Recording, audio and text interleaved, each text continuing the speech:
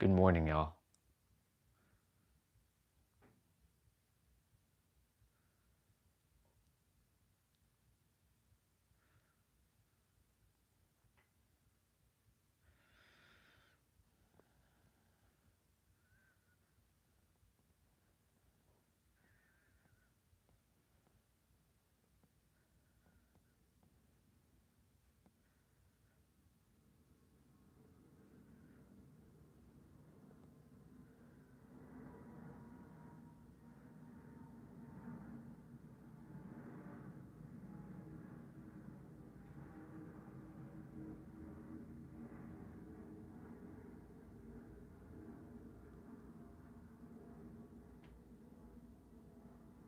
What's up, dude?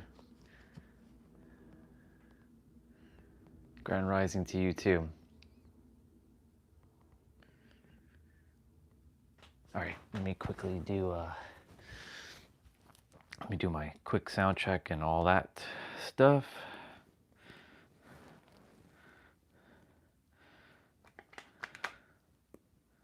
Test. Yep. Yep, it's good. That's wonderful. Whew. So that word abandon is going to be it's going to be a heavy topic. Character was going through his, he's getting frustrated. Just a few minutes ago, he's like, why isn't it working? I need help. Bring me the people. And I'm like, everything's working out. Just relax. Calm down. Because you continuously, instigating that it's not working out, well, it goes to show you that you're still attached to the physical. So it's so fascinating.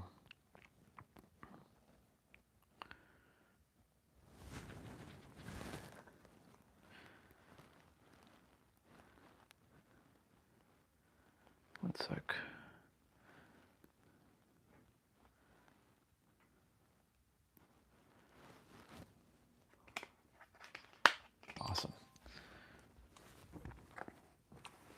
Awesome. Let's go.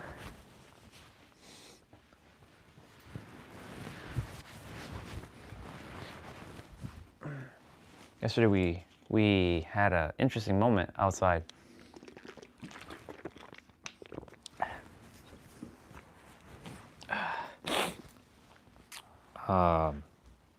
I uncovered some things yesterday for this character regarding the past. It kind of will lead to, I kind of touched upon it yesterday, but it makes sense to touch upon it. I will touch upon it again. So yesterday, while we're walking, I took the reverse path. I changed it up because the mind is a prediction machine. So I wanted to change it up, and I named yesterday Prove. I don't know why I named it Prove, but I named it Prove. So I was like, why am I naming it Prove? I don't need to prove anything anymore. And just put these hand warmers on. Okay, Google, turn off light. Oop. So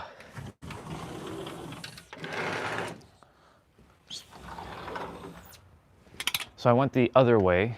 I didn't go to the lights. I went straight down to the trail, walking the shorter way to the trail. And then I went that way instead of that way. So normally we go to the left instead of the right. Yesterday we went to the right instead of the left. And I was walking, I was talking about all kinds of stuff, masturbation, I was talking about the past with the school, and I realized that a lot of things that this character never got to deal with was like a death of an identity when he had to change schools. Because in grade 6, right, I went from junior school to middle school, And I only spent 1 year at one school, and then I had to leave. And I had to leave people that I grew up with. Oh shit, it's very slippery out here. All right, gotta be mindful of when I'm walking. It's very icy out here. So,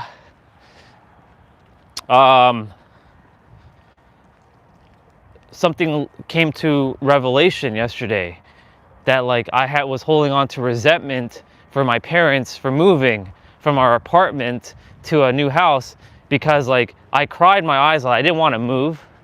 I didn't want to leave my friends because I used to use the word friends, right? I stopped using that word friends like when I was like 13 or 14 because people were just assholes because of how I felt about people, because I had to change. So a couple things that happened. So like, sure, you know, growing up, I got bullied, I got beat up, but at least it was controlled bullying, beat up. Like I was at least somewhat at peace knowing like I knew the people because I grew up with these people, right? From age 5 to age 11, that's 6 years. That's very pivotal. And then from age 12 onwards, that's when shit started to hit the fan, right? So what happened was we moved from our apartment to a house, but I was taking a bus, like a public transit bus, to go to school every day for a year because we had moved. And then when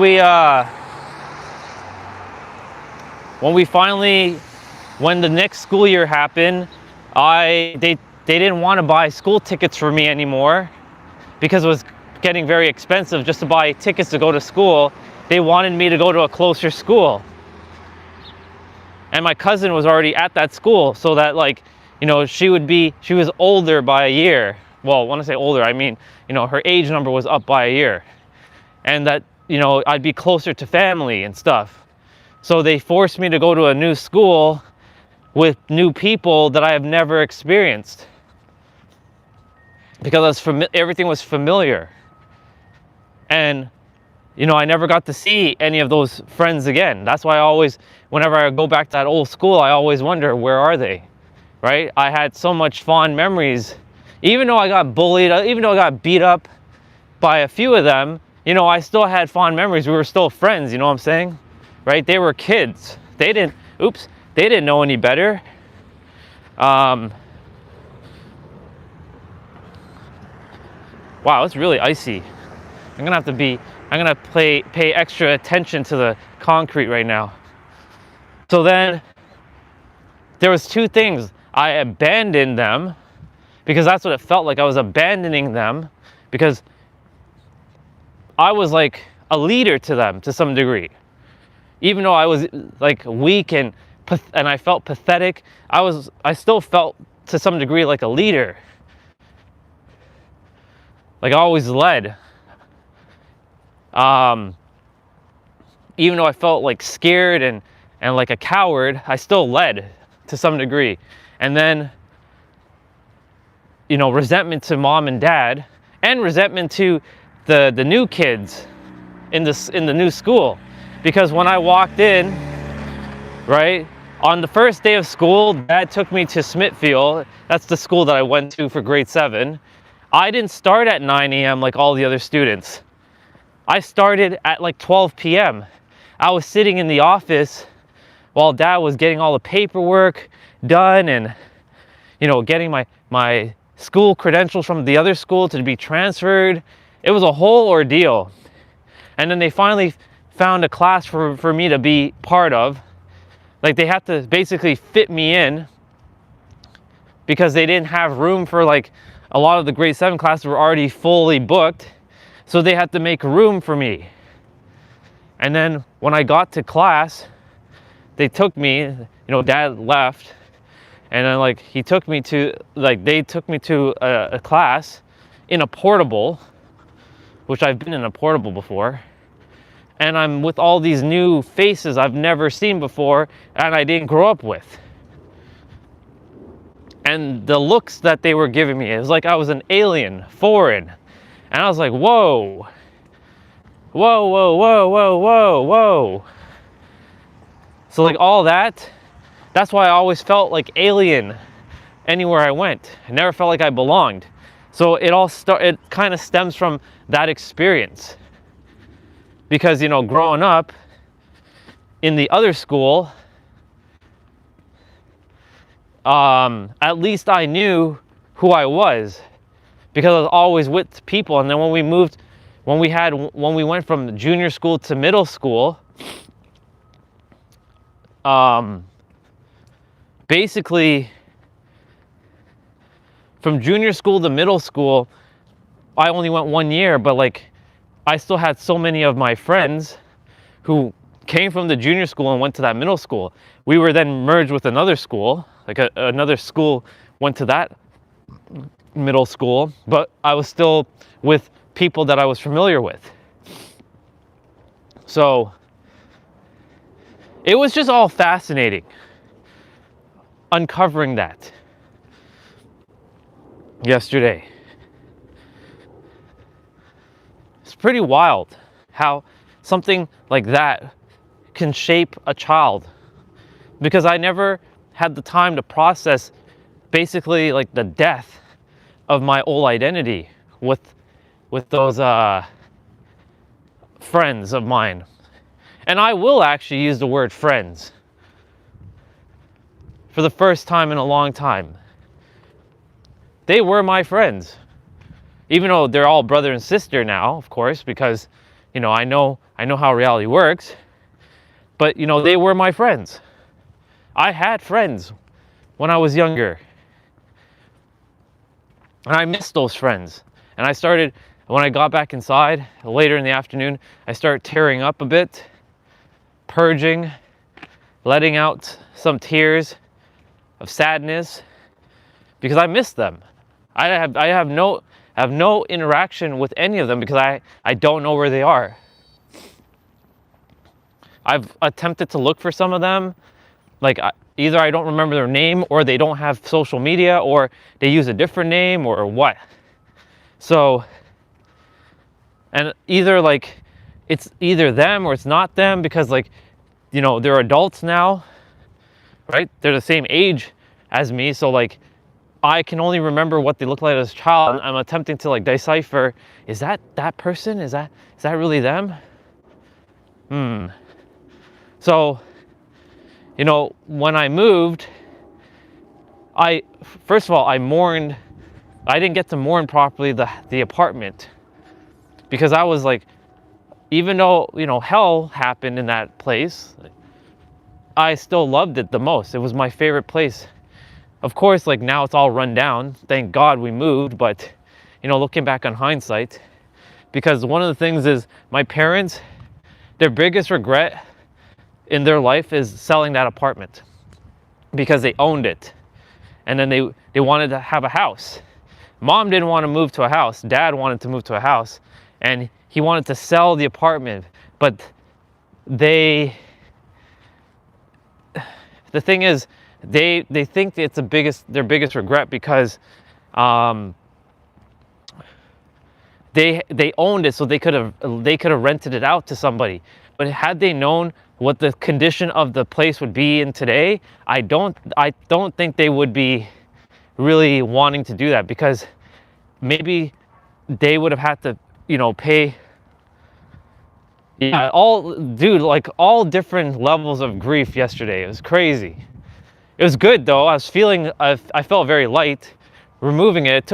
It was very quick to like forgive my parents and for that experience, and forgive the kids who are staring at me, because I can remember that feeling viscerally, dude. Like I'm walking into class, random people, have no idea who anyone is, I have no friends. I'm an 11-year-old boy with like, who the fuck? And then here's the other thing to add to that. So, like I mentioned, like, yes, the people that I knew, we were friends, even though there were times we got into fights, like physical altercations, right? But at least I knew them. But here's the thing: the people that I went to middle school with, like in grade 7 and grade 8. Of course, ultimately, I started to build friendships there. But some of that didn't, like a lot of it didn't last, except for one, and that's Jason. And I'm grateful that he's still in my life for this very reason, even though I purged him like a couple years ago and I didn't want anything to do with him. But anyways, let me get back to what I was saying. So the people in that school was more aggressive, more thug, like more gangster like. So it's like I went from luxurious, peaceful, and like calm to chaos, to calamity, to thug life. So it's like I had to change my identity overnight as well there. Wow, there's so much ice. It's crazy. It's okay. Whoa. Whew. We had freezing rain last night, and of course the temperatures are going up and down right now, so things are freezing and getting warm and getting cold at night. I'm like slipping and sliding right now here. Crazy.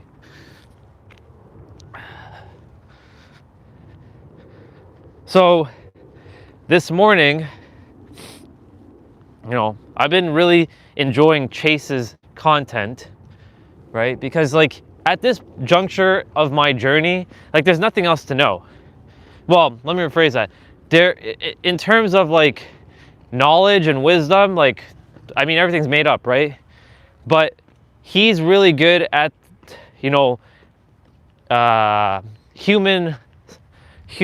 behavioral like analysis, right? Like he can read a room, he can like tell when people are like interested in what he's saying. Yeah, exactly. There's nothing new to learn in the now. So he's mirroring back to me like the behaviors of people, of like when someone's talking, like if you're on stage and people are blinking fast, that means they're uncomfortable with the topic and you got to change the topic. Or if they're blinking slower, that means they're fully engaged with you because they're encapsulated. They don't want to miss anything because the closing of the eye is like they're missing information. So they want to make sure that they're not blinking as often. These are all subtle cues, right? So like I'm really enjoying like just kind of analyzing human behavior now. So that's like this part of the journey right now, is just analyzing human behavior. Yep. Let's see. All the right stuff will pop up for us every infinite now when we step into it. Yep. 50 billion definitions to describe God, every word in existence. Spot on, dude.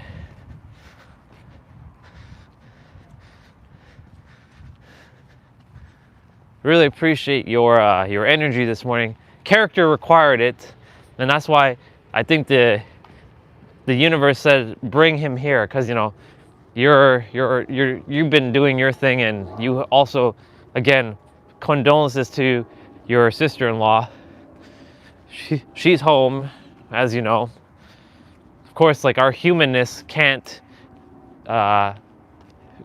just nullify that. We have to feel shit, right?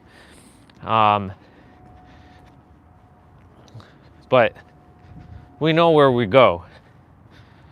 Yeah, exactly. More gratitude. And it's funny that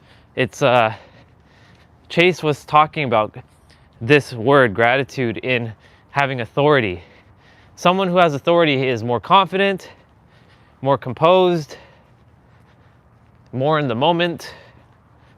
They're slower at speaking, not speaking like a snail, like a sloth, but they're actually speaking like this. They're slowing down. They're more attentive. And then enjoyment and gratitude, or gratitude and enjoyment, which is so fascinating.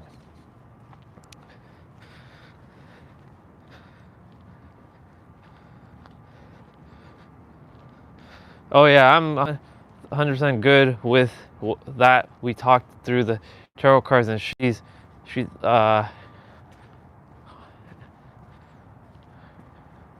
been holding some space for my wife to move through it. It's been an amazing education for the first couple people that passed close to me when I was younger. I really didn't have any feelings at all. That makes sense. Hi, Bubba. It's been a while. It's been a while since I've seen a seagull. They're coming back.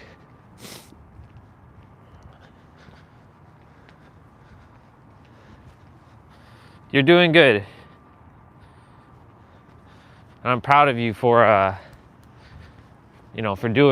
for holding space and, doing what you got to do. And, I'm doing what I got to do too, right? And, some days it doesn't feel like any progress is being made, but I argue that progress is always being made because, again, in every present moment, you can all, like we just said, every present moment, there's like you mentioned 50 billion definitions, there's like 50 billion different versions that you can enter, that you can possibly be, right? There's not just one future, there's many futures. Like, you start to, because the mind is a prediction machine, right? So it's always going to look for, it's going to filter out with the RAS things that are currently predictable until you start to actually be conscious and shift it.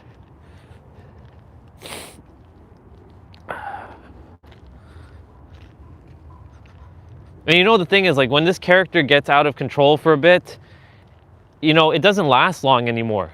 Like little spurts, like, oh, I hate this experience, I gotta change. But then I'm like, hey, you remember, you're the one that's creating this experience. So like, you have the power in every present moment to change.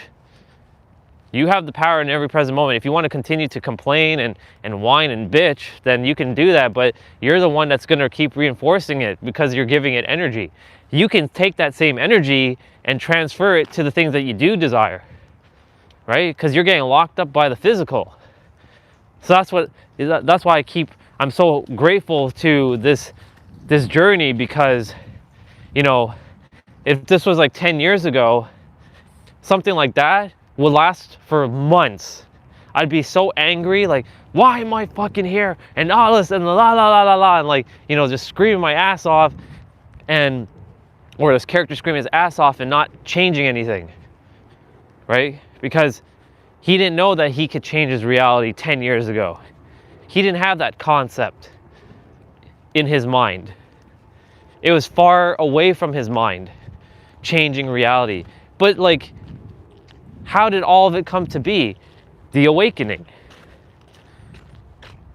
The awakening, even though like all that's an illusion too, right? But like that awakening, that moment in time had to happen for things to change. Like the universe, me, like my higher self, whatever word you want to give it, like, again, all made up concepts, it wanted change for me. So it started to change because, 10 years ago, I wasn't studying this stuff. I didn't care about manifestation. I didn't care about helping people. I mean, I wanted to feel like I was useful. I wanted to feel like I was making a contribution to society. I still didn't like people though. Well, the character didn't, because the character didn't know who he really was. But like, I wasn't into this stuff. I didn't care about this stuff. And what's fascinating? Like, now I'm returning back to my gaming identity. And I'm actually enjoying it now. I'm enjoying everything that I used to, I threw away for a while, right? Like I threw away the gaming identity because I thought, ooh, let's use the word abandon. I abandoned the gaming identity because I was like, oh, you have to be a spiritual person and you have to do spiritual things, right? We've talked about this so many times, right? Dude, like, what the fuck is actually spiritual? isn't everything spiritual? Right? Oh no, you have to, like, I'll use tarot because you brought up tarot for a moment. You have to read tarot, that's spiritual. Because if you don't listen to tarot, then it's not spiritual. Or if you drink alcohol, that's not spiritual at all. Right? Or if you don't drink green smoothies, or touch grass with your feet, or wear crystals around your neck or on your wrist, then you're not spiritual. Right? So like I abandoned like a little bit of who I used to be in the name of I thought I had to be something else. I thought I had to do all these things to be more connected to God. Yeah, exactly. Yeah, and another word for God. But yeah, what do you mean you're not meditating 2 to 3 hours? Yeah, that's right. You're not spiritual. You don't meditate, right?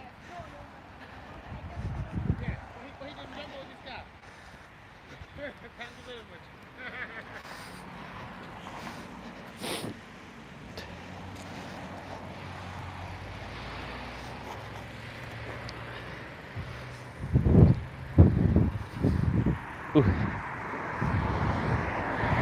Morning, sister. Good morning, how are you? Excellent, you? I went the other way yesterday. That's why you didn't see me.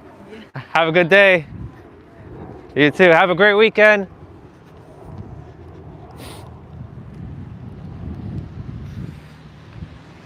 So,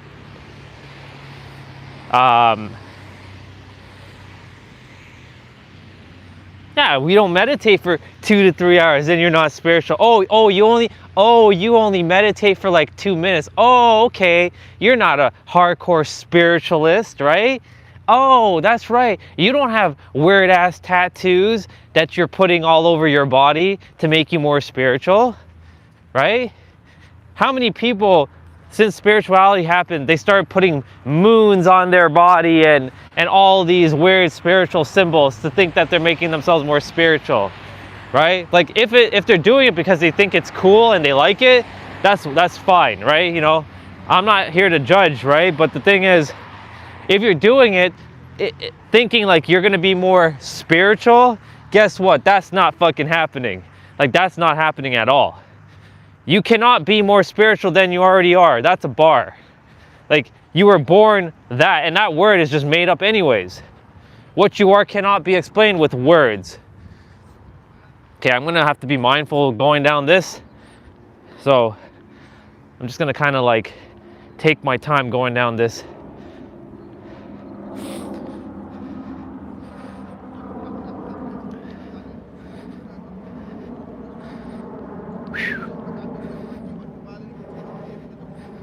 Yep.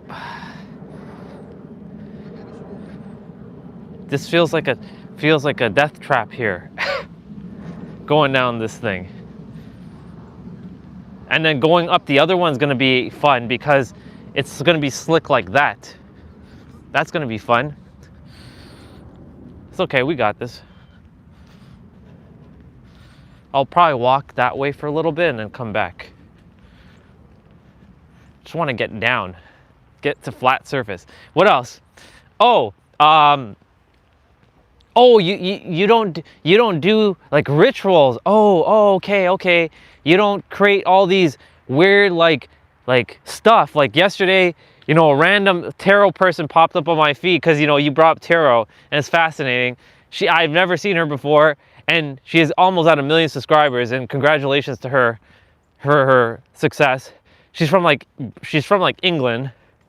And she's like, she keeps selling herself on her channel. She's like, yeah, if you want to, like, you should subscribe and comment and like, because then you claim more energy, and send this video to someone else because you claim more energy. You 10x your stuff. Like, if you don't do that, then you're not gonna get your 10x stuff. I'm like, are you fucking for real right now? Like, even doing stuff like that, like being spiritual, right?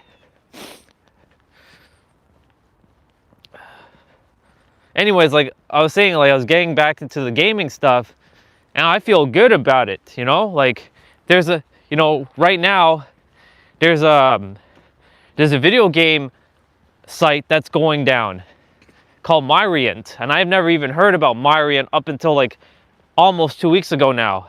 And Myriant is considered what they call the Library of Alexandria for gaming, and because it has all the archives of all the old games that you can't really find anymore.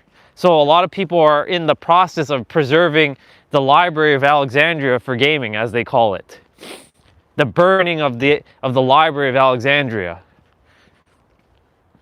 And because we got by the end of this month, because the guy's going to shut it down. But I've been enjoying my gaming identity again, that like all this gaming stuff has been showing up. Oh, you're a gamer. Oh, okay. That means you're not spiritual. Oh, okay, right. That means you're just one of those people who aren't aware of like how reality works because you're a gamer. Right? I'm pretending to be someone else right now. Oh, right. Okay. That's right. That's right. So you're into video games or you're into anime. That means that like you're not into spiritual. You're not spiritual. Oh, you eat like meat. Oh, okay. You're not spiritual.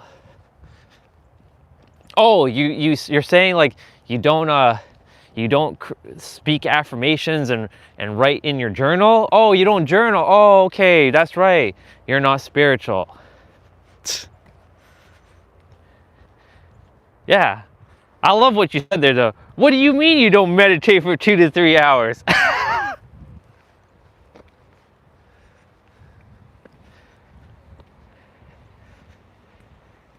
Oh, what do you mean by, oh, you watch really weird shows and listen to music that can affect your mood. I'm not saying that this can or can't affect, because like, you know, shit can happen, but like that's only if you adhere to it, right? Because like nothing can affect you unless you give power to it. I'm not saying it doesn't have energetic consequences and a cost to it, right? Everything has a cost to it.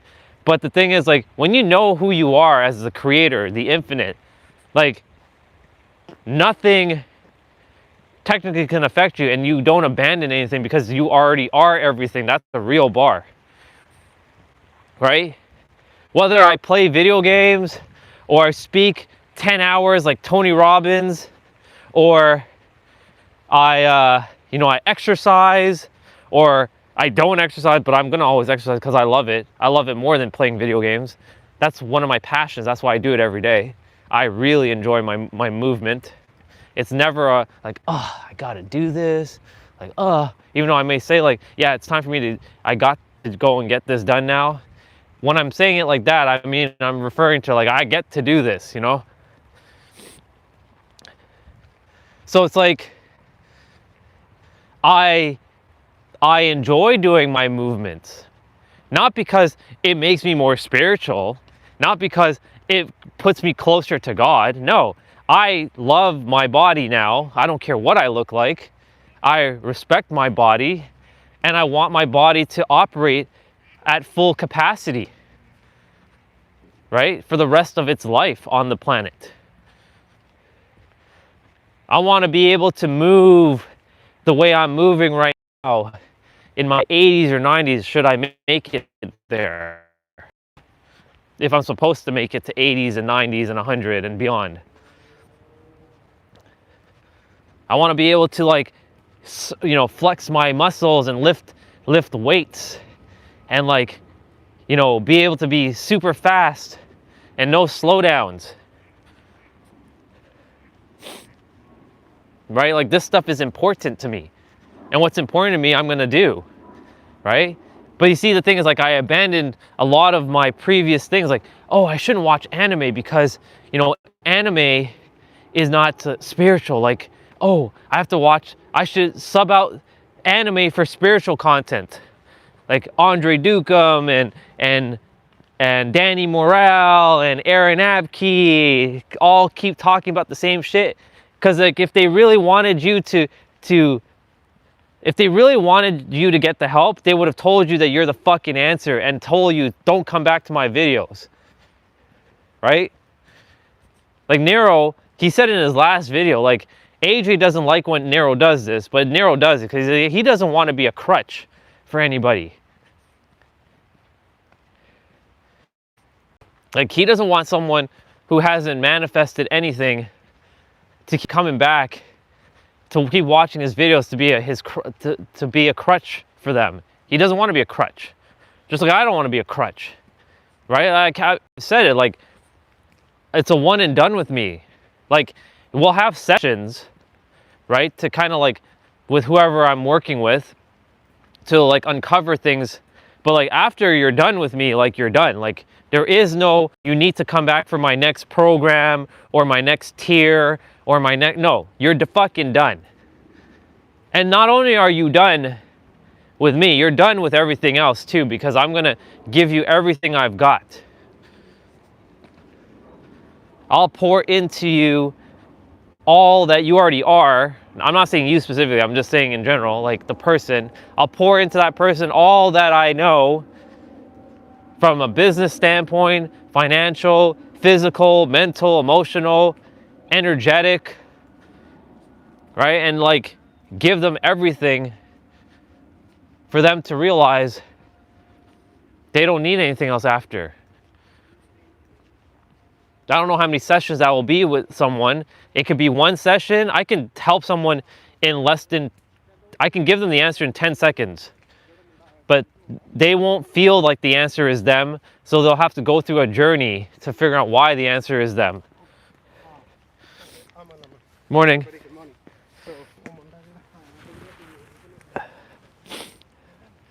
That's our brother. He's the one that drives the red car when we walk through that street. I'm gonna turn back just now. Phone battery's at 71%.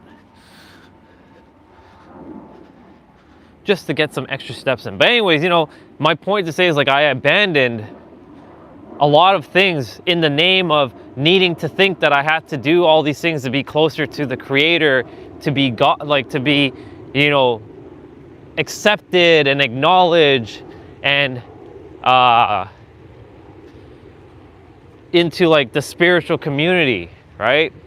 Remember when we first started chatting, like we've had differences of opinions, like it was always mutual respect, right? But look at how many things has changed in the last year, right? Are we talking the same way we were talking a year ago? Fuck no, we're not. I know you're not. I know I'm not. I've seen the change in you. I may not physically see what change has happened physically in you, but I've seen it energetically, right? I've seen the change in you. Super proud of you. I've seen the change in me. In fact, how can you not see the change in me? Because I've been recording everything. The highs, the lows, and everything in between. Being vulnerable. I started talking about masturbation right in this part yesterday. And I basically said, I almost regressed. I almost wanted to do it. But I told the character, like, if you do it, remember who you are, but remember the energetic cost. Not to make him feel guilty, right? Because I was telling him, like, there's nothing to be ashamed about, because that's the one thing that people do, is to make other people feel guilty for doing something. And then you have to prove that you're not guilty and all this shit. And that's why I started talking about that subject matter. But then I'm like, I switched it to like the school stuff. Like I always felt like I had to prove myself to other people. And that's why that school stuff, like I had no idea why I was gonna name yesterday Prove. I was in the shower, you know, washing my feet, getting my feet warm, because I do that every morning, like washing Jesus's feet. That's what it feels like. I'm getting my feet washed. And I'm like, what am I gonna name today's live stream? Prove? Oh, okay. I don't know why I'm naming it Prove, but okay. And sure enough, it all came to fruition. Because like a lot of it was like I had to prove myself. I had to prove myself to people, right? And proving yourself is a sign of insecurity. even if you're confident in knowing yourself and knowing what you know, if you still feel like you have to prove something to someone, that means that there's somewhere deep down inside that there's a little bit of insecurity potentially lingering. And that's why I'm like, I don't need to prove shit to anybody. If people don't want to know that they're the creator, or they don't want to know that they're the answer, then that's fine. Keep, like you just said, keep on keeping on, keep going, keep entertaining the ideas if it's serving you in your life, helping you. All right, just keep going, keeping on. Like, it doesn't make a difference. Yesterday I was a little rough with Deadpool. He jumped on, and you know, he's 14 years old. Like, I have to give him some slack. But like, the character has his agenda against Deadpool, because, you know, I've spoken to Deadpool many times, and like, you know, he comes on the stream to have fun, and that's fine. And I want to have fun, but the thing is, like, you know, when I'm speaking about something and you know, people randomly talking about bullshit like 6'7" and all this other crap, right? Like, don't interrupt me while I'm talking about something that's important. Or like, start saying, "Oh, you're sitting in Indian style."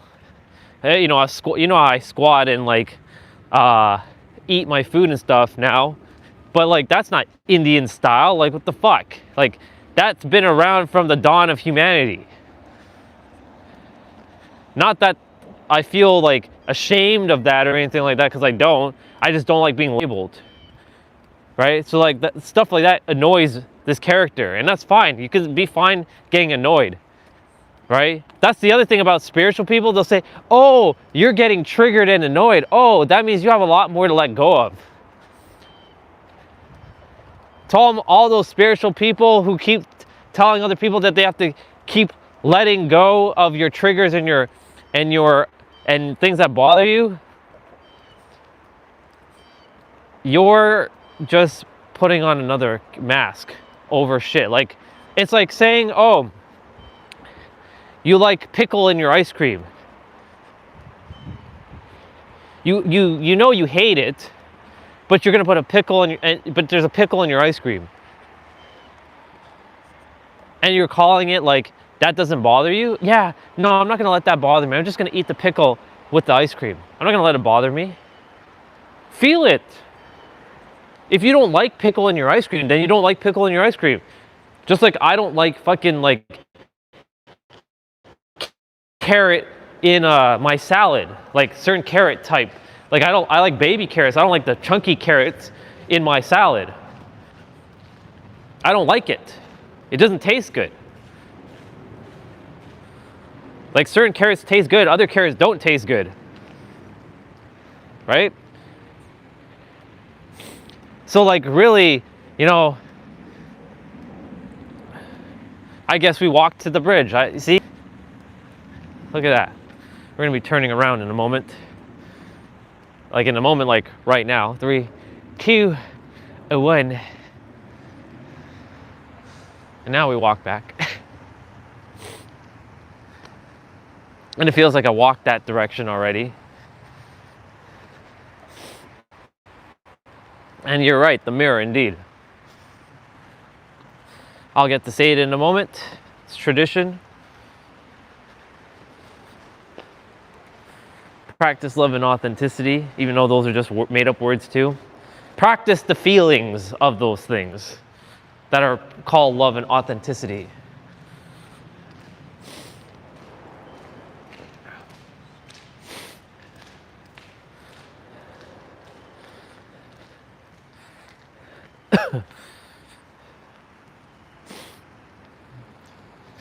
But you know, it's interesting, right? Like, all these things that like I used to do to be. Fuck that. You be, and the doing will happen. Right? Like, I don't know who came up with all this spiritual shit. Right? Like, I don't know how this became a thing. right? Like I see, you know, I get it. Like you want to feel closer to God, so you're gonna put on like it's when I see people doing all these weird like tattoo things. Like I love tattoos, don't get me wrong, but like when I start seeing people putting spiritual tattoos on their body to make them like think they're closer to God, like I mean, unless you love it and you enjoy the tattoo, that's different. But if you're doing it because you want to be known as something mystical and a guru or spiritual, I got bad news for you. You cannot be any more spiritual than even the person who doesn't consider themselves spiritual. Because even the person who doesn't consider themselves spiritual is still spiritual. And that word is made up. Because what we really are, yeah, it's all the judgment basically. What we really are cannot be explained with a word.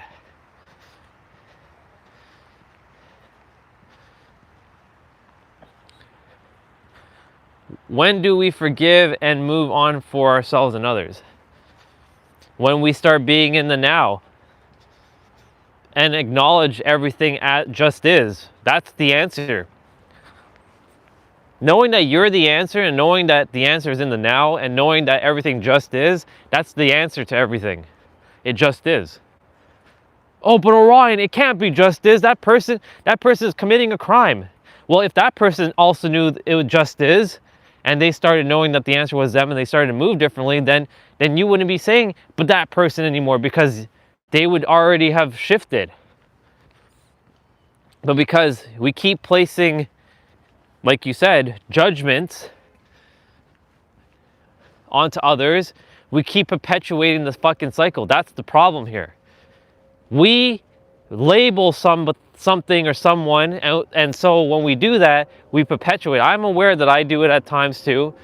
This character is not perfect and all high and mighty, right? This character does it too.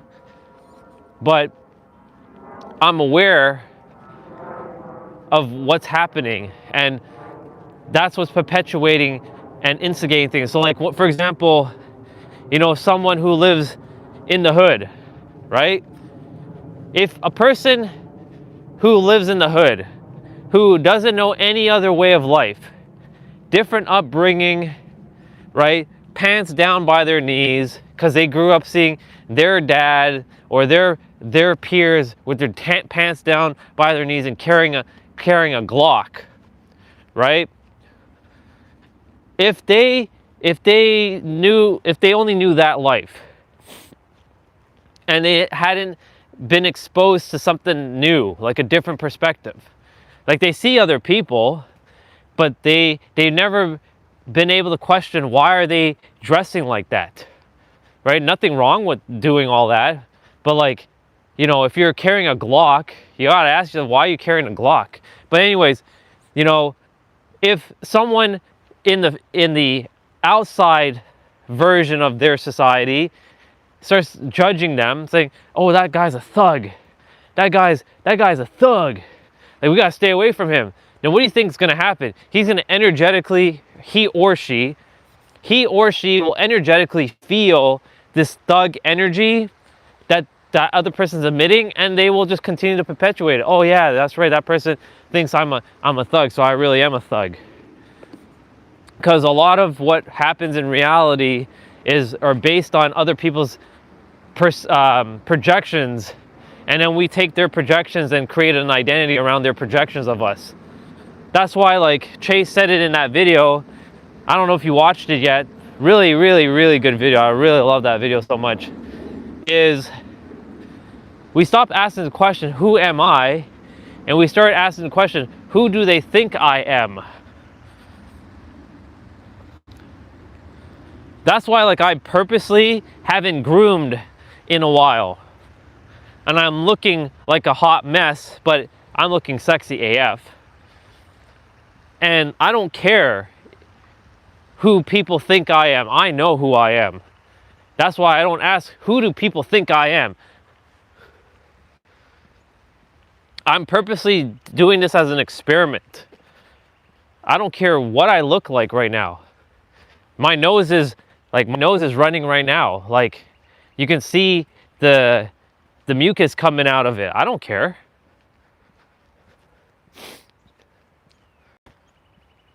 I don't care if my hair is not combed properly. I don't care if my beard is like a little puffy now.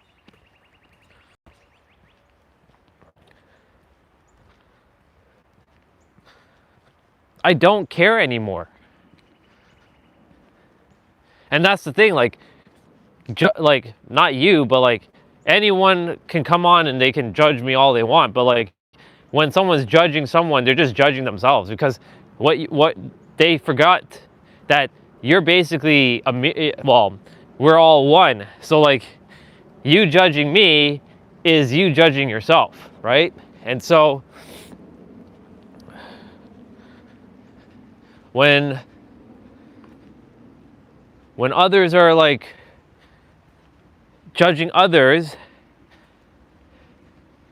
they forget that once upon a time, when they were kids, that didn't exist.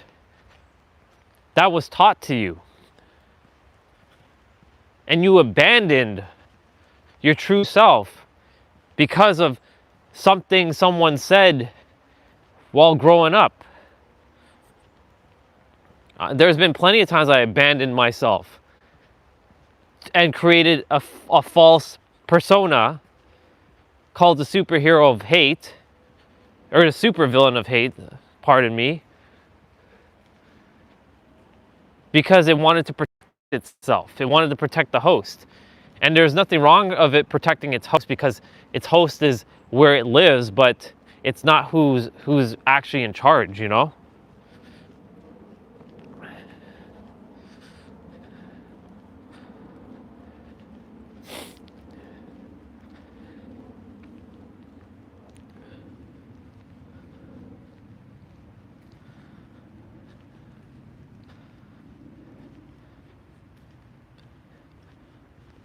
I have only love and respect for, I'm going to say, the people who consider themselves spiritual, who do all the spiritual things that they think is only spiritual and everything else isn't spiritual. But the thing is, like, I will not adhere to like bullshit and like take on other people's like nonsense on the internet anymore. And that's why, like, that day, you weren't around at that time, but there was somebody who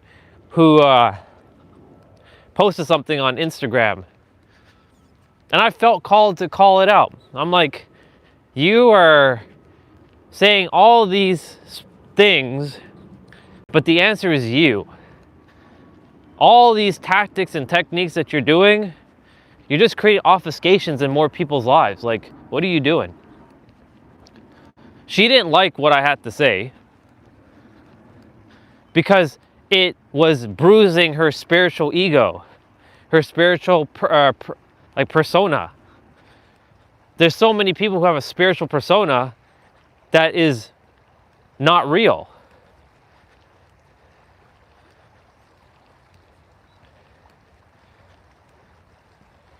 And because of that, like, I left. I wanted to. I said, let's have a conversation. It's easier if I can speak it to you. Like, I can easily voice message you on Instagram. She's like, no, this is a public forum. You should type it. You should type it here. I'm like, okay, fine. I will type it. I left her a wall of text. She didn't respond back because she knew you can't bullshit someone like me.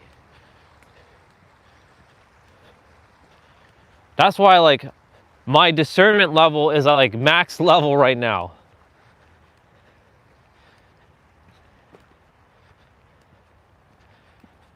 You know?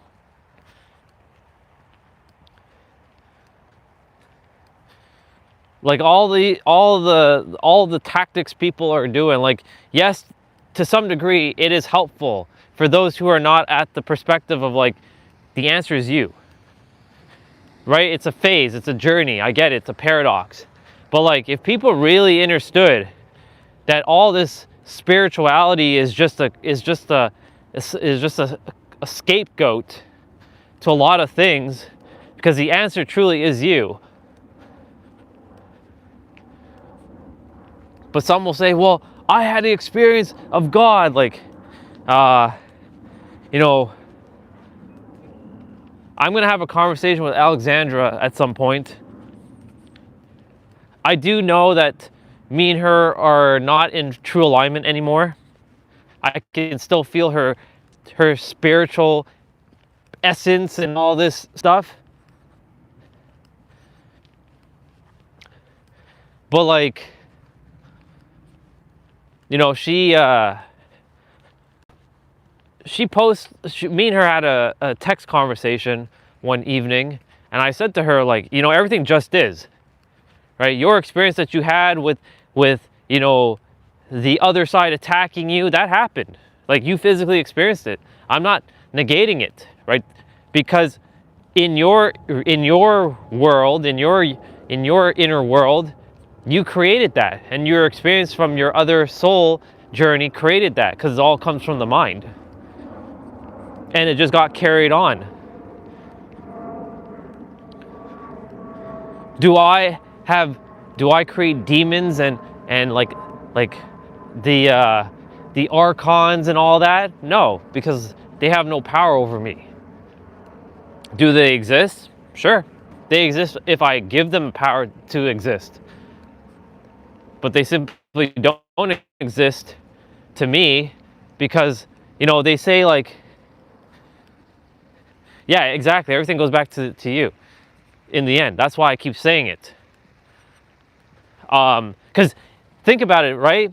Isn't it you that has to believe in the thing that you're believing in? It's you that has to give it power, right? If you believe that there's a dude in the sky with a book in his hand judging you, right? Isn't it you that has to give the power to that belief?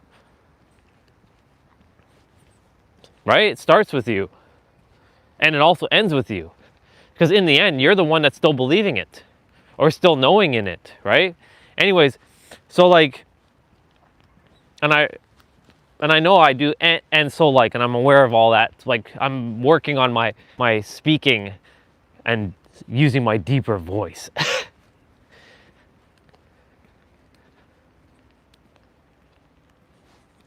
But these things don't exist unless I give it power.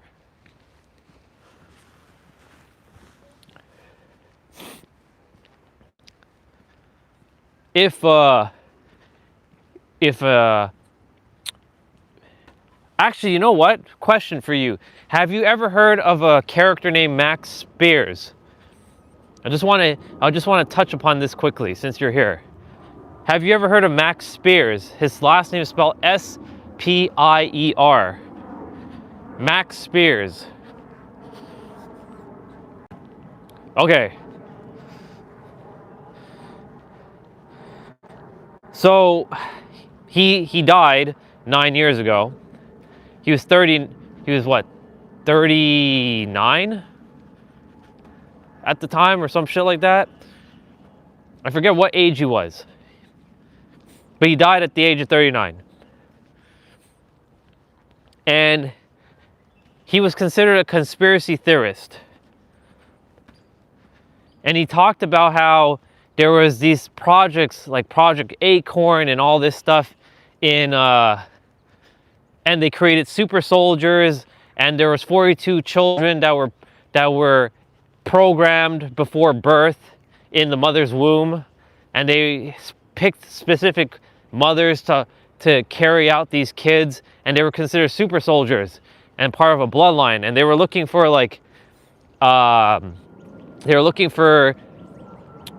what's his name? Lucifer in one of the babies. They were looking for a few of these so-called special people. And he knew a lot. But the thing is, like, you know, am I discrediting his his claims? No, of course not, right? I believe and I know in what he was saying, right? He was saying, like, for example, if you see white light when you're about to die, that means don't go to the white light, because you're going to get sucked back into the infinite trap and get reincarnated into another body. That's what he was saying, right? That's not the first time I've heard that. But then the thing is, like, everything is all made up, because, like, when you really go super deep, like, where did our soul really come from, right? Didn't we choose this? Some think that we didn't choose this, that we were thrusted back in, and we're being caught in an infinite loop, like an infinite trap of reincarnation after reincarnation, and you're never going to escape this reincarnation. Why would the creator create such bullshit like that, right? It doesn't make any sense. I've had my experience on the other side, and I could tell you that it's not like that at all. But other people have different experiences of the other side for them, right?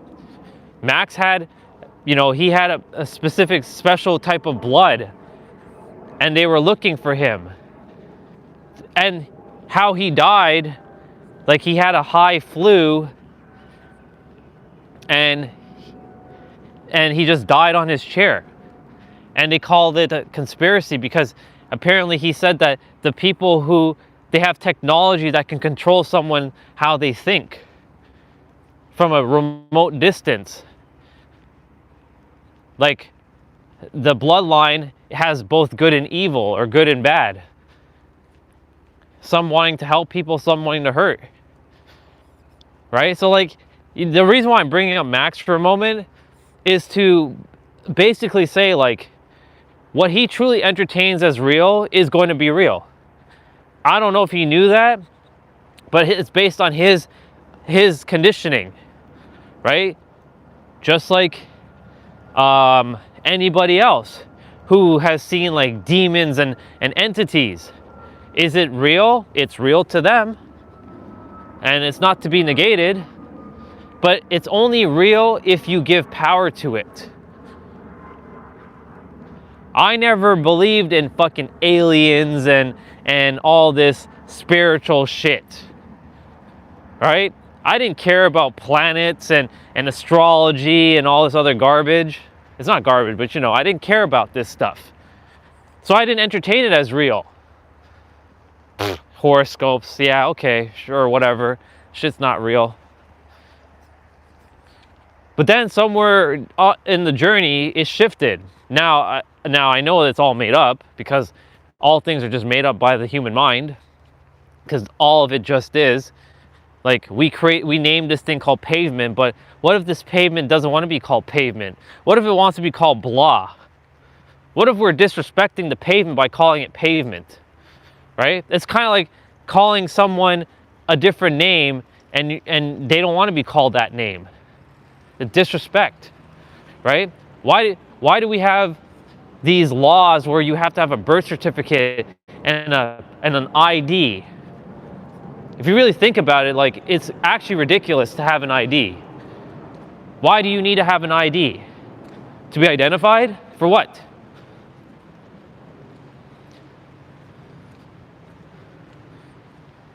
All these dumbass laws and rules. Can I see some personal ID, please?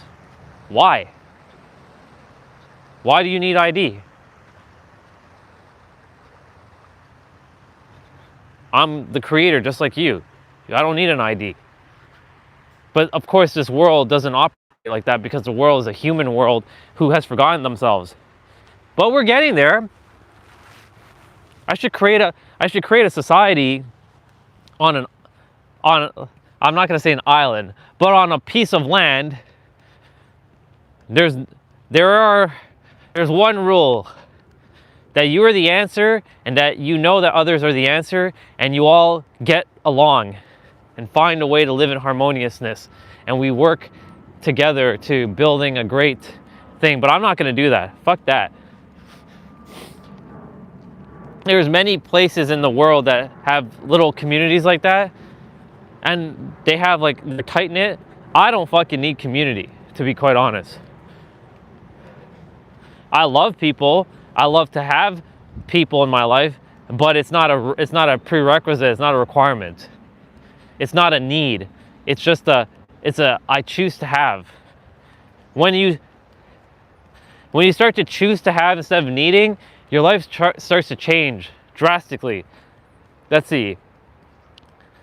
Spirituality, life in the identification of the soul and the heart. Fine numbers, I mean, like, what the fuck are we talking about, right? Something that wants to control you if it wants to make you something. Exactly.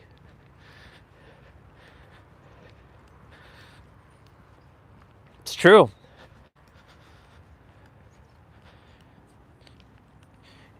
It was also yesterday, by the way. I think it was yesterday or the day before. No, it was the day before. Something also came to back into the awareness, right? I was talking about people who don't believe in God or don't believe in anything. You know, there's one truth in reality. Well, I don't really want to call it a truth. I'll call it a fact. There is a fact in reality that cannot be denied, right? You want to hear that fact?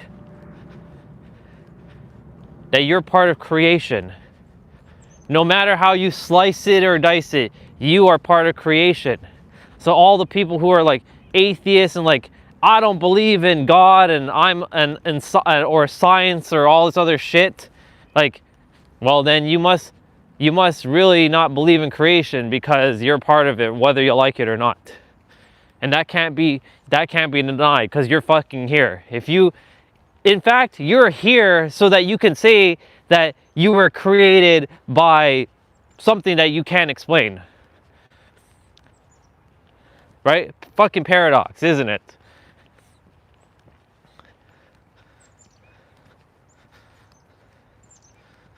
And I'm bringing this up now is because this kind of goes with the whole abandonment of like who you think you are and creating a false identity around this idea of like, oh, God doesn't exist. But like, that implies that if God doesn't exist, then you don't exist. Oh, but I do exist. I come from my mother and father's like eggs and their sperm. I'm like, okay, so where did that stuff come from? Oh, it comes from their body, but where did their body come from? Oh, it came from someone else. Well, how did it all start then?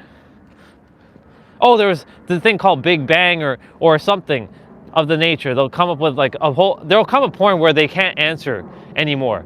I'll keep asking the question until there is no answer that can be given from the logical mind. Oh, shit. Very icy here.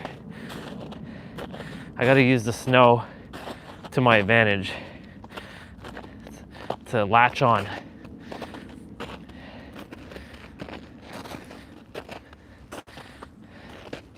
This is where a walking stick is necessary. It's okay, I'll make it up. I just gotta use the side here. I'll read what you shared in a moment. Let me just tackle this quickly.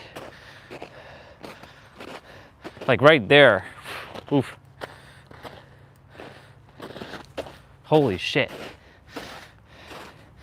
Can't wait till this starts melting.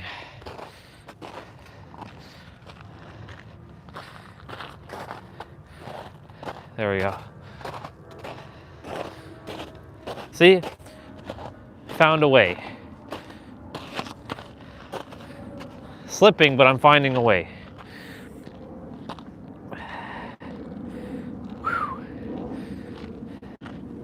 Let's see, I promise you the next time we talk, we should talk about the highest points of energy we were talking about the last time. Thank you, bro. I appreciate it. And you too.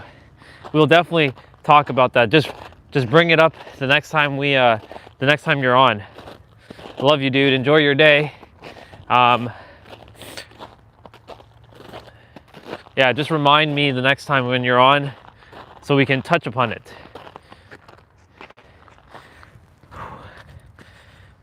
I went that way yesterday. Morning, brother. Very slippery. You're very, very slippery. Have a good day. Enjoy your walk.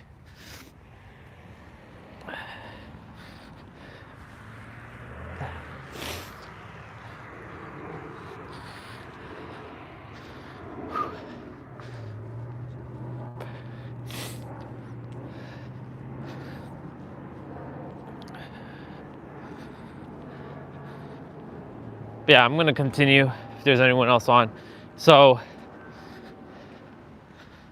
you know, there's all these just things that people are just like talking about, you know, like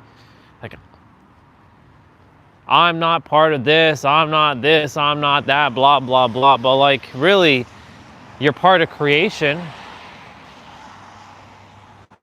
You can only ever be a part of creation. And that can't be denied because you're here. And if you're here, if you believe that you're a human and you exist, then yeah, you're fucking here.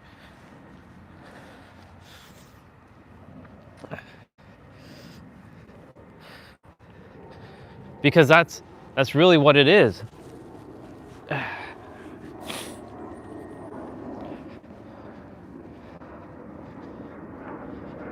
If you believe that you are a human, then yes, then you basically exist, and because you exist, everything is in creation. You cannot deny that you're not part of creation. You are part of creation.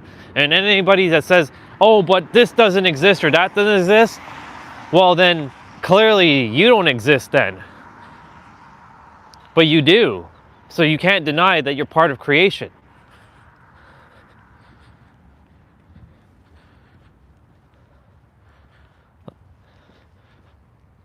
I'm gonna walk through that. Fuck it. I was gonna walk on the road. Nah, fuck it.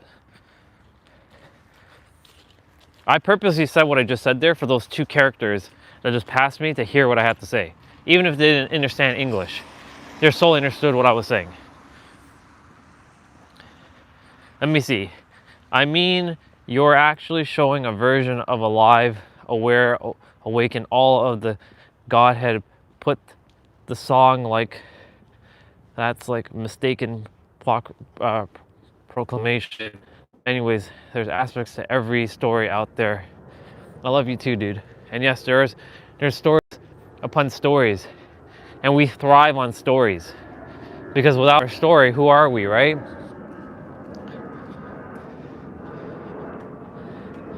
The moment the story gets dismantled, your identity gets dismantled immediately. And then because your identity is getting dismantled, then you become like, well, who am I?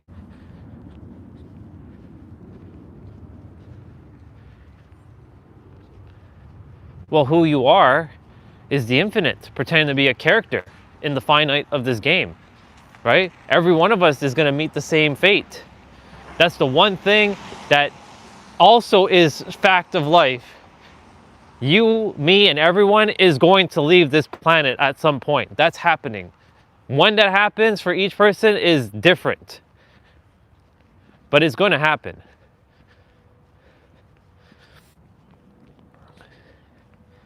Because it's going to happen, right? What story do you really want to tell yourself now?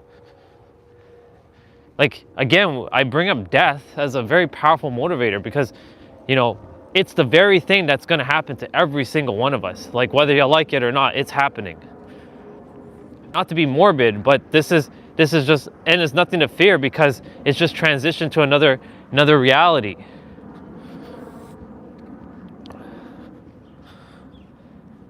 But everyone was created and everybody will be destroyed.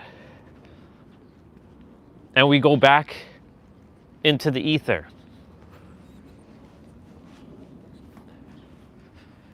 And it is really just that simple because you get a finite amount of time and you get to tell your character what story you get to play. You get to decide what you want to think. You get to decide what you want to feel. You get to decide what you choose to believe. You get to decide to choose what you know. You get to decide, right? You get to decide what to believe. You get to decide who you are. You get to decide what you choose to entertain as real. You get to decide all this stuff.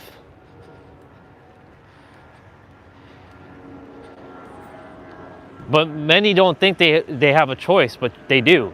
They always had the choice. You always forever have a choice. You will forever have that choice. Life is all about, having choices. You have the choice to either think positively or think negatively. You have the choice to believe in something or not believe in it. You have the choice to know that you are the creator. I just realized I don't have milk. Fuck. Well, I didn't bring my thing with me, so I'll either have to drive to the store quickly, unless my sister's taking the car, or I'll just have to use the milk that's upstairs. And if that's the case, that's fine. I'll go buy milk tomorrow or something. No big deal. Or I'll walk back out here later and go and get it.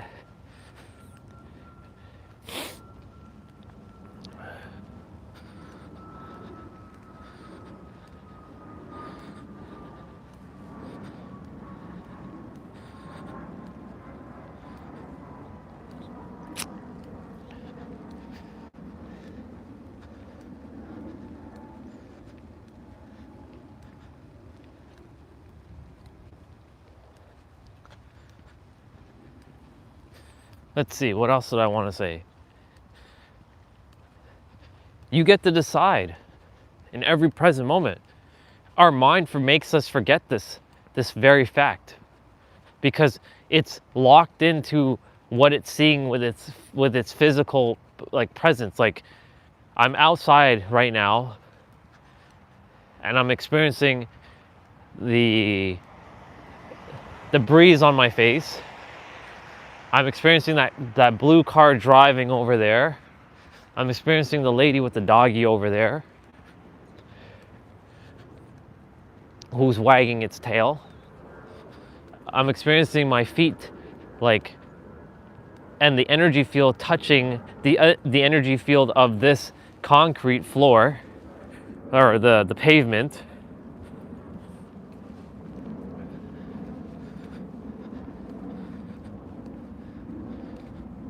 But our mind makes us forget what's actually here. You get the choice in every present moment. You have a choice to think, believe, feel whatever it is that you desire. And you can do all that within. But then, but I have this problem that's happening right now. Or this character's issue is the resources are not physically here, so he has to deal with the resource thing. So then he gets tripped up with the whole resources. And I'm like, you're infinite and abundant. You can have anything you want. Ooh, very slippery here.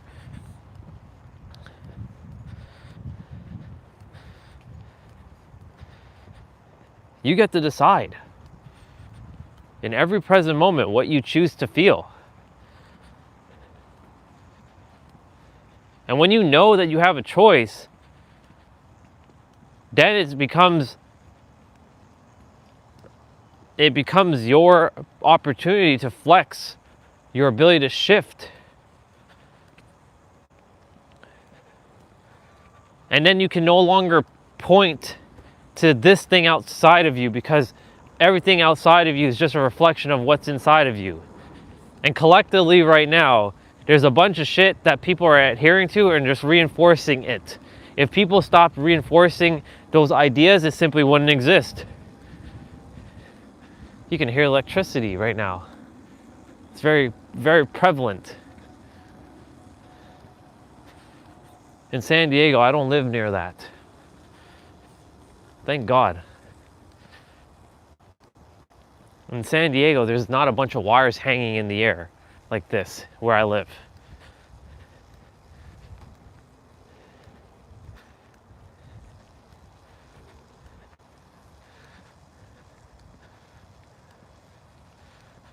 Seeing a bunch of these Elantra cars.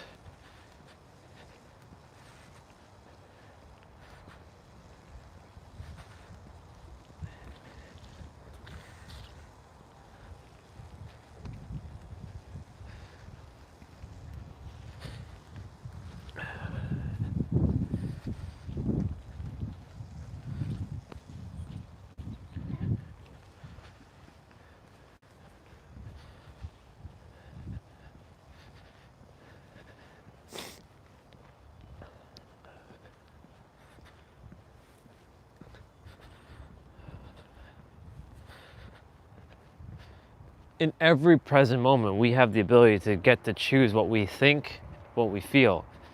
But the mind makes you forget this very fact. And this is another fact of life. You get to choose in every present moment what you choose to feel, what you choose to think, what you choose to believe, what you choose to know, what you choose to entertain, what you choose to accept, what you choose to reject if you also want to use that. You get to decide. Oh, the doggy's out here. I just realized he's chilling out here. Mr. Doggy's over there, chilling out on his bed.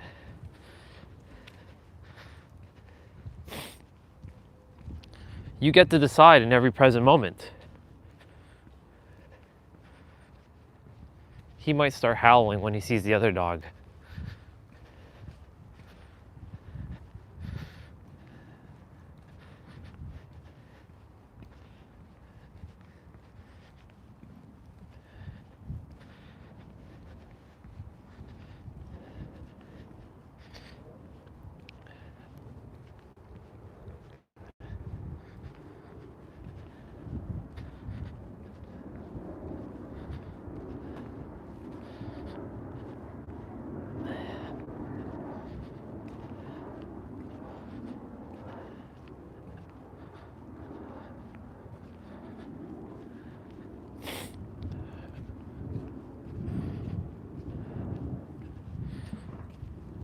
Oh my goodness.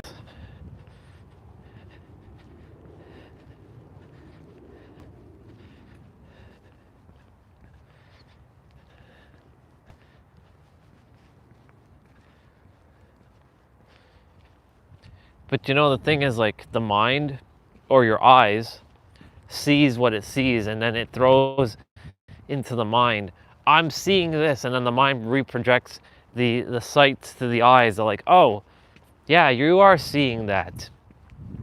So that means it's like slums, it's dirt, it's shit, right? That's what's happening. But the mind is finessing you, because when you close your eyes, hell, you don't even have to close your eyes. You just have to stop adhering to what you're seeing with your eyes, and also stop adhering to seeing what your mind is seeing. You have to go beyond the mind and use God's sight at this point. They say it's eyesight, it's mind sight over eyesight, but it's actually God's sight over mind sight. That's a real bar. Or I'll even make a new term. It's a you sight over mind sight. Oh, there's some doggies coming this way. I'll cross the road though.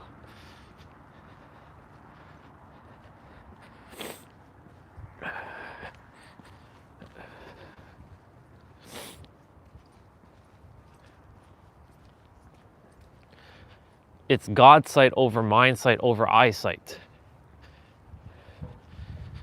It will always be God's sight over mind sight over eyesight. The all is mind, the universe is mental.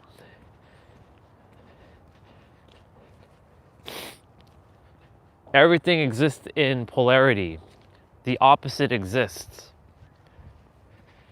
just in a different frequency.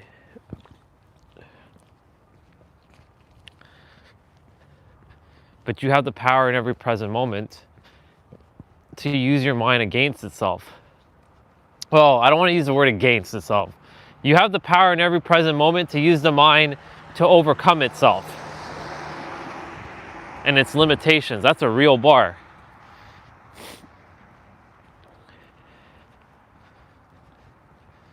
Because it's we can call it God or itself's mind over mind sight. So itself sight over mind sight over eyesight.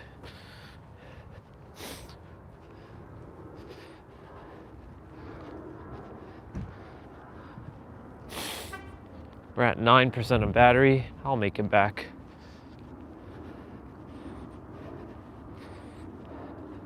I used to be so like, oh my God, I'm not gonna make it back. I don't care anymore. I stopped caring about a lot of stuff. It just is at this point.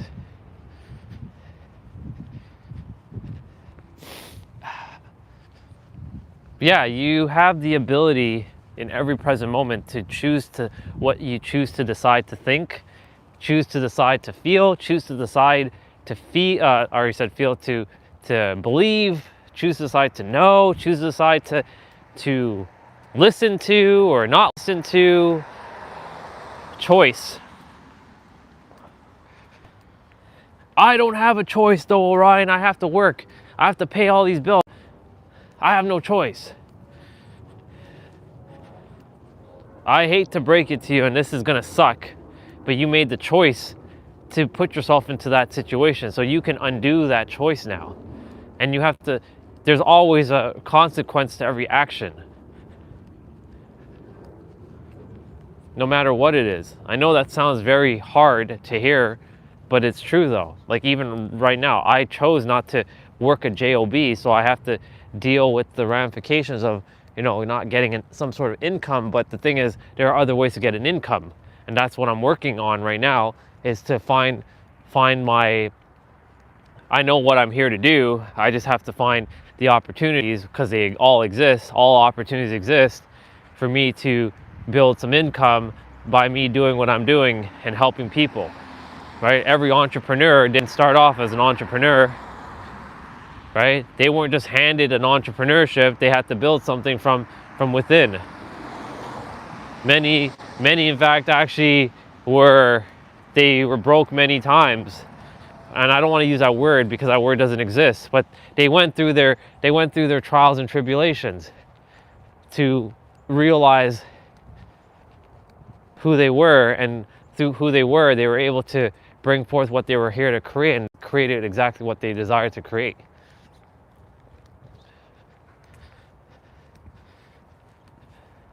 It's all a game at this point. They're renovating the basement here at the cute girl's house with the doggy who's always barking his ass off. He's like, rawr, rawr, rawr, rawr, rawr, rawr, rawr. I think me and the doggy had some past life, let's see, some past life, like me versus him. Like I probably was a wolf in my last lifetime, and he was a doggy, and I must have beat him up or something. I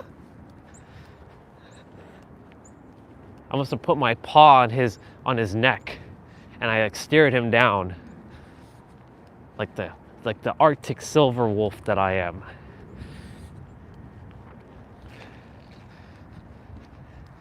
Well, y'all, look, lots of grass. See, from 50 centimeters of snow to grass. Our grass we're starting to see more grass. You all are getting to see the season changes with me. Again, you get to see spring come. You won't get to see summer though, because I won't be live streaming on this channel for summer. Unless the universe really wants me to stay on this channel, but I don't think that's the case. I think it really wants me to move on to the other channel. Look at all the grass. I just want this to go down. Like this has like shifted up. It needs to go down. All right. 5% of battery.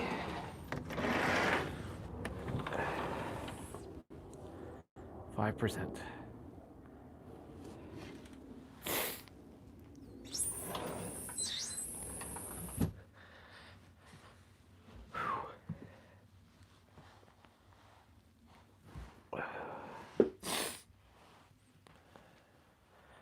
Very good.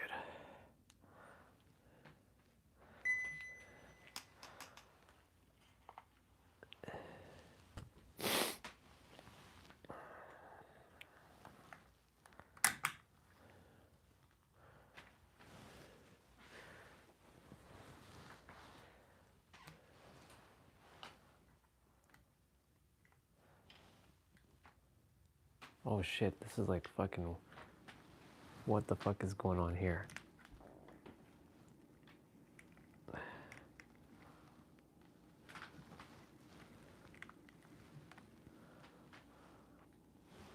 Oops. Damn.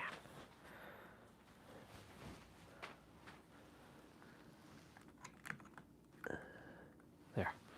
Stable. I'm gonna go make something to eat.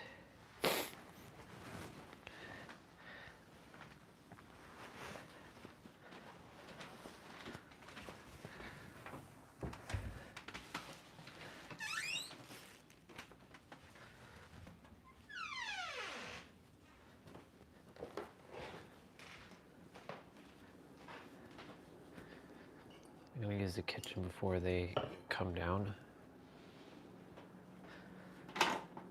Make me some eggs. You really like your eggs, don't you, Orion? Yeah, I really do. I really, really do. They're very good.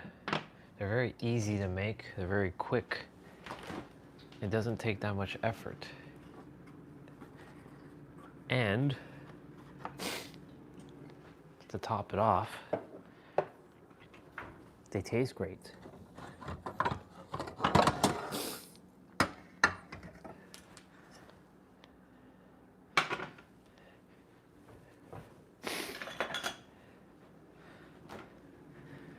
Yeah, the woman I date, whoever it is, you better not be into any of those dietary restrictions.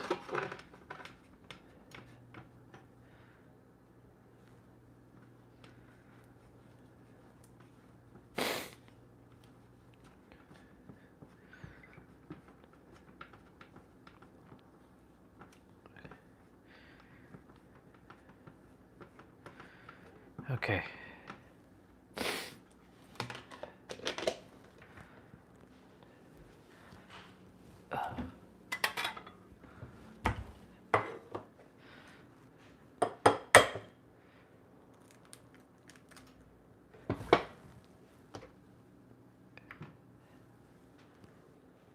Cracking them eggs.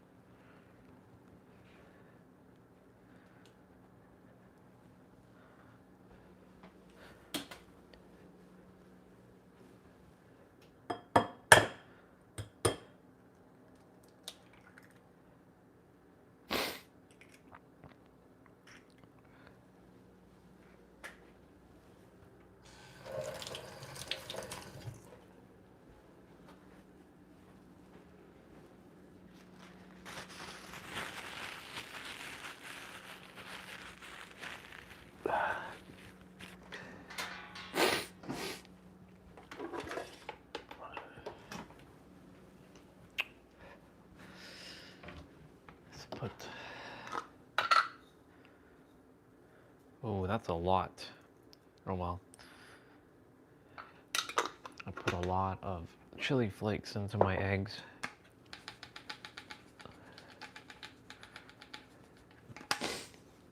Didn't want to do that, but whatever.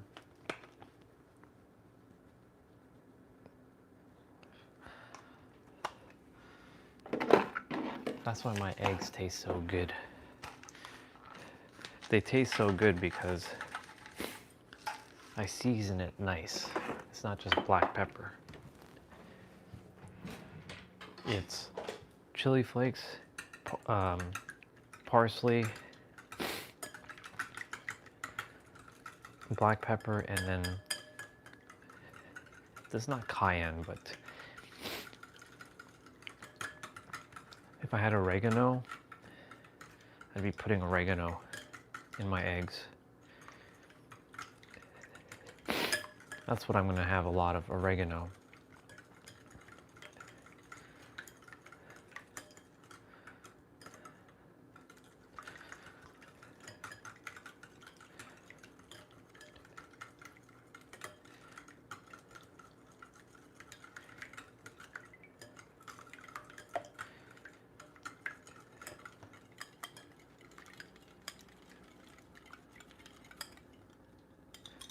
Awesome.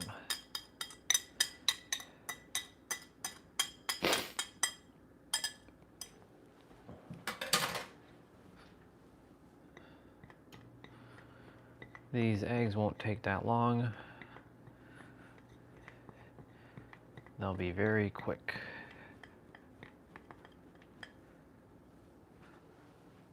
Let's turn up the stove a bit.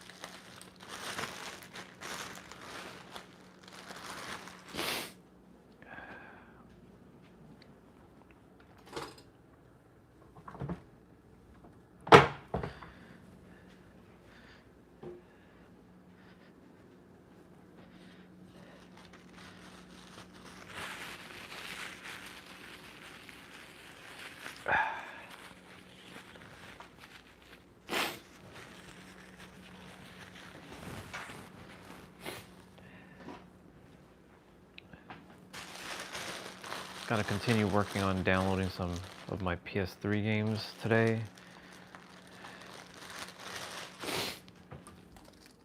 I got my PS2 stuff. There's still more PS2 stuff I'm gonna download. Nintendo DS. I'm gonna have a Clementine quickly.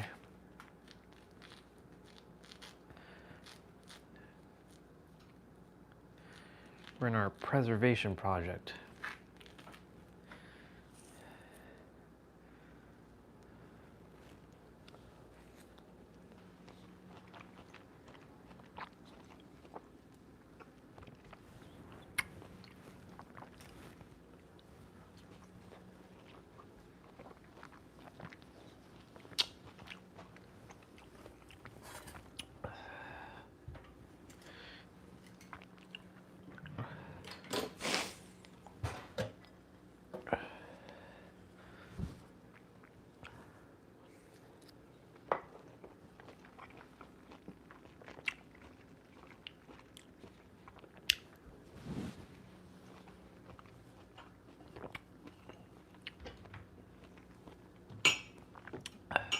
Nice.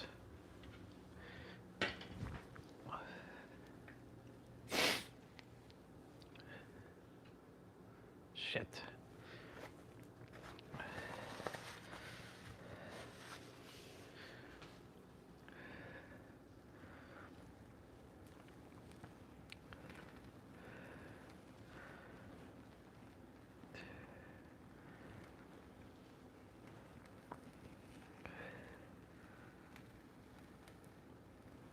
Nope, this is not ready to be flipped yet.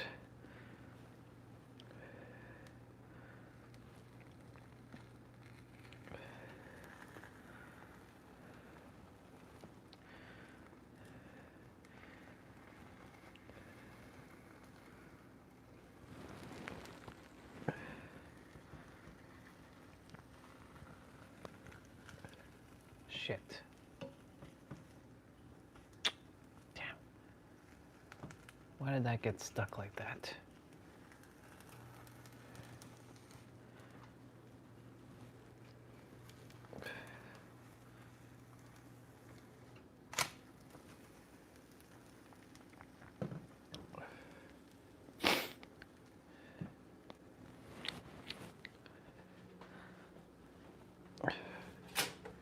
Press.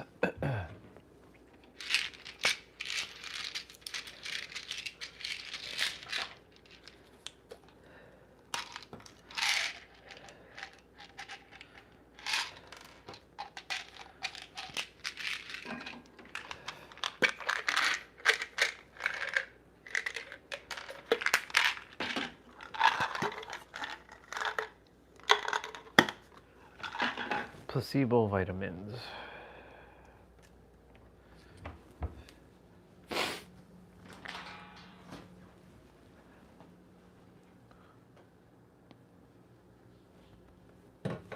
Wait, what?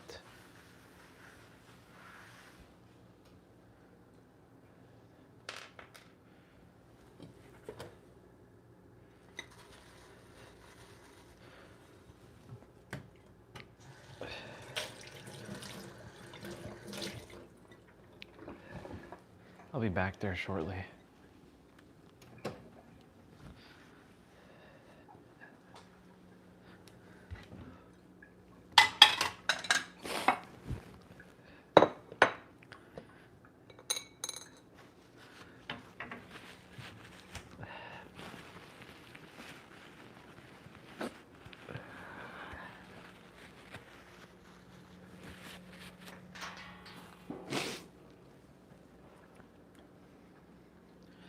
Apple.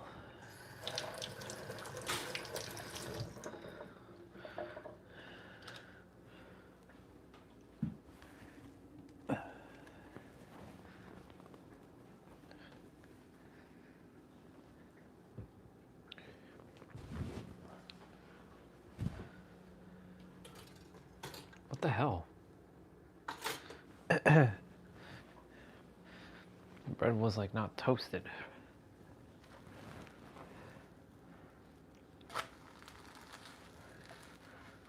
Ooh, just a little overcooked, but it's all good.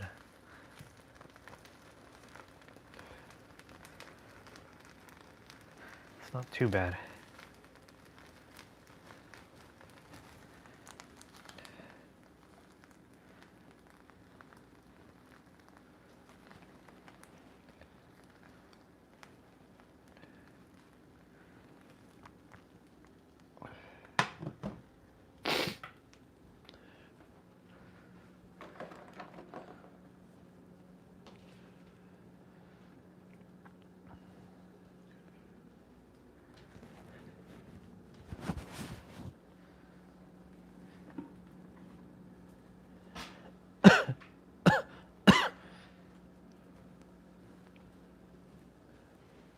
Should take it off the stove.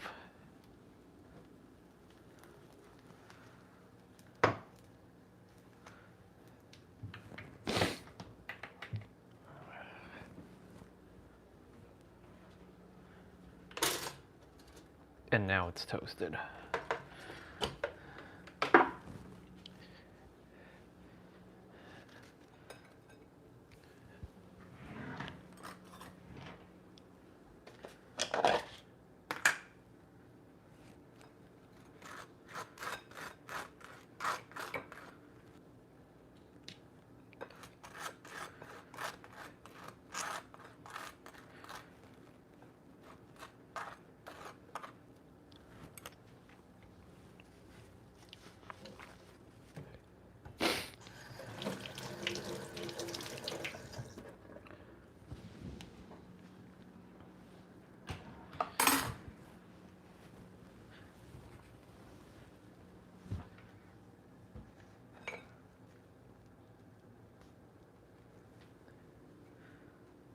Very nice, very nice, very nice.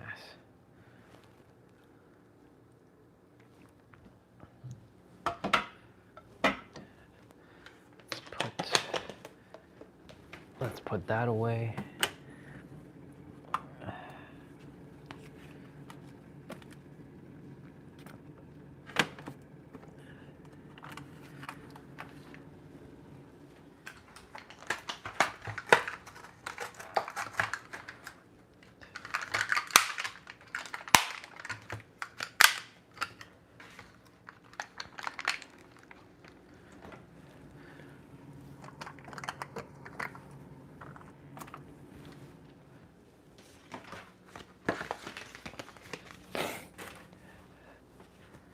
Wash.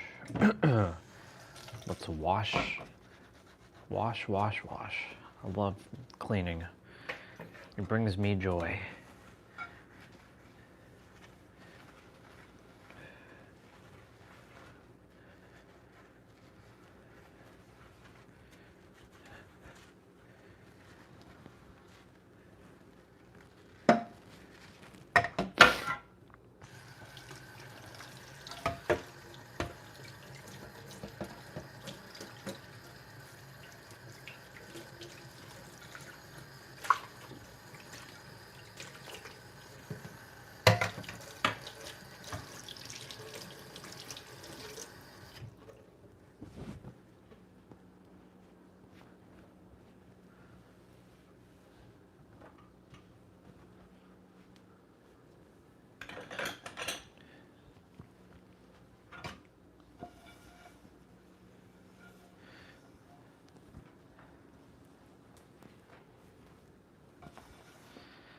Awesome.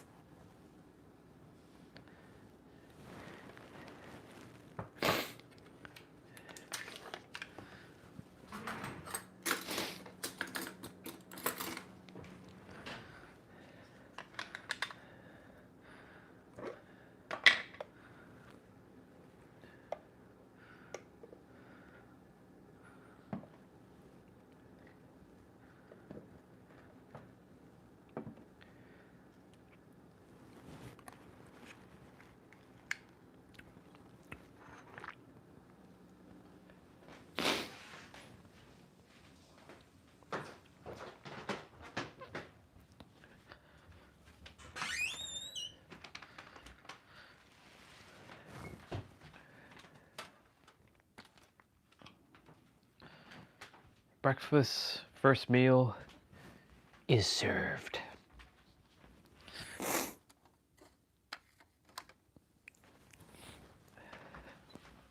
My nose, on the other hand, is not served.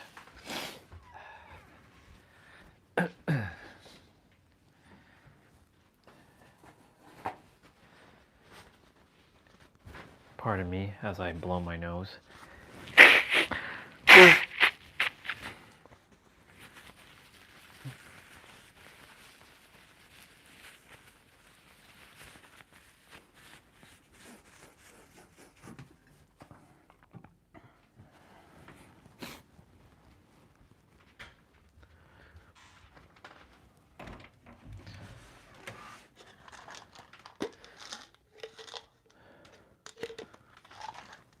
I'm gonna go use the bathroom quickly.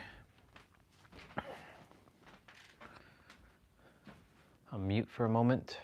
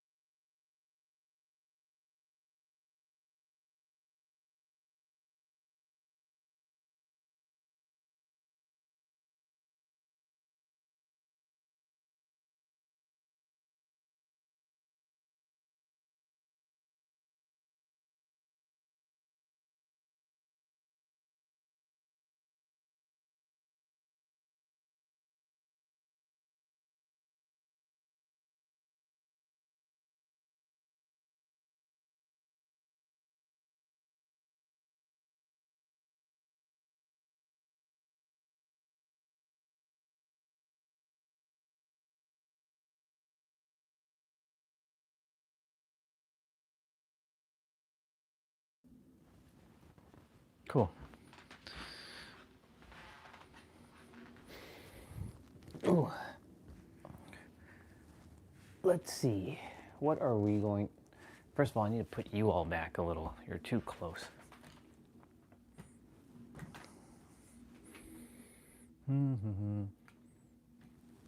There.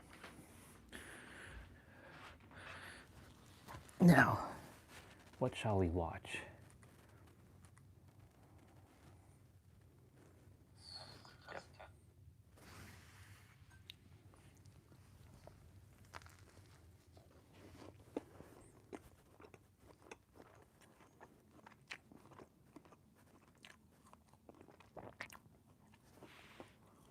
Rated T for teen. My career has been a fight.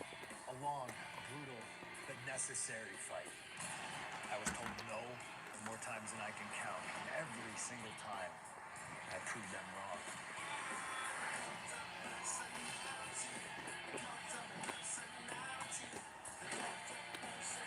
Wrestling game. WWE 2K26, pre-order now.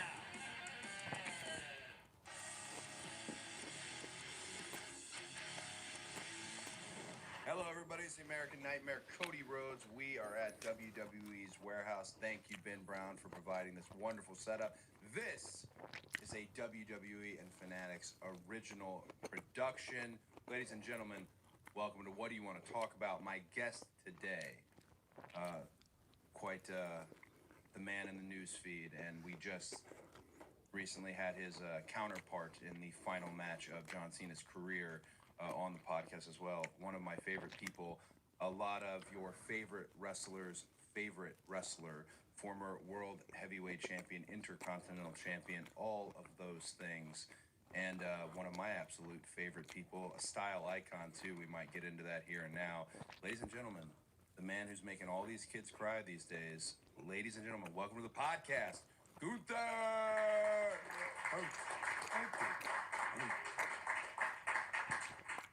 What an intro. Thank you for having me. Sometimes it's not there, you know? Even if it's someone you really know, and then you look at them, and you're, I also think the intros are becoming a problem, because it's like, let's just get to it. You know what I'm saying? Like, not everyone, you know, it's wrestling, though. So as we mentioned, here's, you know, the World Heavyweight Championship, and the European Championship, the Intercontinental Championship. Do we call that the European Championship? The UK? That It was beautiful... called the NXT UK champion. I What a guess. what a nice belt. It was, yeah. I liked it a lot. I don't even know. I asked them back then, like, I wanted to keep the originals. Like, Yeah? You're never going to use it again, but they were very big on, like, no, we got to keep it in the archive. So I don't know. Maybe that's the one. Well, I mean, don't what's to stop you here? You come in here. Do you have anything you could trade? Ben Brown's all about a trade. Oh, yeah, right? Yeah, he's all about a trade. Might be a good idea. He also, under the, you know, off the books, even though this is now public in the space, off the books every now and then will slide you something from your career that I got one, for example. Oval Intercontinental Championship, if you're looking for it. Thank you for that. I've got it, Great job. yes. But I don't have that much memorabilia yet, I have to say. It's like I just walked around here a little bit and I Yeah. saw all those, like, great items, and I was like, I don't know, don't have anything. Have you ever been here before? No. Oh my That's gosh. my first time. Well, before we talk about this wonderful place, you have something special brought to us by our friends at Wheatley American Vodka. What is that? This is a special drink, very fitting for me. It's called Blood, Sweat, and Causing Tears. Wow. Wow. So, Blood, sweat, and causing tears. I'm a bit thirsty anyway. Yeah, absolutely. Cheers to you. Ba-boom. Here, Thank boom. you, sir. Here we go. Salty. Very nice, as it should be. That's a good one. Again, thanks to our friends at Wheatley American Vodka. I have my American Mule here, which is outstanding. Thank you to Bailey who put this together. All right, so blood, sweat, causing tears. In classic Ric Flair sense of what's causing all this, Yes. all these tears, I would include my own in this. You have now just retired the greatest of all time, John Cena. How are you feeling? I feel fantastic. And as you said, I could tell everybody was very, that day, strangely, it almost felt like more intense than WrestleMania that day. Sure. Like backstage, I could tell. And for me, I always catch myself in those moments because I don't make a secret about it. Like, I wasn't a big WWE guy when I I wrestled myself and stuff. I was always a big nerd for like Japanese wrestling and indie wrestling. That's what I always looked at, especially when I was younger, like 18, 19, my early 20s. So a lot of those like big memories that came with John, I didn't really live through this. I just saw it like I was reading results and stuff like that. And so I just catch myself in the middle of this, the emotional stone that I am, and everybody was like very worked up. But also for my own benefit, it was great to be the guy that can hold a run on everybody. Don't you think maybe it's apt that, like you said, you weren't really big into WWE growing up, and all of John's milestones and things that were happening, it almost feels like that's appropriate that it was you versus someone. You know, I have my match with him at SummerSlam, and it's filled with callbacks and emotion and drama, and definitely the heavy weight of knowing who he was to me and who he was to me at that moment as well. The teacher, the student, those things. For you, another day at the office. Yeah, so that's true because also you kind of like you were there with him for a few years and stuff like that the whole time. He was like the top guy the whole time. Oh my gosh, I drove him around and I was wrestling Carlito in the second match, or who knows, it was changing on the regular, wrestling Fit, it was something like that, and him, Randy, him, Umaga, whatever it may be, every live event we did, he'd get in the car, and really more than anything, I felt like I was there to learn and be a wrestler on that card, but it felt like I was still driving the rock star around. Yeah. It was his show, especially during that time where a lot of freshmen on a varsity team, there was the top, and then there really wasn't that much else. So yeah. See, I never had that with him because I think from until the day of the match, I maybe said hello to him twice. It was all the interaction that we ever had. So you can hear people collectively more tears now. So basically just ran into it when it comes to him as a person. Yeah. But yeah, what a deal. I think it's it was the biggest thing I've done in my career. Like the first time I was ever part of something with like that magnitude where I could really feel like it affects everybody. Yeah. And then on the other hand, it's a bit like when I talk to my friends about it and stuff, it's a bit, I chuckle a bit because I catch myself in the middle of it. Of course. Well, you chuckled quite a bit lately. So a lot of smiles. Yes. Came out to a very unruly crowd. Left the arena as a little viral video of you leaving the arena and it being a bit contentious. Yes. Did you feel, and I was going to ask you this, and you were surrounded by professionals and a really wonderful roster, but also a lot of young talent and a lot of actually young corporate in the WWE infrastructure. Did you feel there was a sense that this was a very real moment? Because I was looking at you at one point and I thought, he's kind of the most hated person in the building today, and also in a way the most envied person in the building today. The responsibility of all that. Did you feel, like you said, it felt bigger than WrestleMania, or it felt heavier than WrestleMania? Yeah, I think heavier is a good term. But I gotta be honest, I love those situations. Like I'm somebody that's in general in life, I get bored by mundane stuff like very quick. Even like the other jobs I had before, it's like, okay, it's your responsibility. Okay, master that. What's next? Yeah. And if I get caught in a loop where it's kind of like, you just do busy work, it's the same old. I get bored quickly. So I love those situations with a lot of responsibility. I think you need those situations. Yeah. It's a sign of your career is something's happening with it, where you walk in and you know, hey, this is a big one today. Where you look around and the iconography is you or your opponent. When you know a lot of people, as John Cena taught me, the flights for Saturday night's main event for all of us who were there were paid for by you and him. That was the match. That was the money match. That wasn't. There were other matches on the show, and I was very honored to be part of it. But something that's lost on a bit of the newer generation is not every match sells tickets. Yeah. And that match, that event, that actually sold tickets. And I was saying you need those heavy moments, you need those milestones, because when you look at your body of work, you can look back and go, I'm way different. This is wild, and I don't know how I'm going to bring it up, but I landed in Louisville, Kentucky yesterday. I did a meeting with wonderful people at Wheatley American Vodka, and I used to be in developmental in Louisville. Yeah. And as we were landing, I was just looking out, asking myself, am I the same person? Because I'd hate if the answer was yes. Am I the same little kid inside, whatever, versus, or have there been some things along the way? And I mentioned that because I called you a style icon in your intro. Very nice of you. I feel like maybe it's a bit not spoken about.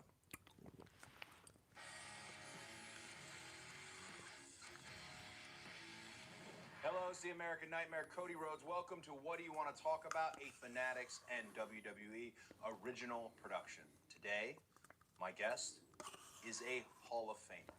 It's the Phenom. It's the Dead Man. It's the Judge. It's one of wrestling's Mount Rushmore. He also has a podcast on this wonderful Fanatics channel. Ladies and gentlemen, please welcome everything champion, multi-time everything champion, The Undertaker. I appreciate the introduction. I don't know if I'm going to live up to all that, but But we should tell him, too, this is technically, unless we just have nothing. Right. This is technically supposed to be part one. yeah, right. We're going to do a home and home. Yeah. Off-site home and home, but yeah. And then I'll be coming to your pod. Mm-hmm. How are you enjoying hosting a podcast? Oh, it sucks. He said, Oh my gosh, is that you?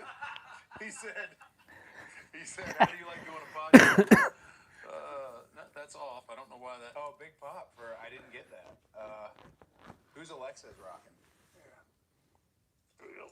Just throw it in a chair. I will say it almost feels mystical in a sense that I asked you a question and then a voice just Just started randomly speaking Yeah. from my pocket. part of the lore and the mythos. As I was asking, do you enjoy doing the podcast? It has its moments. Yeah. Yeah, it really does. You know, when you enter discussion or you're in a conversation and you're hitting it off, and you know that's always fun. Yeah. But man, sometimes when you get that guest that doesn't want to talk or is not a storyteller, right? You want to name names? I don't want to name names, Okay. but you know, it can be like pulling a tooth, and so yeah. When this was brought to me like we can do home and home, I was like, Yeah. because you're a great storyteller. Thank you. Yeah, no, really, I enjoy Thank like I don't follow. I don't follow much other podcasts or listen, but I always kind of catch you because you're very detail oriented in your stories, and that's such a key part of bringing somebody into what you do. Sure. So, and you've mastered that, and it's You got to take him on the ride. you got to take them on the ride. You You gotta got to take put 'em them on in the the you got to put them in the scenario. So yeah, There's, I'm sure you saw it, and if I asked anyone else who is coming on this podcast, I actually am doubtful they would. You've seen The Man Who Shot Liberty Valance, right? What Yep. is it the Jimmy Stewart quote? When the fact becomes legend, print the legend. exactly. So my whole thought, I've been labeled by some of my peers as what comes up as a Cody lie, an exaggeration, a bit of a hyperbole. To me, it's just a legend. Right. I don't need, like, let's give them the sexiest version of the story, Exactly. which is fun. You mentioned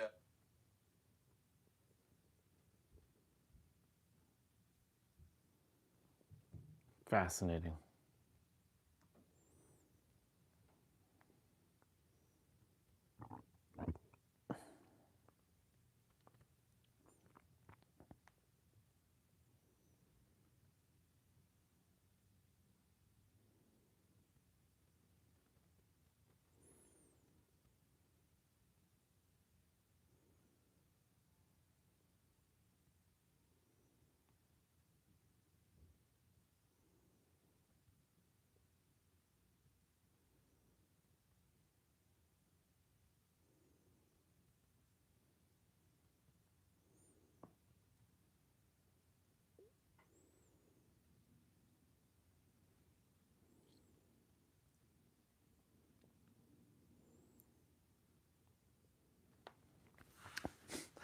There's a video that popped up on my feed.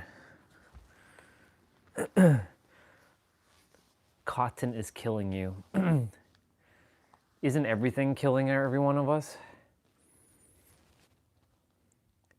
Home slow poison microwave, salt cotton, toothbrush. Yeah. Isn't everything killing us?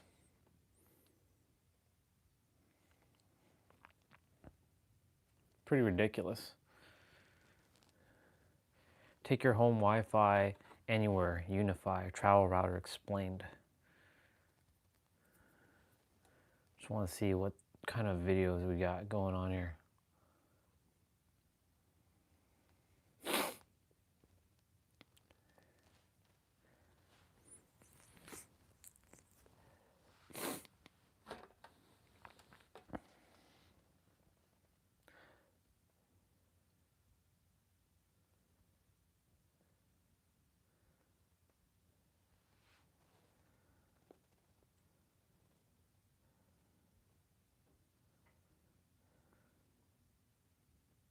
When Unify announced this, it seems everyone had the same two questions.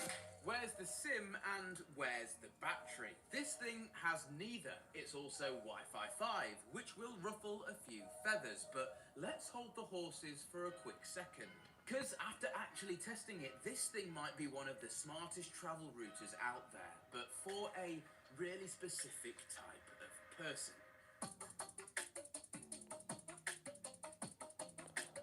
How the fuck does this work?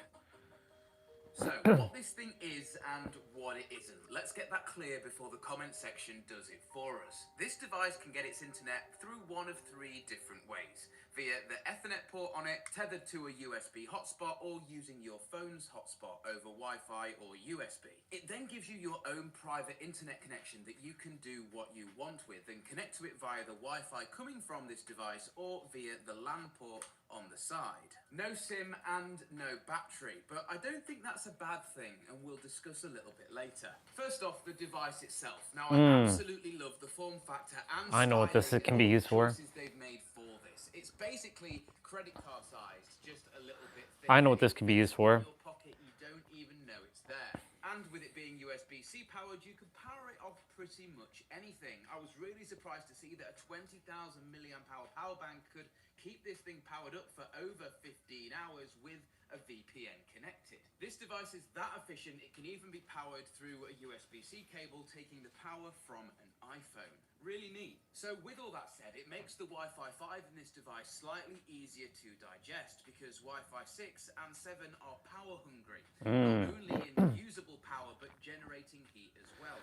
I know what this could be used for. In your pocket. I wouldn't call these compromises, but more design This could be choices. The setup experience. This is what Unify have got right with this device. Compare it to some other travel routers. You've got to flip the thing over, find the Wi-Fi password, find the IP address, punch that into your browser, punch in the admin code, and then you can configure your device. Versus other travel routers, this approach feels really Apple. You sort of pair it and you're done. Bluetooth works a charm. So apart from the slick setup, why would you want this device over another travel router? And what makes this device different? And to explain that, I'm going to have to explain what a travel router does in its basic form.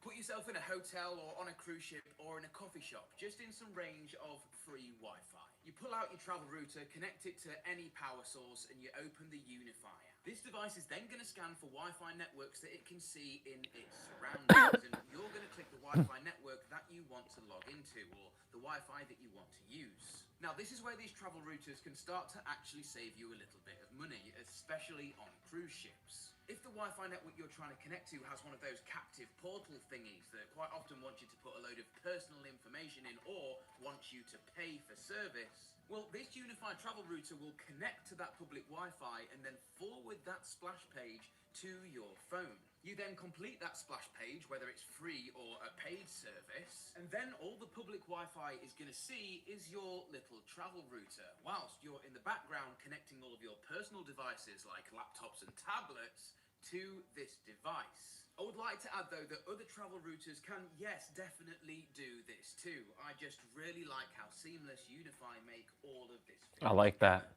The only other thing you can really do on this travel router is bind it to one of your Unify sites. Because you're logged into your UI account, all of your available consoles that you can teleport to are just all available. Now, you can use WireGuard as a VPN service, but here I'm using Unify's internal teleport, which is their internal VPN between sites. And By doing this, it unlocks some hidden features that you'll see in a second. It will also ask you if you want to bring any of your Wi-Fi names and SSIDs from your house or the site to this device, which is a really odd choice, but you'll see why in a moment. You apply these settings, the device will connect, and then basically you've got your Wi-Fi that you had at home, but anywhere in the world with you, coming through this little device. And the best part, because this has copied your Wi-Fi name from home, you won't have to go through and reconnect all of your devices that you've got with you whilst traveling. They will just all think that they're at home. Now, this is the second oh moment with all of this, and Ubiquity's integration coming in clutch. Protect is a CCTV system from Ubiquity, and they make a whole host of cameras, including wireless ones, like this little G6.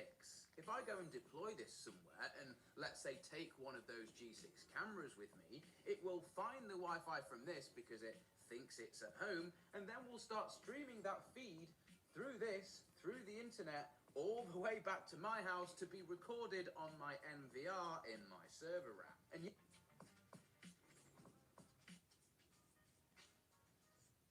this travel router, which was getting its internet from my phone, VPN'd back home, recording this footage to the NVR in my server rack. Yes, it works. It's like a remote monitoring spy device when you put these two things together. Be warned. There's also some other specific use cases for a device like this that I did just want to mention. Interesting. So you could tether this device to I like it. your phone's hotspot and then use the Ethernet out to have a backup WAN for your home's internet connection. So you could just leave this plugged into WAN 2 on your router, and then as soon as you turn on your phone's hotspot, this will connect to it and provide that connection to your home's internal network. It does work. So the speeds are a little bit all over with this device. If you're getting your internet from a cable and just using the Wi-Fi as an access point, you'll see around 250 megabits a second. And this speed is more than half when you're using this device as a repeater, i.e. getting your internet in via Wi-Fi and then sending it out via Wi-Fi. Testing the teleport speeds remoting back home or to a remote Unify site, I was seeing anywhere from 50 to 80 megabits a second, which isn't crazy, but for a tunnel back to your own home network, that really isn't bad, and you'll be able to push many 4K Netflix streams and phone calls and HD videos over that, no problem. And of course, you can connect a network switch to the LAN port on this if you would like to expand that connectivity. Whilst this device was VPN'd back to my home, I actually added one of my Unify switches to this, but obviously you cannot change any of the VLAN settings on the Unify switch. It does show up within Unify as if it's there and connected, because it is, you just can't change any VLAN settings, obviously. So that's a wrap. Unify made some very interesting choices here, and I'm happy to say I think that they're all the right ones. If you live in Unify, this thing will quietly change how you travel, and if you don't, it probably won't, and that's absolutely fine. Thanks to Squarespace for sponsoring today's video. They're the all-in-one platform for building a professional website, whether you've never touched one before or you like injecting your own code. And if you've ever started a blank page thinking, where the hell do I start? Squarespace has this thing called Blueprint AI that can help you generate a site. Okay. The fuck is this? What's up, guys? I'm Thingo Bingo, and before you accuse me of clickbait or returning to my evil ways, I obviously do not mean that you can physically increase the number of pixels on your monitor, but you can actually make Windows use a virtual resolution of up to 2 times your max monitor resolution. And there are very practical and cool uses for doing so. This option and set this to 0%. If you do not set that to 0%, it's going to do additional processing that I found can cause lagging on the display and stuff, so just set it to 0%. And by the way, you can also get to these same settings in the NVIDIA app if you go to graphics and then global settings under there too. Now, Hey, don't care about that. Don't care about that. Is this a song?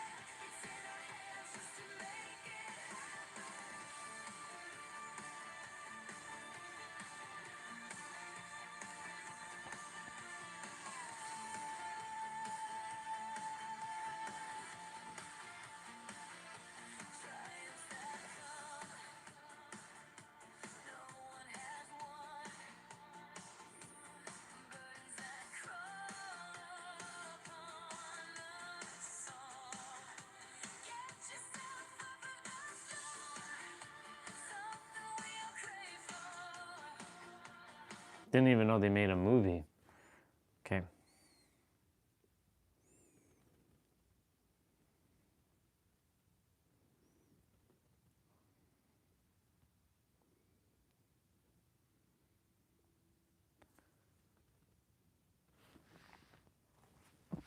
Please protect the Soul Society.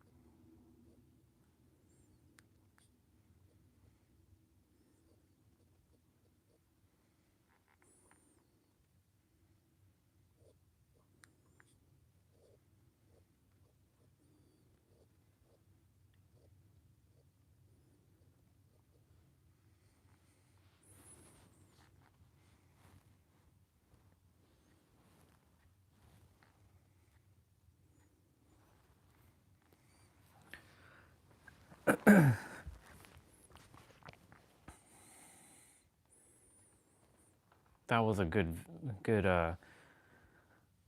one. We have all learned a little bit about focus. If you've been here for a while, if you've read 6-Minute X-Ray, read Ellipsis Manual.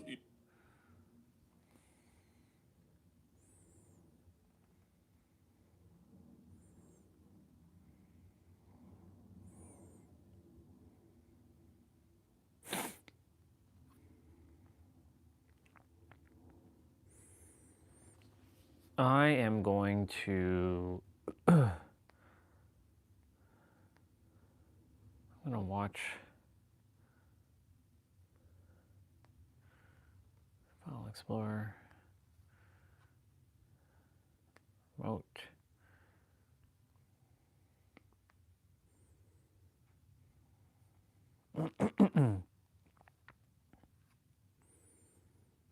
Please protect the Soul Society. Which episode would that be?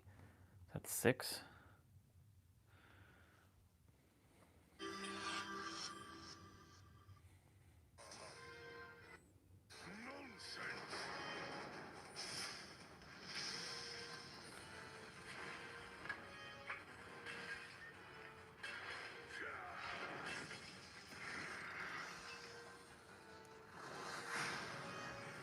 I need to download the rest of the Bleach stuff.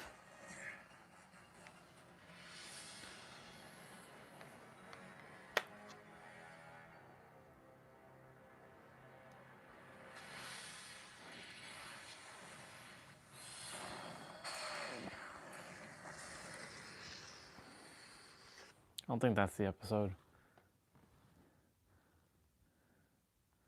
I think it's this one.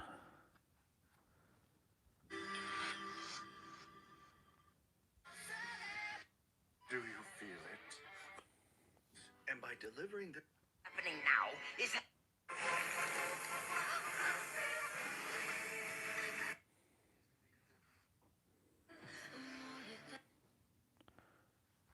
Where is that scene? rather than stand your ground. Bravo! Well said. But in this case, interest threatening for us is called Bankai plundering. The thing is, for some reason, your Bankai seems to be the only one they haven't been able to plunder. Now, if we could just figure out why, we might have a...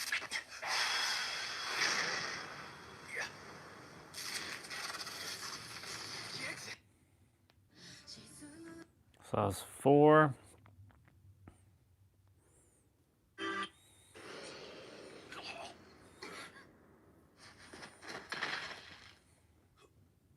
Who did that?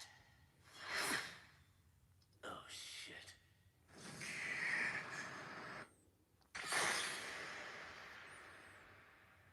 Oh, it's this episode. The captain afraid? No. Rukia. Oh, this is.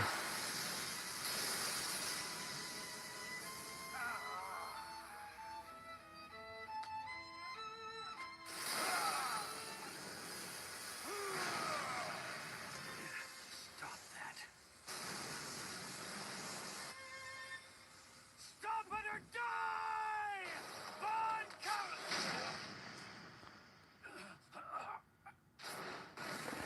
He got sent.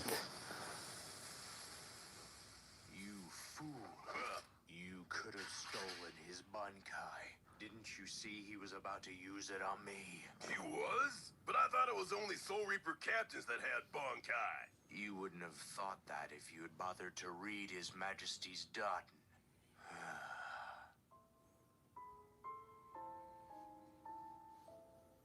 Oh, here we thought Byakuya was dead. That's crazy. Renji. Rukia. Rukia.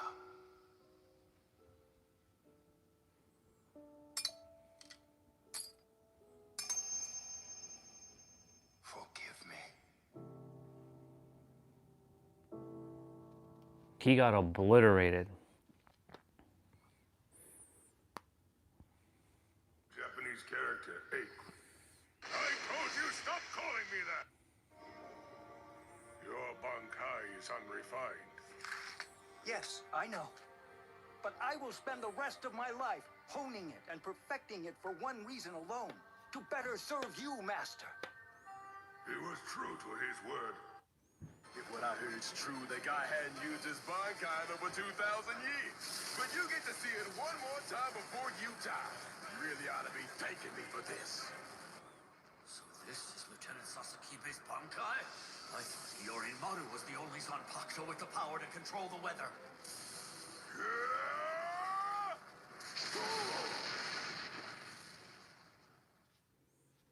Master Aegisai. Pardon me, Hello. Master Aegisai. Is that S? I think that's S. I think that's S.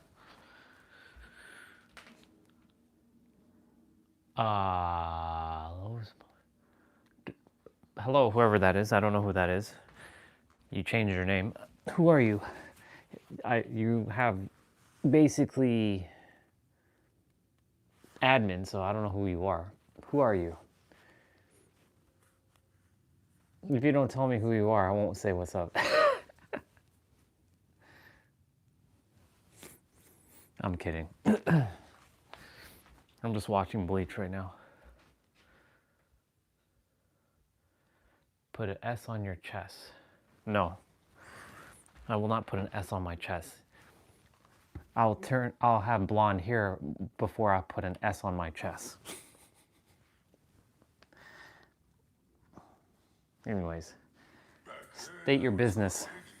Because of the scar on my forehead shaped like the Japanese character. Hey. I told you stop calling me that! I told you stop calling me Aegisai. Forgive me, sir.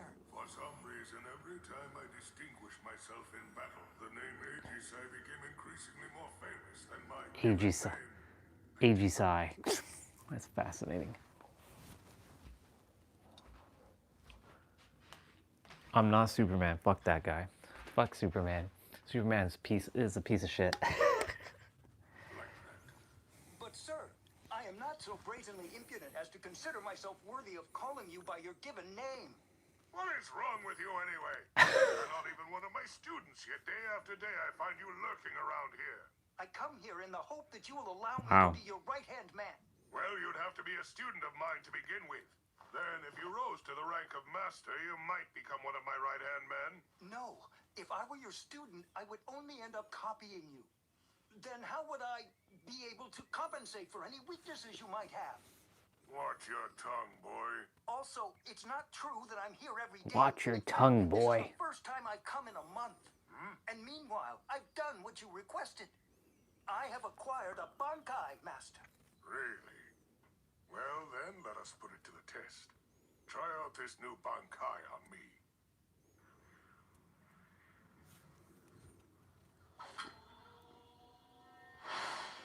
Bankai! Koko Gonryo Rikyu! It's so good to watch Bleach. I can't wait till July hits. It's gonna be so awesome. Oh shit! Magnificent Bankai. He was not able to defeat me, of course, but his Bankai did leave its permanent scar. Your Bankai is unrefined. Yes, I know. But I will spend the rest of my life honing it and perfecting it for one reason alone. I congratulate you on this journey you're taking. There's nothing to congratulate. Years of relentless grueling training, there wasn't a person in the Soul Society who did not know Choji I chose it. and his fame was well deserved. Once my wound healed, the new scar looked like the Japanese character Ju. So everyone started calling me Chuji-sai. Sir, that scar is only the result of a lucky blow. Therefore, to me, you are still Master Eiji-sai. Everyone, that is, except Chojiro. He stubbornly continued to call me Eiji-sai. That's funny. That's like that's funny that this scene is happening while you kept calling me Superman. Fuck Superman. Superman's shit. Give me a cooler looking superhero. Fucking Superman. Get that shit out of here. It's so fascinating because like in this scene right now, the captain of the Soul Society was being called Eiji-sai, and that's not his name. And someone just kept calling him Eiji-sai, just like you are calling me Superman when I just said, do not call me Superman. If you're gonna call me something, you're gonna call me Goku, not Superman. Fuck that guy.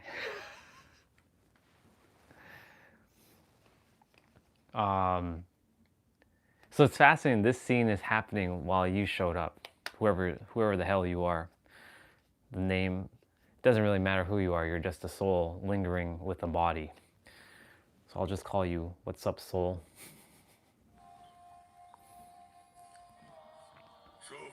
So this guy's actual name, his actual name is Genryu Sai Yamamoto. So I'm sure he's about to say it.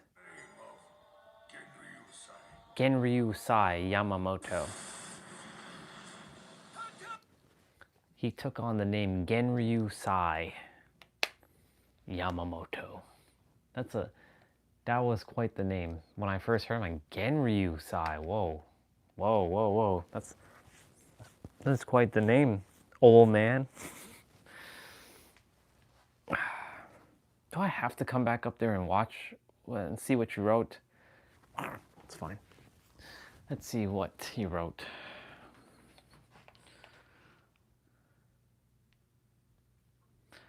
You're connected. That's cool. Congratulations. Aren't we all connected?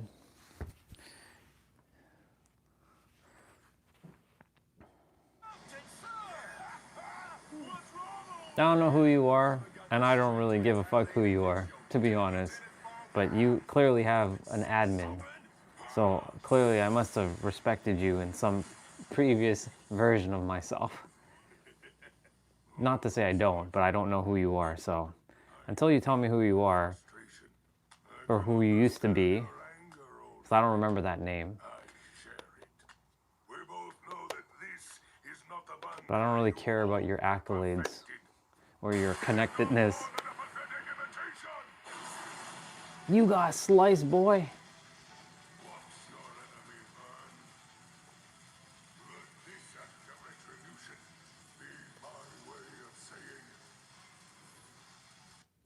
I think the simplest thing I can do is just open up my stream for a moment. Check what you're saying. It'd just be easier. Check what you're saying. I want to congratulate you because the earth has got a life that loves other life. Don't congratulate me. I don't need your congratulations. You can save your congratulations for someone who actually requires it. I don't require your congratulations.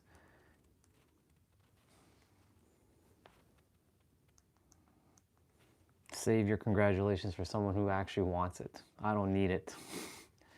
I know thyself. I already know.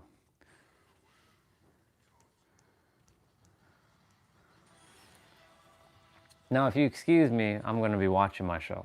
So if you want to continue to type, you can, but I will not be reading anymore.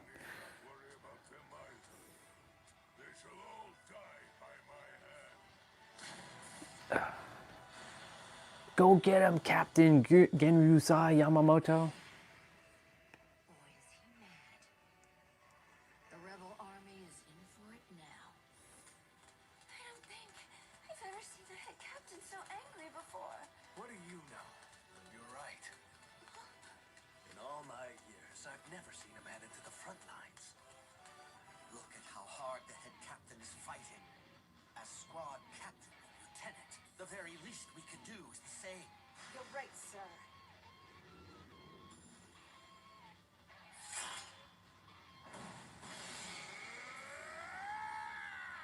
On your feet!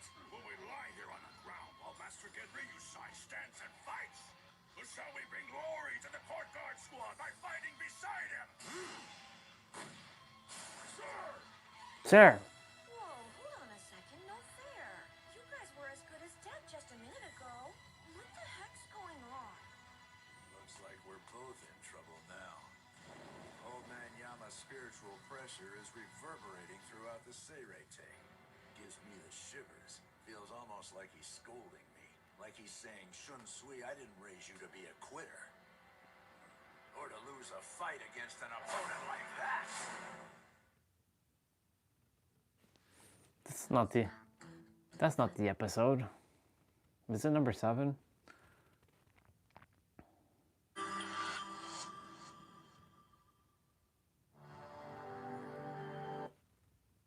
head captain of the Soul Reapers. And now there you lie in a pitiful heap, Shigekuni Yamamoto.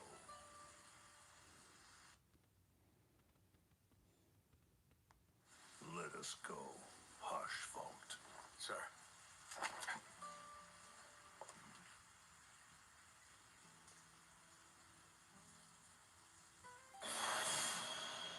Even in death, you would try and stop me? How pathetic. You soft-hearted old fool. It's for precisely this reason that I stopped considering you one of the 5 special threats. Shigekuni Yamamoto. Tell me, why didn't you restore your left arm? You could have ordered that human girl to do it, and yet you chose not to. And I know why. You didn't want to exploit the humans.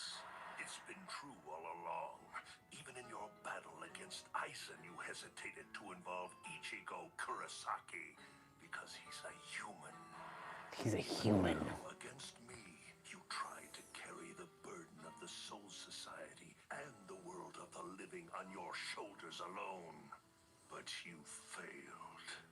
You grew soft, Shigekuni Yamamoto. But you weren't always that way.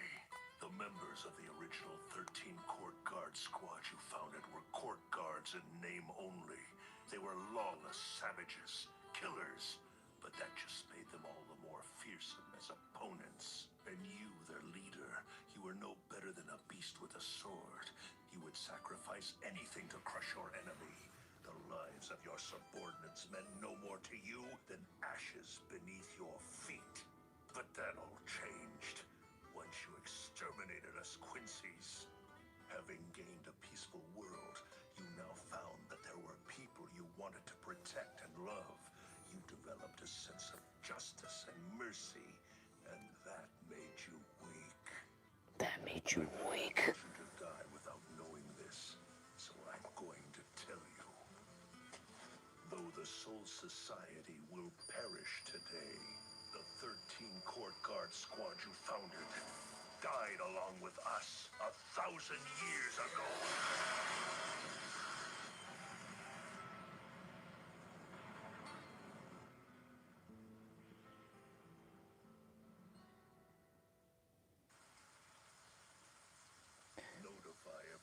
Gone like that.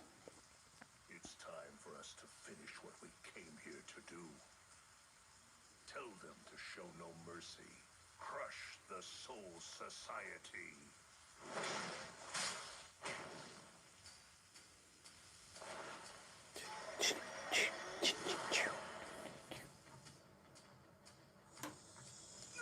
What is that?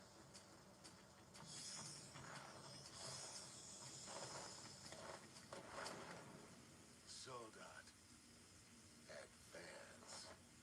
They're just a bunch of Quincy grunts. Hold fast. We can take these guys.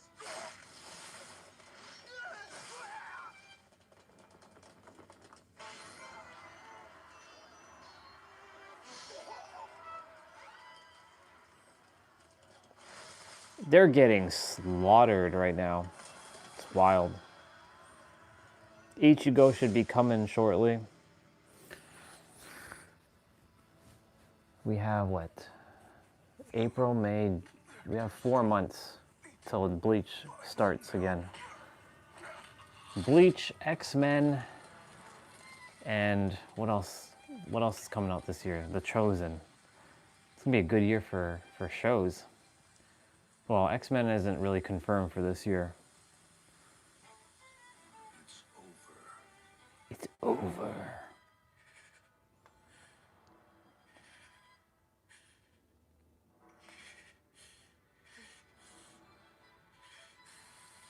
Please, no. Hold on. They're dying. You can't. They're dying.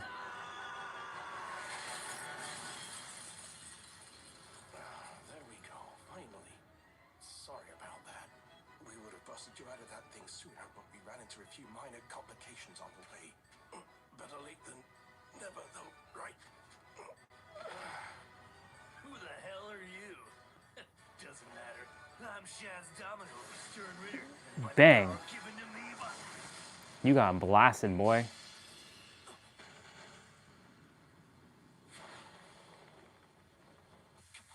Don't give up, huh?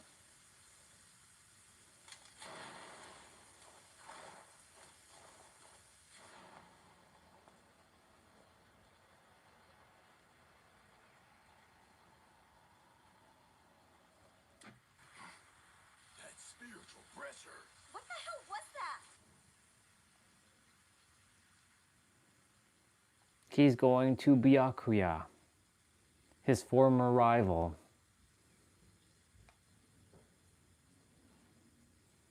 What of Rukia and Renji? Are they both still alive? Yeah. Don't worry about them. They're alive. I see. Thank heaven for that.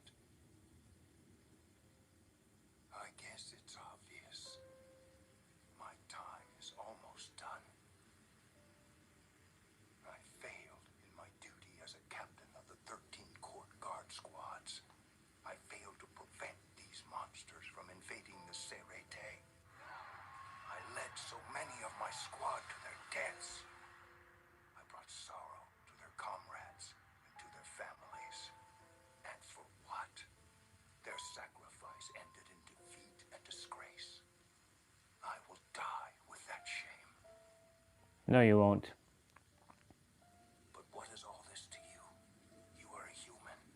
This fight isn't your fight. You have no reason to risk your life for us. In fact, you shouldn't even be here in the first place. You must forgive me. I realize I have no right to place this burden on you.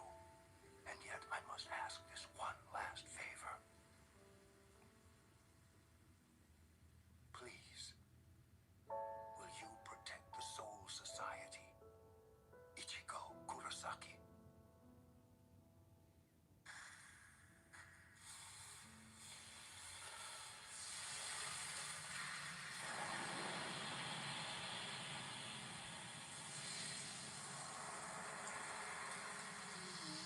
Of course he will. Why else would he be here? Silly Byakuya.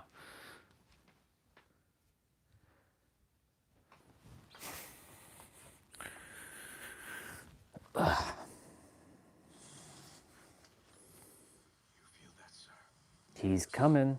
Must be Ichigo Kurosaki. Shall I go and purge him? Not now. Let us be off. Bang.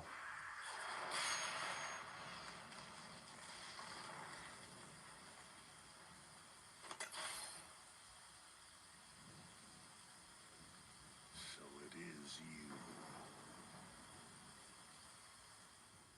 you. It is you. Ichigo.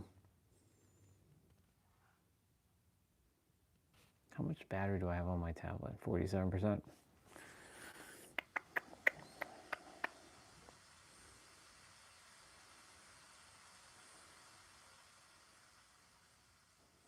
He left without giving me an answer. But that's all right. That's just the kind of man he is. I know what his answer is without him saying it.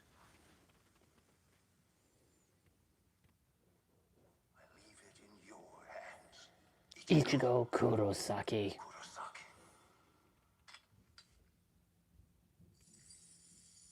I'm so grateful.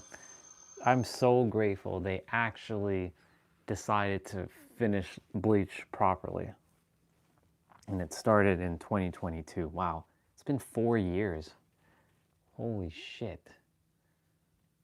When the last season, but the first part of last season started in 2022. Damn, time's really passed by. It's crazy. It took 4 years to get, and we're not quite done yet. They're gonna have 13 episodes. I hope they go beyond 13, but we'll see. I don't feel like 13 episodes is enough to finish it, but you never know. I look forward to seeing what kind of changes they make, because they're changing a lot of what was done in the manga, because the guy, Tite Kubo, when he was finishing up in Bleach, he was very ill back in 2012, so he couldn't finish it properly. So there's a lot of and other people took over and finished it, and he didn't really like what they did, I think. So that's why they're finishing it now, because he's feeling a lot better.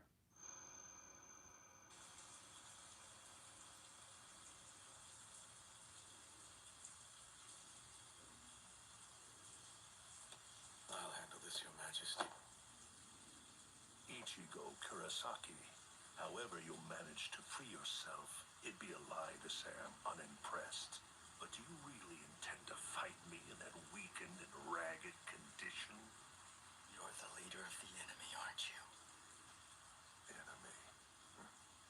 You could say that, but you could also say I'm not. What the hell's that mean?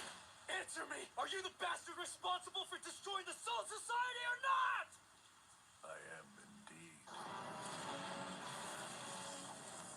Your Majesty. As you can see, Hashvolt, he leaves us no choice. For us to ever get out of here, he must first die.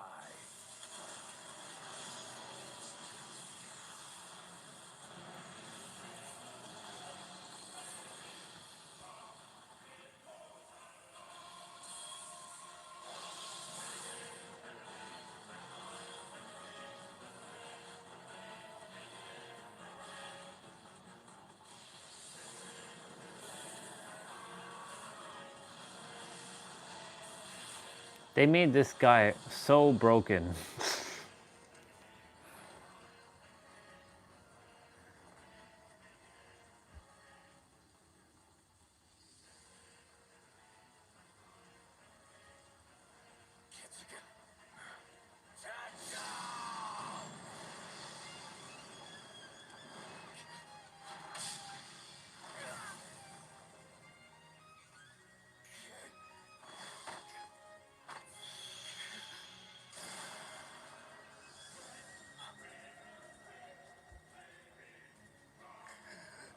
He stabbed him in his neck.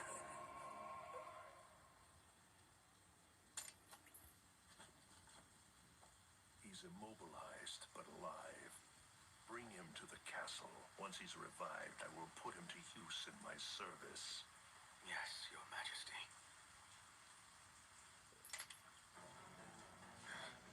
Boom. Is that? No. Impossible. Brute Venom. Your Majesty!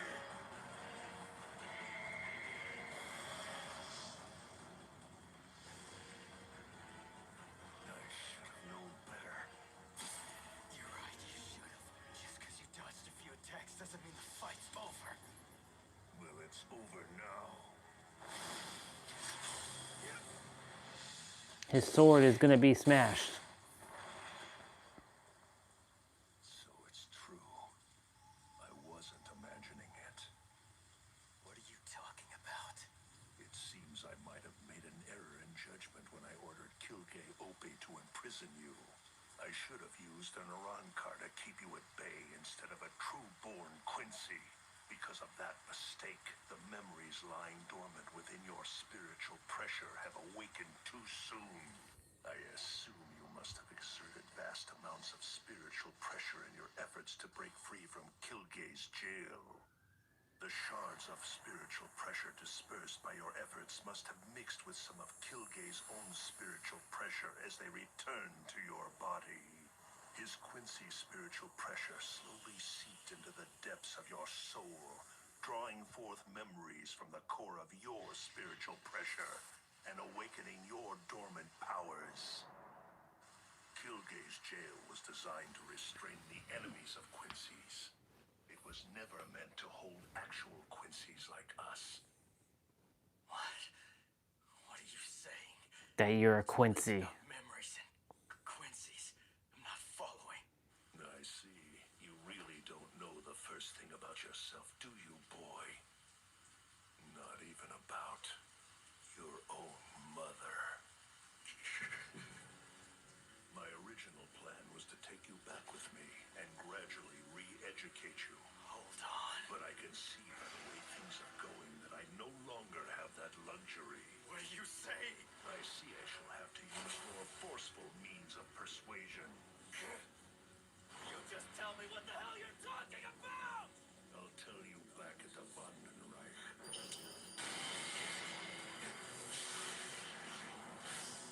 He gets obliterated here. Now then, let's see what you're capable of, Ichigo Kurosaki. Yeah. Let's go. Tasha!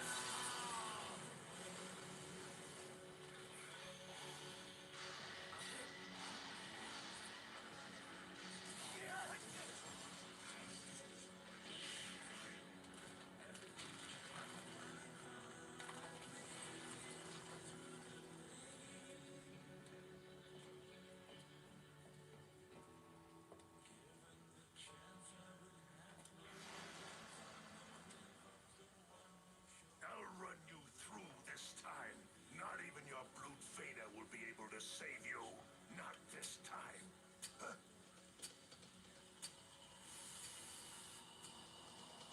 No. It is time to go, Your Majesty. We've reached the limit of our time outside the Schattenreich. We must go back. It's too soon. We should still have time. Of course, Sosuke Aizen. This is one of his tricks. I thought I only spent a few minutes in that dungeon, but he must have played with my sense of time. You knew this, didn't you, Hushvogt? But you kept quiet about it. Would my warning you have made a difference? Well, no matter. Let us go.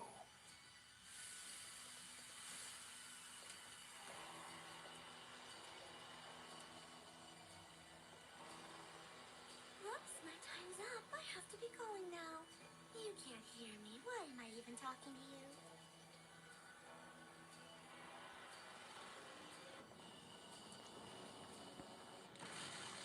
Stop! You're not going anywhere! After what you did to the Soul Society, there's no way I'm letting you leave here! I said stop, you bastard! Bang. He lost his sword. He lost his sword.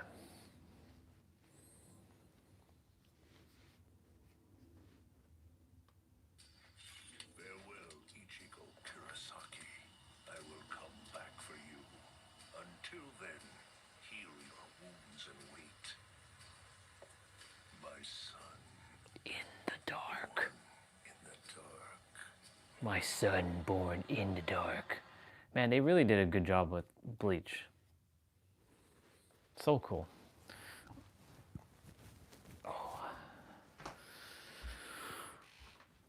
Oh yeah.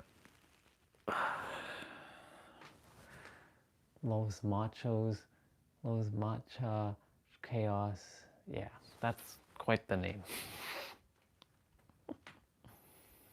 Oh, Ryan, you need to be more nicer to people. No, I do not. If you're coming on my stream and I haven't seen you in 10 million years, and you expect me to know who you are, and you're not telling me who you are,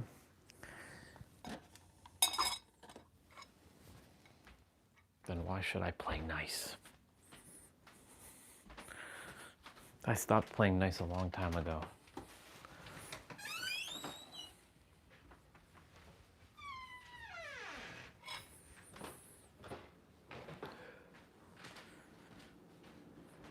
I care about people. I love humans, but at the same token, I just don't bother myself with things. It sounded like I was being patronized. I commend you. I congratulate you for the journey. What? You think you're my gatekeeper or something? I don't think so. It could have been a genuine, like, compliment. I'm aware of that. But I don't know who you are, and I don't need your congratulations. The only person's congratulations I need is myself.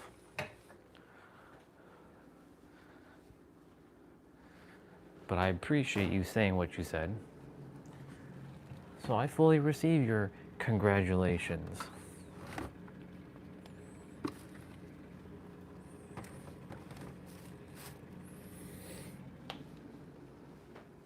Now I'm gonna go grab my second meal.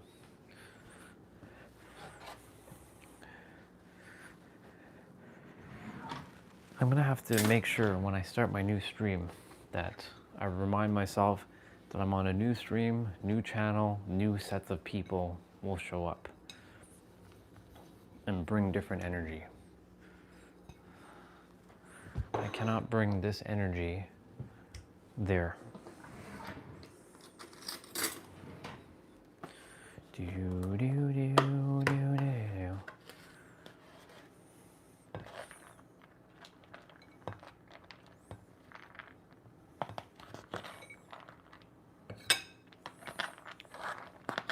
Will you protect the Soul Society?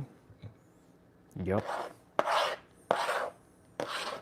If the Earth was ever in danger in the physical sense, and the universe called upon me to save it, to protect it, I'd throw down my life for it, to save these humans. These humans. These humans that don't care about the planet. They only care about themselves.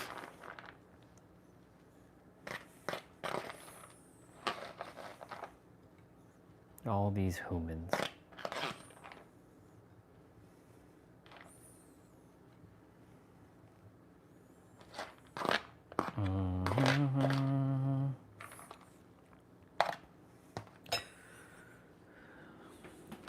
All of these humans.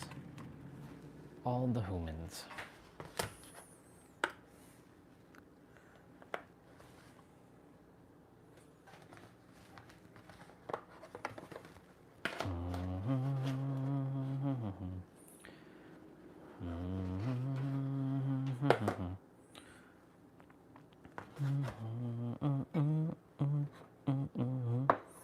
I think that should be enough.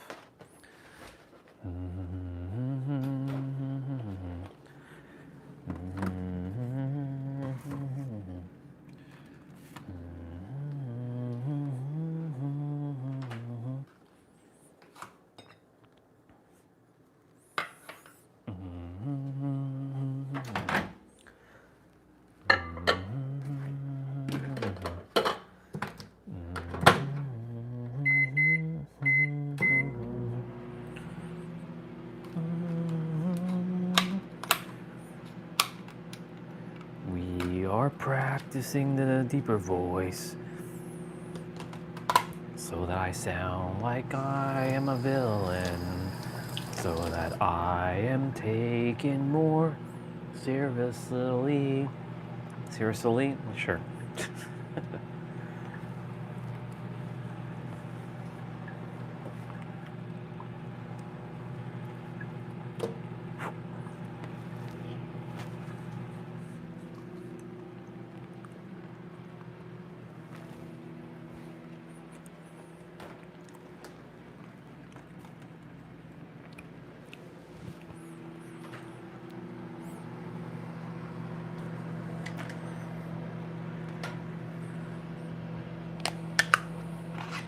I commend you for the journey that you're on. I commend you and I congratulate you.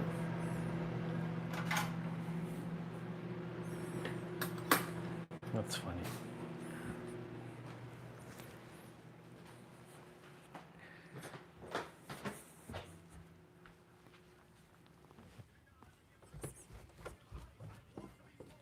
Whatever.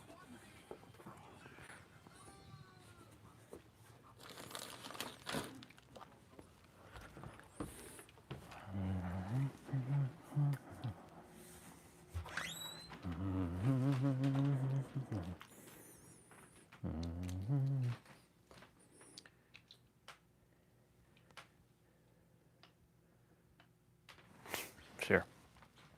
I don't need to do anything. I am already that. I'm already that. Already that. Already that.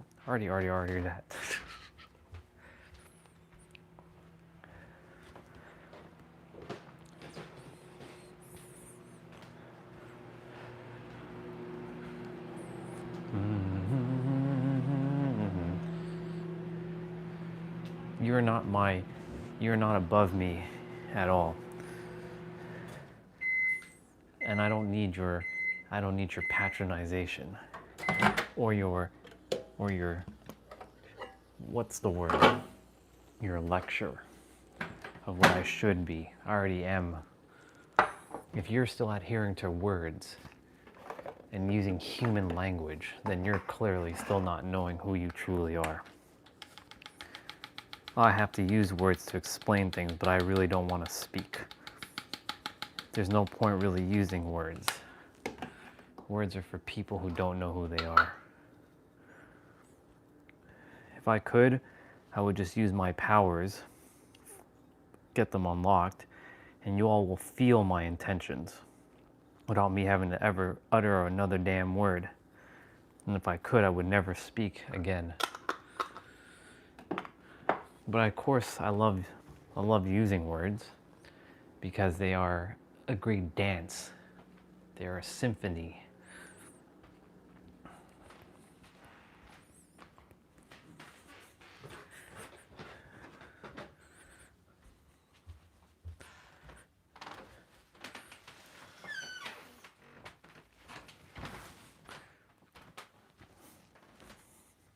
I'm gonna eat my food. Let's see. I'm gonna eat my food. Oh.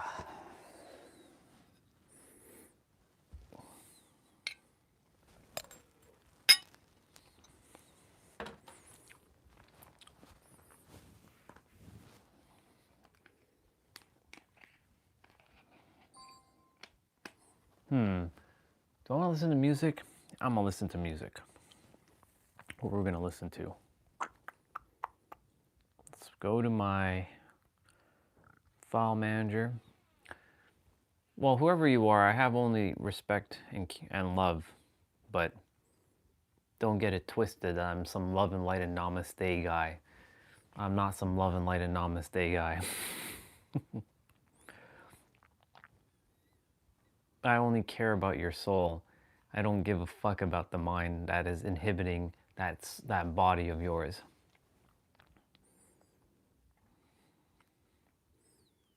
Because the soul and your soul and this soul are the same soul. So I care about the soul. The mind, I don't give a fuck about. And you are not your body, nor are you your mind. You are with a body and a mind.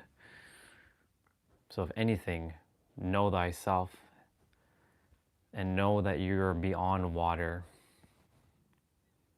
You are everything because you are the answer. That's all you need to know. You can throw your concepts and your beliefs all you want, but without your words, those concepts and beliefs are nothing.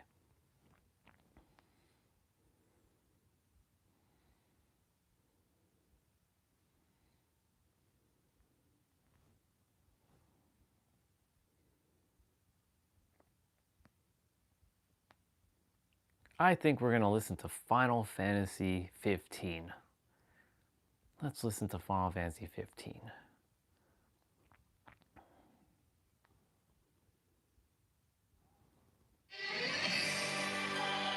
Beautiful symphony right here.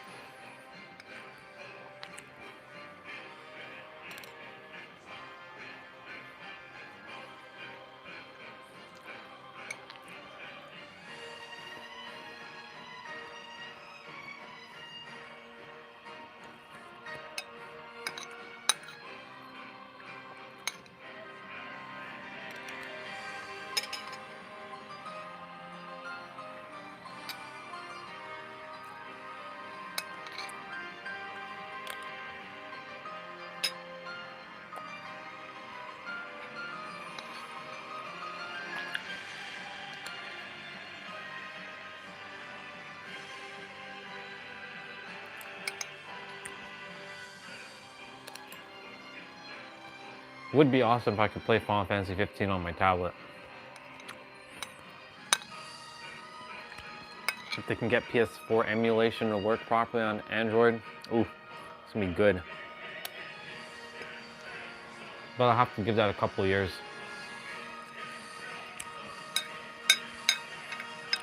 PS3 emulation is now starting to make its way.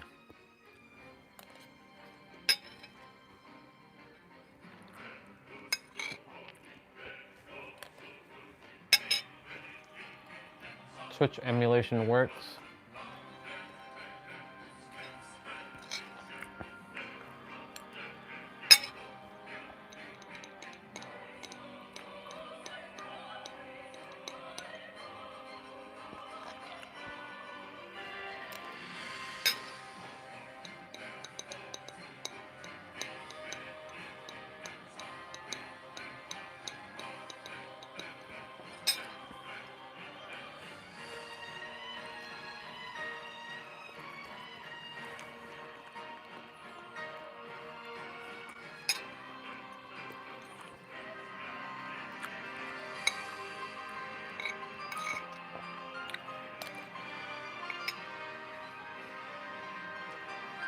I wonder if it's you that's been hiding in the background all this time.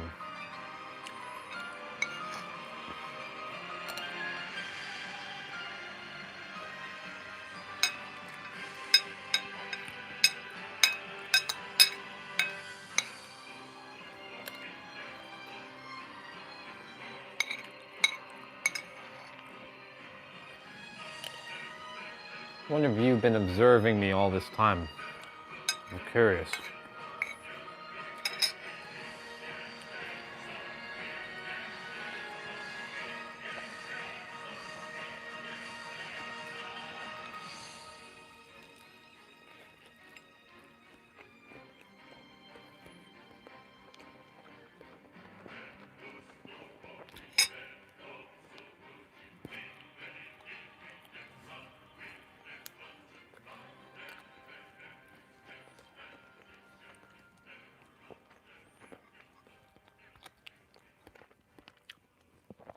That should play again, I think. I think it's on repeat.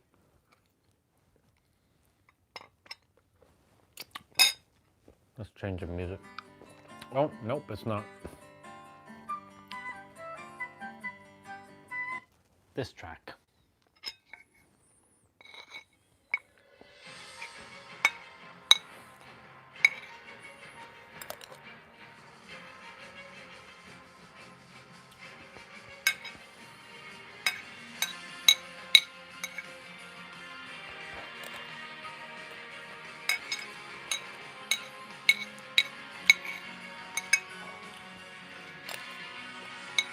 Be like water.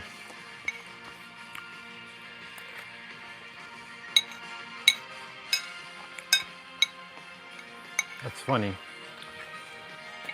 because you must have heard me say that. Well, we all are water.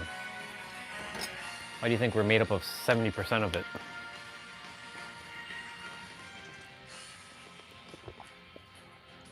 From a material standpoint.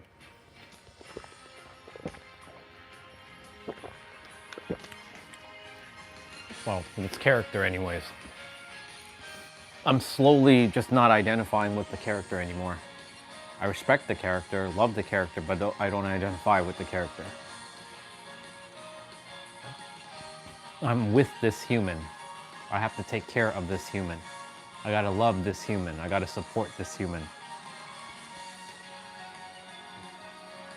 I will always love this human, no matter what.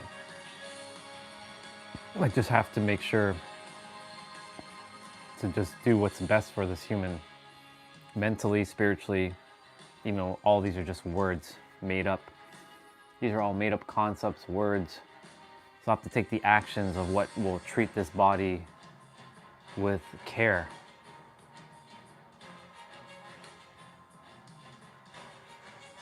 Little side tangent.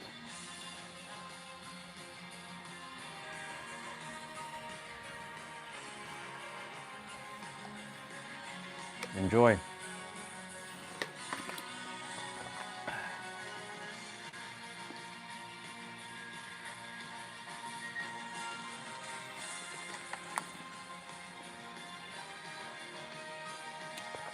Enjoy your time on this earth. Make it as best as you possibly can.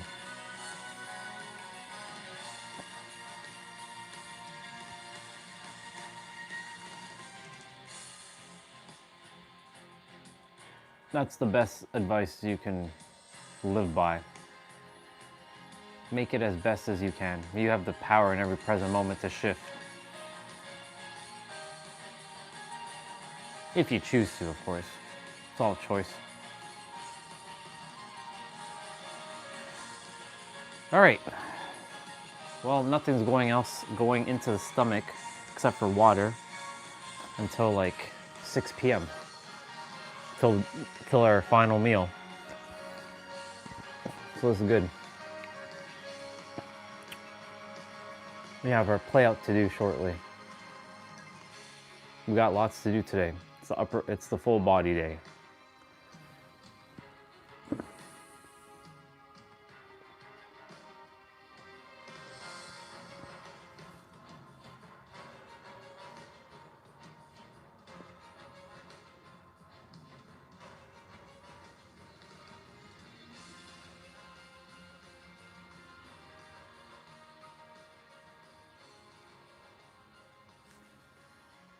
I like this track a lot.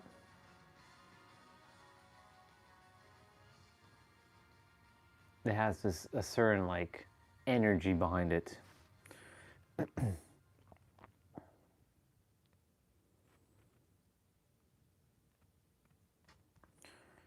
All right, let's see. Final Fantasy X. Is this the remaster? Oh, this is the remaster version.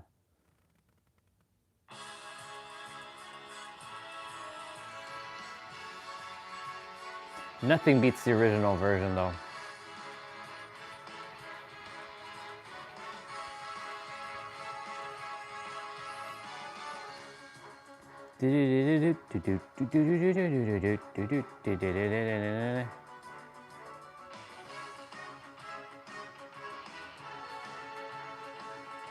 Do do do do do do do do.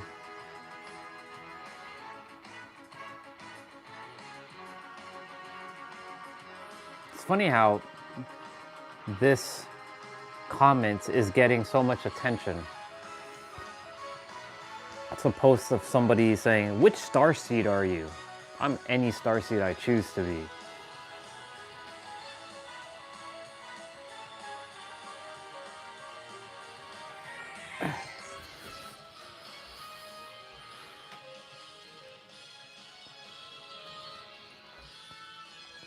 %?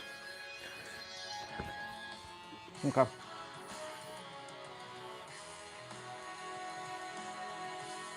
$70, $80, does it really matter?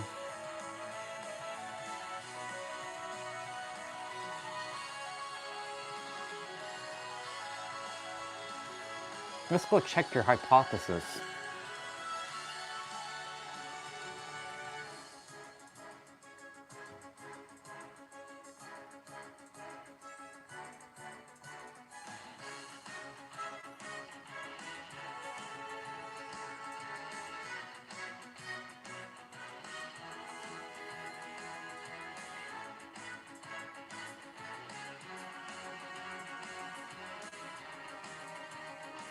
Approximately 50 to 65% of water, with higher percentage in children, up to 78% at birth.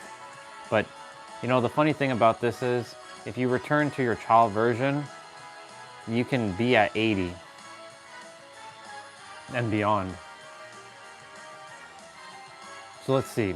Organ breakdown: brain and health, or brain and heart, 73%. Muscles and kidneys, 79%.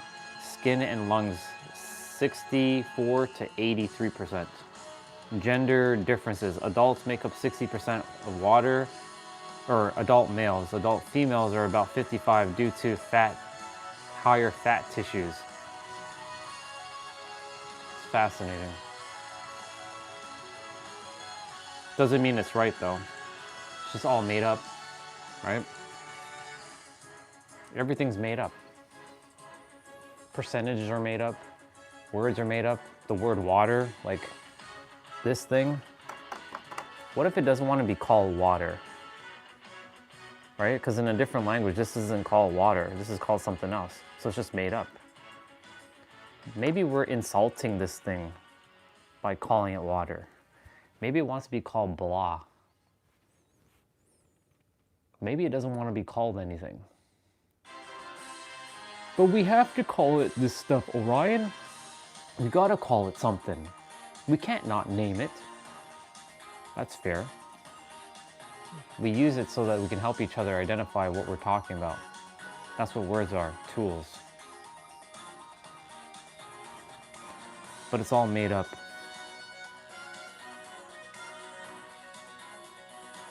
And since you look new to me, even though you've been here before since I've given you that admin thing, which is whatever.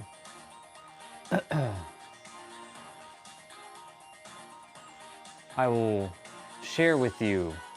I'm sure you've been here and you've just been lurking in the background. It could have been you all this time. And you just decided today to speak for the first time in like 10 million years since you last been here. Or you're just impersonating a different account, using a different name, because you never know, right? This is not a Zoom call. I can't see you all. I can easily go and log into a different account and just pretend to be talking to myself.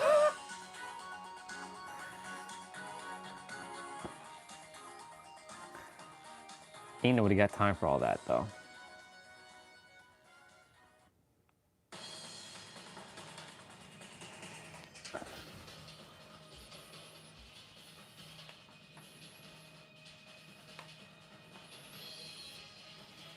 Is it? Then why are you using that account? It's so weird. Because you don't normally Ramon doesn't speak like that. He doesn't patronize me. You gotta be like water. I don't need to do anything. He already knows.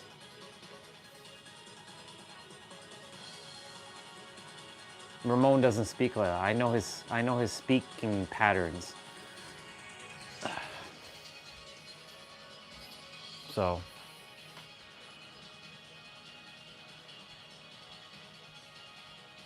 I posted a short and changed my username.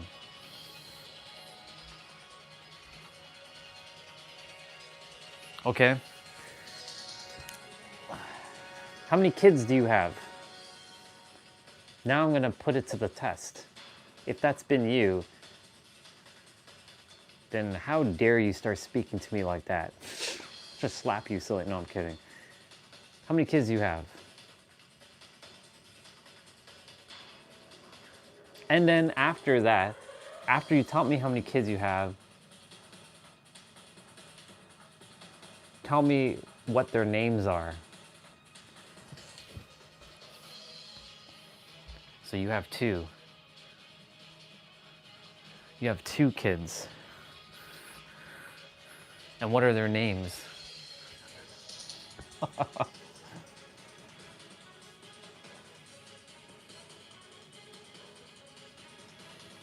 I should come on your, if you ever live stream, I should come on your account and mess around.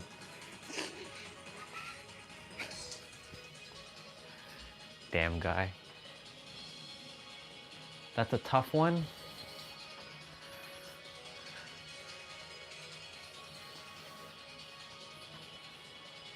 That's a tough one, huh?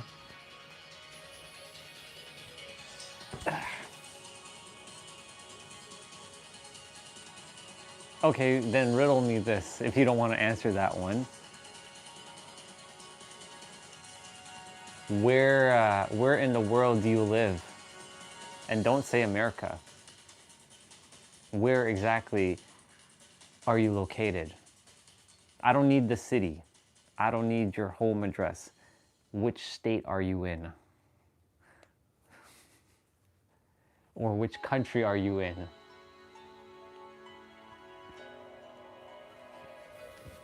Man, I gotta keep getting back up. Fuck.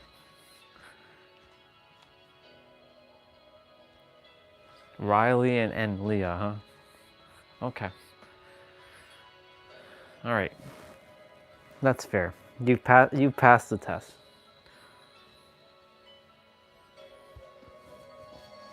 Because if you weren't Ramon, you wouldn't have been able to answer that. There would have been no way. There'd have been no way.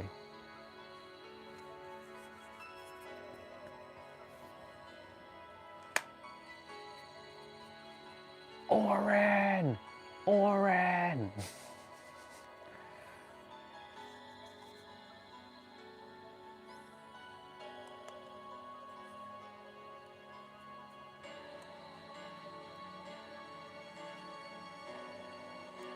It's funny how I misperceived you as someone else, and I basically was like, oh, this guy's probably a threat. He's probably one of them trolls. I don't remember who he is, so I'm gonna make sure I, you know, give him the cold shoulder. Let's see. I'm good, dude. Yeah, you're right. I do need a little practice because that's what's gonna happen on the next live stream. People are gonna mess with me and I'm gonna put them in their place. I kind of was putting you in your place a little bit if you didn't realize. I didn't know it was you. Now that I know it's you, you see, this is a great exercise right here. This is a perfect exercise of misperception, because I can't see that it was you, and I made an assumption that you were some random person that must have connected a long time ago, because I've never seen that username before. And I'm like, who the hell is this and why are they patronizing me? They want to congratulate me. It sounds like they're patronizing me, thinking like I'm doing a good job. I don't need your I don't need your fucking congratulations. But anyways, do you see? An interesting experiment. I'm grateful for this experiment. Thank you for revealing who you actually were. It's crazy. It's wild. Yeah. Wanted to shine a light there. Yeah, makes sense. Appreciate it. It was a good perspective. I will take it. It was a good experiment. Because there's gonna come a point where the new channel, it's gonna be new people, and because in itself kind of is on its final legs, right? We're on the final hurdle. Like the last stream on this channel will be April 30th. May 1st I start the channel, or I just take a pause with things.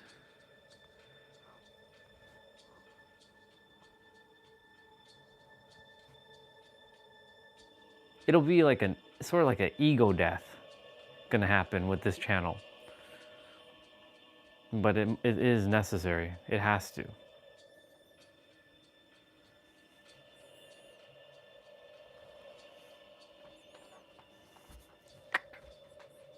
Let's see. Yeah. There are gonna be so much distortions. That's the reason why this live stream channel had to quiet down, for me to uncover all the distortions, or as much as I possibly could with this character. We know that the answer is us. We know that everything's all made up, like all words are made up. So now it's time to shine that perspective, reflect that perspective out into the world, and see what actually happens with more people. How dare you stomp on my beliefs? I'm not stomping on your beliefs, it's just all made up. How dare you do that? Jesus did not come here being all love and light and namaste.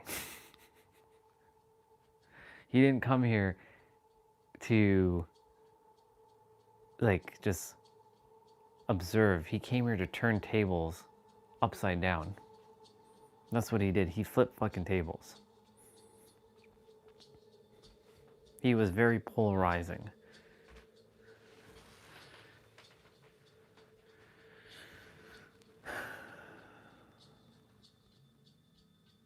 It's gonna be fun, this next phase.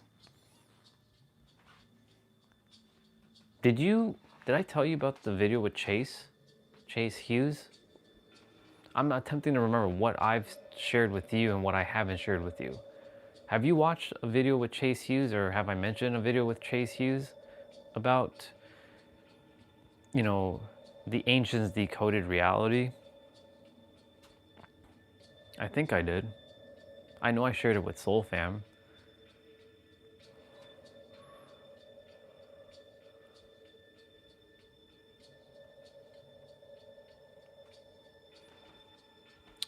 Anyways, if you hadn't seen the video, he talks about how everything was just made up, and how all beliefs they seemed contradictory to each other, but they weren't. They were all interconnected. They were just attempting to explain something that they could at the time, with the tools of their awareness that they had, with the word limitations they had back then.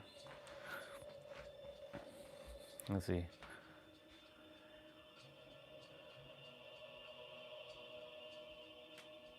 Yeah, it was a year ago, right? And by the way, 11/11. I'm like, why? Why did this live stream have to go kaput? Like, why? Now we know why, right? Everything happens exactly as it's supposed to. Like, why did I lose the $1 million? Why did the stream go kaput? Because it was to help me to be aware of distortions, like you said. To be aware of, like, there were a lot of people who are not in alignment. You were here, you saw it. You saw how many people who it felt like they were in alignment, but they weren't.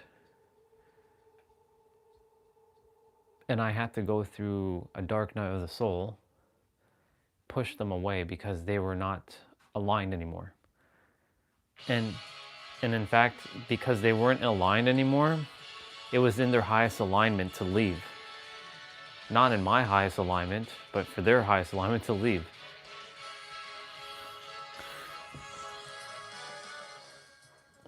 Too loud.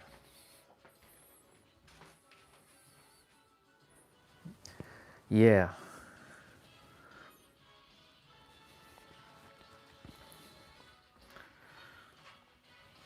I don't need to mention names, right? We know the characters who came and left.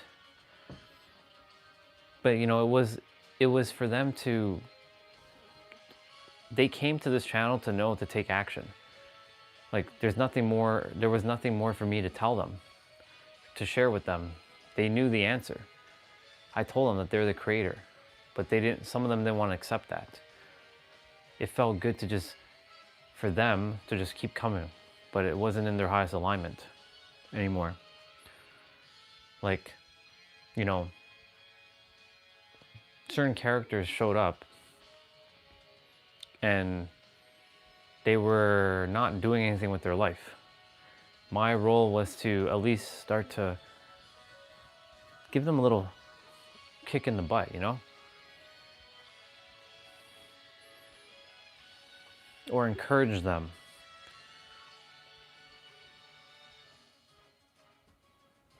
Which is good. Some are too into conspiracies and, you know, all this like stuff, and they're not focusing here. They're focusing out there. Like chemtrails and this thing. And look, we know these things exist. We're not being ignorant. We're not being oblivious to these things. We know they exist. But even though we know they exist, do we choose to entertain those things? Or do we choose to shift and go within, right? So like, I'm like seeing people who were on this channel who are focusing too much on like the world, the politics, the conspiracies, the cover-ups. Look, I'm not completely oblivious to these things. I just choose not to entertain it. I'm not saying that like, oh, so someone will be like, oh, so then you're just like turning a blind eye. No, I'm not turning a blind eye. I'm actively going inwards to change inwards to outwards. But most are not, they're focusing out there. They're not focusing here. If everybody focused in here, the world wouldn't be the way it is. I guarantee it. The world would be a vastly different place. Oops.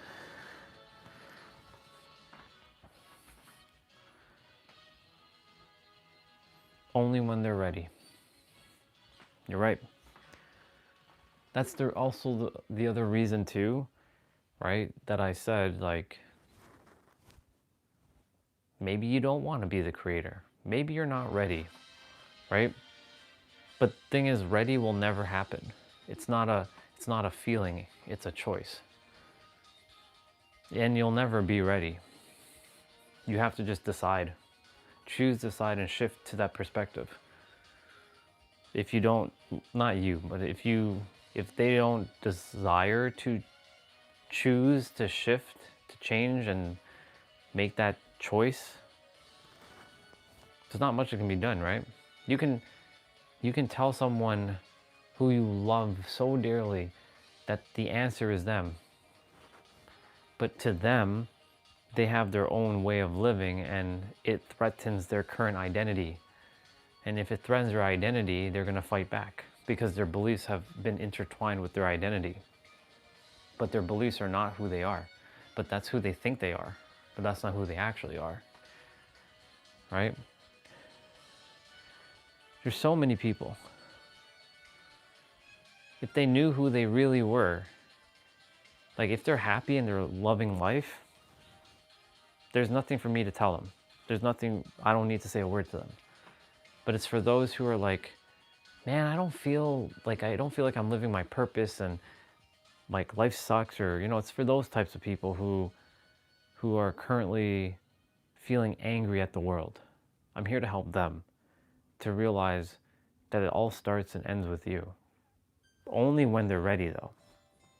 Because there's no point really sharing things with someone who isn't ready to listen. Right? If someone is ready to listen, they will listen. They will have an open heart and hear it, not with their logical mind. The logical mind doesn't want you to hear these things. It wants to hear what it wants to hear. It doesn't want you to hear what you want to hear.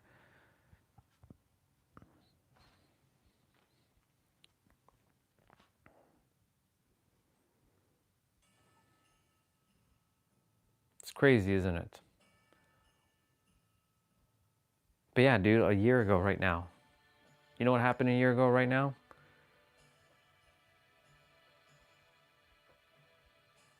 We had that fight, remember? It was a year ago around this time. I went to the store to get milk, and a fight broke out on the stream. And that was when basically it really hit the lowest, but it was meant to happen. But both parties are doing well, even though one comes on and they're doing good. They're doing really good. I'm proud of her. I don't know about the other party right now. I don't know where he's at and what he's doing, but I'm sure he's doing good too. But it was a year ago that happened. A whole year has passed. And it made me even more aware and stronger, more resilient. I didn't quit. I continued to keep going. There's not a damn soul on this planet that can say that I quit when the going got tough. It's been tough the entire time. I still stuck through it.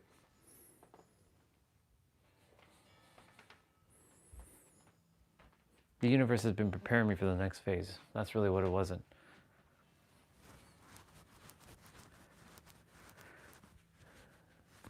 Yeah.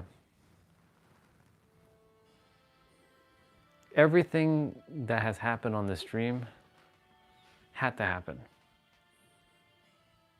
Everything. Like, it had to go shh. It had to quiet down for me to focus inwards. That was during the summer. And I spent a lot of time outside.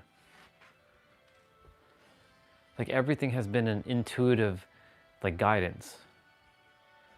Sitting outside, not being inside, sitting outside, spending so much time outside, which, by the way, we'll be back outside soon enough because it's gonna be very warm on Monday. I look forward to Monday. But if I had like constant amount of people like every day, right? Would I have figured out these things? Well, possibly. But I needed to, the universe, God, me, whatever name you want to give it, wanted this vessel to be aware of itself. Itself wanted itself to know itself. That's a bar, by the way. And it wanted to know itself through sensory abilities, feelings. It didn't want to know itself through words. And these words are what's holding a lot of people back right now. And I have to bring it to the world. I have to. That's why that's why Jesus spoke in parables. Because he couldn't tell them the direct truth. Because people weren't ready to listen to the true directness. In this generation, people are ready to hear the directness. But it's not gonna be pretty when I say what I say. Like, you know, I'm not here to squash anybody's beliefs, but every belief is made up. Every word is made up. What are beliefs? Just a bunch of words spoken that you've entertained with energy. Your beliefs have you. You don't have beliefs. Your beliefs actually hold you hostage because you've taken it on as your identity. there's going to be easier ways to say things, but like, I can't sugarcoat and water things down. I'm not here for that. I'm not here to do the love and light and namaste thing that I thought I was here to do. Spreading love and light and namaste. I am full of love and I am full of light, but I'm not the fake love and light namaste that the spiritual people have been commercializing. Let's see. Yeah, exactly. It's temporary. Speaking of that, this is perfect because you mentioned that. Yesterday I uncovered something about myself, or about this character. I was walking in the trail and I named a live stream Prove. I didn't know why I named it Prove, because I used to have to prove myself to people. Prove myself, always. So there was a moment where I realized I was holding on to resentment for something that, I mean, it doesn't exist now, but it always exists in your subconscious mind, because your subconscious mind only adheres to emotion. It doesn't adhere to time. So it was holding resentment towards mom and dad for moving from the apartment, because moving from the apartment felt like a death, that I was losing my friends, because I used to use the word friends. I had lots of friends growing up as a kid. Even though I got bullied, I got beat up in school, they were still my friends. And it still felt some level of safety because I knew them. But then we moved, and then I got to spend 1 year with them left. And then I had to go to a whole new school with a whole set of new people I've never met in my life. Of course, I ultimately built friends there, but then they all moved away. Not all of them went to high school with me. And in high school, I had to build new friends. So it was a constant like coming and going of people, but always having to shift my identity, because I didn't get to grow up with people from age 5 to like, what, age 13, 14? When you go from they call it junior kindergarten here, to this like elementary school. It's like a preschool over there. From junior kindergarten all the way to grade 12. Like my brother and my sister, they went to the same school for 9 years. Wait, 9? 10 years. I went to the same school for 7 years. And I always had to constantly keep switching. So this character had to change identities many times. Whereas, I mean, they of course, they had to change their identity to some degree when they went to other schools. But like, I was in a school where I knew everybody to a school where I didn't know anybody, and I had to put on a whole new mask, because that school was tougher in terms of like people. People had more, like they were more like thugs, like gangsters. Where the school that I was going to, it wasn't like gangsters. So like my whole identity got shifted into having to be more like a thug. Had to adopt the thug, because you know, if you don't adopt, you become ostracized. And as a kid, when you're going through school, you want to be accepted, right? Because if you're not accepted, it means like your death. Your death is imminent. It's hardwired before anywhere is into our core structure. We are wired for connection. We are wired for these things, right? And because we're wired for these things, I'm using I'm attempting to use my deeper voice, but my dad's sleeping right now. I'm practicing the deeper voice. So because as a child, when you're having to shift, I never got the ability or the opportunity to mourn the loss of all of my friends. And then having to create a whole new identity. I remember the first day I went into class in the new school, I felt like I didn't belong. I felt alien. I felt fuck, why can't I be back where with my friends, the ones that I was with? At least I understood, like, that I knew I had people because I grew up with them. And it also felt like I abandoned them, like I betrayed them by leaving them, because they always looked to me, even though I felt weak and pathetic. To some degree, like, part of me always felt like a leader. So I felt like I abandoned them. And I've never seen them again. I've attempted to look for them. Some of them, their names have changed. I don't find them on social media, right? They either go by a different name or I don't remember their name fully, right? But like, these things are in a child's like life. I didn't realize this was a big deal until yesterday. I was like, wait a minute, I'm onto something here. Now, of course, I've forgiven my mom and my dad for that experience yesterday, internally. And it's always like, every time I go back to my previous school, it's always this longing for like seeing them again. I always wanted to see them again. Never understood why I wanted that feeling. Now I understood why. Because it felt like I ditched them.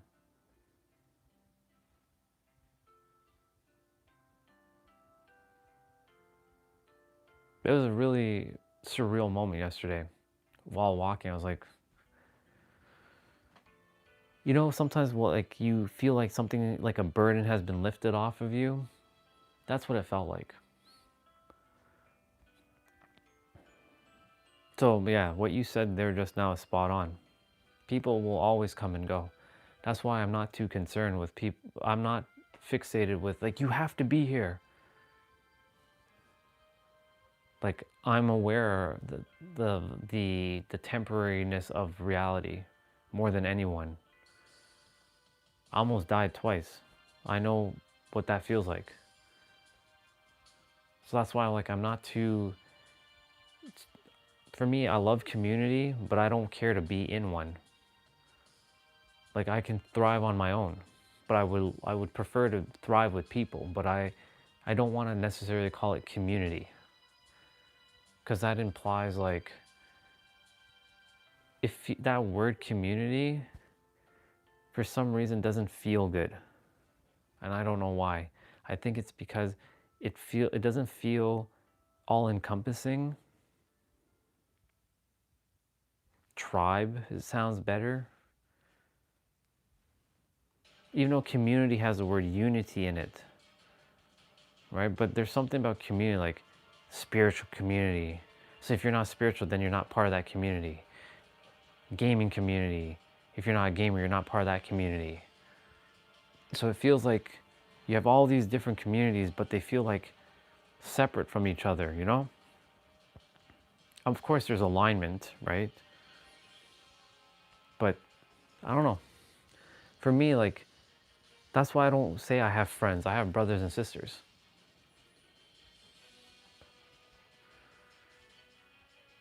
I had friends growing up, but I don't use that word anymore. Of course, I can change the definition of friend to brother and sister.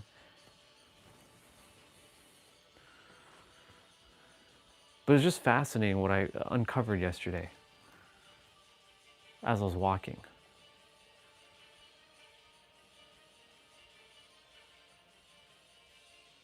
But anyways, I went off tangent there. The point is, like, you know, I came here to turn tables upside down, to speak, to make sure they know that you have the power. This is not some cult.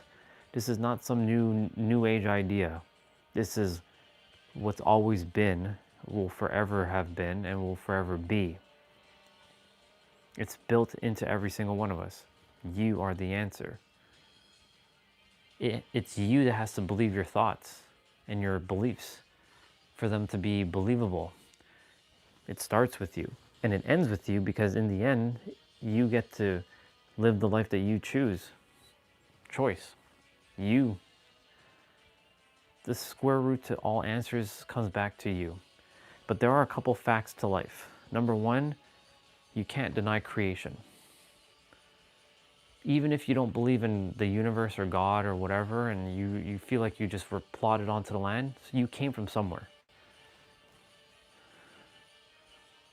Number two, you're gonna die. Your body's gonna leave. You're gonna leave that body. You're not gonna have that body for the rest of your life.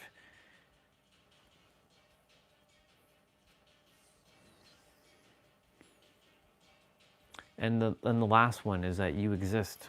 Because if you didn't exist, you simply wouldn't be able to be here to say what you want to say.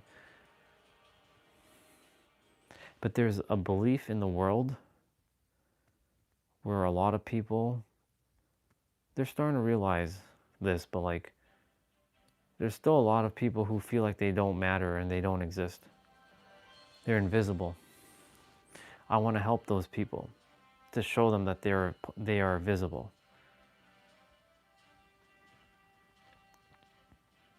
My work that I came here to do isn't just one thing, it's everything. And it's not the jack of all trades, master of none. It's the jack of all trades, master of everything.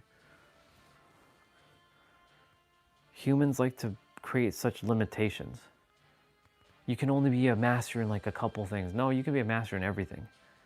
But your attention be divided into 10 million different directions. If you focus on one thing, you'll be a master in that. True, but theoretically, if you put your limitations only on one thing, then that means you're gonna be terrible in other things. No, that's the dumbest thing you could say to yourself. It's like nerfing yourself without you realizing you're nerfing yourself.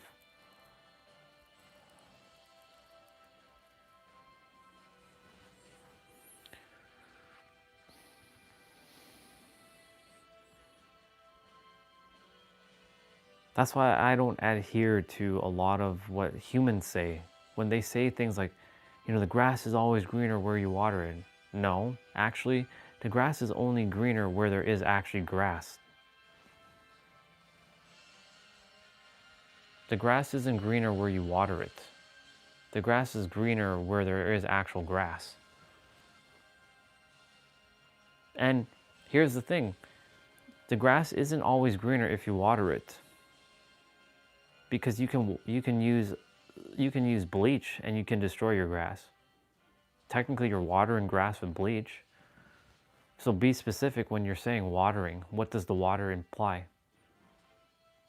See, people don't go deep into these concepts. They just like spurt out all this shit without actually dissecting the words. That's what I came here to do, to bring awareness to words and how to use your words effectively. You see what I'm saying? You get it? I know you get it. Oh, I'm gonna sit.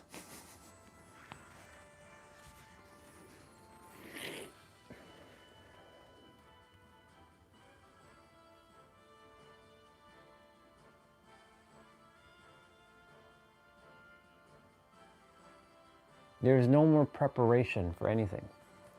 Now I'm just locking in with the mind, seeking out opportunities to speak, like podcasts, speaking events. I'm not paying to go speak on stage. They're paying me to come speak on stage. I'm seeking out events within my not logic. I'm letting the universe reorganize itself for that. Because that's how I'm gonna be supported. I'm gonna be a paid speaker, a highly paid speaker.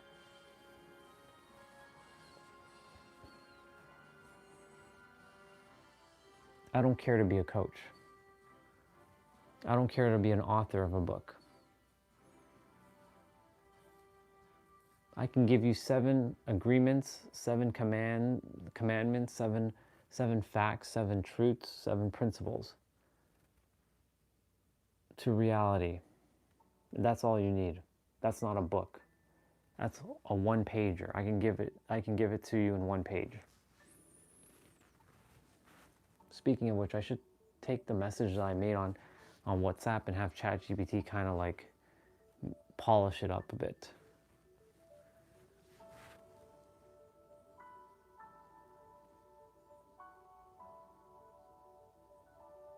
It's not much, but the thing is, like, even that one, those 7 commandments come back to one fundamental principle: you. Because it has to start with you. And it ends with you.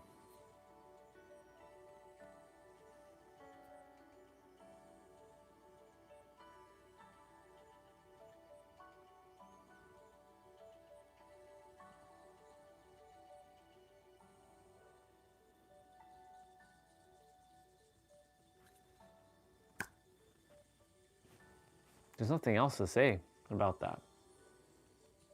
I can speak about it in 10 million different ways. 10 million different it's funny. 10 million different ways, but everything just comes back to you.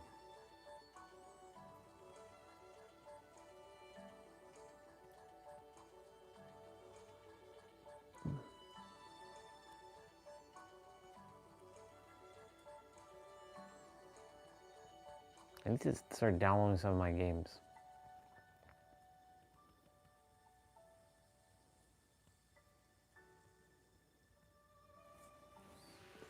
I'm going to do that in a moment.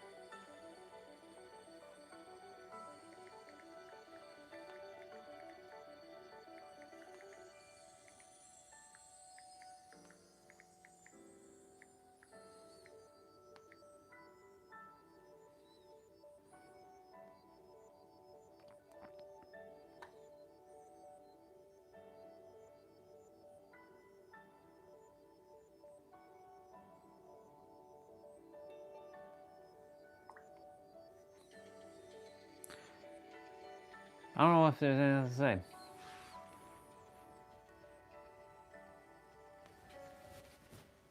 I don't think there's anything else I need to say. So if you're still here, I am going to download some of my games. I'm remoted to my computer downstairs. I'm not downloading it on this computer, I'm downloading on a computer downstairs, but using this computer to remote to that computer downstairs. I know it sounds like a mouth fucking full. Open up the PS3 folder, let's see what we got. What do we got to download? We got some DBZ to download.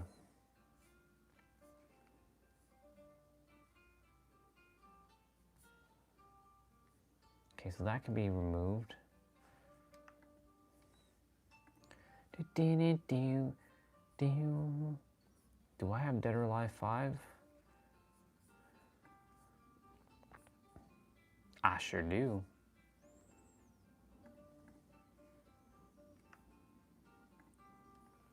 There's some games I didn't download properly, so I have to re-download them.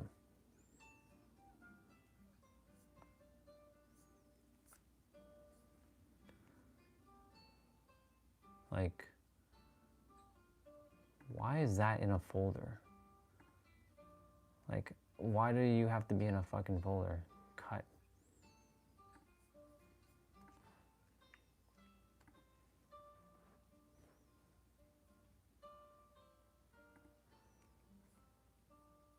Oh, wait, what? Oh, it already exists? Fuck's sakes. This is the reason why I have to do cleanup on this folder. Do I have Street Fighter 4? I do already have Street Fighter 4.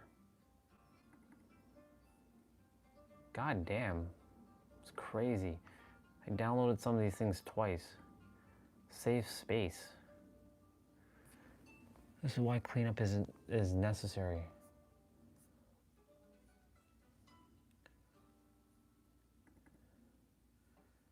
Guilty Gear. I don't even know if that's the full game, to be quite honest. Heavenly Sword. Like, what?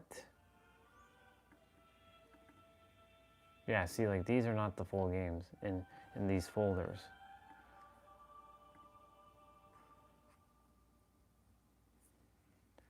King of Fighters 13. Nope. Nah. All right. Let's get rolling with games. You're downloading games? Yes. Yes, I am. But why? Because I can.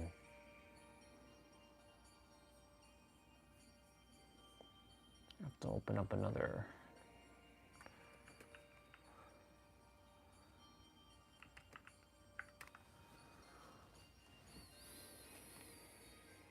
I have to open up a PS3 tab. The fuck is going on here? Is this PS3? No.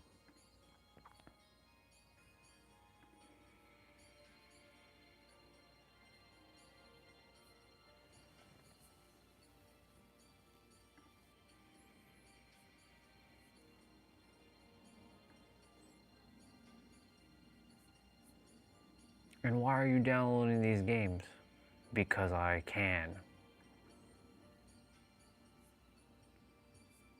I'm gonna have to download the serial keys, I think, for these as well. This key? Sure.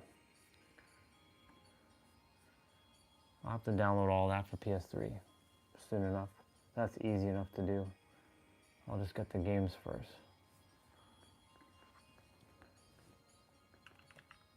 Grand. Look at me downloading Grand Theft Auto. I would have never even entertained these games.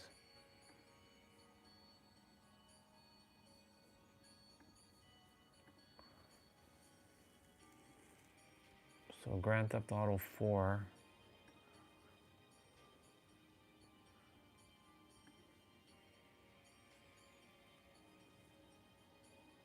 Change that to PS3. Let's see how long it's going to take to download Grand Theft Auto 4. 12 minutes. Wow, it's going so fast now. It's crazy. Where it would have taken 10 hours or a whole day is now taking like 10 minutes. Wild.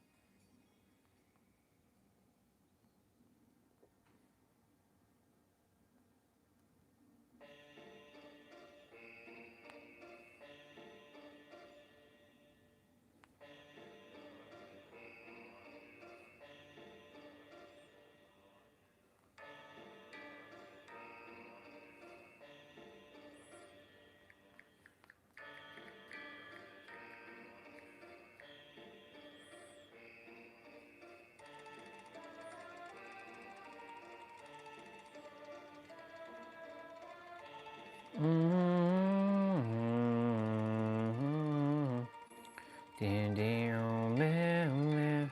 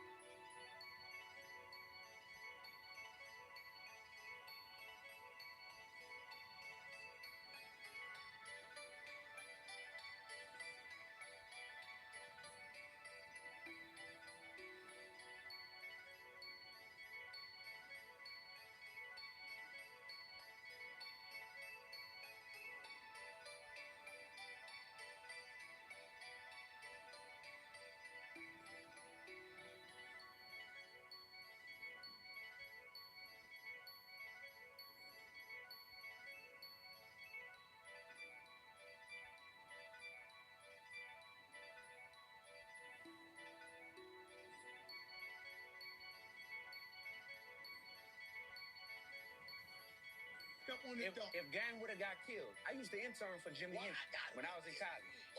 Yeah. Watch this. I gotta give you a flag. Hey, you can give me a flag. Positive person in the world. Give me a flag. Yeah, no, we don't say that. Use another example. All right. What did he say?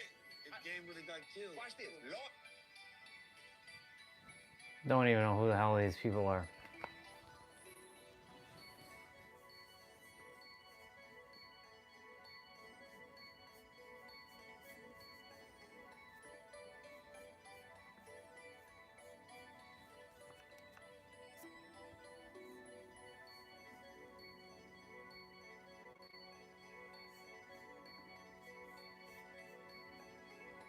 कोई prospect अगर बोल रहा है ना कि free में काम कर दो, दिल ना तोड़ो उसका। दिल एक ही होता है, हड्डियां तोड़ो 206 होता है। कुछ नहीं तोड़ो।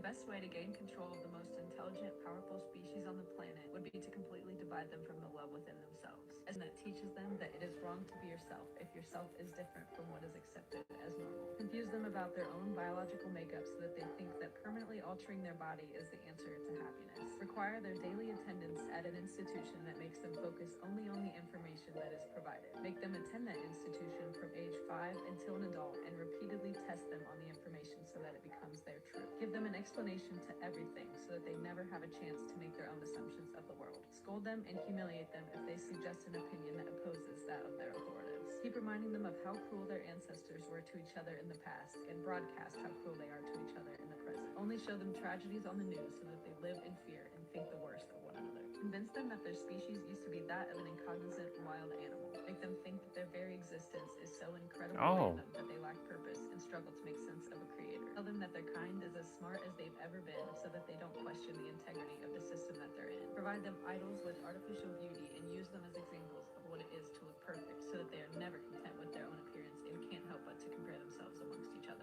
Create addictive digital platforms that rank them by numbers so that they base their self-worth off of the amount of followers that they have and are never satisfied.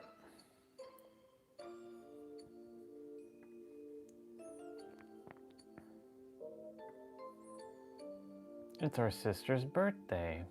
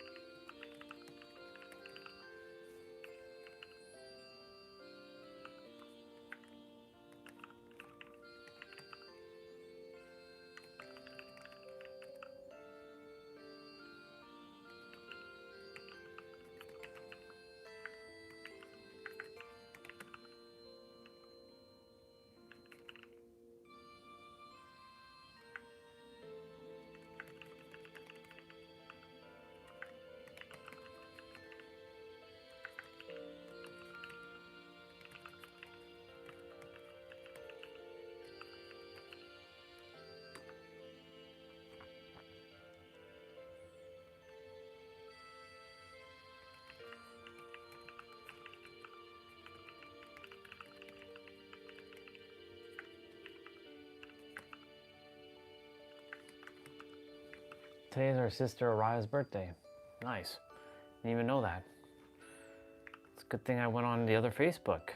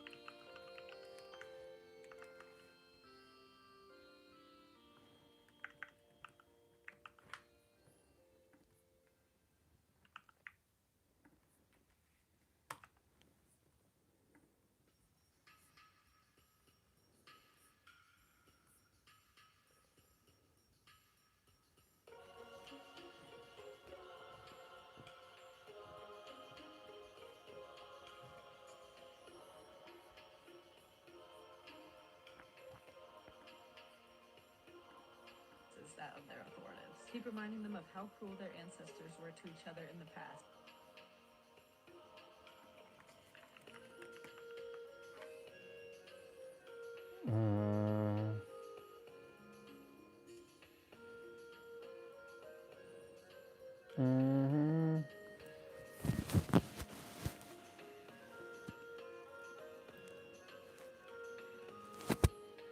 Is this Sword Art Online?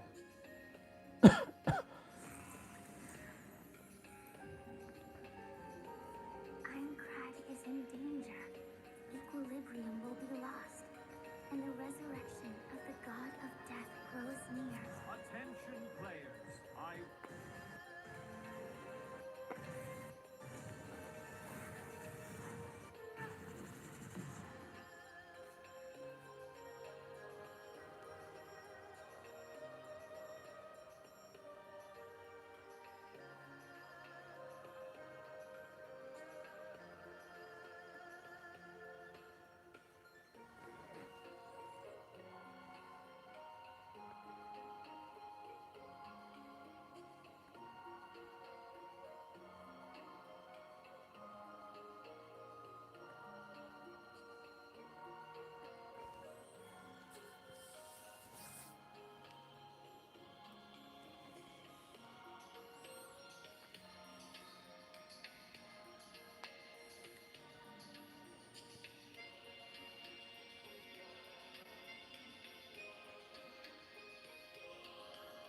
You just focus on taking the next best step.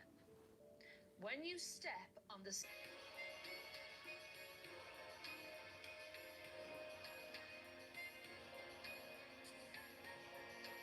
that's in front of you, your perception changes. And all of a sudden you can perceive the second step, the step that comes after that. But while you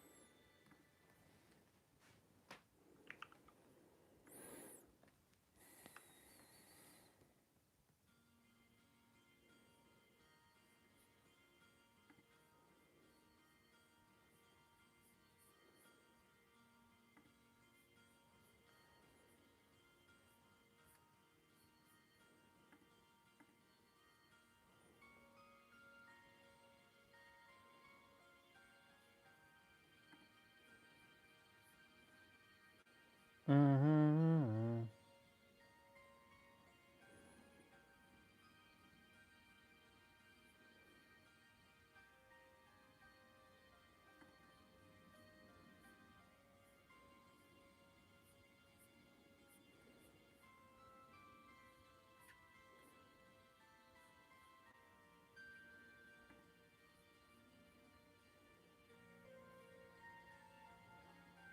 Mm-hmm.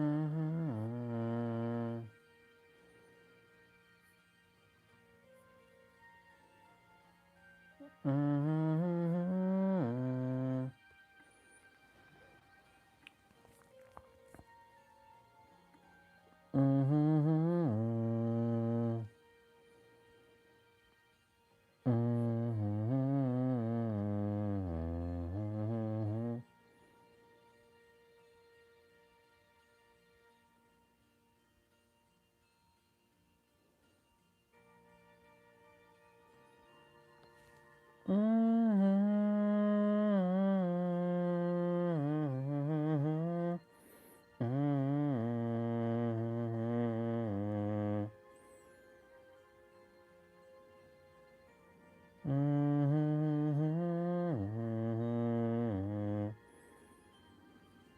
Mm-hmm.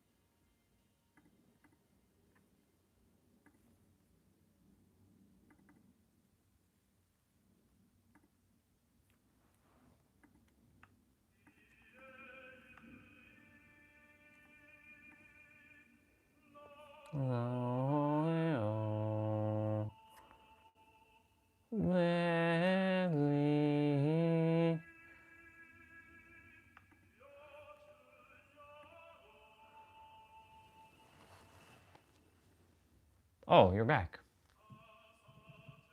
I didn't realize you were there. What's your definition of it? Ooh. That's a really... I mean, that definition changes all the time. I said it to Victoria, though, recently. I told her about, you know, how words are made up. And I mentioned that I love her very, very much. And I told her my love for you is a word that can describe, or can't really describe what it really is, but can only point to the boundlessness, the unconditionalness, the something that transcends any human words of, like, it basically, to summarize, it ends up being caring, kindness, her presence, her essence. So that word love is loving someone. And remember, that word love has so many different definitions. Like, is it romantic love? Is it friendship love? Because we've had this conversation in the past, right? I remember asking all of you, what's your personal definitions? And we got to see everybody in their own. We did that exercise, what, in February last year? And we got to see everybody's personal definition of that word.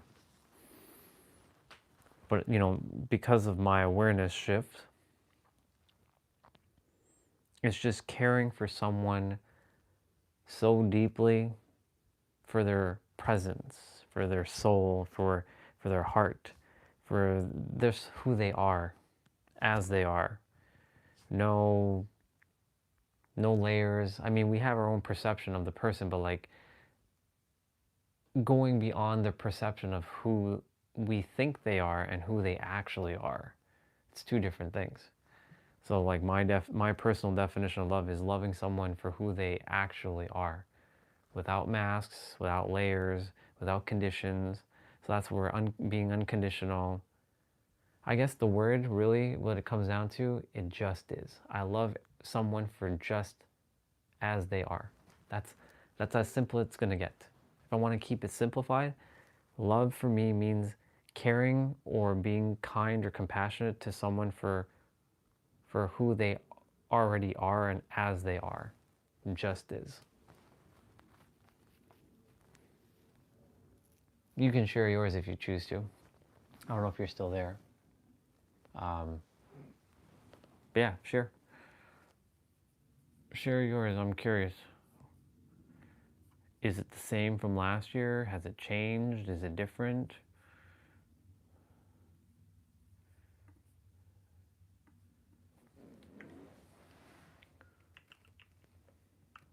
I'm just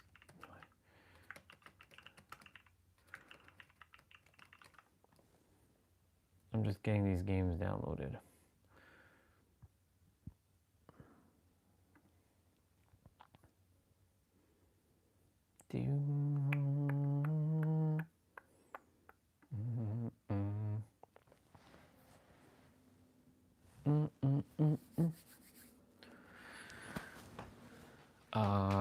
Yeah.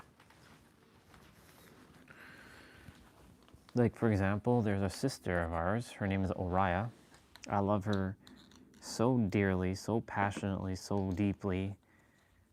Like, words cannot comprehend my love for her, for my sister, our sister.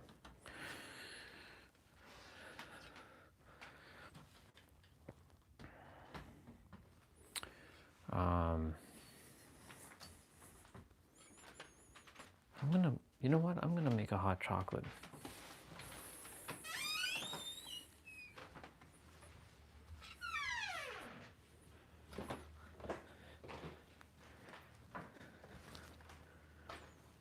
It's formless.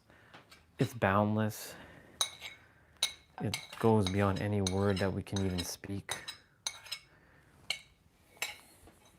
Like, truly, that's what love really is. It just can't be spoken with a word.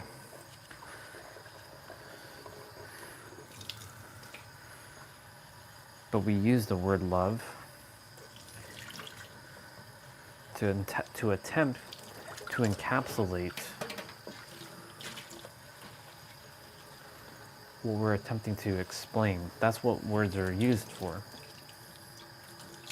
But it can never really truly capture the true essence of what we're really wanting to say, because it will miss the mark.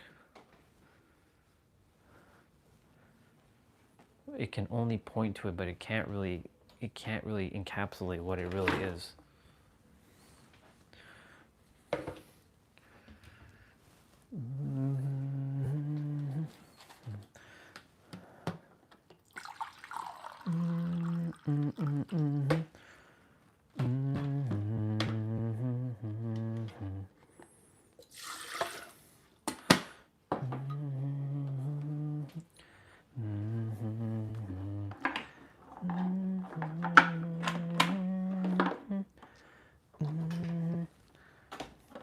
And go Jessa.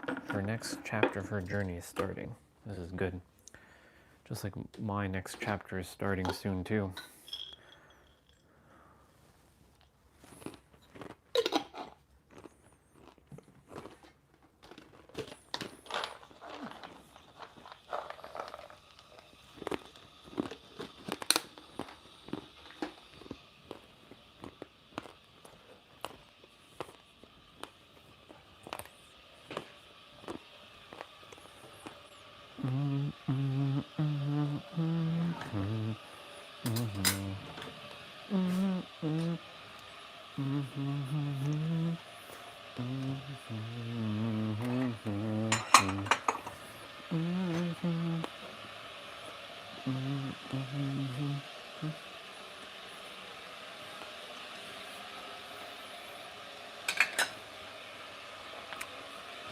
I'm eating some almonds and walnuts.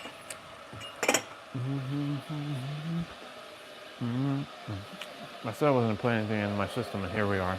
But if I'm going to put something in my system, it may as well be this.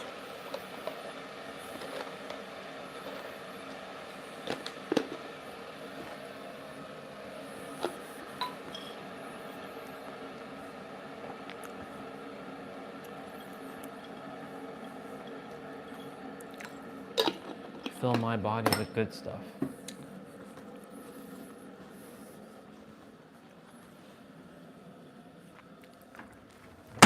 Oh my God, Shizers.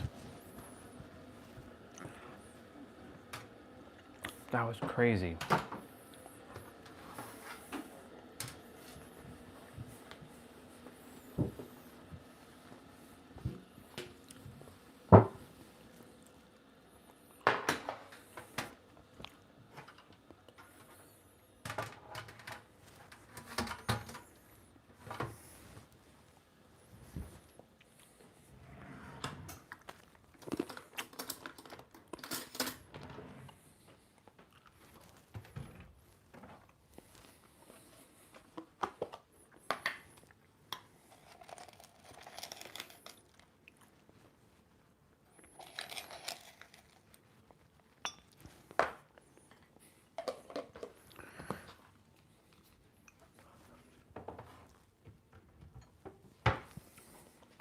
Really grateful for our experience we had today, mister.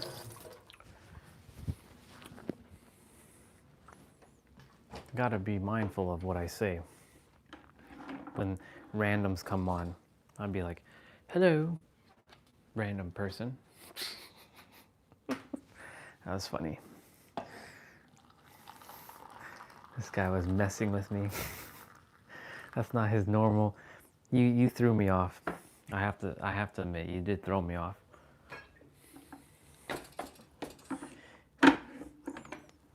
You know, the thing is, like, I wasn't expecting that from you. Oh my God. You caught me off guard with that. I mean, it's Ramon. Like, no way. Are you for real? Yep. You know, if our brother T-Bray did something like that, it would have been a little bit more accepted.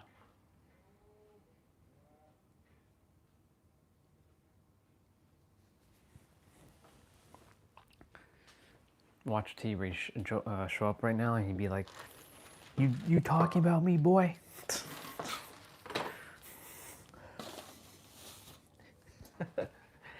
You talking about me, boy? Yeah, boy.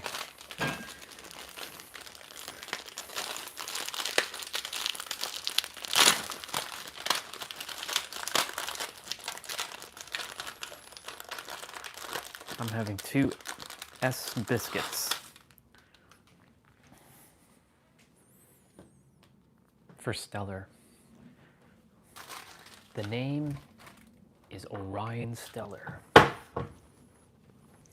You would be best to remember that name. It would be best for you all to remember that name.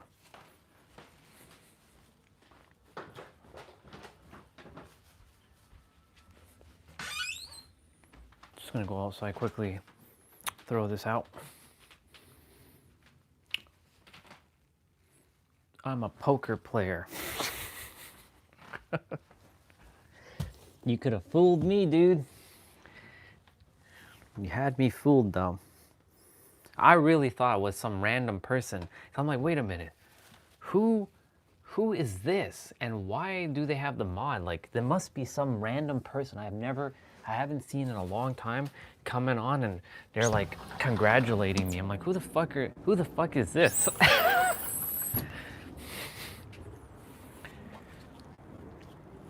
You know,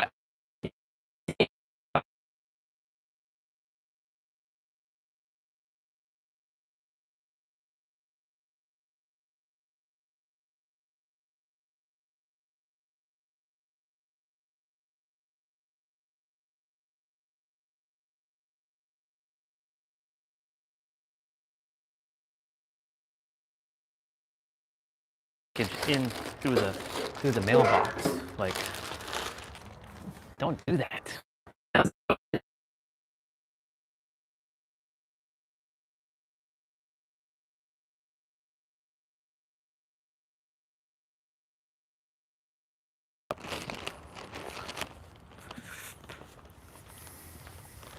She buys her clothes online. She ain't got time to go shopping. Ah, son of a bitch. I forgot that I have this one water bottle. One sec. This forces me to keep going outside. That's why I like that I could take the recycling out.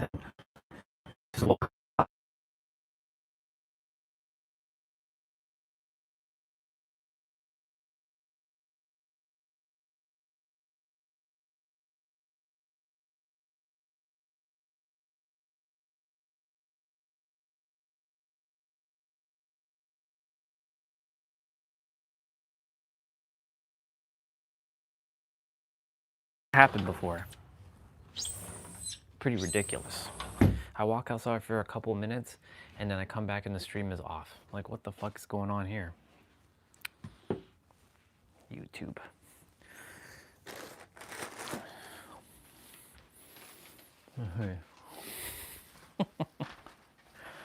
Honestly, dude.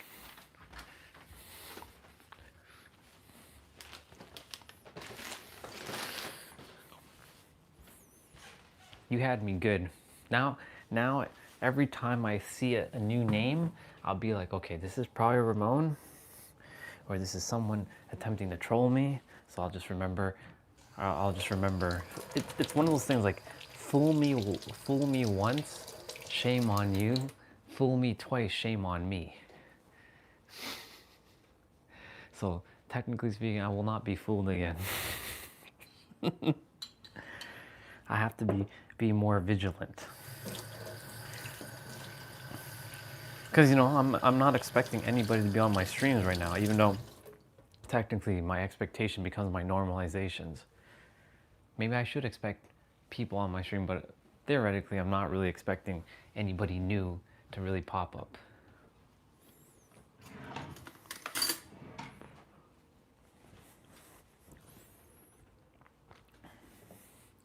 There's been another character that showed up. His name is like Bahagi. But I know who he is. He's Faith in disguise. Remember Faith? The dude that, like, we helped him with like a girl thing.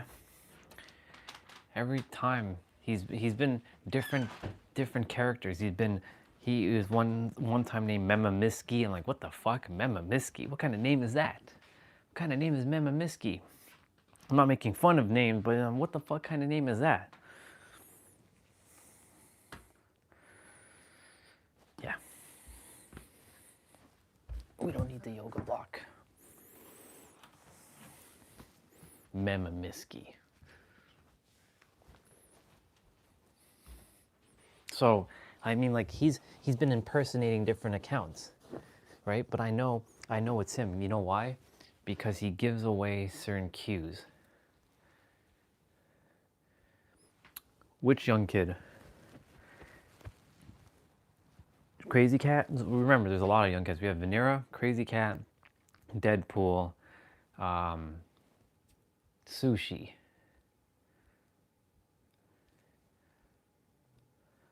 So we have Crazy Cat. So there's Deadpool. See? Perfect time. Look at that. We have Deadpool, Crazy Cat, Sushi, and Vanera. So they're before them. Sushi. He came on one time, but he was not in the right mindset. He told me he was like, he felt depressed about something because he broke his leg and he's not been able to exercise his body as much as he used to. And like, he feels like all hope is lost. I'm like, bro, your body's gonna heal. You'll be fine. You just will dig out of your rut and you'll be back to normal. So I told him, like, remember You have 2,100 days or whatever it is to become successful. I told him, because he made that up, right? Go back to your 2,100 days thing and know that you're successful. I basically had to give him a little bit of a swift kick. I said, "What's up, dude?"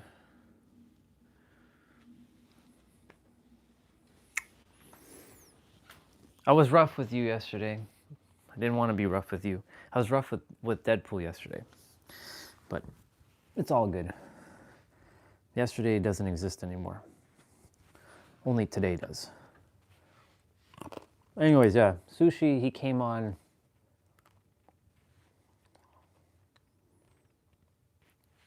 November. He came in November. I was sitting right here. And I was chatting with him.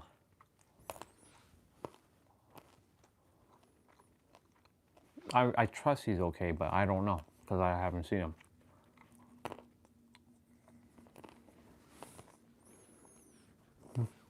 Walnuts, almonds, and S biscuits. They're shaped in the letter S. For stellar.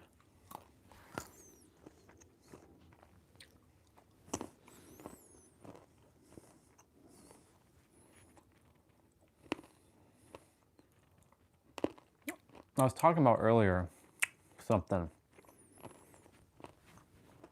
There's a reason why I'm looking this way. Looking, as Deadpool called me a couple days ago, old. This is an experiment for this character. Because this character used to pride himself on looking really good, but to impress people that don't give a fuck about him. So I'm forcing him to go out into the public looking completely ungroomed, messy hair, everything, and be okay with it. That's the reason why I look this way. And be okay with the silvers now in the beard. Because here's the thing. Every time I was grooming, and look, nothing's wrong with grooming and looking great, but every time I was doing that, I was abandoning myself for someone else. For someone else's approval, right? Because the thing is, the majority of people in this world stop asking, who am I? They started asking a new question, who do they think I am? So they base their opinions of themselves on other people's acceptance, approval, and validation of them. Fuck that. So I told this character, you're gonna go out looking like this. And you're gonna get comfortable looking like this. You're gonna grow, you're gonna groom and all that, don't worry. But I want you to get comfortable looking like this. Get comfortable looking like this. Don't give a fuck if people make fun of you or judge you, because if they're judging you, they're judging themselves. Because joke's on them, because they're just looking in the fucking mirror.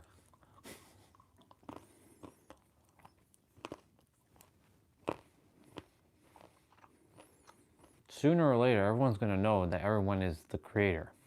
It's gonna happen.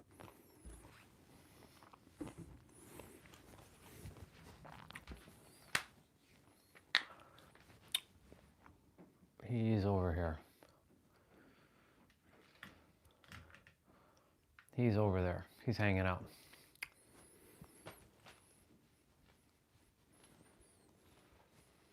Yeah, I remember. I remember. A long time ago, though. But I remember.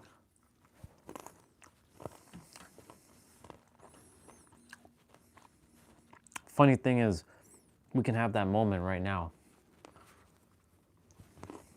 Of little Orion.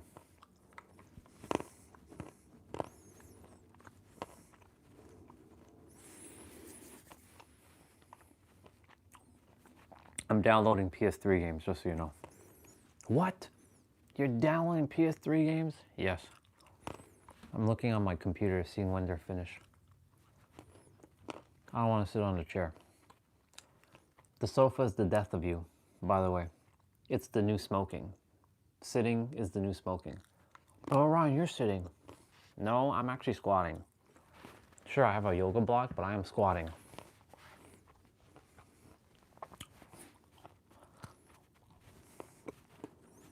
That's why I sit like this, because for those of you who are sitting for like 8 hours a day, I'm gonna outlive you.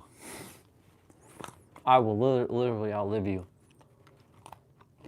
Even if you're theoretically younger than me right now, I will outlive you if you're not squatting. So that's the reason why I squat. So I can live longer, so I can put this world into order. And treat this body with care. I have too much to do. In a good thing, in a good way, by the way. A lot has to be done.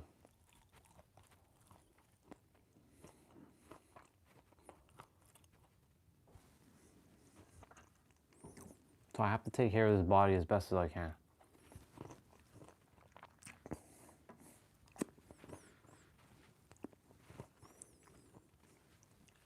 I'm moving better than some kids, which is hilarious. Because the conditioning has already started for them.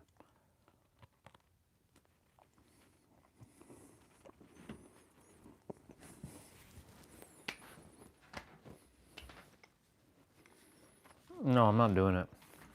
I don't feel like it. Oops. I made a bunch of mess here. Oh well. It's all good.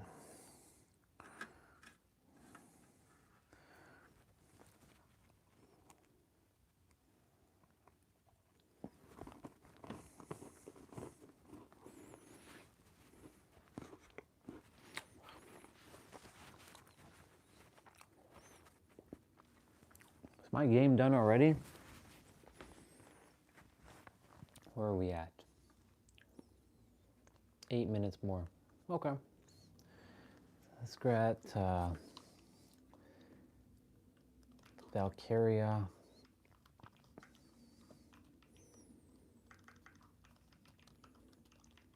Valkyria Chronicles.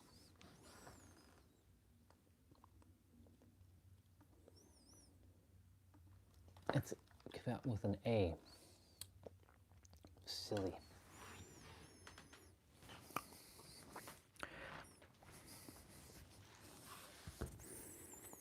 You forget that this is not your standard YouTube live stream, bro, where people do other people's requests. I don't take requests anymore.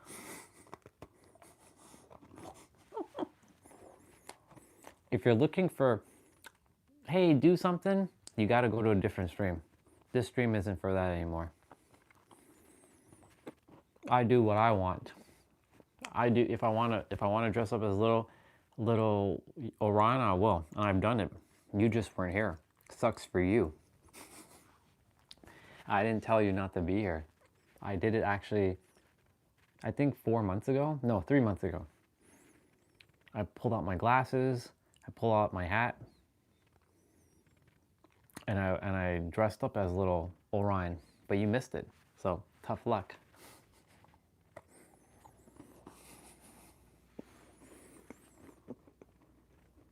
Not because of requests. I felt like doing it. But right now, I don't feel like doing that.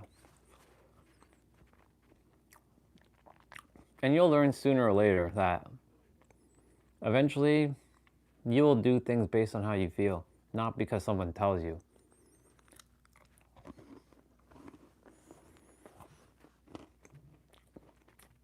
For me, when someone tells me to do something, it feels like you're telling me, you're ordering me around. I don't take orders from anybody.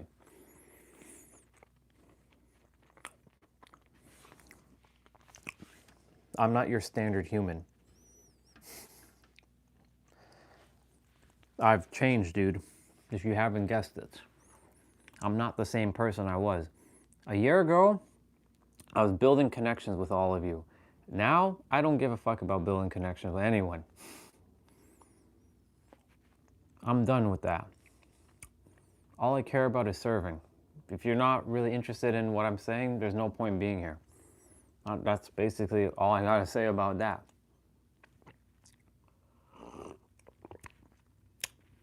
There are so many other streams you can be on, and you can, I'm sure there's a bunch of other humans who are like taking requests. Hey, go jump in a pool of hot sauce or something. I'm sure there's a human doing that right now. Or I'm sure there's a bunch of streams right now where they're typing 67, 67, 67. This is not one of those streams. This is for my personal diary, my personal evolution. I do things based on what I want to do, not because someone tells me I should do it.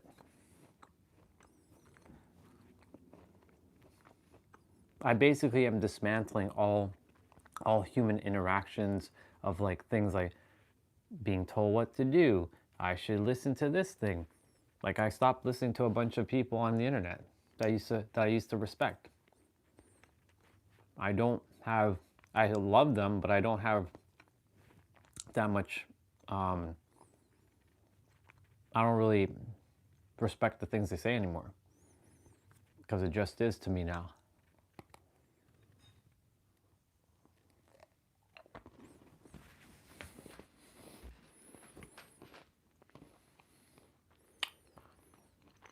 I still do that. I still do that. That still brings me joy.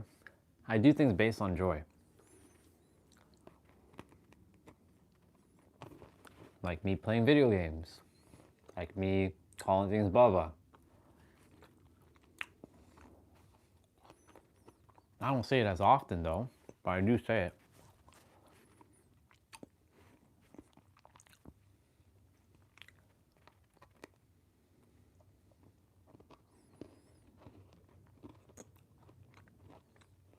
It's sort of like now I've come to a point in the journey. I used to want to be connecting with people, and I still love people, I really do. But part of this character doesn't give a fuck anymore. I really don't. He really doesn't. He just wants people to just come, get what they need, and leave. Like, right now, your soul's getting what your soul wants from this stream, which is probably entertainment or distraction. I'm not here to distract anybody, but who knows? For me, my distraction is video games, but it's not really distraction because I enjoy playing them, but not as much as I enjoy working out, which I will be doing shortly.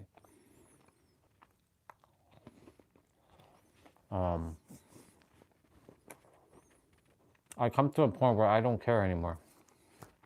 I don't care to really build any more connections. The less people in my life, the better. Truly. And I mean this with so much respect and love to everybody else. The less people in my life, the better.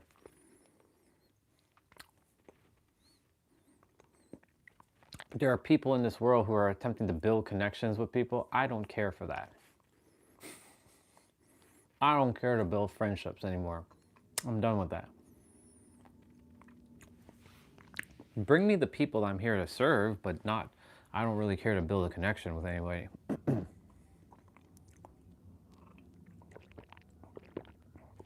Because I know that this is all an illusion anyways. As long as I have enough resources and I'm doing what I love, what else do I need? Don't really need anything else.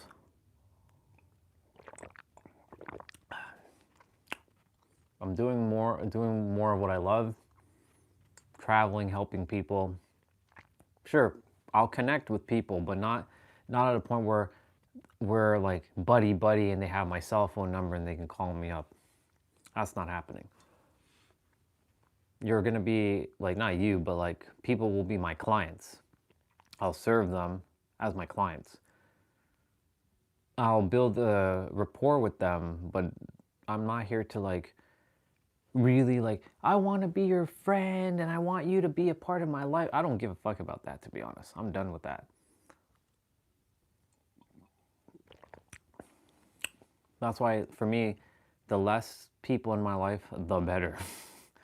Quite simply, I have all the people I really desire in my life, and I'm good with that.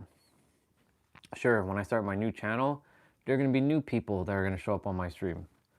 I'm not here to build friendships. I'm not there to build connection. I don't care if you follow. I don't care if you like. I don't care if you subscribe. I don't give a fuck about all that. All I care about is that you know who you are, so you can stop being third-dimensional human and start operating like the creator that you are, so you can create less problems in this world and actually build solutions and make the ripple and help other people make the ripple and other people make the ripple. That's what I came here to do. I didn't come here for sentimentality and human things. There was a video yesterday. Actually, I'm going to play it. So it was with Vegeta. It was so good. Who would have thought I like Vegeta in 2026?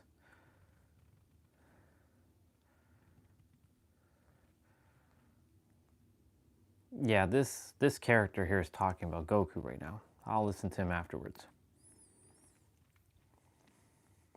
I'm going to read what you shared. Listen to this. Hold on, let's start it over. I was the perfect warrior. I lived by my strength alone, uninhibited by foolish emotion. But slowly, over the years, I became one of you. my quest for greatness gradually I didn't want to become one of you. Mediocrity. I awoke one day to find that I had settled down, formed a family. I had even grown quite fond of them. Would you believe? I almost started to think the Earth was a nice place to live. Well, it's still a nice place to live. Kakarot? That's why I needed Babidi to set me free by releasing the evil in my heart. Well, we're not releasing evil. Me of these petty attachments. And I say it's pretty good. The fuck? It swiped up. And I say it's pretty good. Let's see what you wrote. Live life the happiest because things come to an end. That's why I'm always happy. Exactly. And that's a good way, bro. Truly. And you're right. Spoken like a true... See? Now we're on the same page. That's spot on. Completely agree with you on all of that, what you just said there. You got to do you. Right? In the end, right? You want to be on your deathbed saying, oh, man, my life just passed me by. Fuck that. You get this short amount of time being with the body that you're with to do the things that you get to do. Why be miserable and angry and pissed off and be with a bunch of people that you hate or you don't really enjoy when you could just be with yourself? For me specifically, be with myself, enjoy my time and not be bothered by anything or anyone. You know? Again, love people, care about everybody, but I also make sure that like I come first. I will always come first. I'll never put anybody ahead of me. Not even if I ever have a kid, I'll never put the kid ahead of me. I'll take care of the kid, but I'll never put a kid ahead of me. No way. I come first. Even if I got married to someone, they ain't coming before me. I come before her. So like for me, yeah, you got to do what makes you happy. Right? But my happiness is different from most other people's happiness. Most humans, their happiness is in doing things that I don't care about, right? Like, I don't care about, you know, the new trend on TikTok. I don't care about Gen Z and Gen Alpha shit. I don't give a fuck about that stuff. My happiness is me doing my exercises, me going out in nature, me playing my video games, me helping people, right? This is my joy. I love doing this stuff, and I do more of it, and I will continue to do more of it. Where my joy ends, well, where my joy isn't is doing things like, hey, strip naked or something and run around in the backyard. I don't care to do that. I'll run around in the backyard, but I won't strip naked. I'll be half naked though, because you know I've been showing off my pecs and my bulging biceps. But you know what I'm saying? Like, I'm doing me at this point. When you all came and met me, I wasn't really doing me. I was seeing what would work in what would work for you all. Like, how can I help you best? Now I already know the answer because I found it. And I don't have to prove anything to anyone anymore. I was kind of proving myself to all of you at some point last year. I'm not doing that anymore. I don't care if the universe sends a fucking lightning bolt and destroys me right now. I don't care. I don't care if a hot ass chick walks in and says that I love you. I don't care. If you love me, cool. I love me. I know me. And I'm going to keep doing me, right? And I will say what I have to say, though.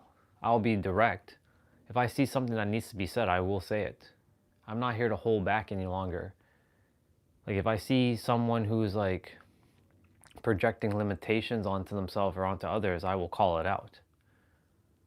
If I see something that is deemed bullshit, because you know everyone has their own level of bullshit, right? What you may find not bullshit, I might find bullshit. What I might find not bullshit, you might find bullshit, right? To each their own. Everyone has their own perspective.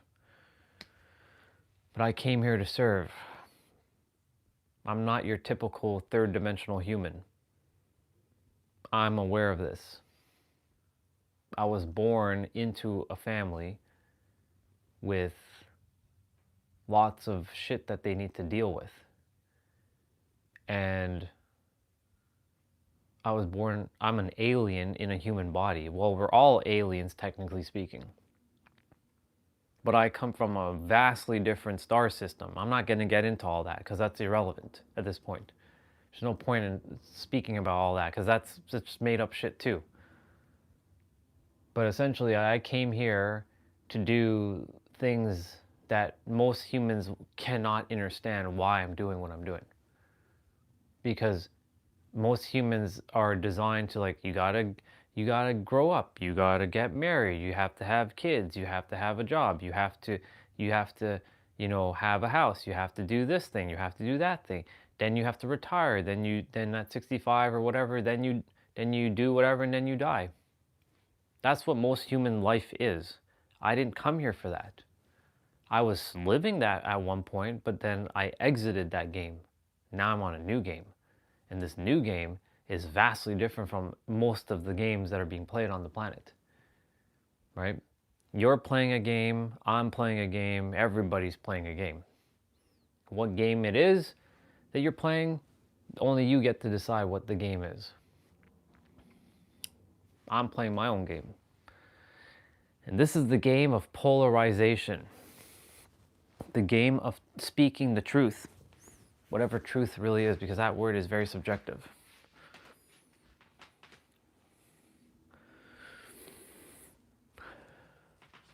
Yeah.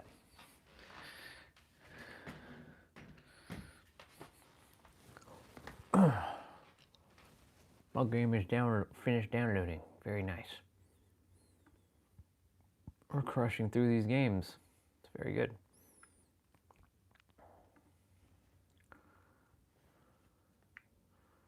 Uninhibited by foolish emotion.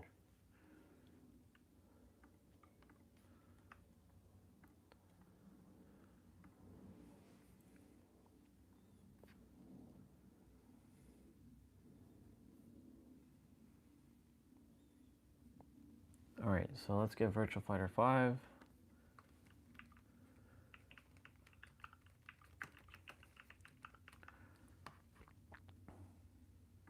Oh, this is going to be a quick one.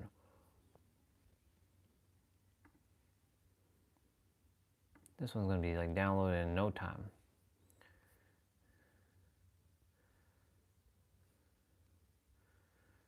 We got to clean up this shit.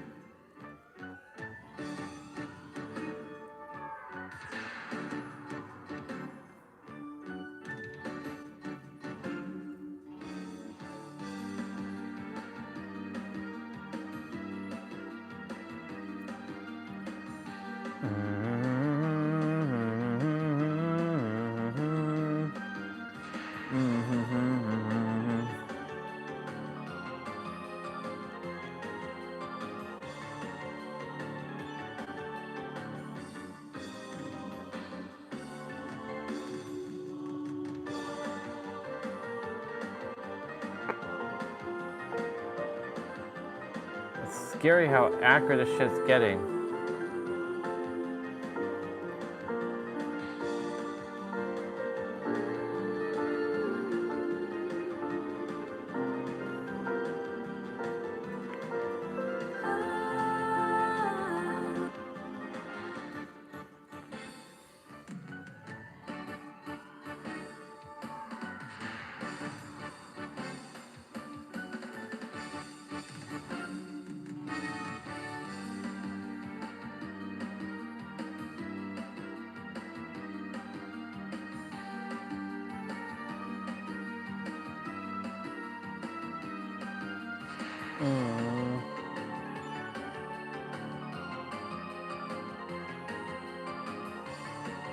This is crazy.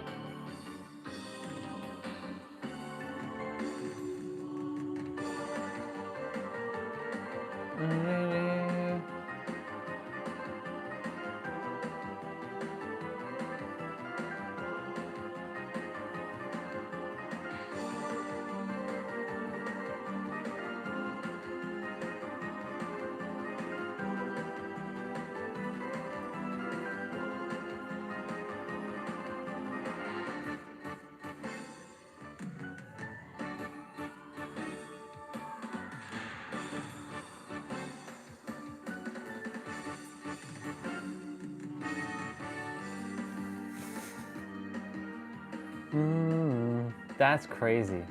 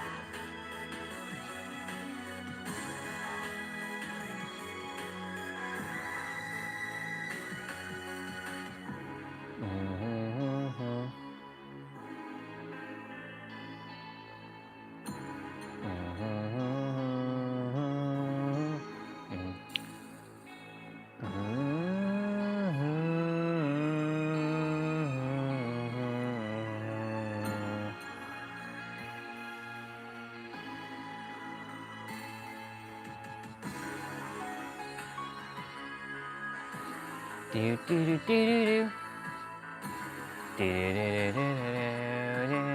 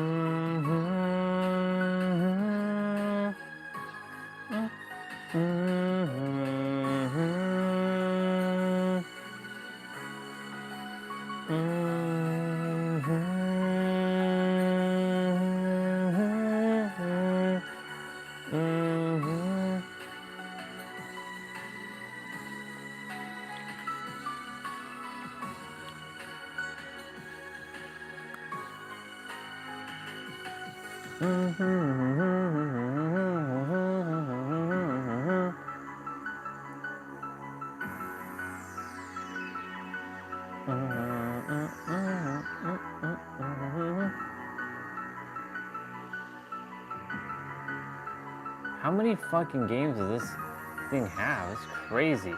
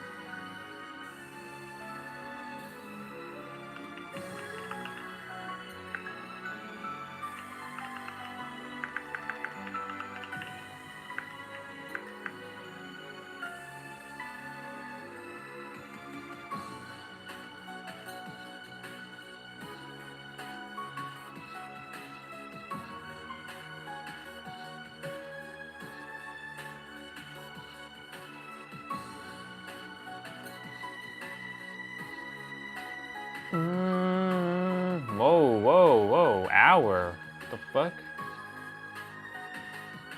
Why is that one so slow? That was weird.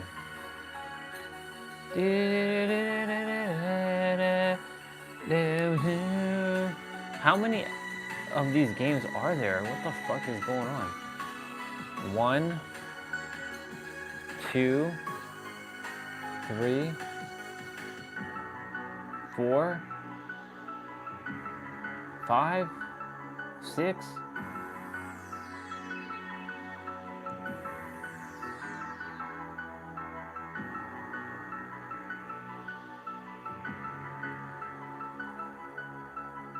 This is crazy.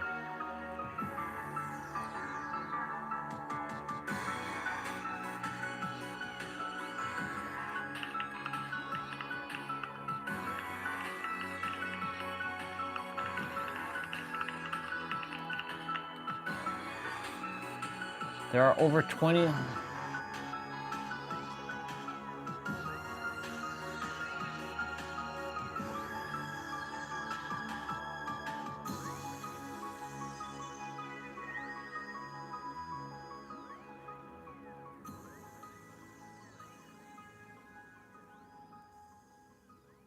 That's crazy. There's 20 fucking games.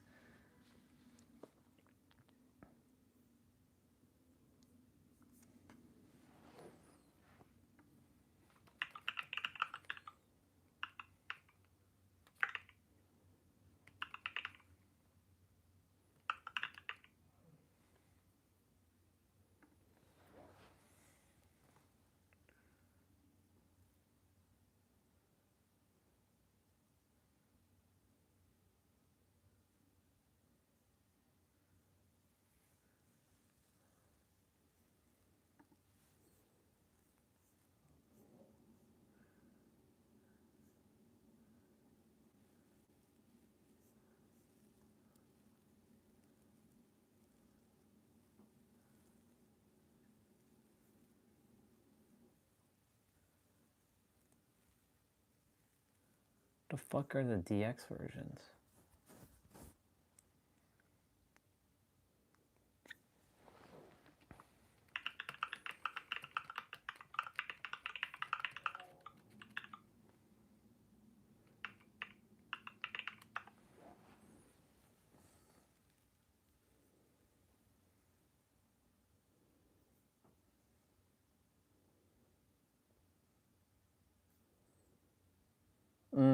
Got it. Got it. So that makes sense. Man, what the flying F? So many different fucking games.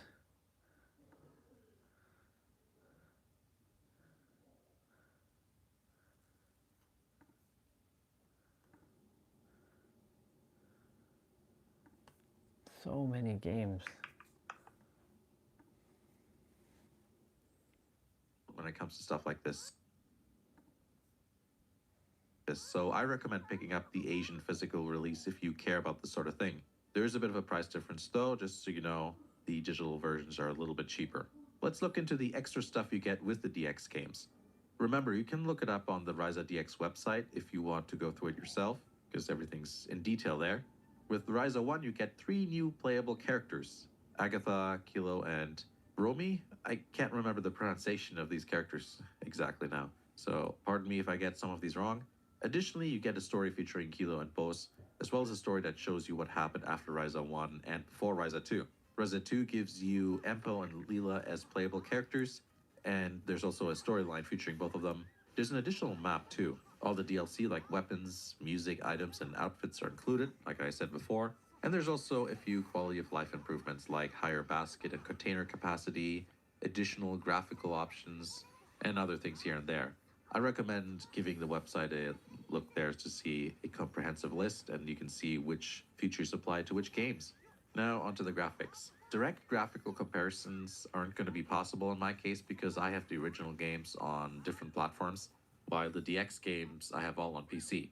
But there's still several things to discuss. The DX games look pretty much like their original counterparts, despite there being a few new graphical options like depth of field, for example. It's a minor thing and you may not even want that on. I left everything at maximum settings for all 3 games, though I think I may have left off depth of field in the first game for most of the footage. I feel that there isn't enough anti-aliasing settings. It's kind of jagged no matter what you choose. You could probably override these settings with, going into the NVIDIA control panel or whatever AMD's thing is called now. I almost said ATI. But yeah, you can play around with that if you want, but I just, decided to go with the options that were given to me in the game there. Each game has noticeable improvements in every department when it comes to graphics, from environments, animations, to the UI. Going from Ryza 1 to 2, You notice way nicer water because you can swim now, hence there's more detail. The capital city and the other new environments all look nicer than the stuff we saw in the past as well. Ryza 3 feels the most overhauled. You can see the animations are better when running around, the environments are more elaborate, and I've also noticed that the fights are more cinematic and exciting looking. But then there's instances where Ryza 2 gets some of the details a bit better, like occasionally it'll have nicer looking water and the lighting is a bit better. Fan service, I think, peaked in the second game. The wet clothing effect is stronger, there's better camera angles both in certain gameplay situations as well as victory poses. Physics still exist, but clothes don't flutter around as much in the third game. But yeah, that's the Atelier Ryza DX trilogy. Overall, in terms of what you get over the originals, the DX versions are great. There is no downsides in terms of gameplay with going with the DX versions.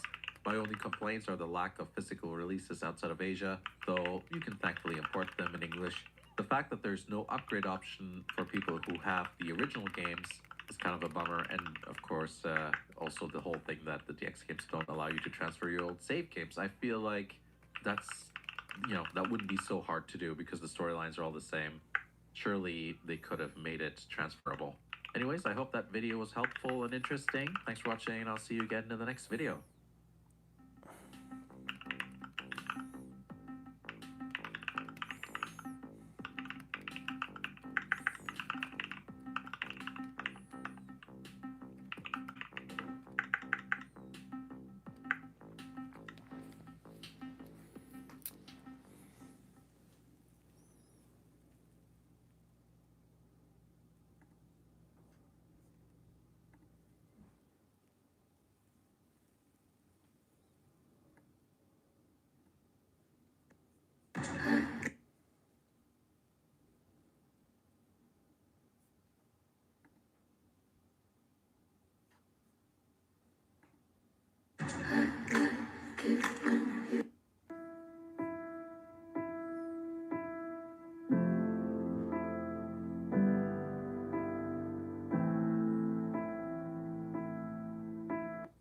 A child's happiness is priceless, especially on a birthday. A child's happiness is priceless, especially on a birthday. A child's happiness is priceless, especially on a birthday. Well, a child's happiness is priceless, right? Especially on a birthday. A child's happiness is priceless, especially on a birthday. A child's happiness is priceless, especially on a birthday. A child's happiness is priceless, especially on their birthday. A child's happiness is priceless, especially on a birthday.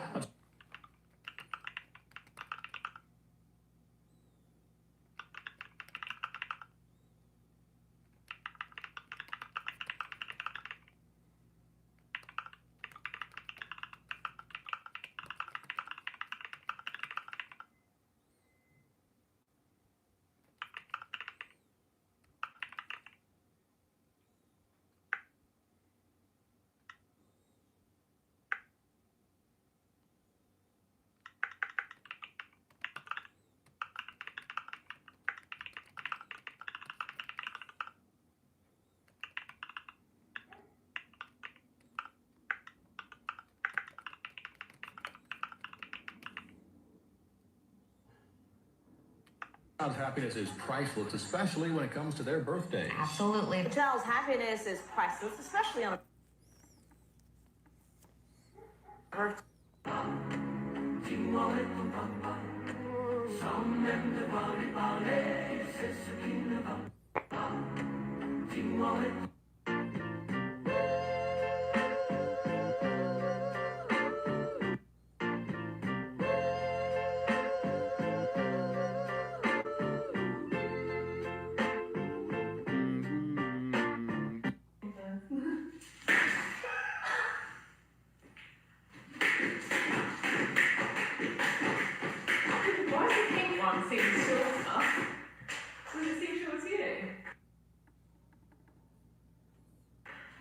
Is it because of my hand? I was like, so I felt like the blue one. Oh, okay.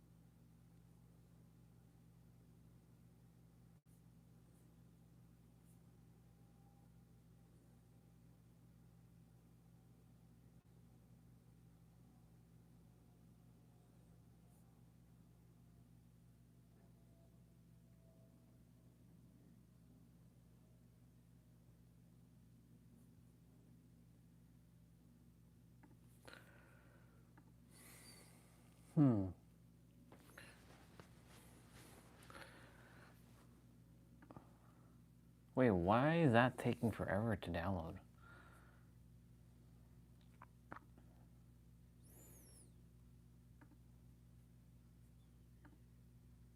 Close, close.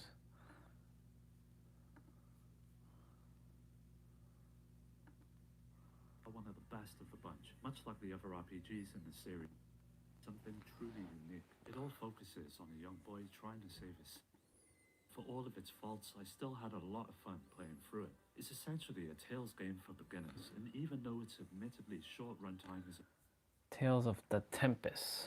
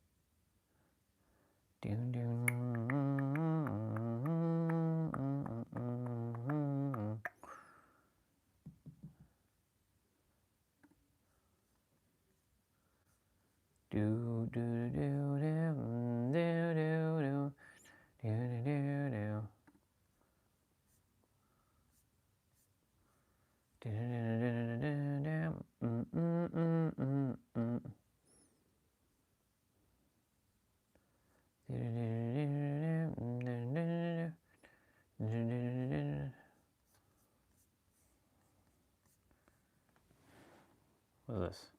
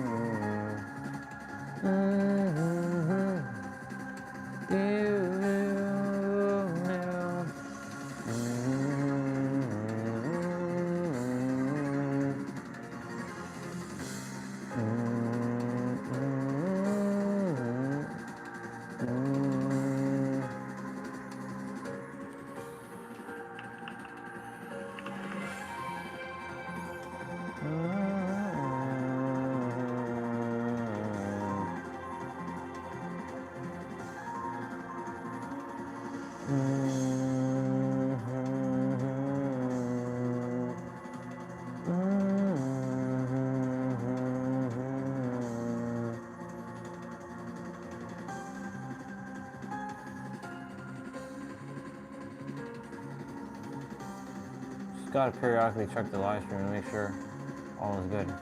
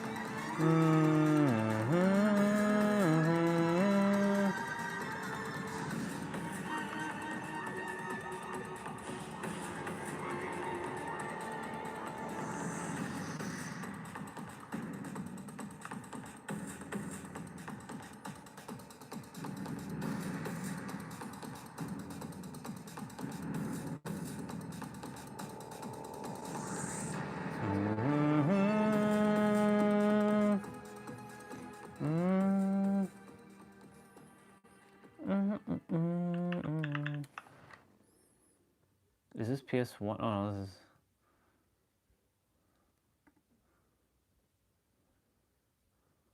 PS3.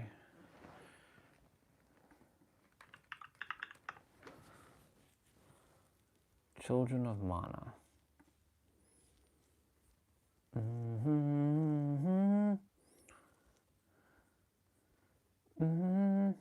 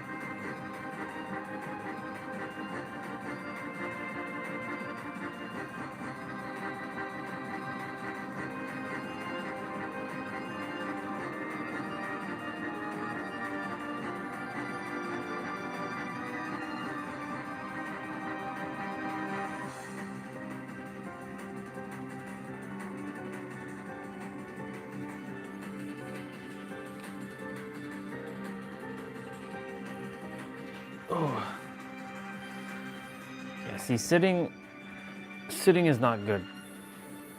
I can feel the difference between sitting and being actively on the ground.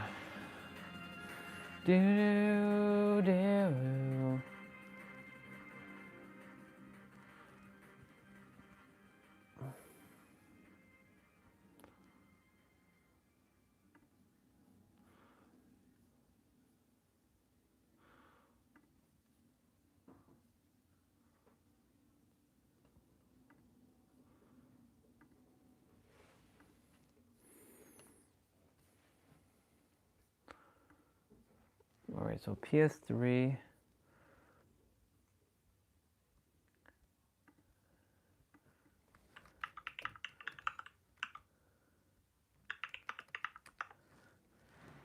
guided. Oh, this is for, that's not PS3. But I'll download it for DS.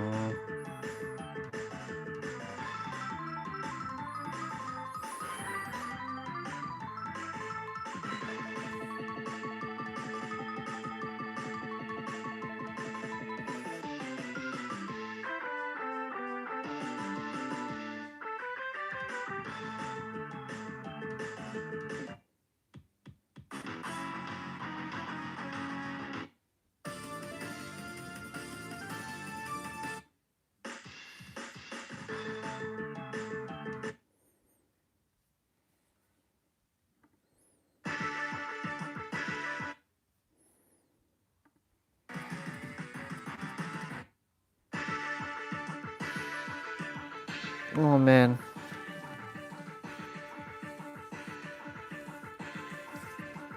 Computers make me feel tired.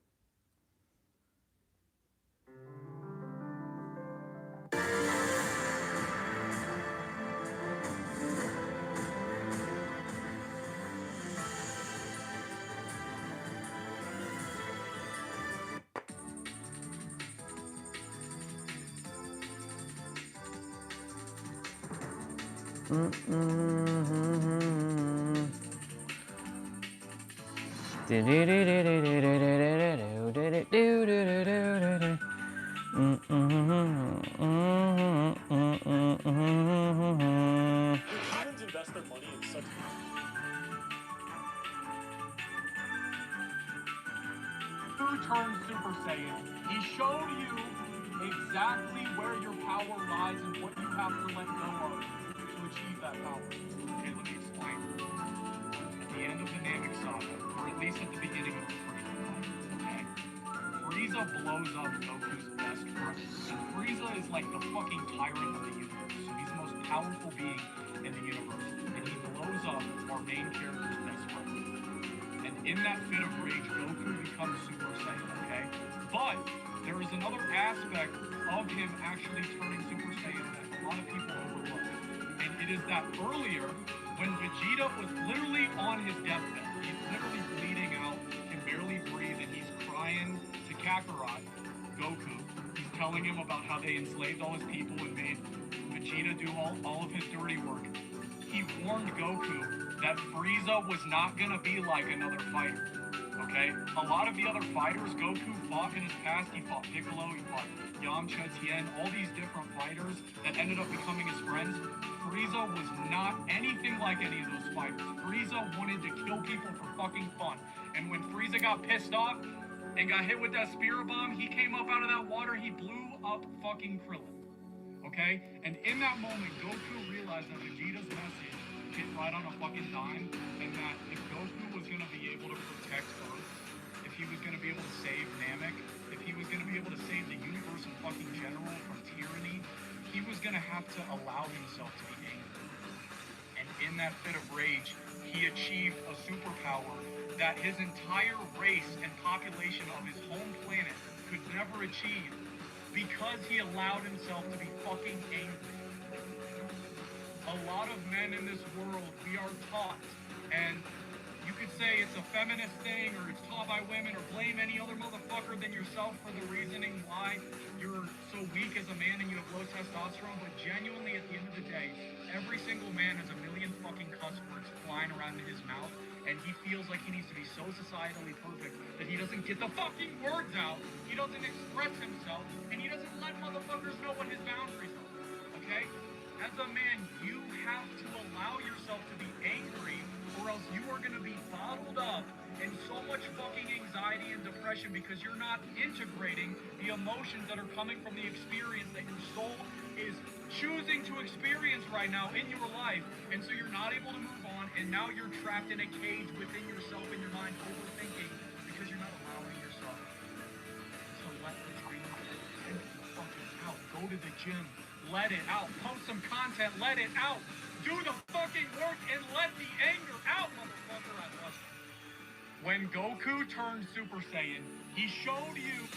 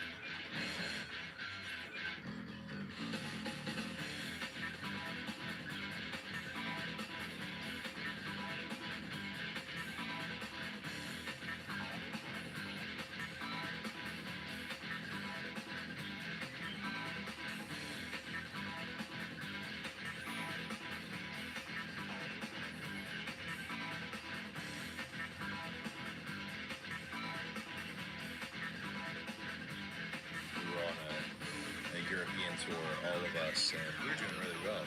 Great crowds, and I think I might have been wrestling solo. And I came in, and you and Sami Zayn and other wrestlers wrestled, and with his own unique personality. We're having a conversation, and gently implied that my work was lazy. And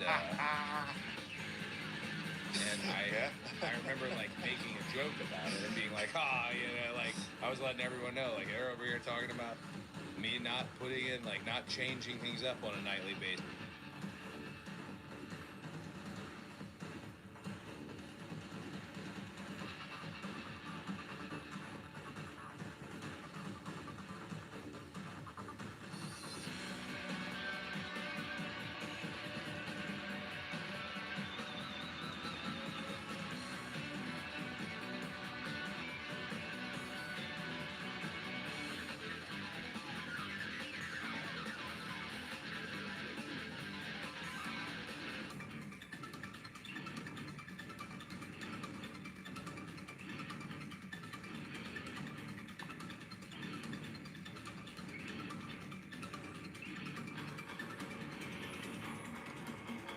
I'm gonna take a quick little pause. Let's grab Ninja Sigma 2.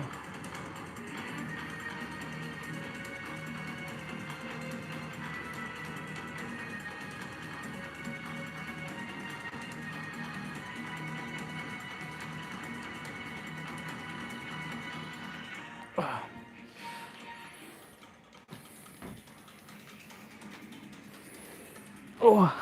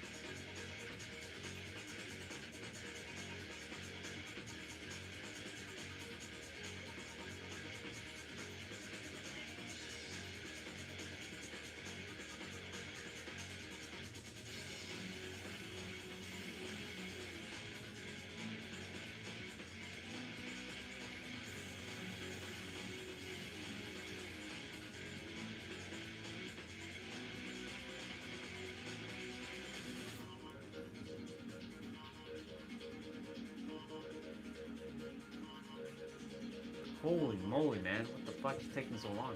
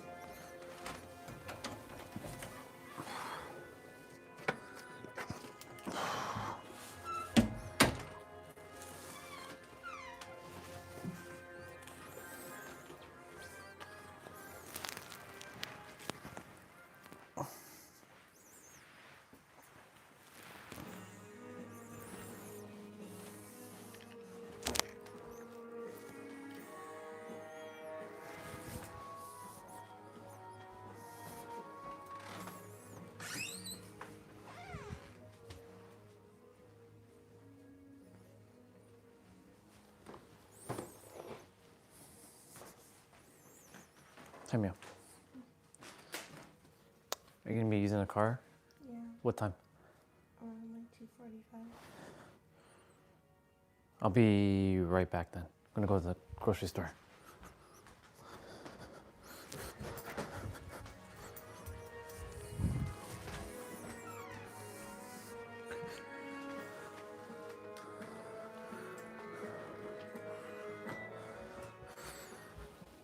We're taking a trip quickly.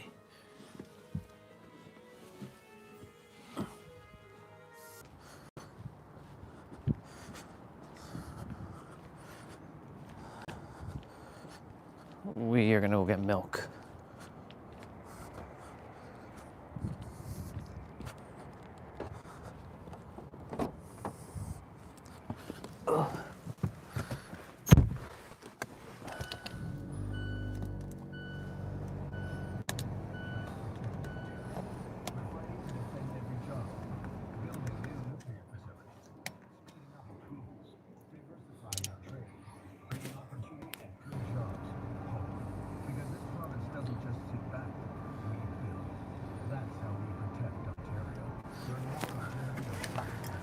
We got to roll.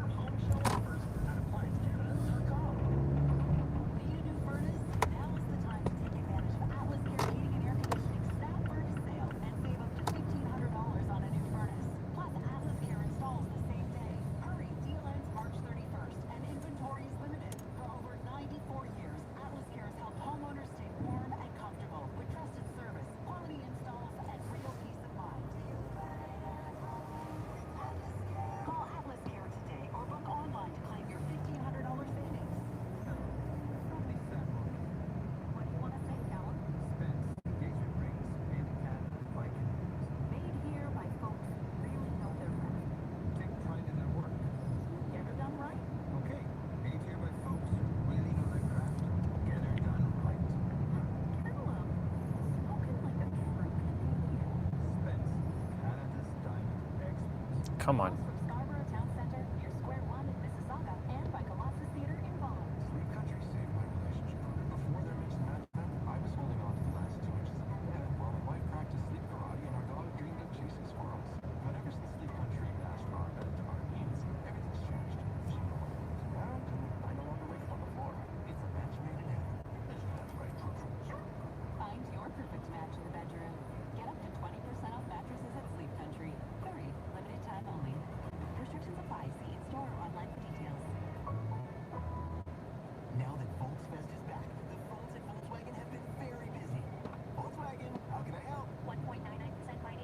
Come on.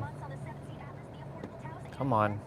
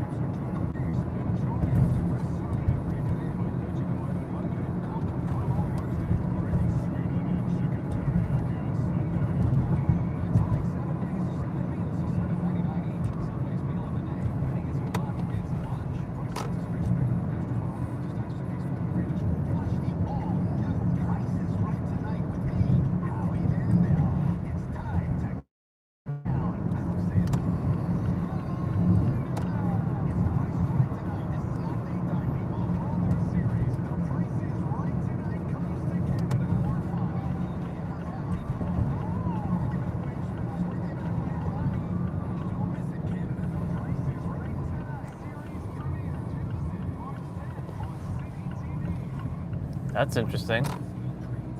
The Price is Right tonight in Canada.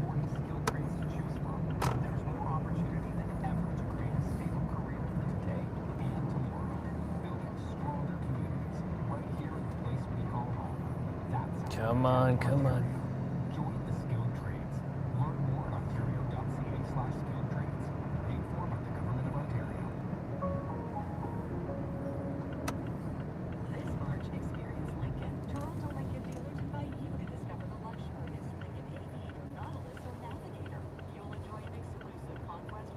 Come on, dude. Taking your sweet ass time to get out.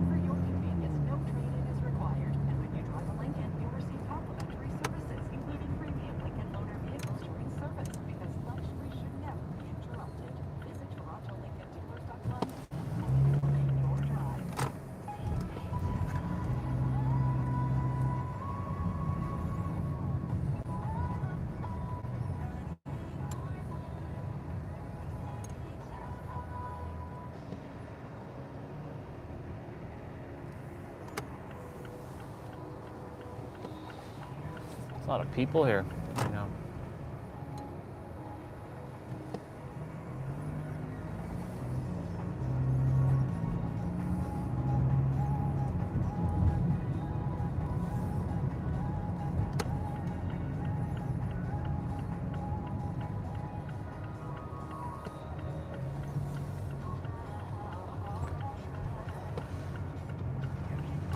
Is that truck blocking itself inwards?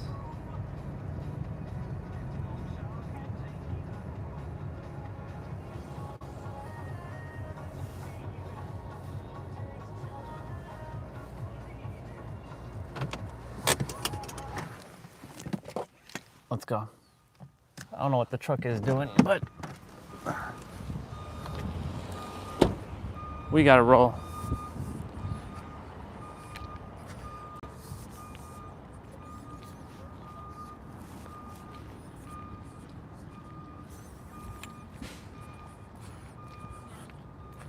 All right, cool. 234.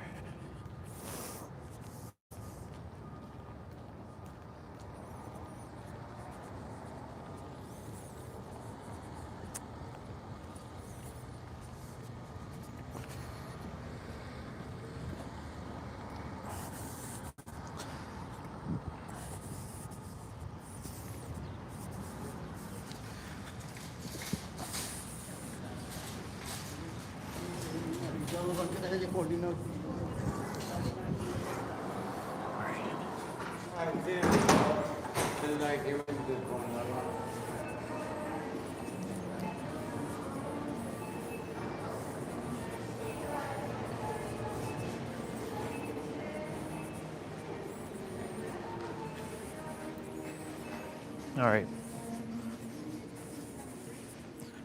Let's go get our thing.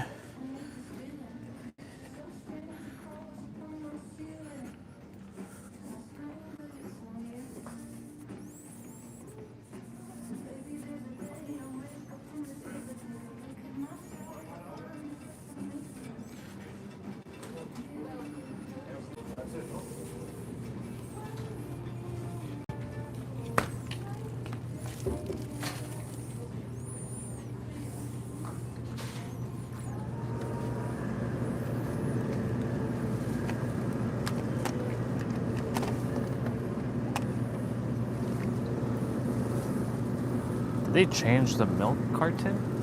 They did change the milk carton. Nice.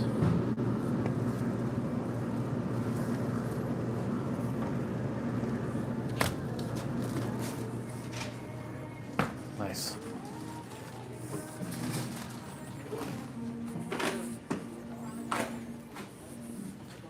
Awesome. They changed the milk carton. Not bad. All right, I'm gonna put you all in my pocket.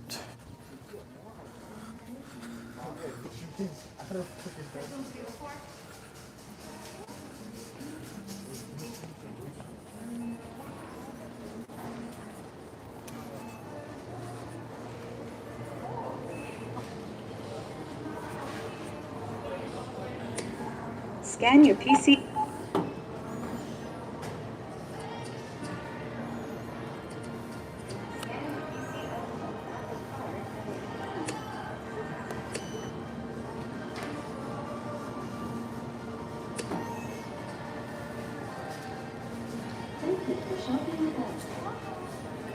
Come on.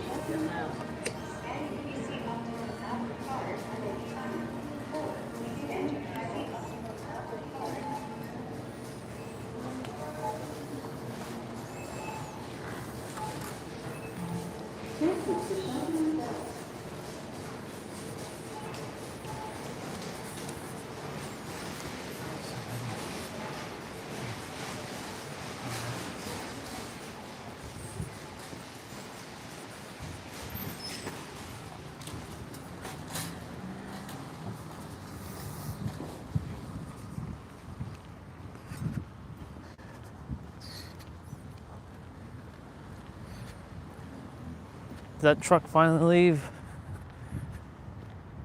Wow, it still hasn't left? God damn. Like,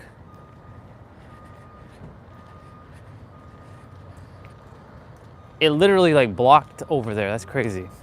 All right, that's fair. We're gonna have to drive around just to get out. Actually, I know what we're gonna do. Quickest exit's over there.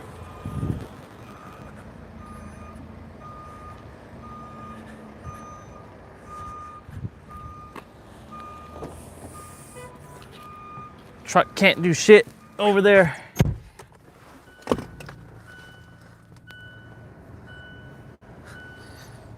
All right. Holy. That person, yeah, they have to go around.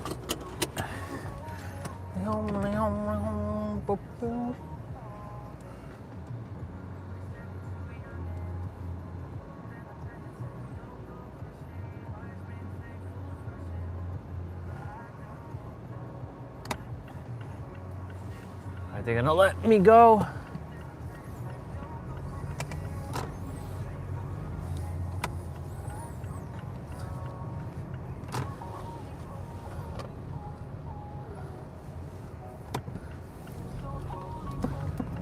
Nice.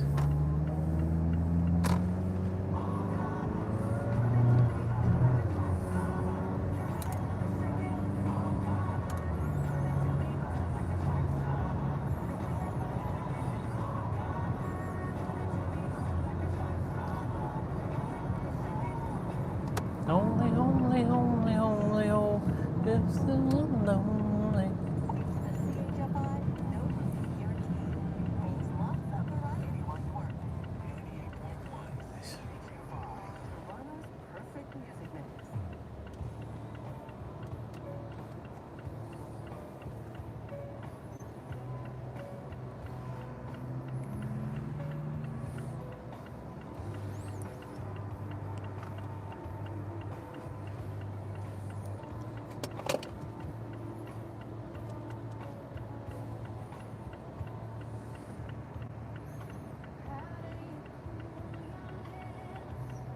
Come on.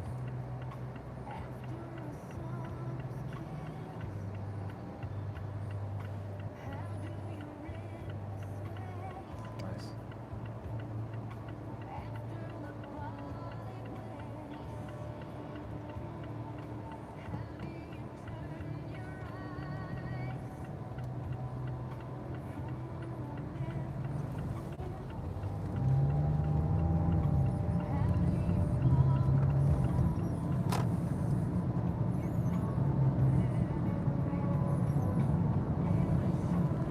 Why is that guy's backlights on like that?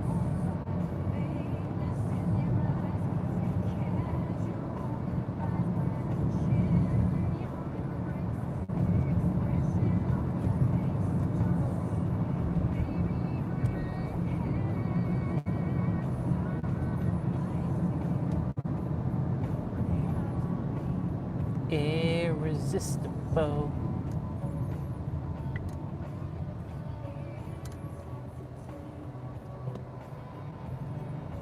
Ooh, I like that Lexus.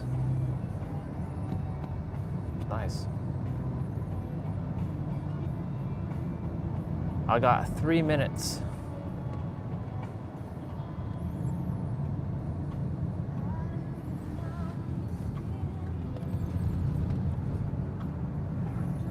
It's fine.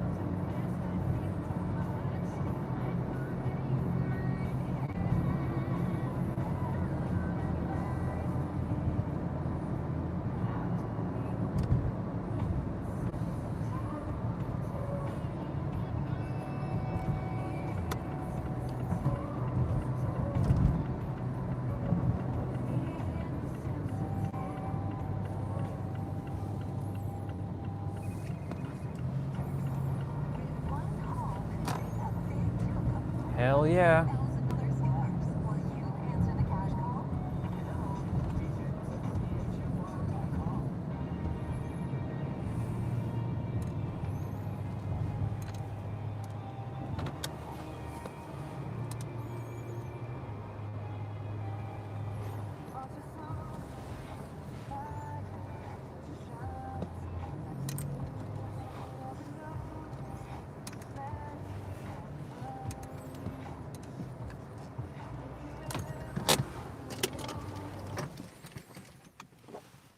We made it back. 1 minute to spare. 1 minute to spare.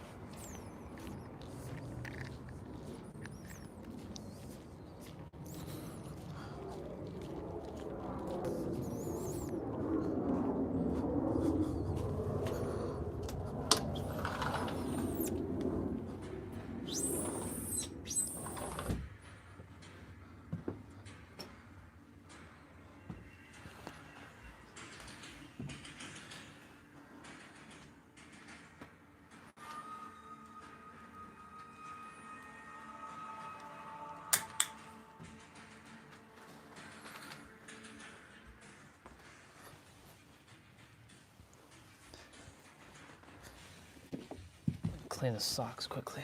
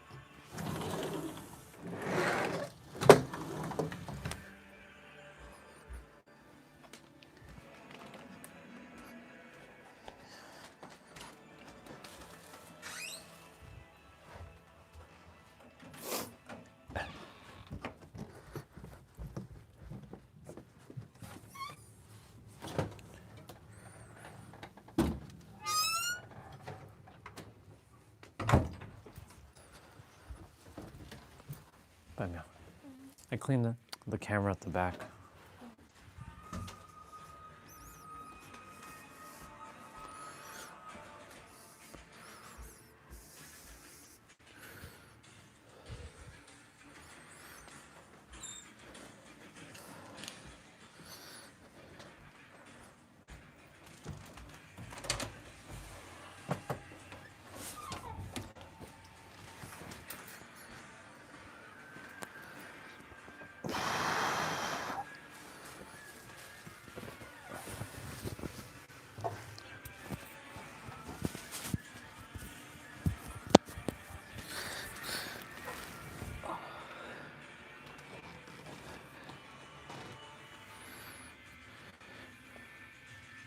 Let's get to work, y'all.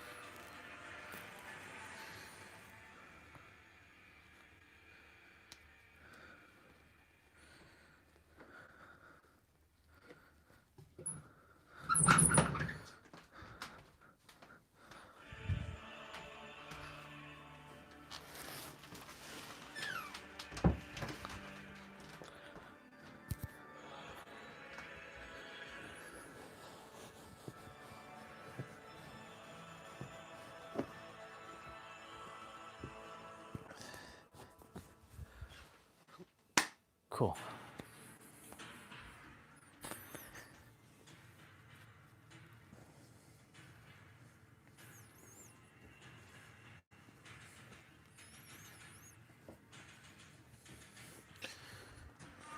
We got lots to do, so it's time for us to get rolling.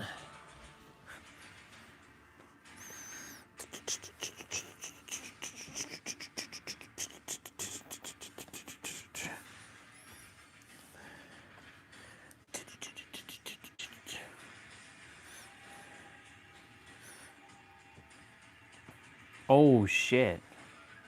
I just thought about something.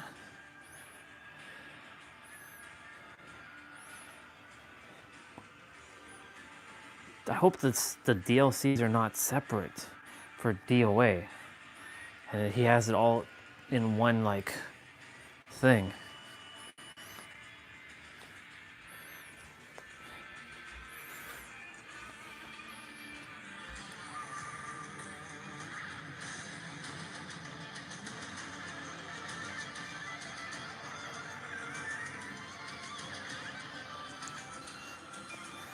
I just thought about something. I was like,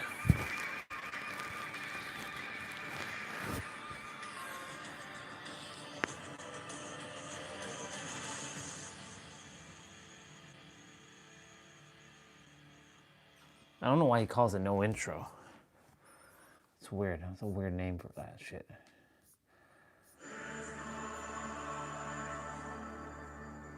It's like that.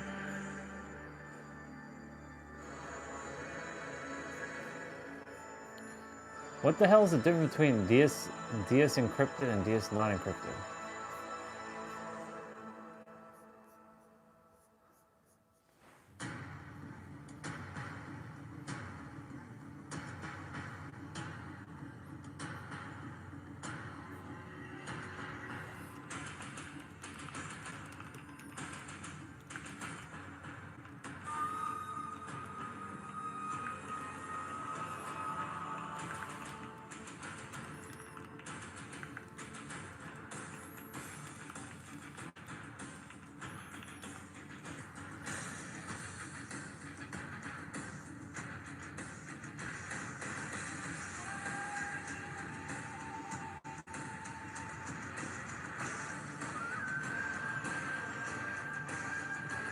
All right, fair enough.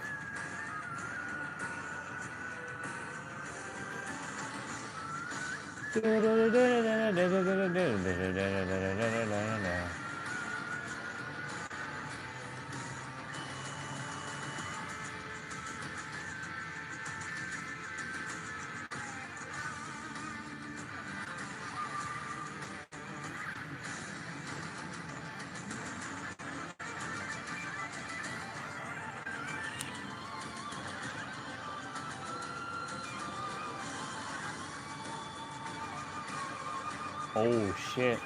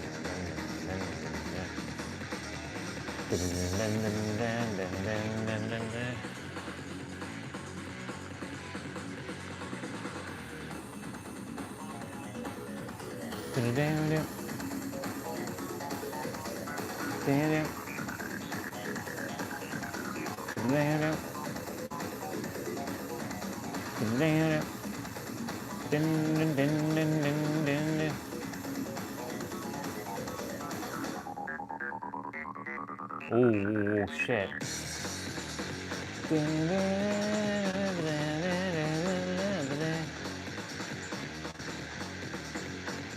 Oh my god. Even the search bar hasn't popped up for this one.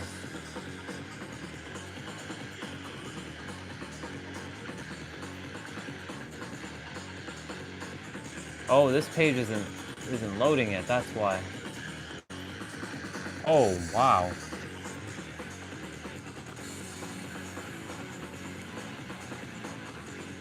Whoa, whoa, whoa, whoa, whoa, whoa, whoa, whoa, whoa, whoa. This page is crazy.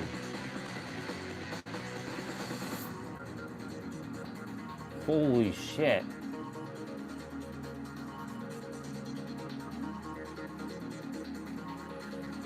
Gotta bring down the RAM usage a bit here.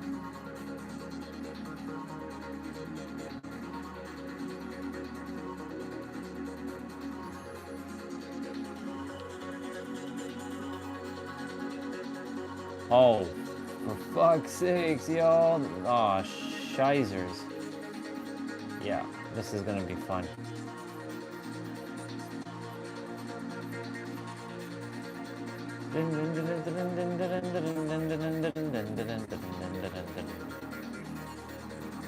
Holy shit, y'all.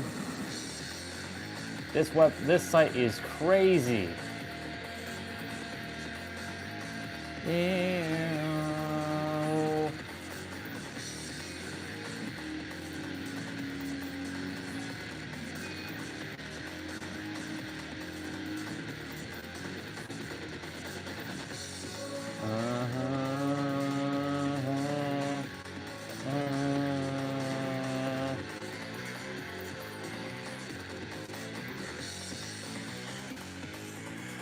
Holy shit.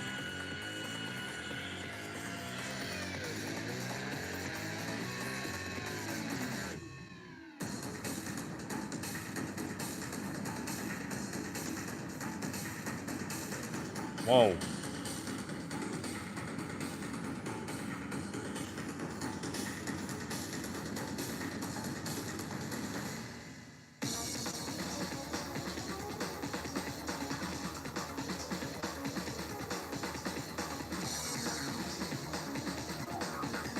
This is wild.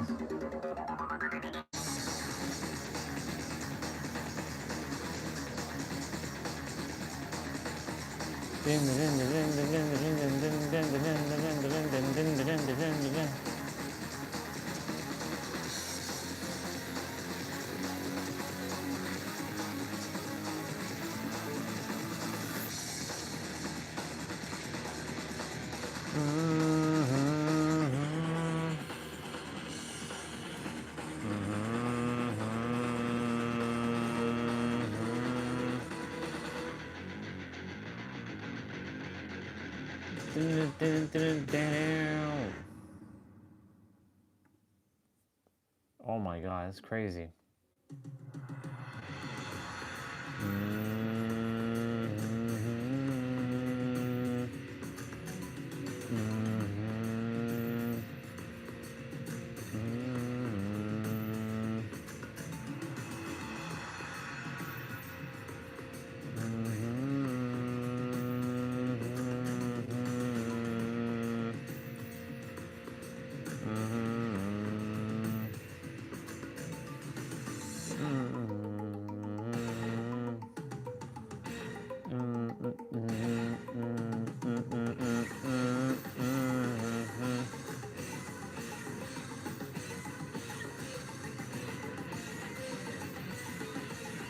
Dude, what the fuck?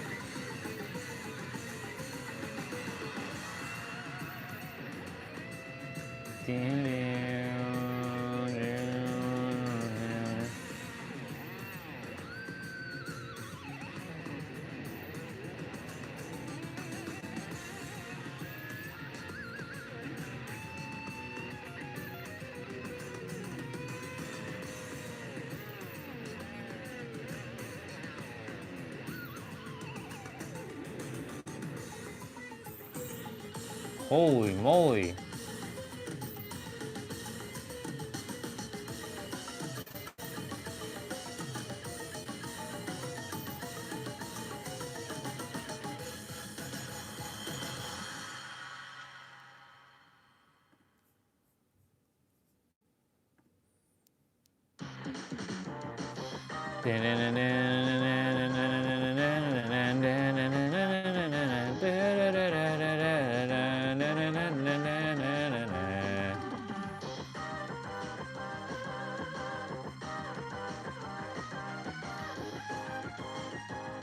Oh shit, I already downloaded that twice.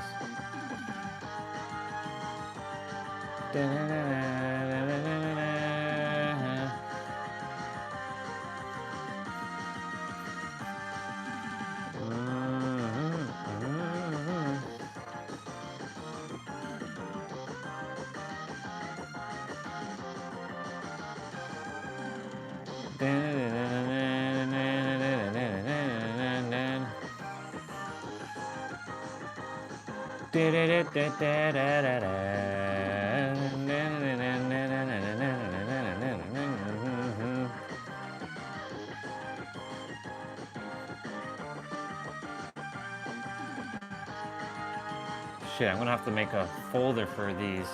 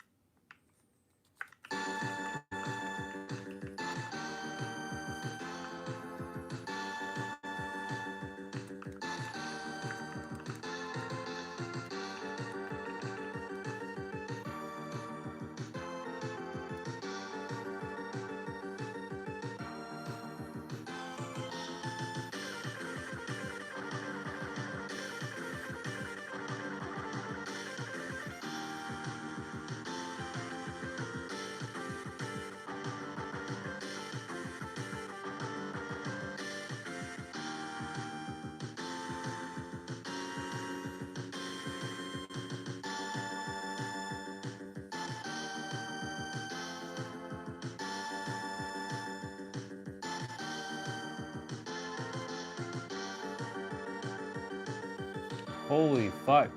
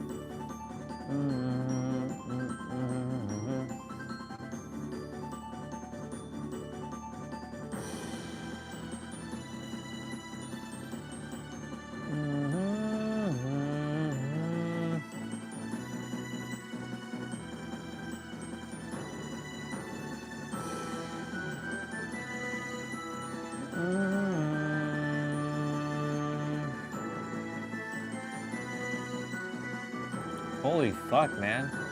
So much shit.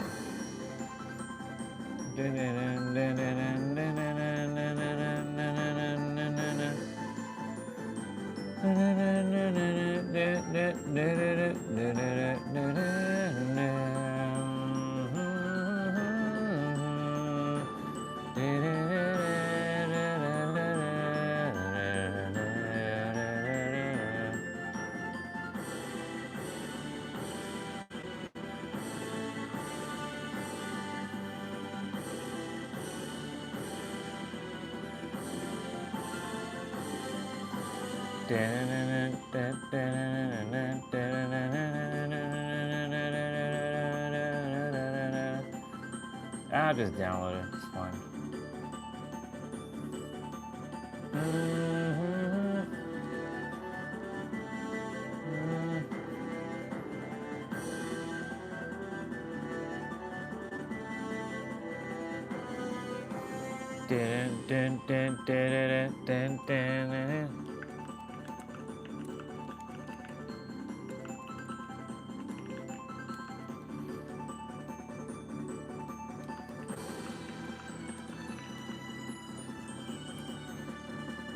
Holy fuck.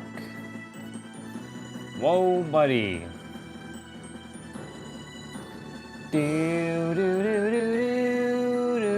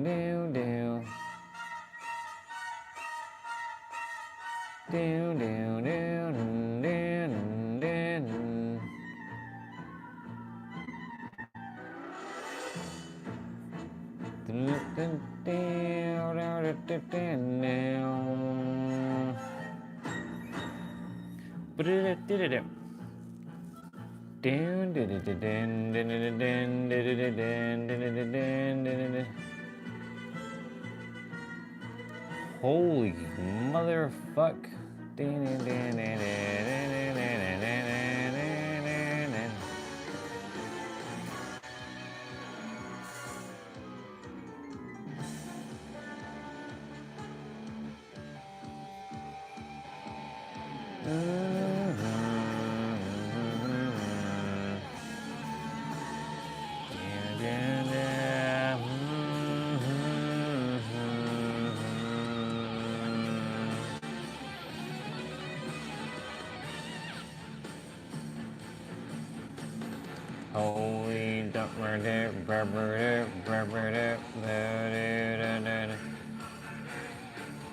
Sephiroth. Sephiroth. Evil, evil, little man, rah, ree, rah, rah, rah, rah, rah, rah, rah, Sephiroth. Sephiroth.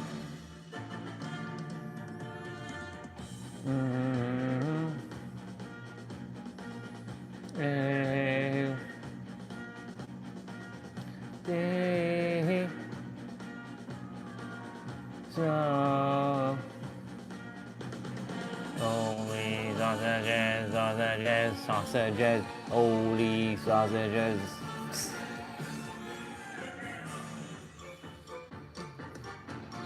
Sephiroth.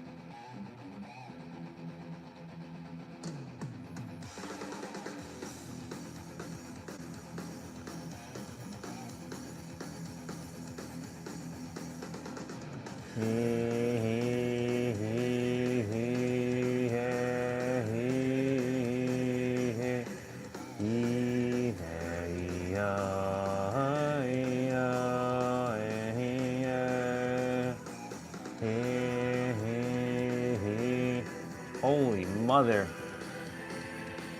Fuck, dude. We got lots to download. I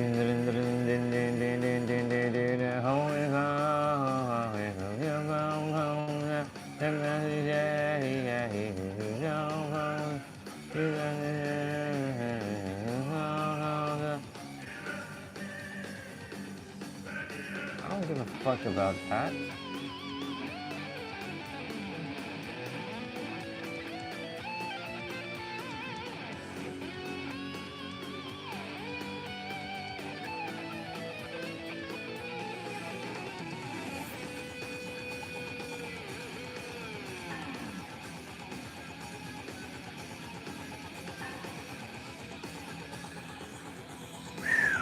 Okay.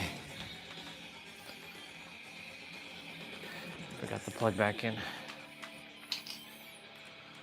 Do. All right, we got lots to roll. We got lots to do.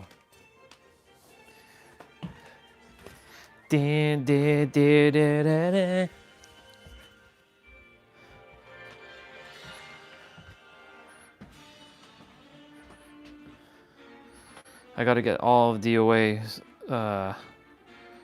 updates. Sephiroth.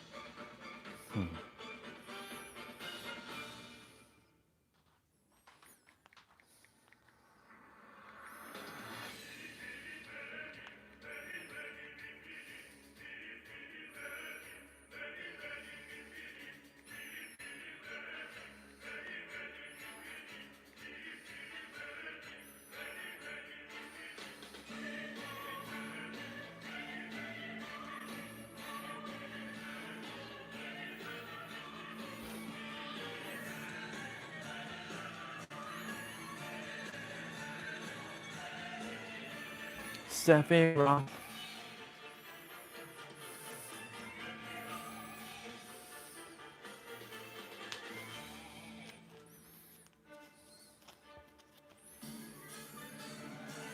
Sephiroth. Sephiroth. Do do do do holy, holy, oh, oh,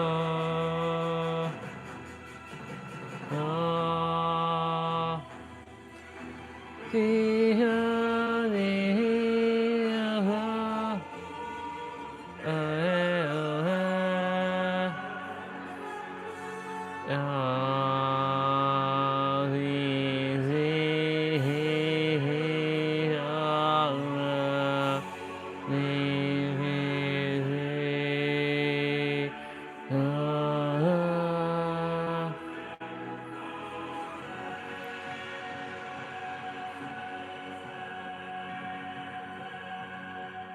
Lefang.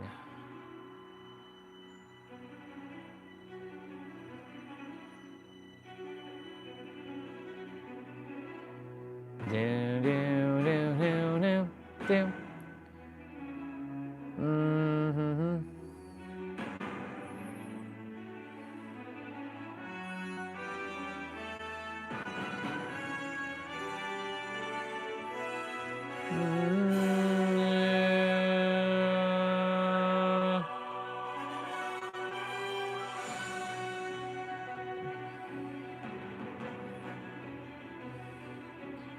Din, din, din, din, din, din, din.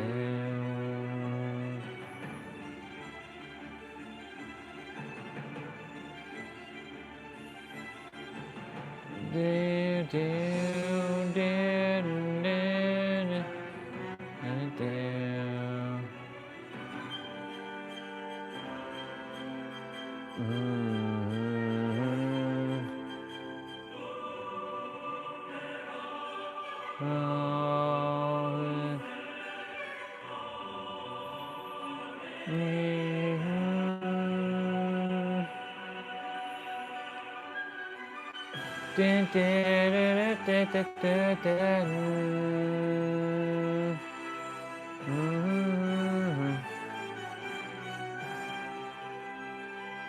Oh my god, that's crazy. There's so much DLC for this game.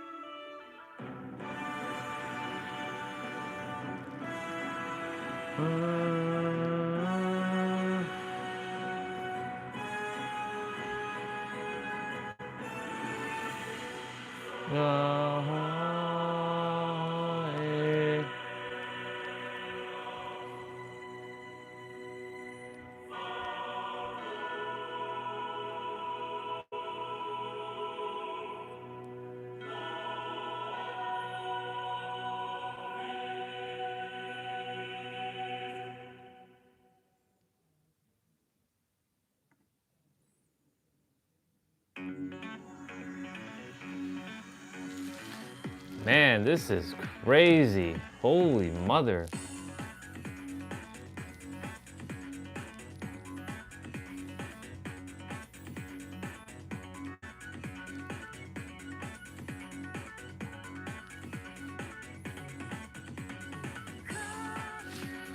Calling, you hear me calling, calling, you hear me calling.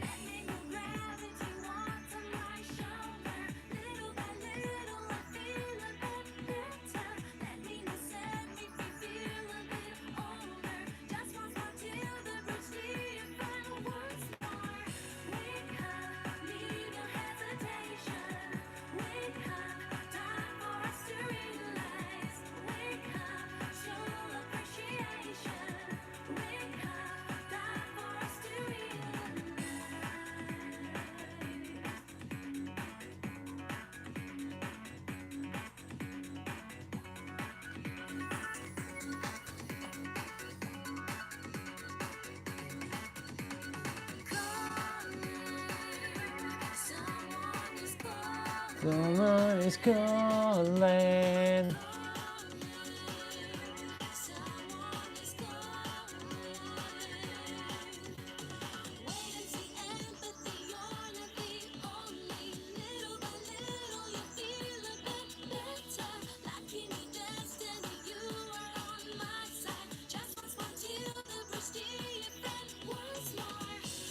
Holy fuck, man.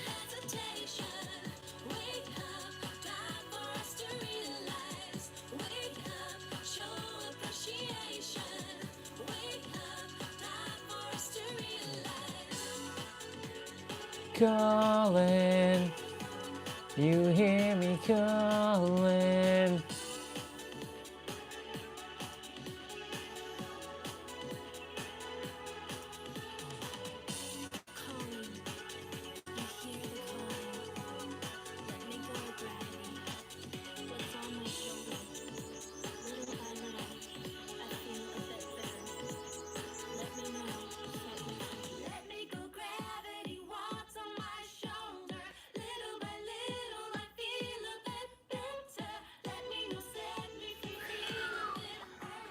Oh my god, there's so much to download.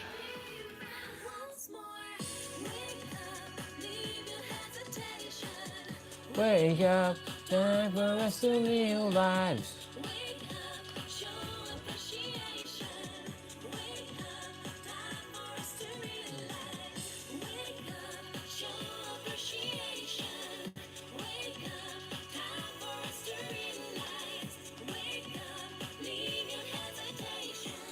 Oh. Oh, I was about to say, I thought I had put it into Final Fantasy.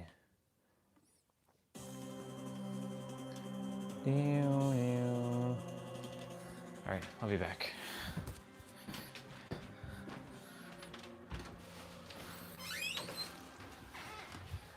Come on.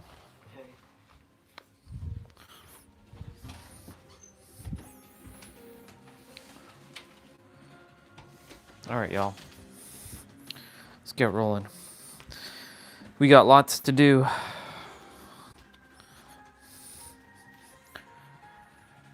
Lots to do. Lots to do. Tons to do.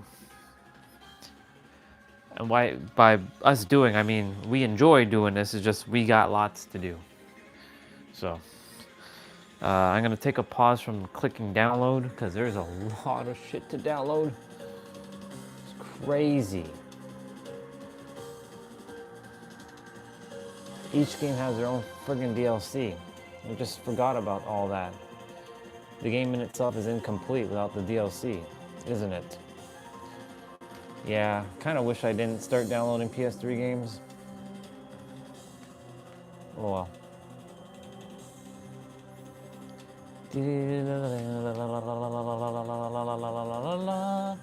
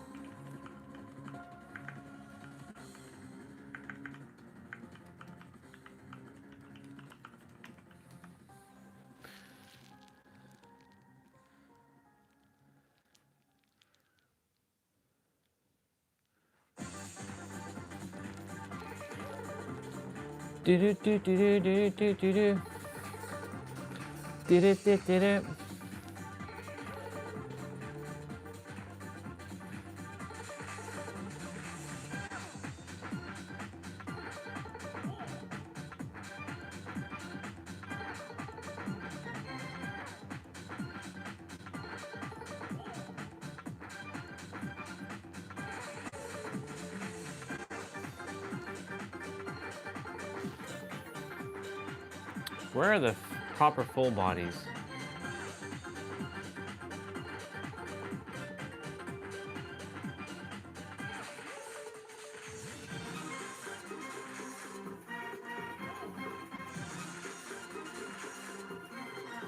All right. What we got going on here?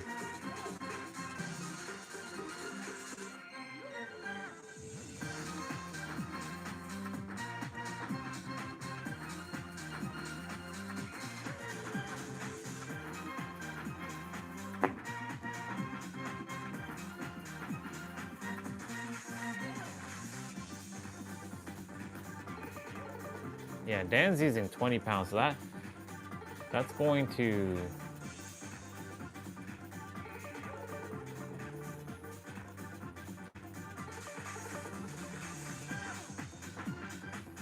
Where the hell are his full bodies?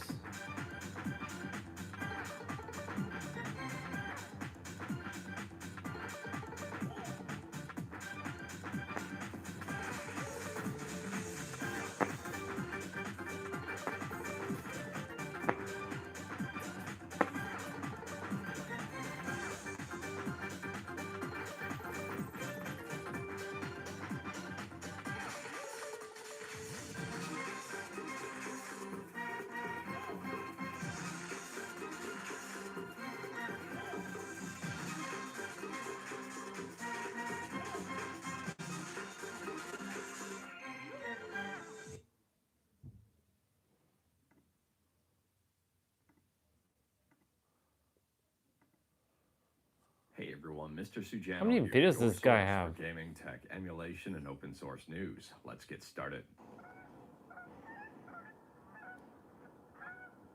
Alright, to kick things off, we're talking about Nintendo Switch emulation with Eden, and I guess it's time to buckle up, because things are about to get serious. Oh, that was stupid. Anyways, here we're talking about Eden. And it turns out their GitHub has been shut down thanks to DMCA. So here's the statement from the Eden development team that's right up on their Discord. And they say here, in an incredible display of unprofessionalism, GitHub and Microsoft, who owns GitHub, has ignored the legal countermeasures we took against the DMCA notice submitted by Nintendo in February.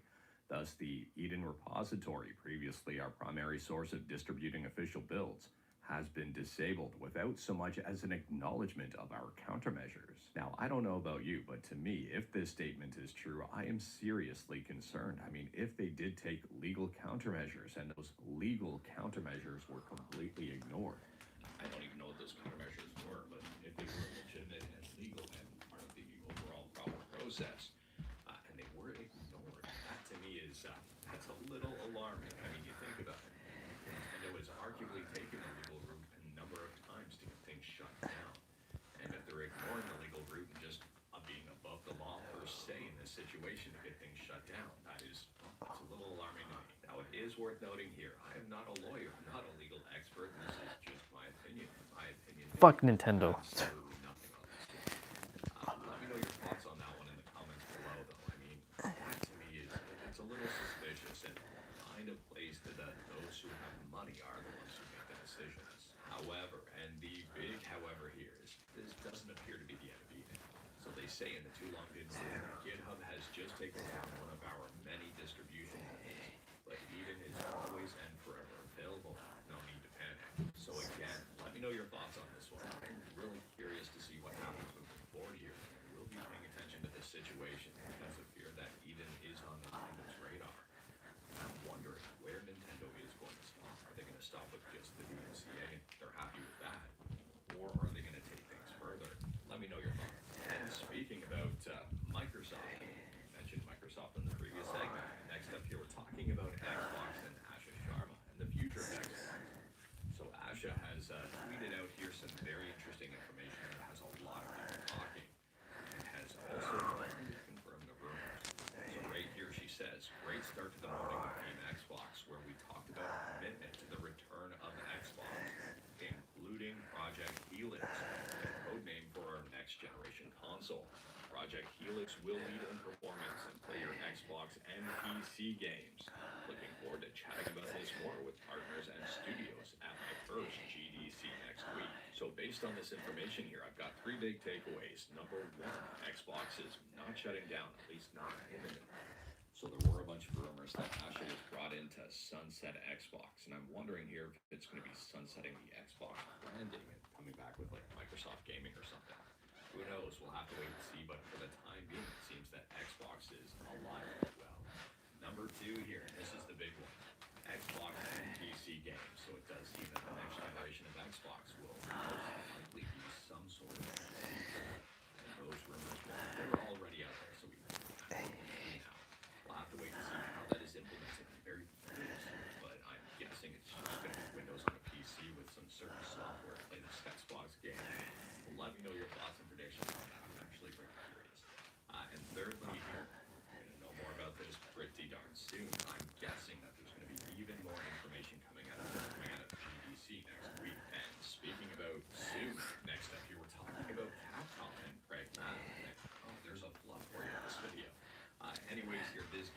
set to release on April 24th, I believe, and now it's been pushed forward a week to April 17th. I don't know what's going on over at Capcom, but they seem to be on fire.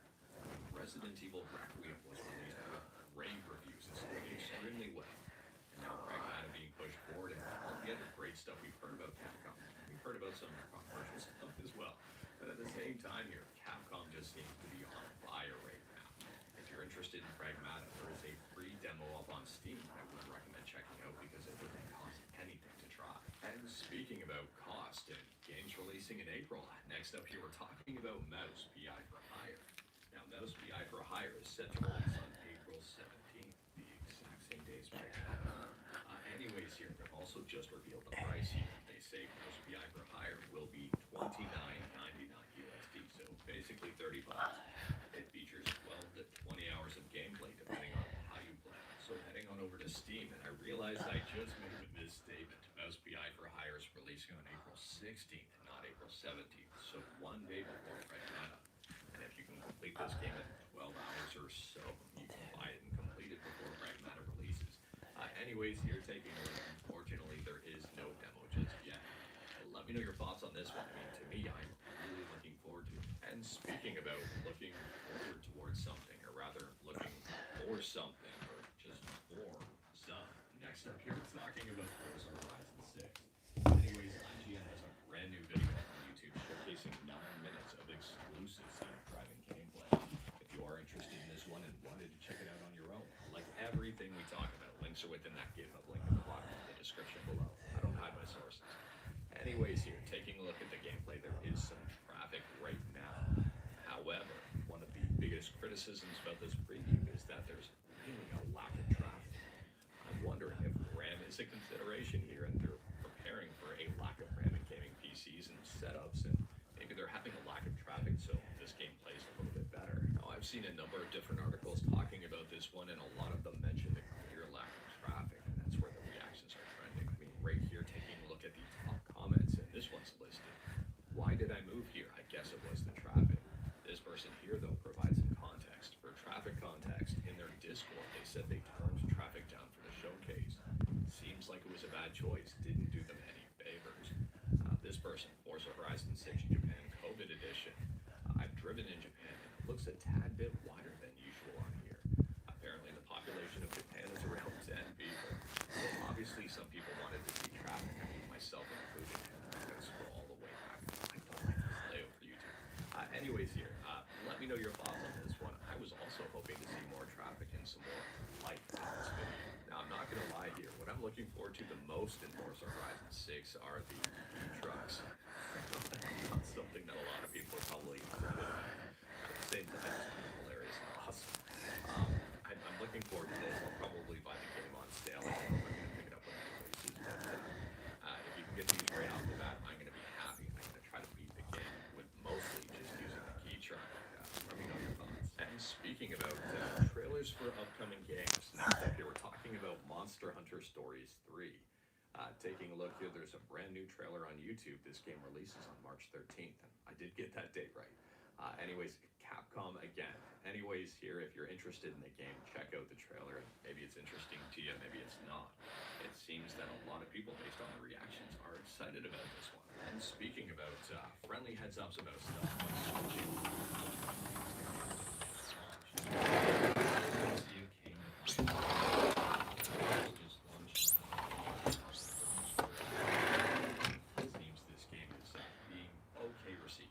based on reviews of this one, it does seem that fans of the original are excited about it. Newcomers to the series may not necessarily appreciate it like it arguably should be. That's because arguably the game hasn't aged all that well. It looks better now, but some people are complaining about sparse gameplay and all that stuff. It is a PS2 game, and I think this review hits the nail on the head. It's a nice overhaul of a PS2 era game, but remember, it is a PS2 era game. Let me know your thoughts. And speaking about games that have a very positive review score on Steam, games that just released. Next up, we're talking about Scott Pilgrim PS. Just a heads up, this game has a very positive review score on Steam that's just released. If this one was on your radar, you can probably check it out now. There's even a demo. If it wasn't on your radar, check it out before you buy. And continuing talking about games that have just released, but upping the overall reception. And next up here, we're talking about Slay the Spire 2. This game has just dropped, and holy smokes is it being well received. Right now on Steam, it's got an overwhelmingly positive review score. Now, if you weren't impressed by that, let's head on over to SteamDB, and in my opinion, things get even more impressive. Right now, the game is sitting in 4th under most played games, with over 378,000 people playing it. That is massive. It's beating Apex Legends, Rust, Bongo Cat, and even more. Well, everything else. I mean, it's in 4th frickin' place. Now, I don't know about you here, but I would say this is a huge success for the developer, and also for indie gaming overall. I mean, taking a look at Slay the Spire, the original game, it's got 57,000 as the review. 378,000 is absolutely killing that number. I don't even know if the developers were expecting that big of a success. And just for some reference here, let's take a look at Balatro. So Balatro peaked at 43,905 players. 378,000 is also a little bit more than that. And to put things into even more perspective here, taking a look on Steam TV at card games, not even just like deck builders, but card games on Steam. Slay the Spire 2 occupies the first spot of all time in terms of peak players. In fact, right now at the time of filming, it's bumped up even more to 430,000 people playing this game at the exact same time. So a game like this one, I would say, is definitely up my alley, and who knows, maybe it's up yours. If it wasn't on your radar, it probably is now. Taking a look here, the game is still only in early access, so it's only arguably going to get better from here. I'm curious to see if this does get nominated for an award. I mean, Game Awards have nominated early access games before, so if they keep following that trend, this game should be nominated as well. Now, I would be shocked if it didn't win. Let me know your thoughts. And speaking about PC gaming, next up here, we're talking about PlayStation. We talked about PlayStation yesterday. In fact, one of the big news stories was the huge, pretty much confirmed rumor that PlayStation is pulling out of PC gaming. At least for single-player experiences, it seems they are still going to be pushing multiplayer experiences to PC. Anyways here, listen to this tweet from PlayStation Asia. PC gaming elevated. The DualSense wireless controller is PC ready. Easy setup, epic immersion.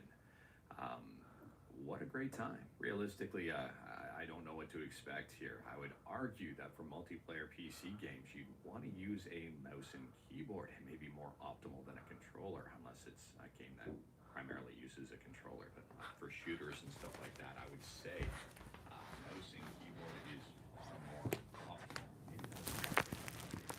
Let me know your thoughts on this. Would you be interested in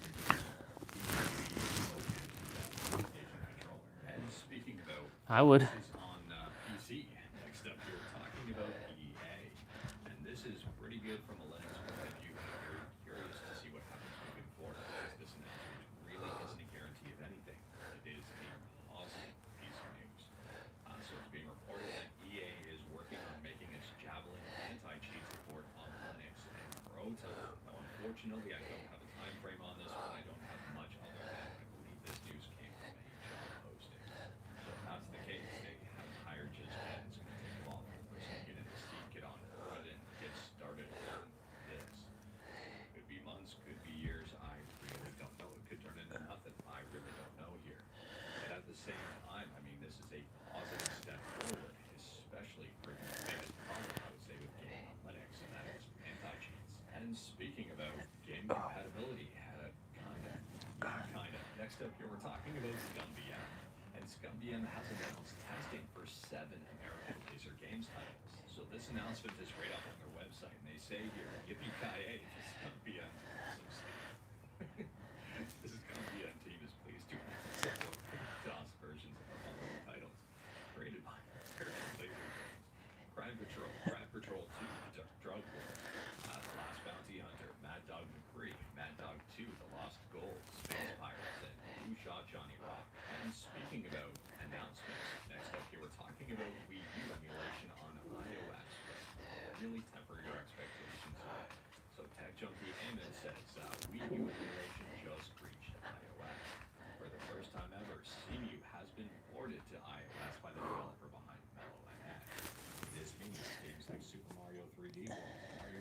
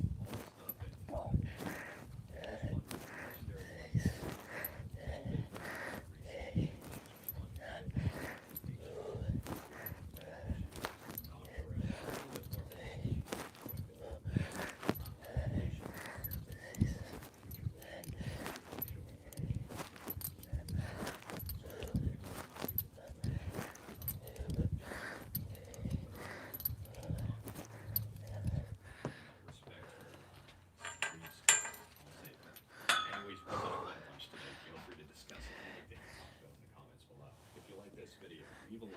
If you didn't like this video, leave a like. Hit that subscribe button. Check out my other videos. Don't tempt fate. Save your state. Don't tempt fate, save your state.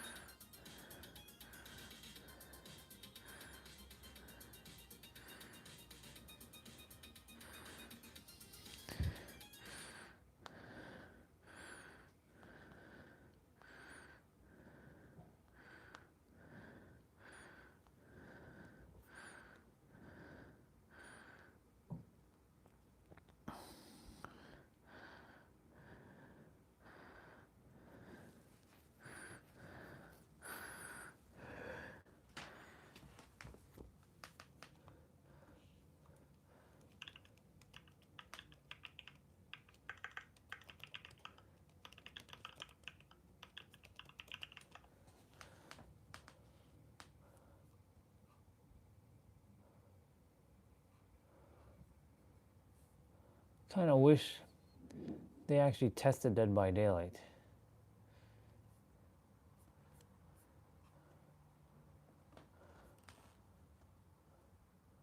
And then finally on the right, you can exit out of the game if you need to. So this is going to be really handy if the game gets frozen or something like that. But for the most part, I would recommend quitting out of the in-game menu just because that usually will prompt the cloud save a little bit better. Now, when you close out of a game, it's going to ask you how the game ran, like to give it a rating. So for example, here, I would give it 5 stars. Everything was going great. But if there were any issues, then you can add them right here. So for example, if we got no graphics or maybe the cloud saves weren't working, then you could maybe give it like a 1-star or a 2-star rating, then select that, and then you can submit it. There's also a dialog box if you wanted to add your own information right here, like specifically what was happening with this game and whether or not you found any resolution to it. And you can also add their Discord right here if you wanted to go in and get one-on-one support from the community too. And as you start installing the games, they're going to show up at the top. So that's going to be really handy when you first open up the app and you want to jump into anything you've already installed, you will find them right here. And honestly, that's essentially how it works with Game Native. You can look through here. I would recommend, maybe starting with the compatible games, making sure you've got enough storage space for the game file size itself, and that's basically it. Now let's say you wanted to play a game offline. Say, for example, this one we just installed, so let's walk through that process. The first thing you need to do is actually install the game and then run it at least one time so that you can download all those back-end files, and so the game is actually running. And once you have the game running, you should be good to go to play it offline. At that point, it's a really simple process. You literally just have to take your device offline. So right here with the Retroid Pocket 6, I'm just going to go and turn on airplane mode. And now you can see there's no Wi-Fi running here, so let's now start up this game. So same thing here, it's just going to launch the game, and it's going to know that it's offline. Because we've already downloaded all those background apps, it doesn't really matter that much. As long as the game was running the first time, it should run offline as well. Now the big difference here is obviously the Steam Cloud Save is not going to get uploaded when you exit out of the game, and so that's when you would maybe want to potentially force the cloud sync once you're reconnected to your device. And now once we're back online, we can just go and click on this and then go into the game settings and then just do force cloud sync. It says that our save files are already up to date, but if you did have something to upload, it would let you know. Okay, now I've moved over to a different handheld, but still using Game Native here, and you can see this is the Odin 3. I've got 13 games already installed. And at this point, I want to talk a little bit about troubleshooting and how you can sometimes manage some of these games that may not work correctly. So Absalom is a great example. As of a couple weeks ago, this game was not working on Game Native unless you went in and actually edited the container. So what you had to do is go all the way down to the bottom here under General and use this thing right here, use Legacy DRM. Now since then, Game Native has been using these per game configurations, or what they call a known configuration. So if we just set it to use known configuration, within the container right here, it's actually going to do it by default. So already community feedback has made this game playable for everybody using Game Native. And so that's one of the things about the whole Windows container environment, is that it moves a mile a minute. And so it's one of those things where I could probably make a new video about it every week, because that's how quickly this is developing. What I love about the known configurations that they are now implementing in Game Native is that it takes a lot of the guesswork out, and so you can often just trust those settings, but sometimes they will not work. In the case of Absalom, it now works great. I can play this game at a pretty solid 60 frames per second on my Odin 3 at a 1080p resolution, and it's wonderful. I've played a couple runs like this. Now for other games like Skyrim, I found that just using the known configuration didn't actually work. So if we use the known configuration like this and then hit play, you'll find that initially it will try to install a bunch of these first-time setup files like, DirectX and things like that. However, after that, with this particular game, it just gives me a black screen, and I haven't been able to get past this with the known configuration. So there's probably a conflict here between the Snapdragon 8 Elite and the configuration files that they are recommending. Either way, this game is not properly booting up using the default configuration. And this is where you would want to go in and start editing some of the container options here. Now, a lot of this will require just trial and error, but let me walk you through some of these options. Number one, under the Wine version here, you've got three options, at least right now. You've got the ARM version of Proton, the x86 version, and then the ARM version of Proton 10. I found that by default, this ARM one usually does the best job, but sometimes switching over to x86 does a better job with particular games. So that's probably the first thing I would recommend changing. If you get to a game where it's booting fine, but the performance isn't quite where you would expect, then sometimes switching from Proton 9 to Proton 10 will do a better job there. And again, it does require some trial and error. Further down in the General tab, we've got that Legacy DRM option, and sometimes this does work, so I would recommend trying that one out. And if you ever get this specific error, then there's an option right here to unpack the files, and sometimes that works too. One last-ditch thing that I often will try is this one right here, Launch Steam Client Beta. And so if you turn this one on, it's actually going to launch Steam and then launch the game. It can affect your performance, but sometimes this is required for certain games. In the case of Skyrim, this is one of the options that I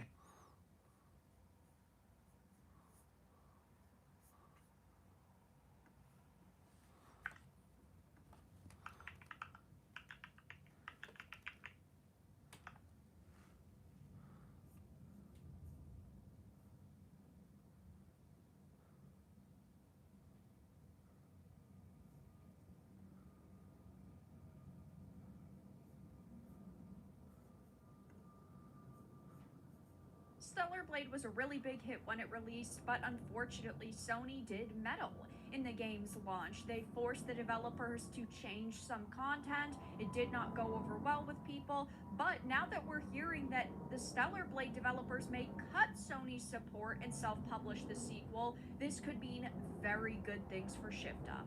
I have a few different things to show off, but before I get into the topic, if you enjoy the content I create, check out the links in the description, join the community in my live streams.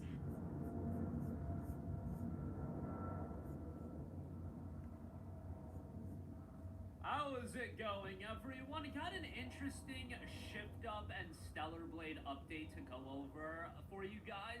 If you are wanting Stellar Blade to potentially be a day one PC game, this is potentially a very good sign. So we'll talk in-house on PlayStation, which being only on PlayStation absolutely puts you at a hard cap. It could do well, it absolutely can, but why be locked to one ecosystem? Why not be on Nintendo Switch? Why not be on PC as well, day one? And by the way, Stellar Blade on Nintendo Switch, it would do incredibly well on there as well.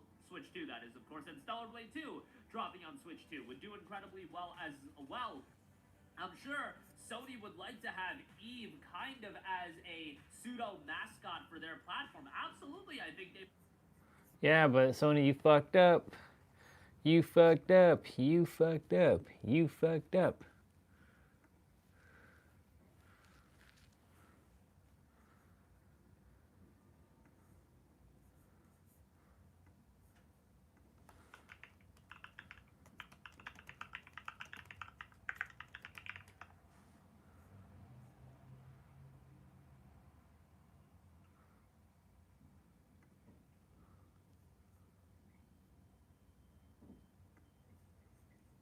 Get the fuck out of here.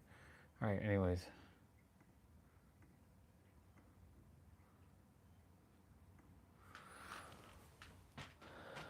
One sec.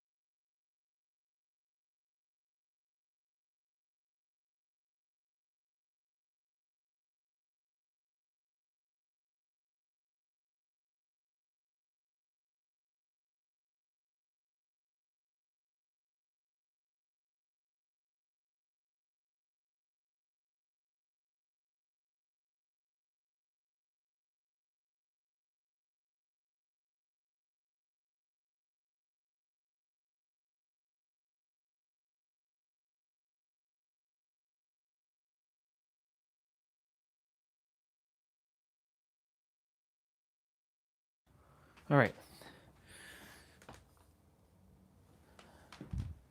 We got a few.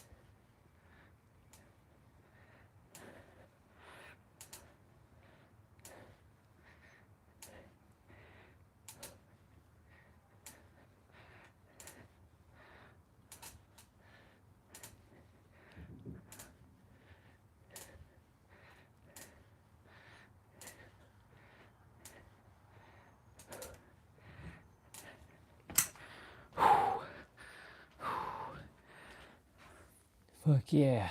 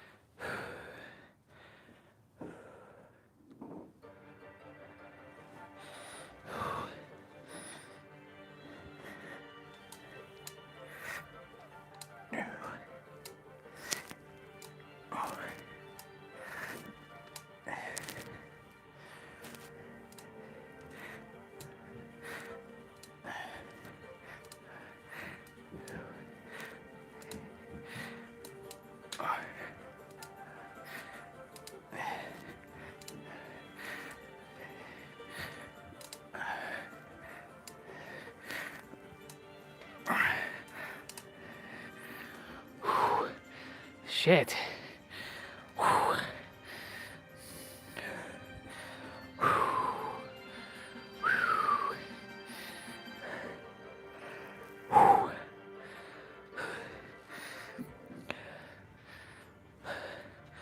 Oh man.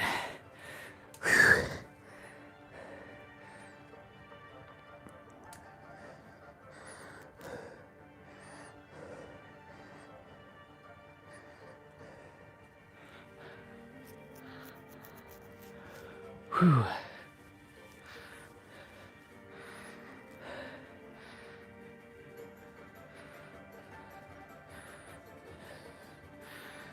Oh my god. So much DLC I have to download. I didn't realize so much DLC to download for PS3 games. Kind of forgot about that. Crazy.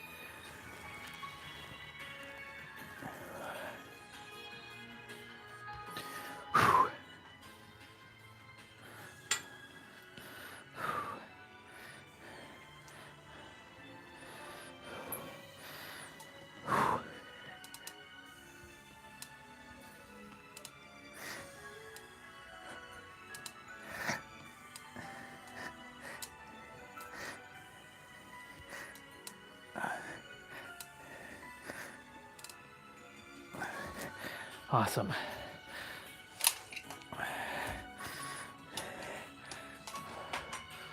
Plowing through our stuff.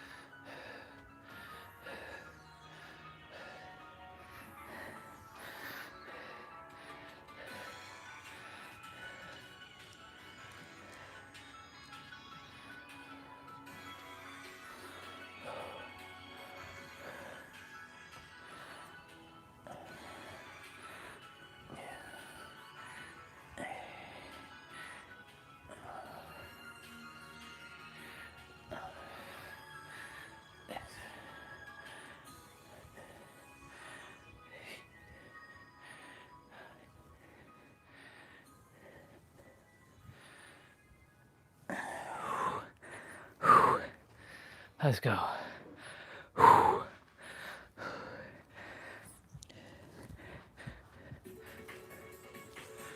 We're getting shit done.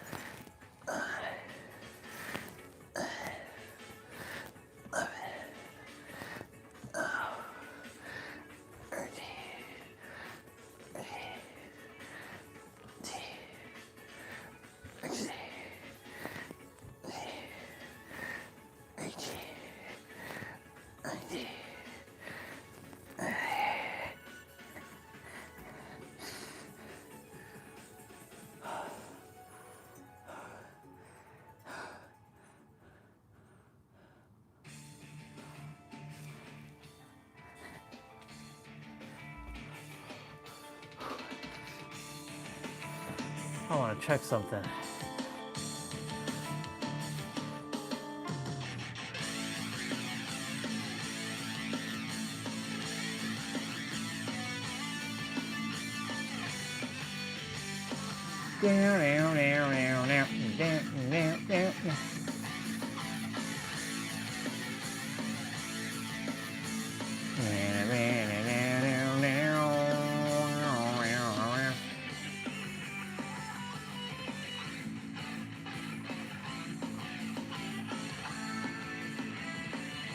Oh shit. Come on.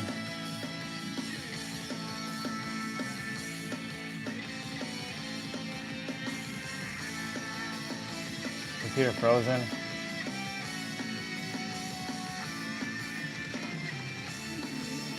Yeah.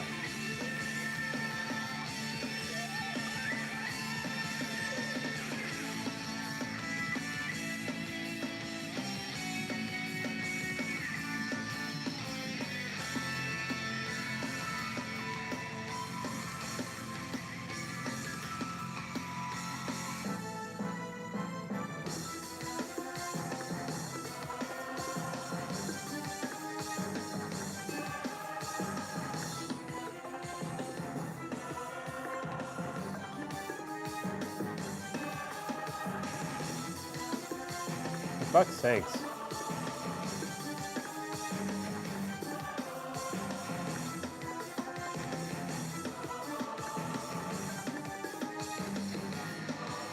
What are you doing, computer?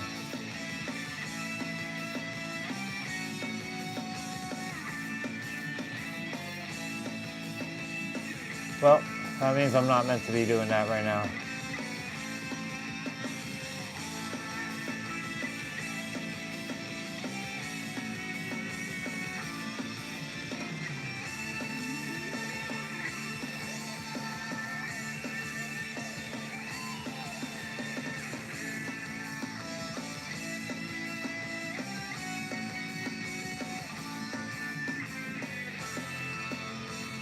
Come on. What is going on here?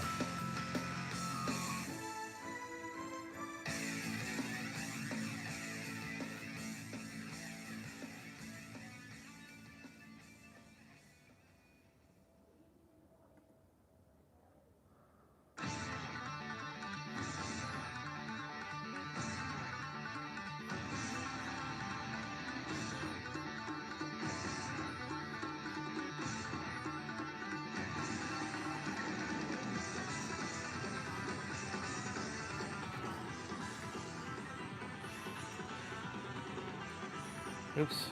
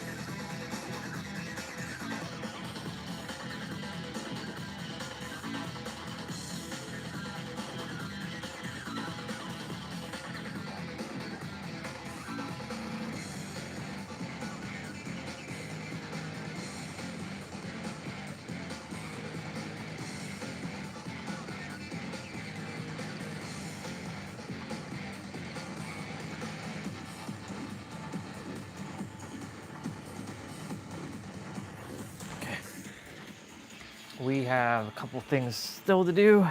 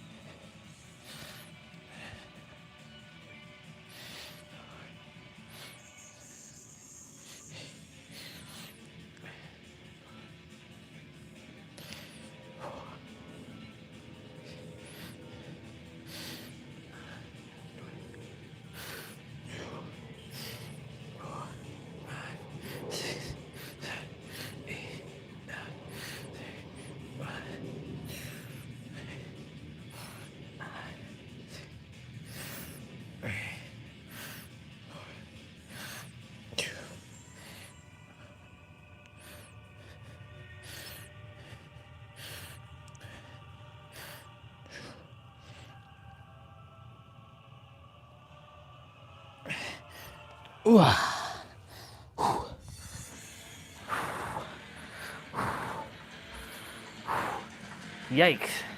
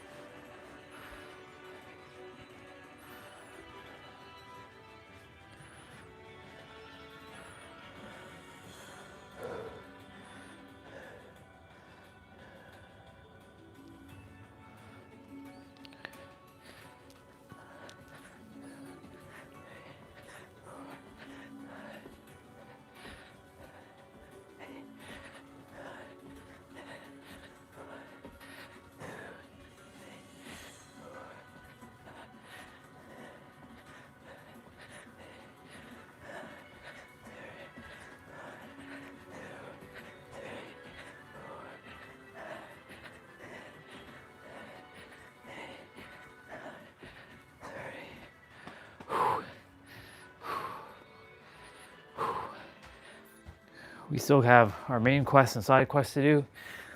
I just finished my 55s. Well, not all my 55s. I still have a couple more to do. But my mobility training is done.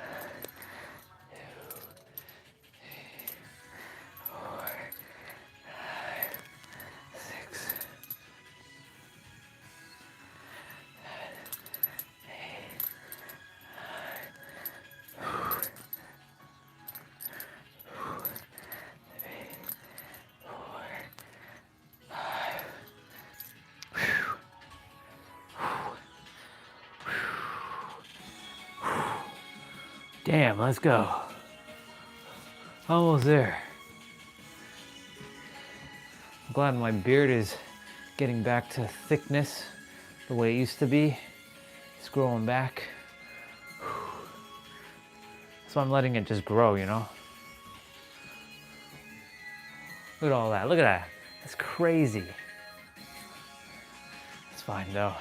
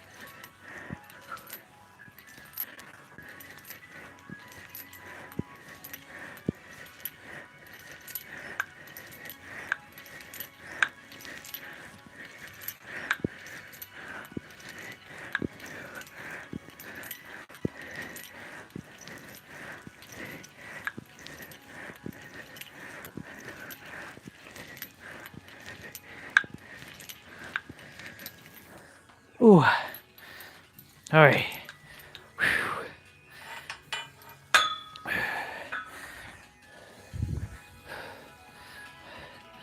Now with all that out of the way,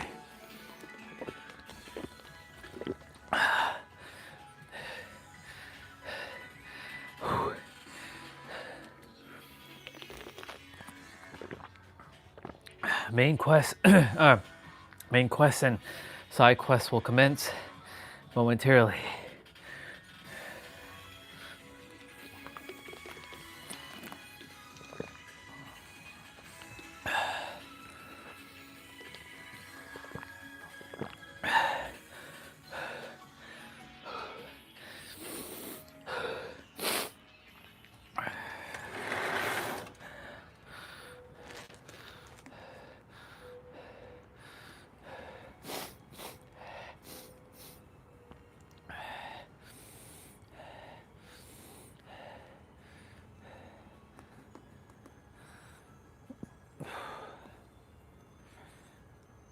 The months are passing on by very quickly.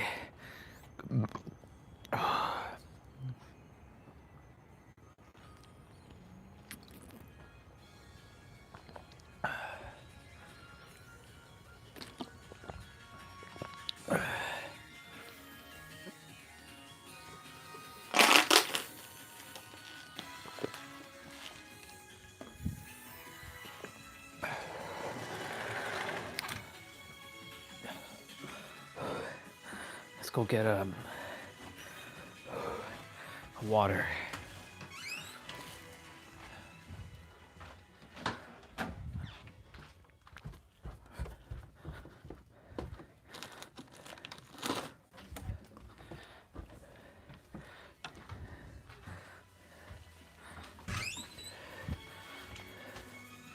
I'll go use the bathroom quickly.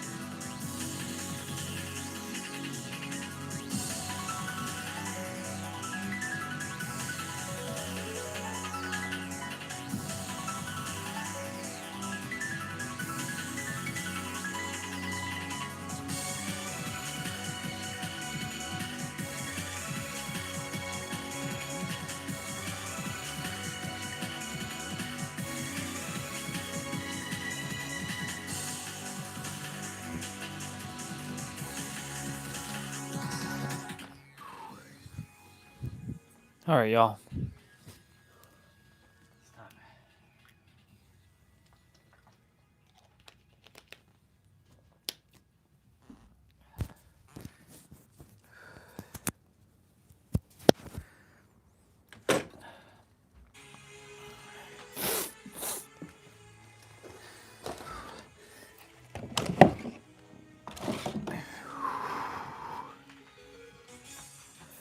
I should be walking around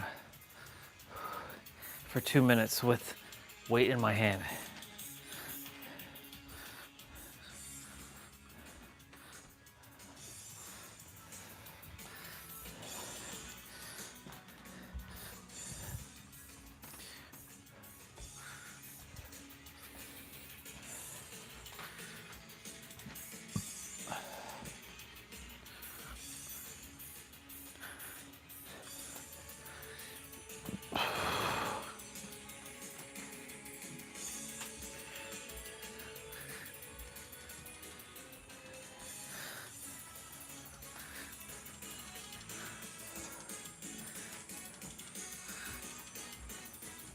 I want to get a weight vest.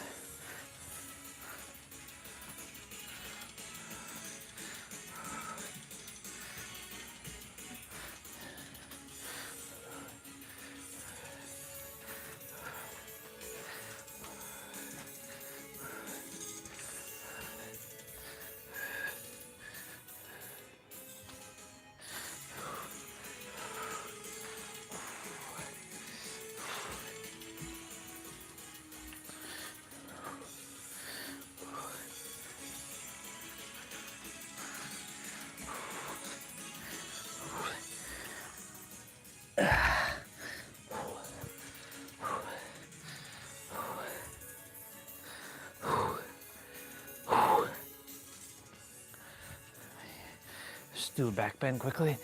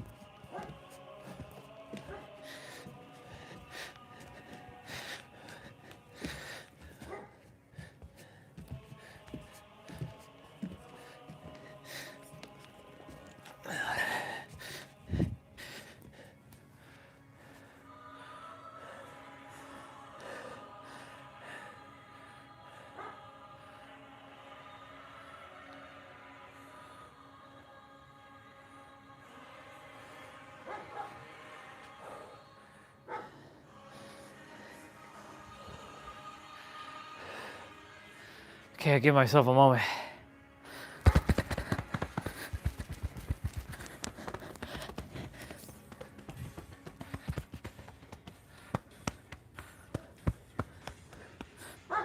Rah, rah, rah. Rah, rah, rah. Rah, rah, rah. Rah, rah. Rah, rah. Rah. Rah, rah, rah.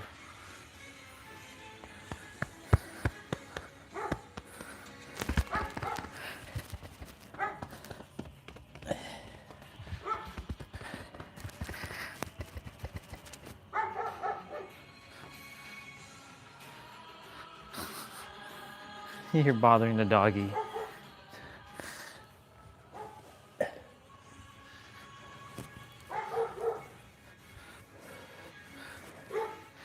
I like playing with him.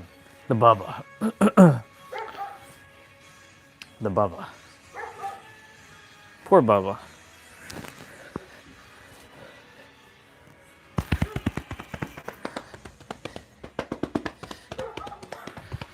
Poor Bubba. He's stuck outside. He wants to go back inside. All right.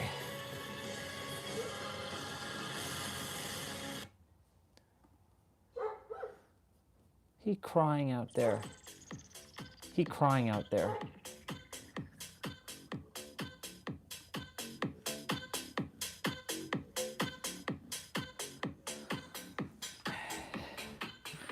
All right, y'all. We're gonna have a yoga block. Yep.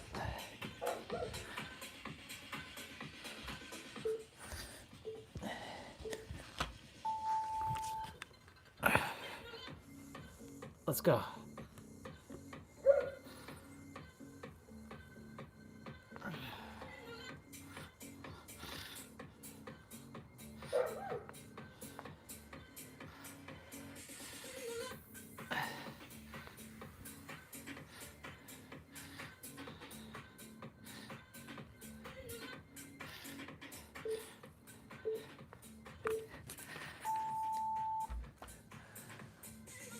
Short rest, by the way.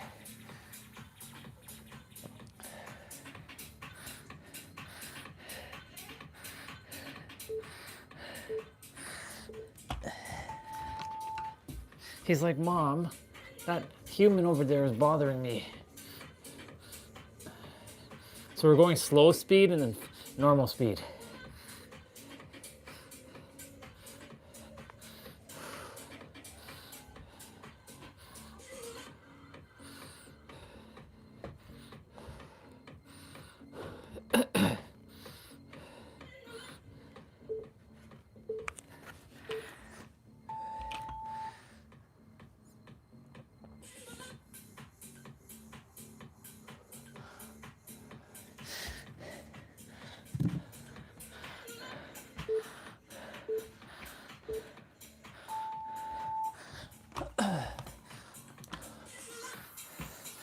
Right leg elevated.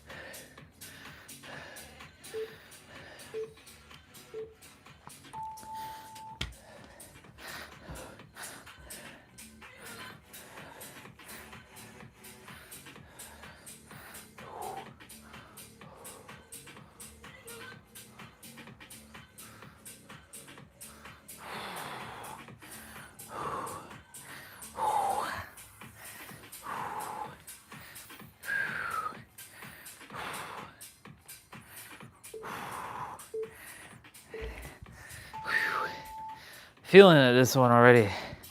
It's good. Short rest.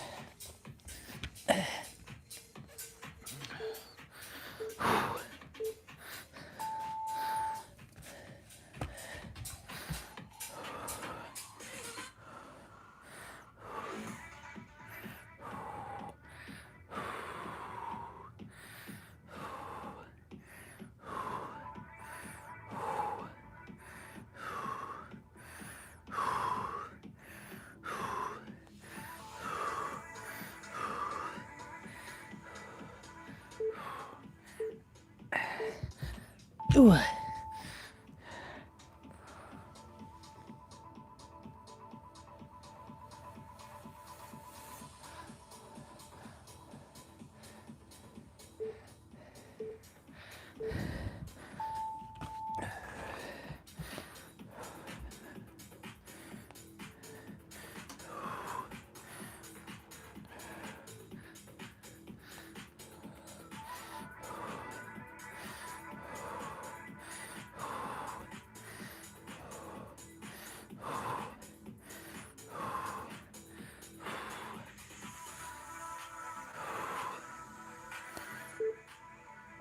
I think we're repeating now.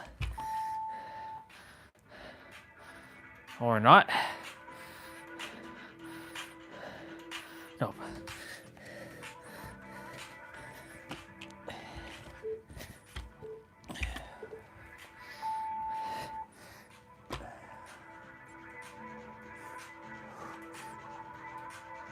Sumo squats.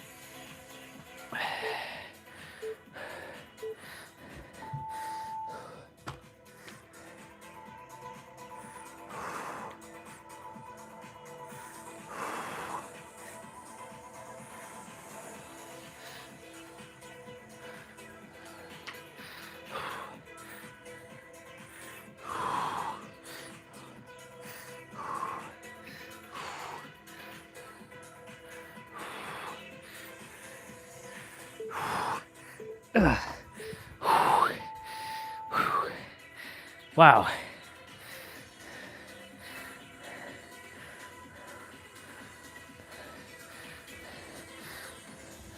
Wide push-ups.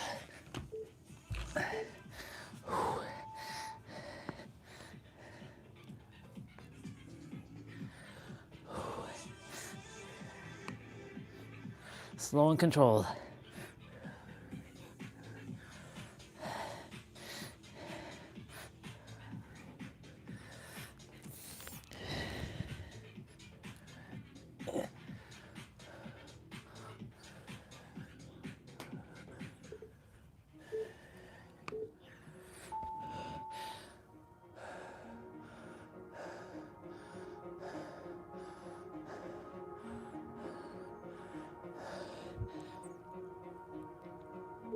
Taking in those breaths.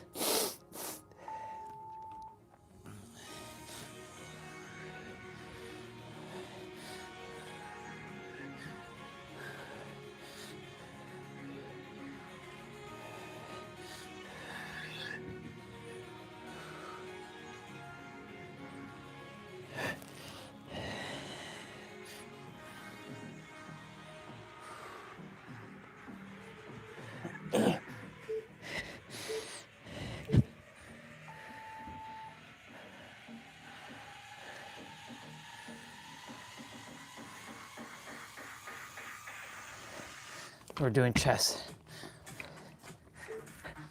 We're doing wide push-ups for those of you without dumbbells, or diamond push-ups. We're doing standard chest press, slow and controlled.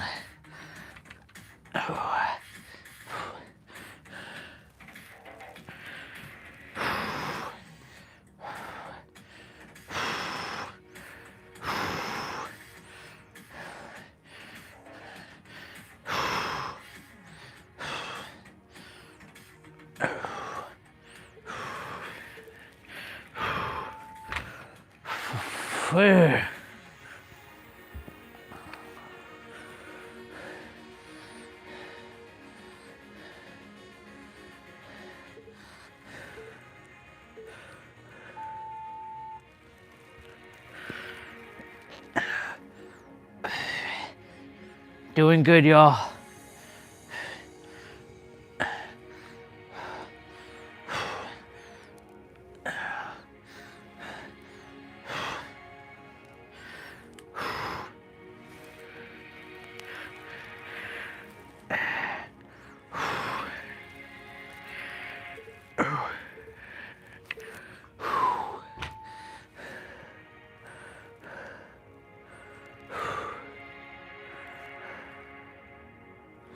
Chest flies.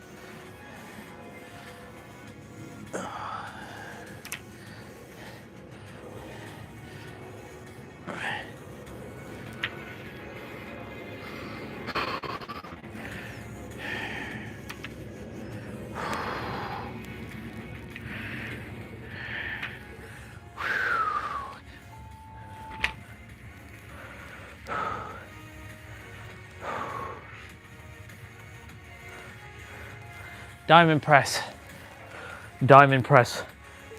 Two dumbbells. So you can do diamond push-ups here.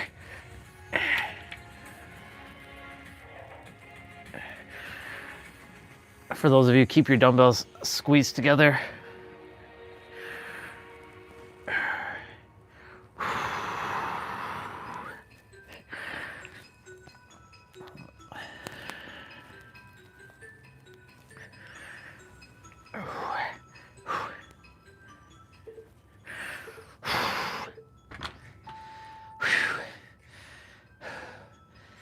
This one has a bit of cardio in it because it's short rest.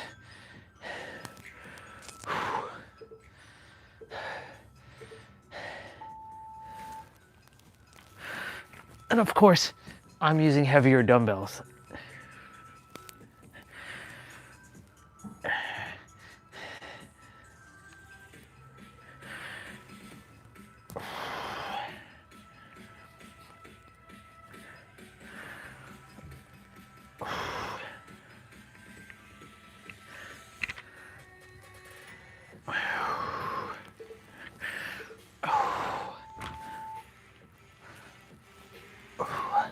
What's next? What is next? Bent over rows. So you're doing standard push-ups. You just did wide and diamond, now you're doing standard. Narrow, standard. We're doing bent over rows now.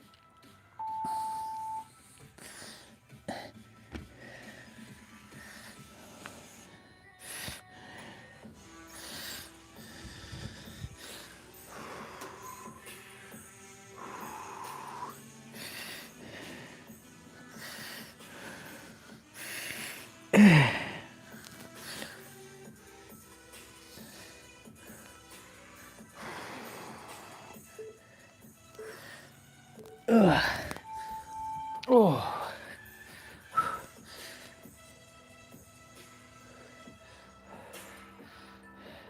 Plank rows.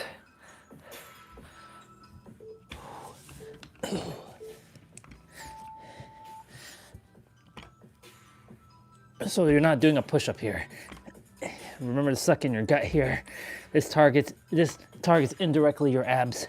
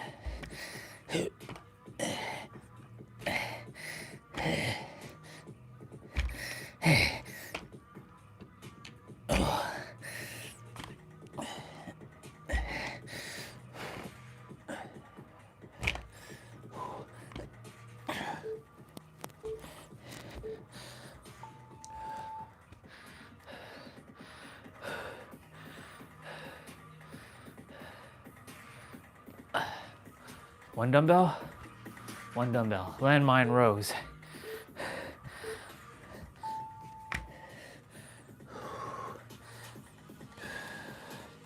This is still targeting back.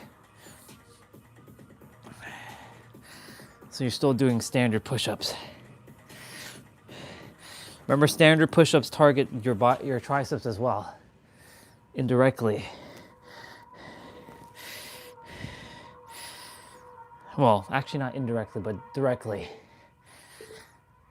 Standard push-ups targets your back, your shoulders, your triceps, a little bit of your biceps, and a little bit of your chest.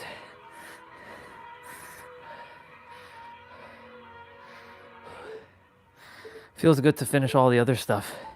Now I just have to do my 55 curls and we're done. And of course our abs, our 10 minutes of abs.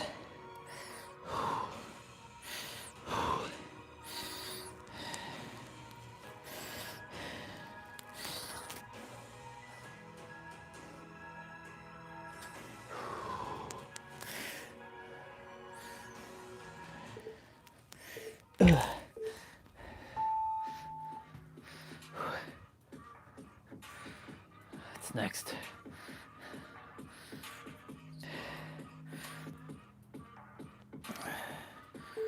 We're doing good mornings.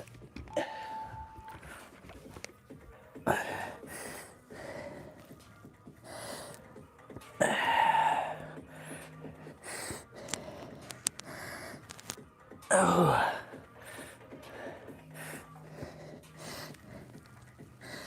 Yeah.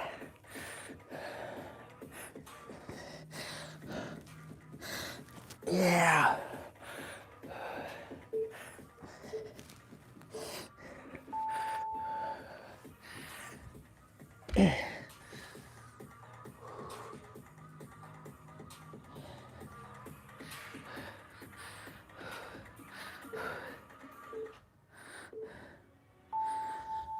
Again.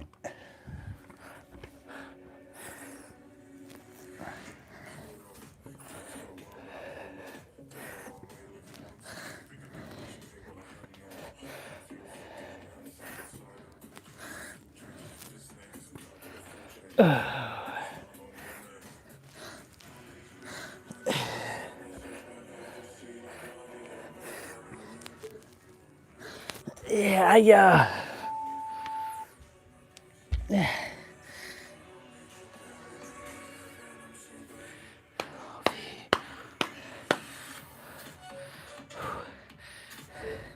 Biceps, so you're doing narrow push-ups now.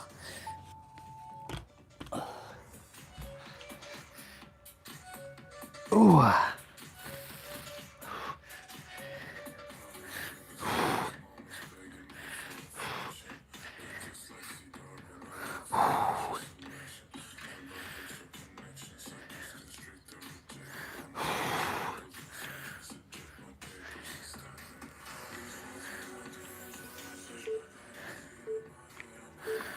Ooh.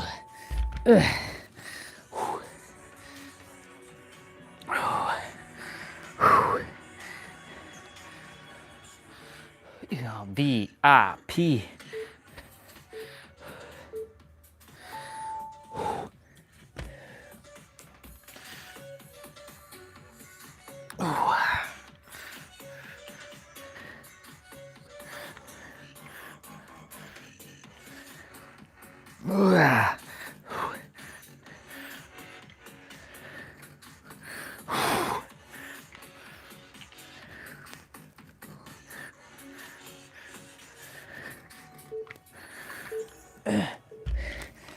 Oh my God.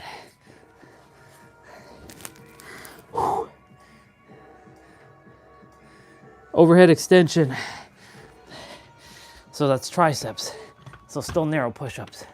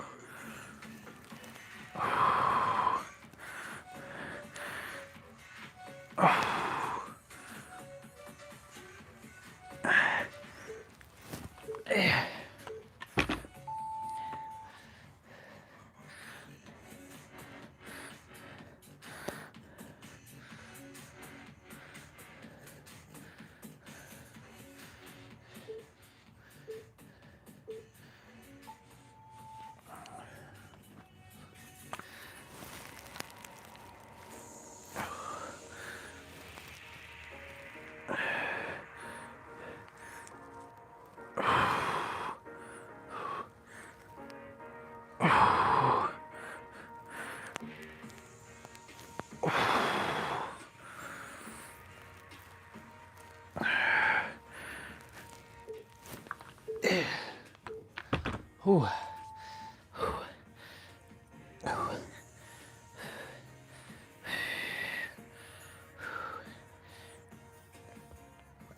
Hammer curls.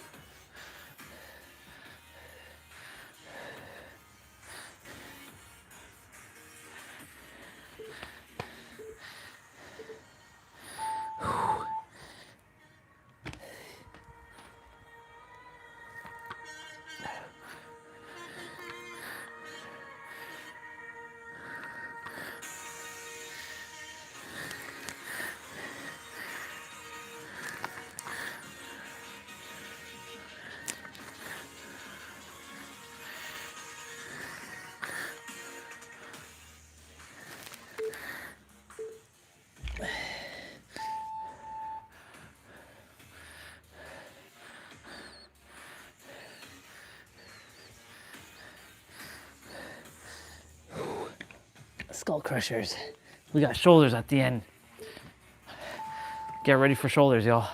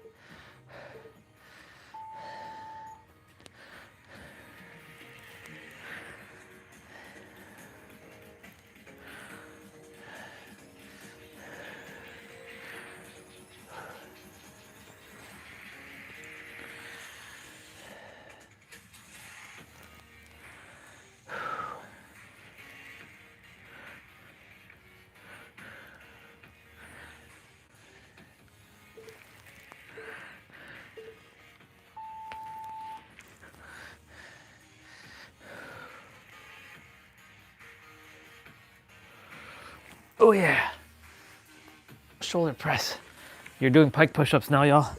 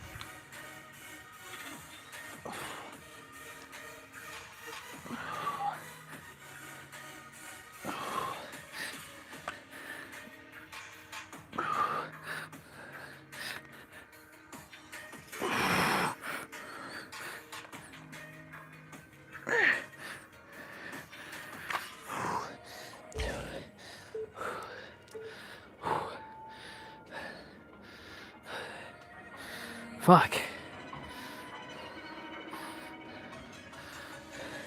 Upright rows are next.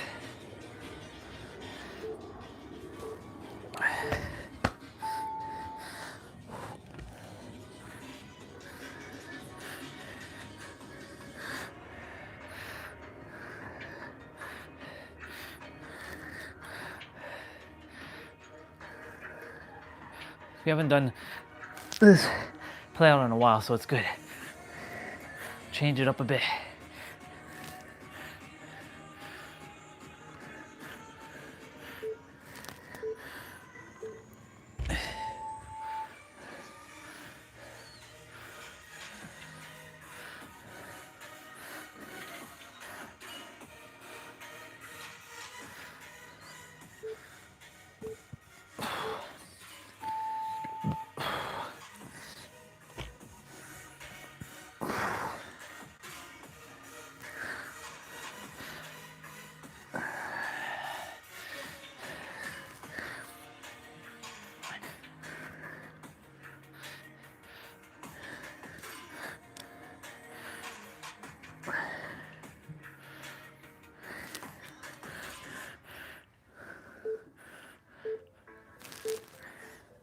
Oh.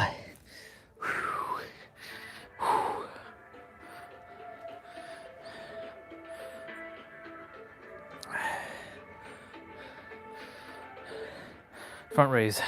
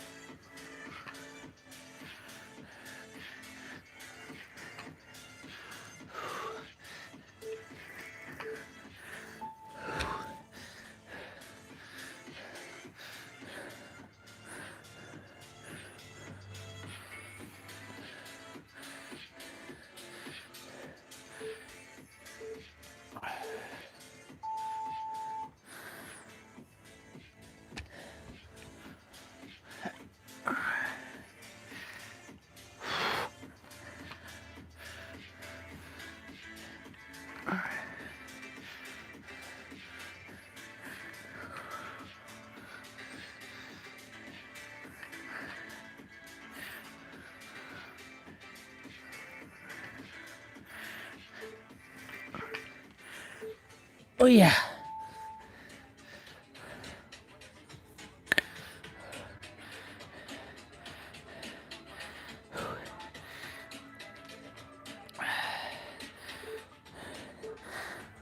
Shoulder shrugs.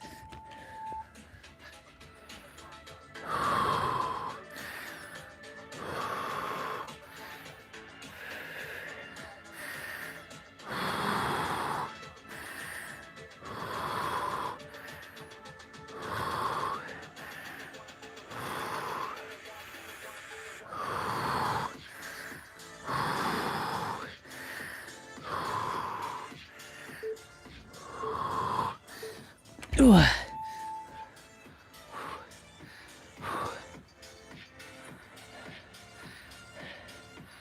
Microphone is dying now. That's fine. We're gonna do rear delt rows, change it up.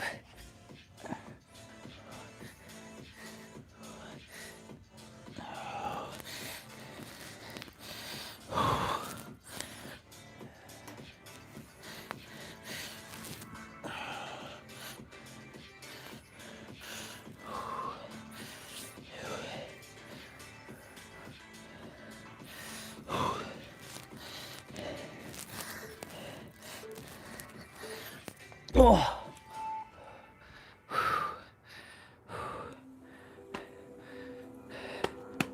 We finished. Fuck yeah.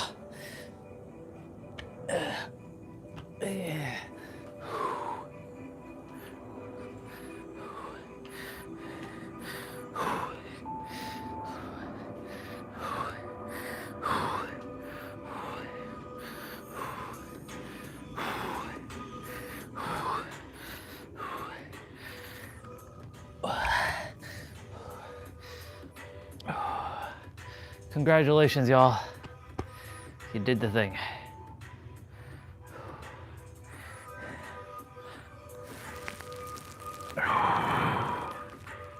Give yourselves a pat on the back. You did great. You all did great. Good job.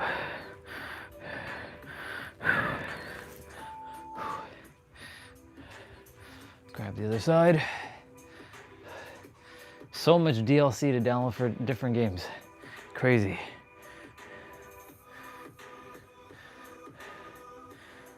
Didn't realize that. I'm like, fuck. Have so much DLC to download. Doing DOA 5 right now. So much. So many things to download.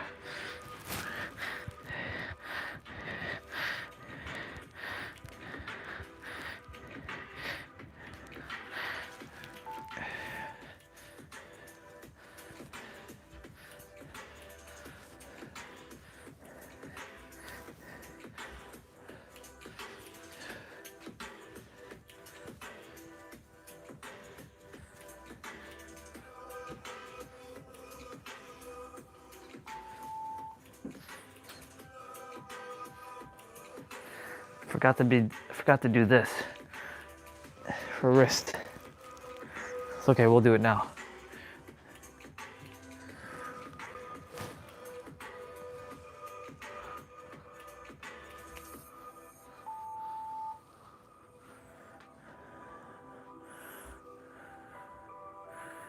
Gotta change the microphone.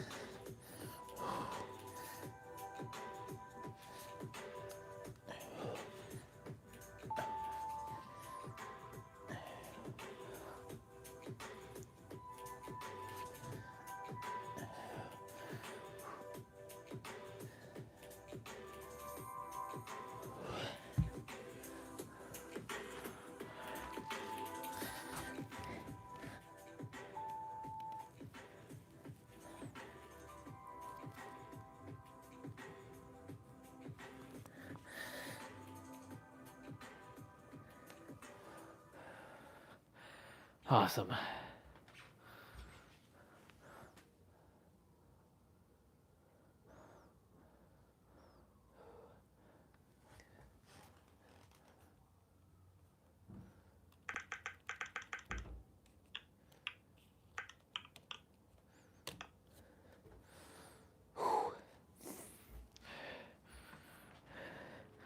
Good job, y'all. Give yourselves a round of applause. I'm gonna just carry these dumbbells for a moment, walk with them.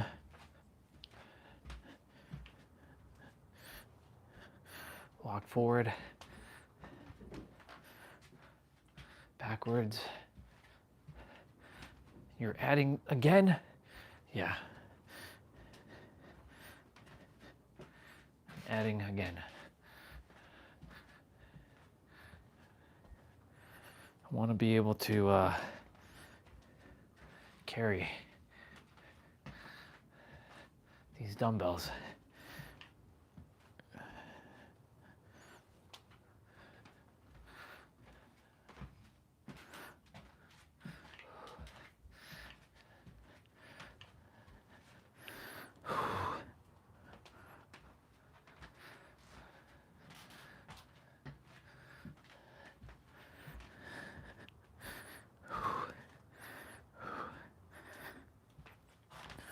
Oh. Oh. Feeling it.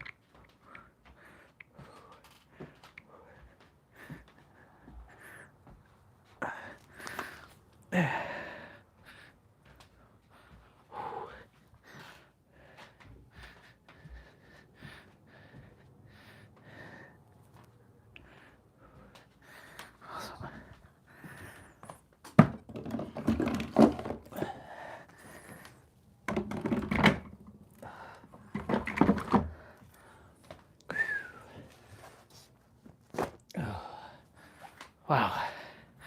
Okay.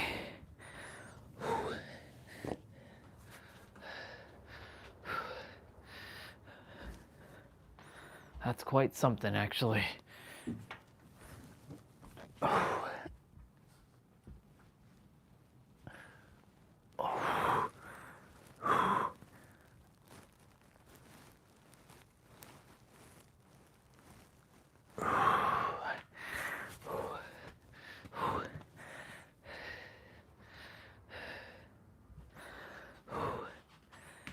Oh, all right.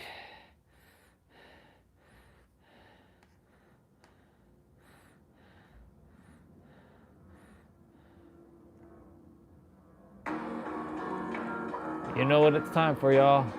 Ultimate abs.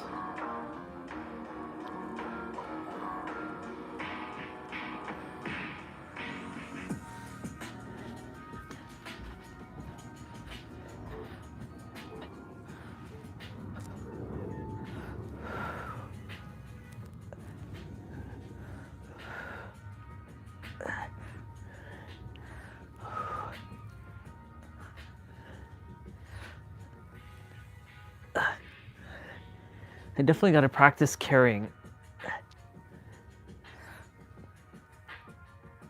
I want to carry more load. Not on my back, but evenly distributed throughout my body.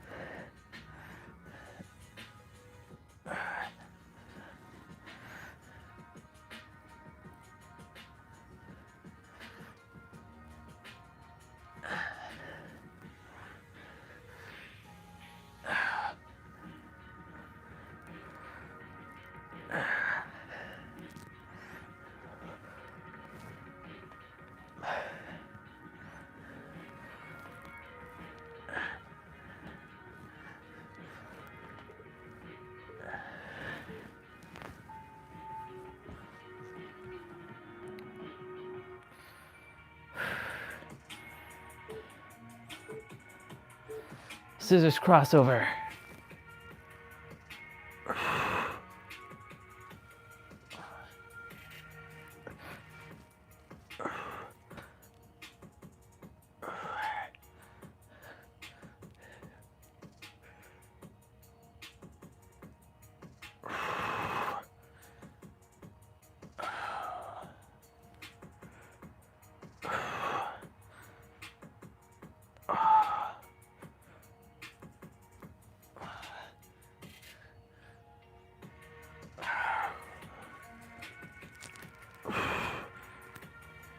Oh yeah.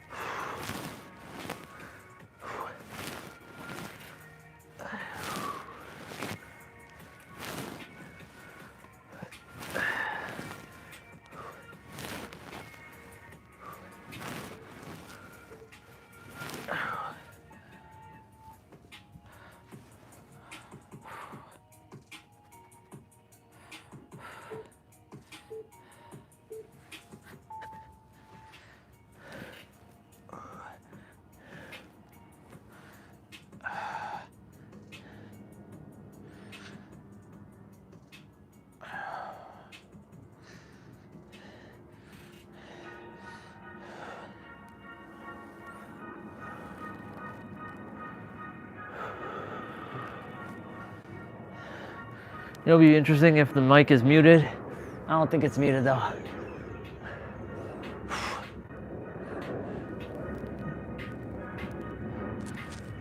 Yeah. I got lots of downloading to do.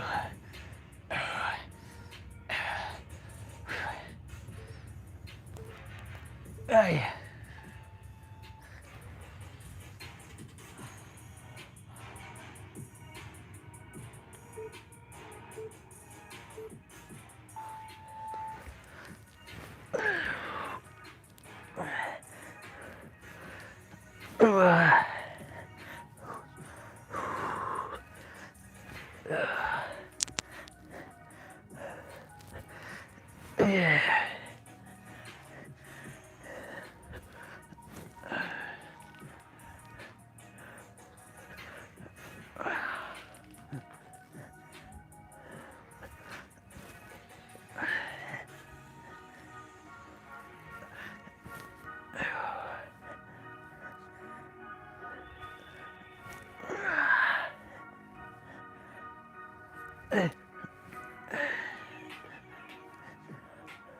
Yeah. Yeah.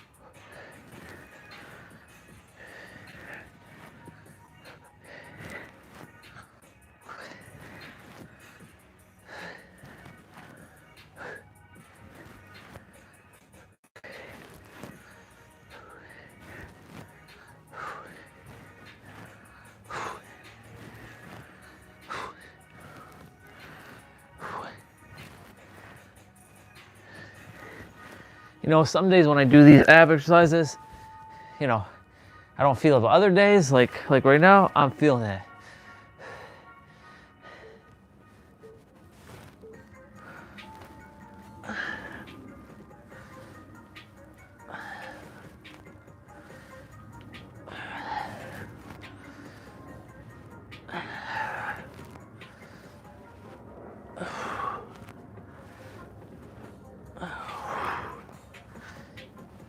Yeah.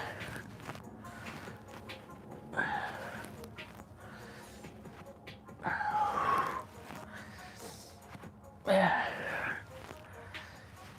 Well, tomorrow we have the shorter jump rope play out. and the one with the exercises in between. Last week, Saturday, we were under the weather, and we did the crazy one. We managed it. Oh, it's crazy. Every 3 weeks, I do that one.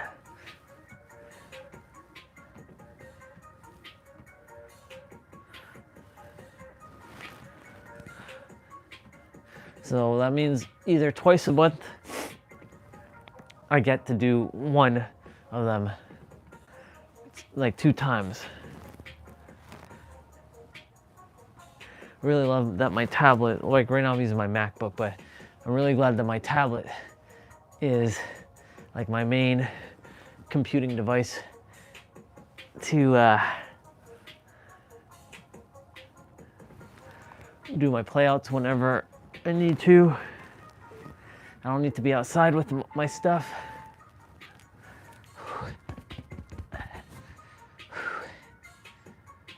Sprinter up.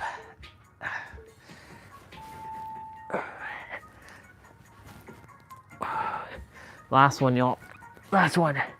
Last exercise. And then I have my 55 curls to do. And then I'm done. A couple stretches, but...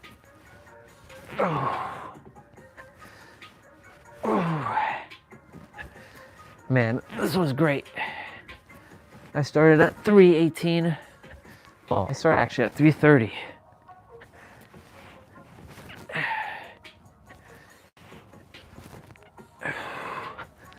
So grateful. Oh yeah.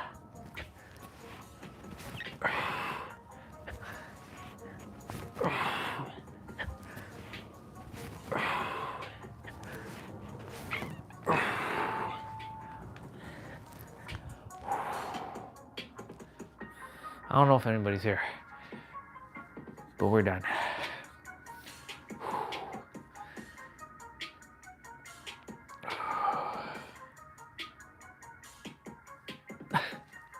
It's funny.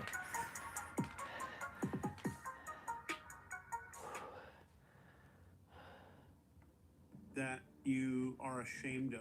The one thing maybe you hate yourself for it the most. We'll listen to You Chase. don't need to say it, you don't need to type it in. And what if I told you that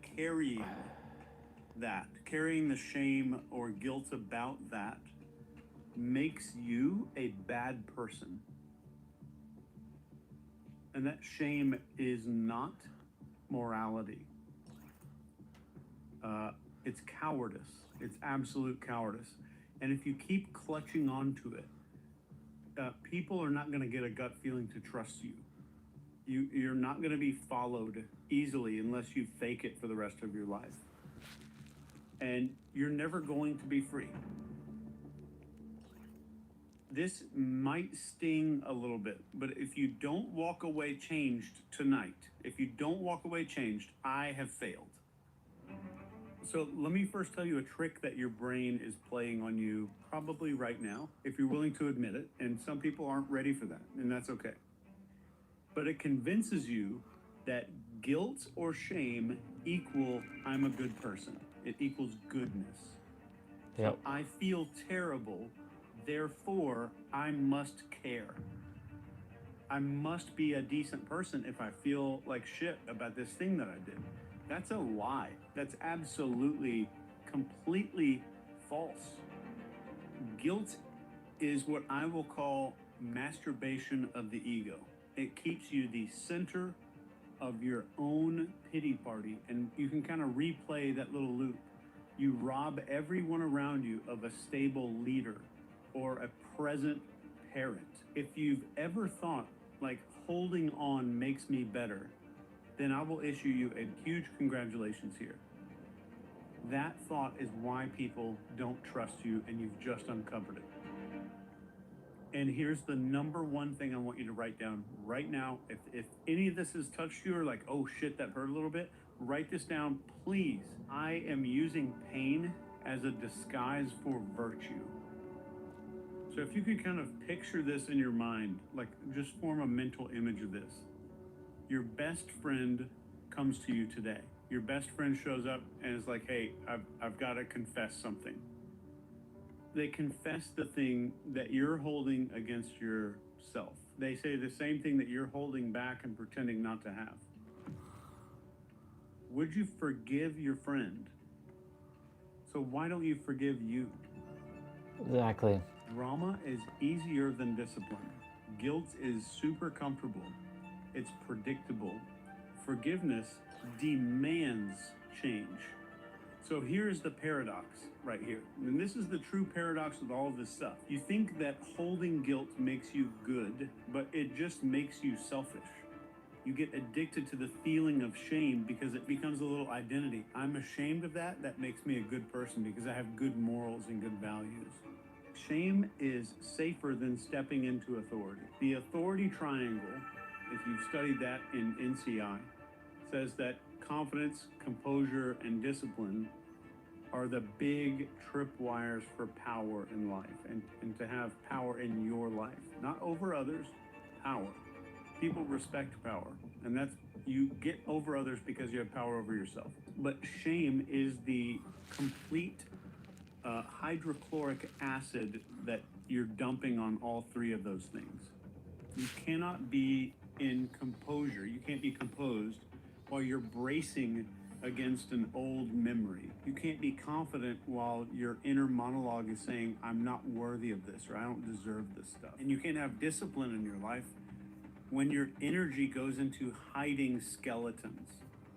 I grew up in a life where, like, our entire existence was about hiding skeletons. Make sure nobody sees the skeletons. So every ounce of guilt or shame that you're carrying is a signal that says, do not follow me. Don't follow me, I'm not safe. And people pick it up 100% of the time. If I could ask you to do something, take that thing that you thought of at the very beginning. That one thing That's why you can't have shame and guilt, y'all. Here's the thing I hate about myself, here's the thing I feel shame or guilt about. And feel it in your chest for a second. Like, let it get a little bit uncomfortable for just a second. And notice the way that automatically, without me even saying that you need to do this, your jaw is tighter. Your breathing is a little more shallow. The way that your body shifts a little bit. Maybe your rib cage kind of comes down to protect your abdomen a little bit. Now hear me. Nothing about what you felt just now made you a good or a noble person. It doesn't help anyone on this entire planet. Nope. Nothing you did was virtuous. It was selfish to keep it alive inside of you for this long. And it was taking away from how you could have benefited other people. I forgive you. Say it right now. Not the world. Not other people. You. Do it out loud. Do it in your head. I forgive you. But I want you to actually feel those words. Not just like saying it, Yeah. like it's a magical Harry Potter spell. Yeah. Feel those words really quick. I forgive you. Watch what happens in your body. Your shoulders fall, your face I forgive you. your jaw loosens up, your I forgive you. gets a little bit deeper. I forgive you. That's what authority feels like when it's not leaking. Then the only person who could have given it to you was you. That's why the answer is you. You don't need to earn forgiveness. And I'm going to say that twice more. You do not need to earn any forgiveness from anyone. Exactly. You do not need to earn forgiveness. Your job is to weaponize it. If you get to a point of radical self-forgiveness, that's not like having mercy. That's ammunition. I'm collecting some kind of ammunition where I can fight what I need to actually fight, the things that make a difference in my life. All of that fuses you back together. It shuts down all these blind spots that blind us from the entire world. It makes you magnetic because people finally see wholeness, a real you, instead of a fractured version of you. Exactly. The crazy part of this is the moment that you forgive yourself, it needs to be at the point of somebody might think you're crazy. Someone might think that you're a little unstable because you forgive yourself for that thing, that one thing that you probably brought up, and then you changed it because you wanted to think about something else because you were ashamed. that thing.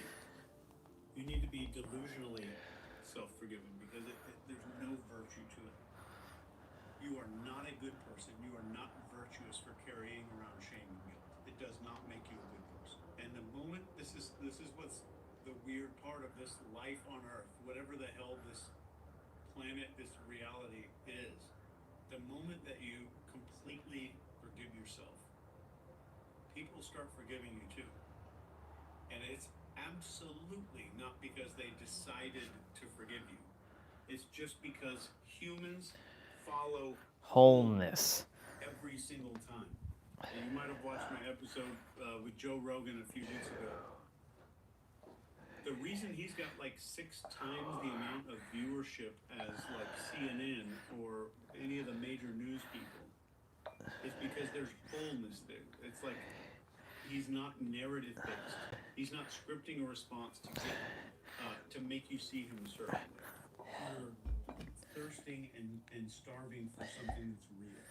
So you can't command other people until you reclaim the parts of you that you abandoned and that you got rid of. So tonight, hopefully, you got a claim of one little thing, like some guilt or shame, and hopefully that's burned and gone. It's total bullshit. It's all fake. All the guilt and shame stuff, it's all fake. I'm here to tell you, maybe I'm you in another version, in another reality, in another dimension. You asked me to say this to you. Wake up. It's not real. It's fake. All the stuff that you've been programmed with is fake. Yep. You're supposed to have fun. It's a simulation. It's a game. You're made to have fun. You're made to enjoy it. And you're made to do good and be good to other people. So if you think you're waiting for permission to let all that shit go, you just got it. I gave it to you.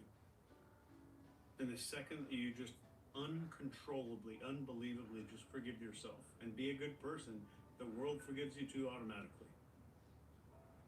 I want you to walk out a little more whole than you came in. More whole. Because if you are a fragmented leader, you don't get followed by people. You want to look, all the people that you look up to, they're radically self-forgiving. They're the people that are truly doing that. And I'm not saying this as a freaking guru or anybody who's got like life figured out. I have more uncertainty than I have certainty. But I'm definitely certain about this one, about human behavior. You do not become a better person by holding on to a bunch of shame and bullshit. That's all. Just forgive yourself. It's supposed to be fun. I am you, and you asked me to tell you this. Wake up. Thank you. It's not real. I appreciate it. You're supposed to have a good time here.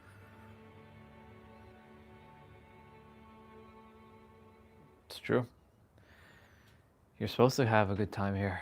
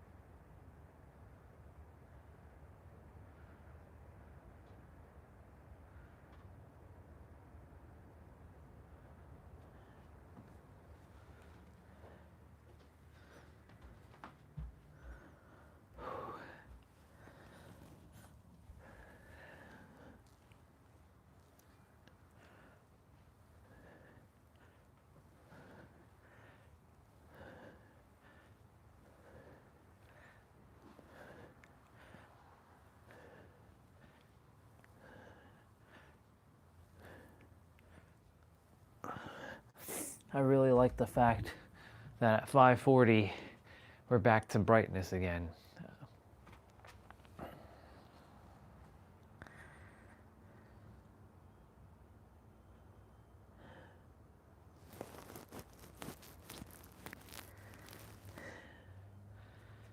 Fuck yeah.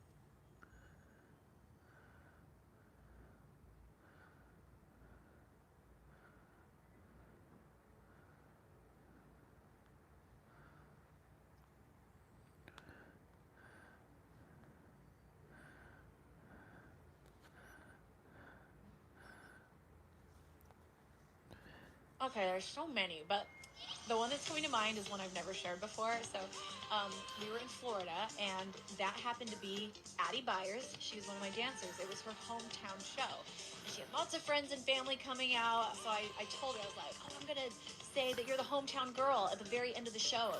And she was like, oh, cool, that's so nice.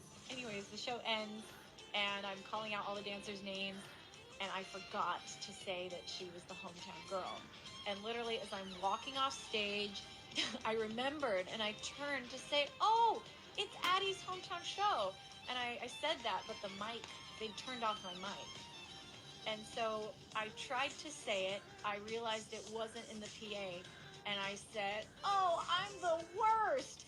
And they turned it on right as I said, oh, I'm the worst.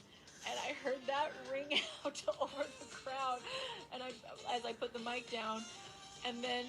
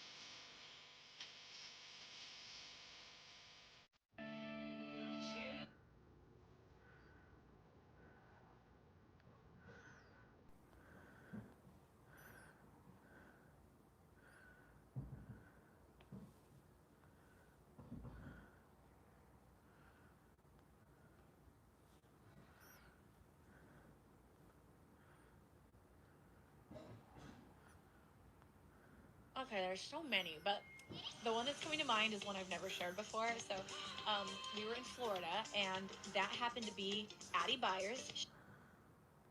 What? Okay, there's so many, but the one that's coming to mind is one I've never shared before. So we were in Florida, and that happened to be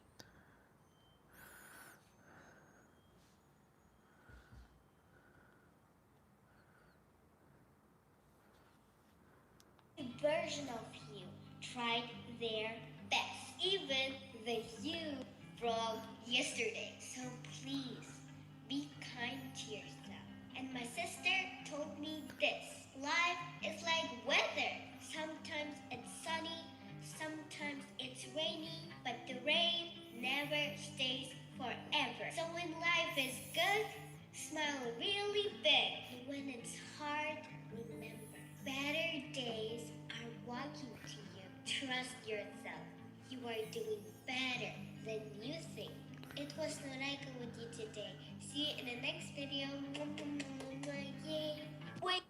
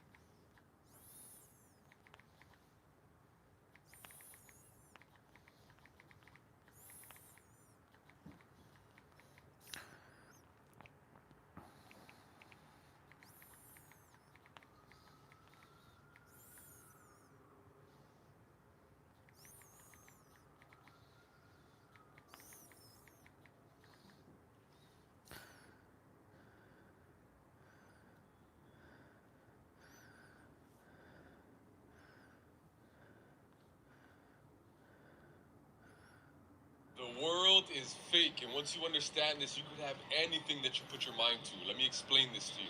If you ever seen The Matrix, there's a scene where the little kid is bending the spoon with his mind. Neo asks him, "How are you doing that?" And the kid responds with one of the most deepest lines in the movie. The kid responds by saying, "There is no spoon. It's not the spoon that bends, but it's yourself." Bar. Do not try and bend the spoon. Not try and bend the spoon. Impossible. That's impossible. Instead, only try to realize the truth. That there is no spoon. There is no spoon. There is no spoon? Then you'll see that it is not the spoon that bends. It is only yourself.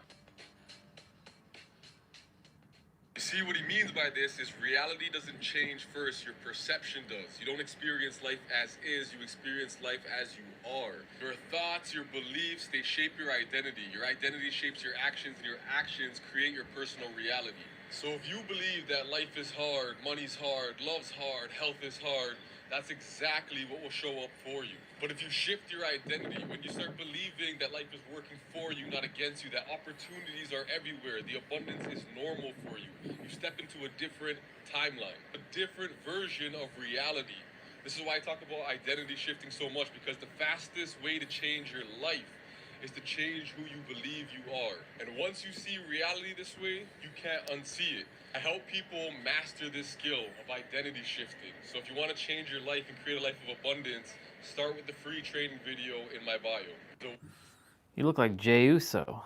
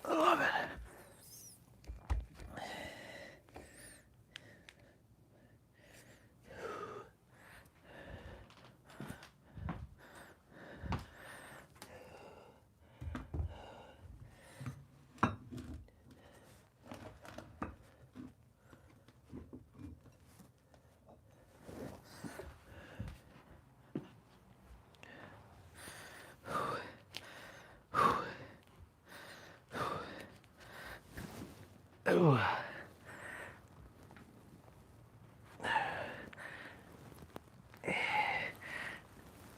Ugh.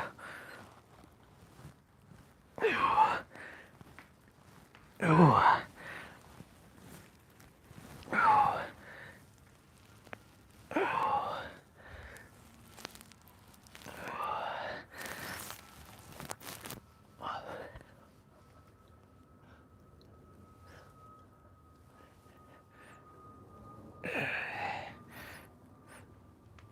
Ooh.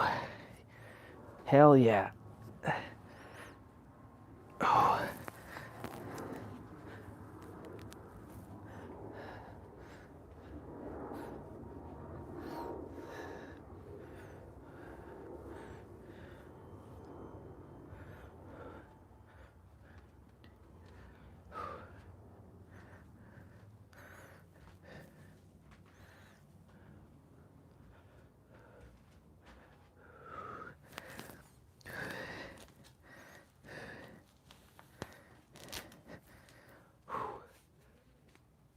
go. All right.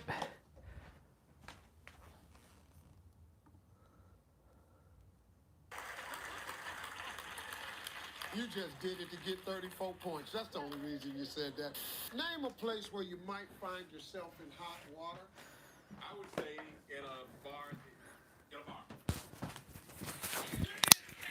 Good answer. Yeah. Hot water in a bar.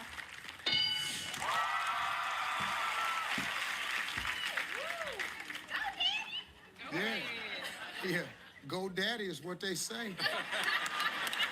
Yeah. Go daddy. He ain't always been your daddy, girl. Sometimes daddy been big daddy. Yeah, you didn't know that, did you? Oh, I know. Hey, y'all quit looking at me crazy. How y'all think y'all got here? Y'all ain't little kids no more, mom and daddy grown. I wish a surgeon would extract fat from my stomach. Stacy? And put it in my butt.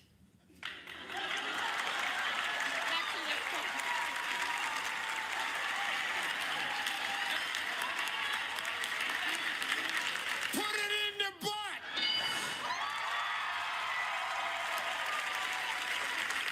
Okay, by rules, I have to read the entire question.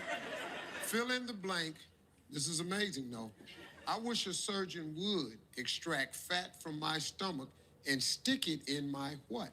In my chest, my chest. Fill in the blank. I wish a surgeon would extract fat from my stomach and stick it in my what? Steve, I think you and I can both agree that it's probably lips. Not a natural though. It's a natural.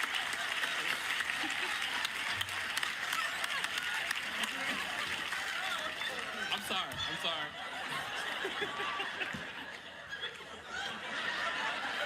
How you gonna drag me in your answer? You know, me and you can relate to this, Steve. I wanted the stomach fat sucked out and put in my lips. The hell would I want to do that for? I wish a surgeon would extract fat from my stomach and stick it in my what? Back. Put it in your back.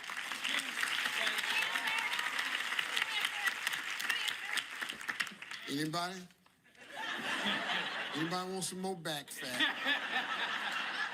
Anybody want a little extra back fat? Queen Mary, hello, darling. Hi, Steve. How are you today? I'm great. Oh, you switched nail polish today. Thank you, Steve. I'm trained. Okay. I know how to notice that because if my wife switches nail polish, I have to know that. Okay. Aren't we trained like that, John? That's true. You ain't noticed my nail polish in 4 days. Say it again. You ain't noticed my nail polish in 4 days. See right there. Telling you, that's the most he said. All right, Miss Mary, name something that a man spends money on that he wouldn't want anyone to know about. Strip clubs. Strip clubs.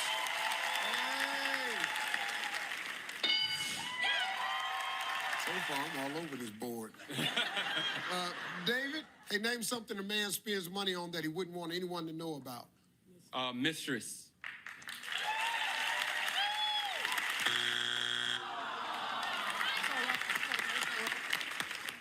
God, if that had been up there,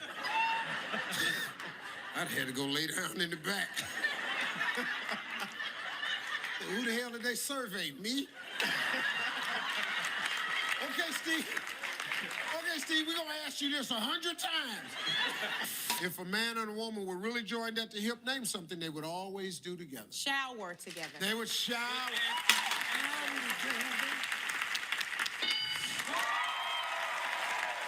Good night. About 11:30.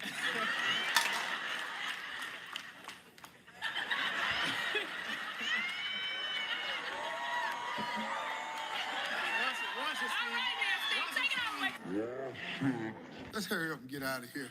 If you could eat one food for the rest of your life, what would it be? Turnip greens. I see. If you could eat one food For the rest of your life, what would it be? You said. Survey said. The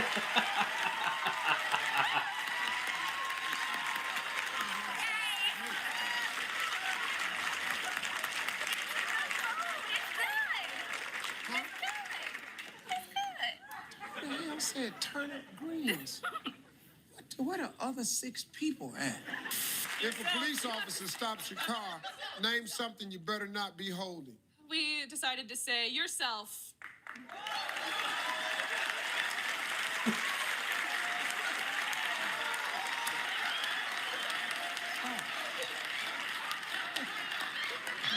This could only have come from you. Yes, it is. It's higher education. Shut up, Paul. Yes, it is.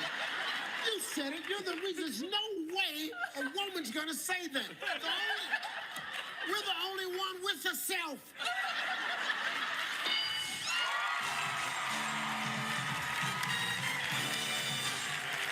It was you, man. I know who the hell it was. But that's not a girl answer. Paul said it, and then sent little Chelsea down there to say it to me. Just say it. Say it. I'm your father. Say it. Name something on a short man that might be long. Craig. His private parts. His jet. It's a family His show, down. Steve. Yeah, it's a family show. Bust out with it and say, Well, no, don't bust out with it. We got it. This thing he was talking about.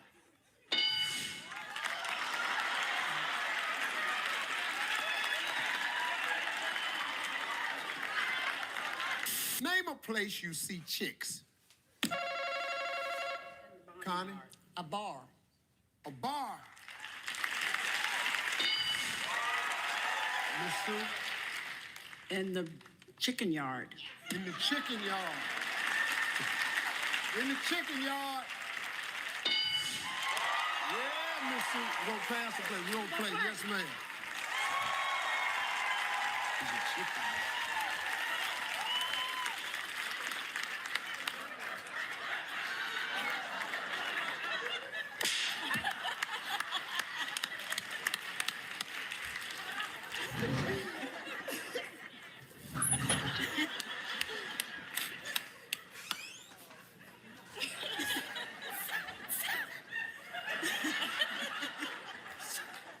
See, folks, I laugh at everything. This is what happened at first.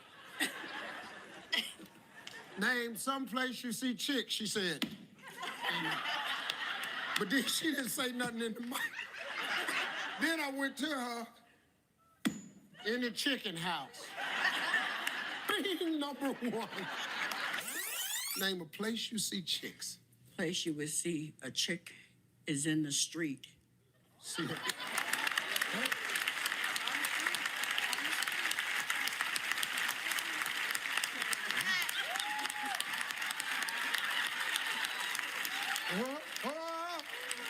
Why did the chicken cross the road? Yeah.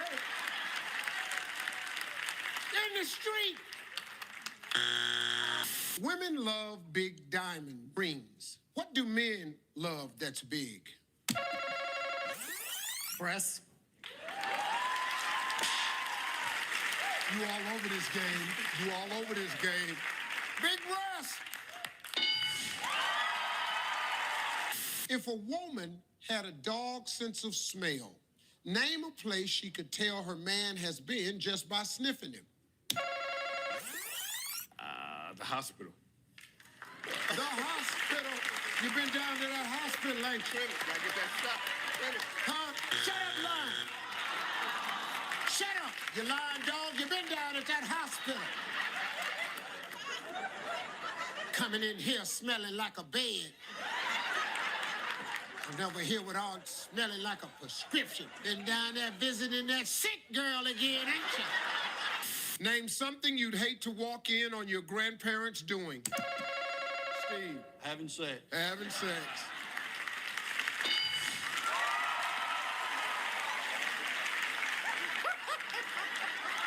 I didn't Name an article of clothing a woman wears that would be too uncomfortable for a man. A brassiere. A brassiere. I'm going with brassiere. Well, my aunt used to come over to the house, and she didn't even live there. She just visited. Aunt Agnes. Boy, she used to come by the house. As soon as she came in the house, she put her hand back there and pop! Poof! And I'm talking about, woo! You're a little kid. That was a shocking moment. It was like she would pop that puppy, and I would always be in the room, and it would be like a Navy life raft had opened up. And then she'd just be digging.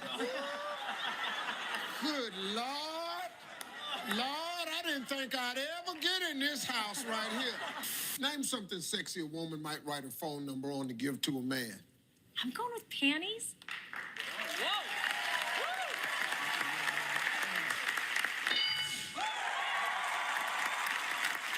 And a lot of wonderful things happened to me in my life. Never gotten a number on a pair of panties before. What I need your number for? Name something sexy a woman might write a phone number on to give to a man. I've never done this before, but a condom?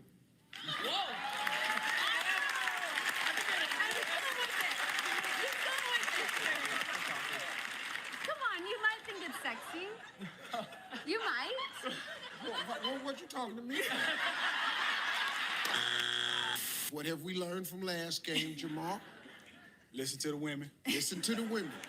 You and Big Coffee, quit thinking y'all know everything. If y'all give one more, huh? Long ago, Kofi. Kofi? Yes. Okay, Kofi, Coffee. Hey, look.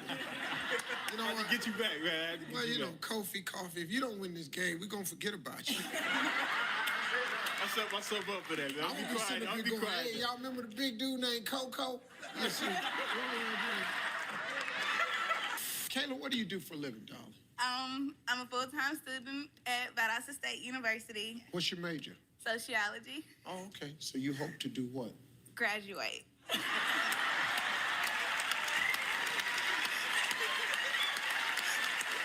Good answer, good answer. Name a fruit you'd compare your man's bicep muscle to. D. Cantaloupe. Cantaloupe. Kayla. Kayla says, watermelon.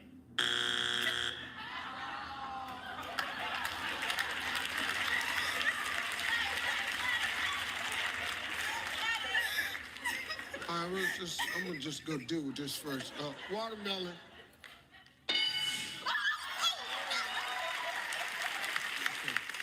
Let me ask you a question. What we're gonna play D. You can go ahead.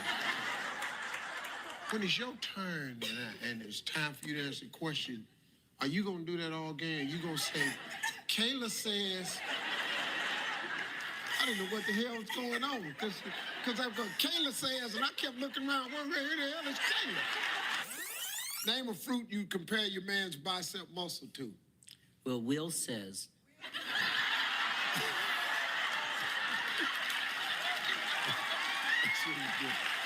That's good. I hate that. That's good, man. I like that, bro. That's really funny. I like that. Name something a man might bring home with him from Las Vegas. A hangover.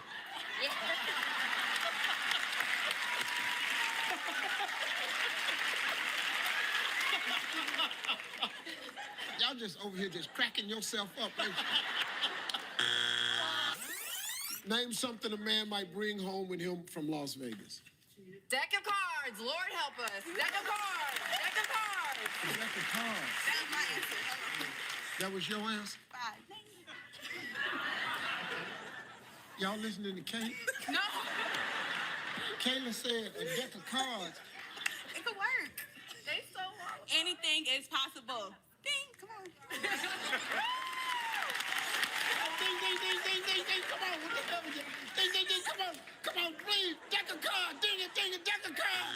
Ding it. If you got fired from your job on Monday, name something you might do on Tuesday.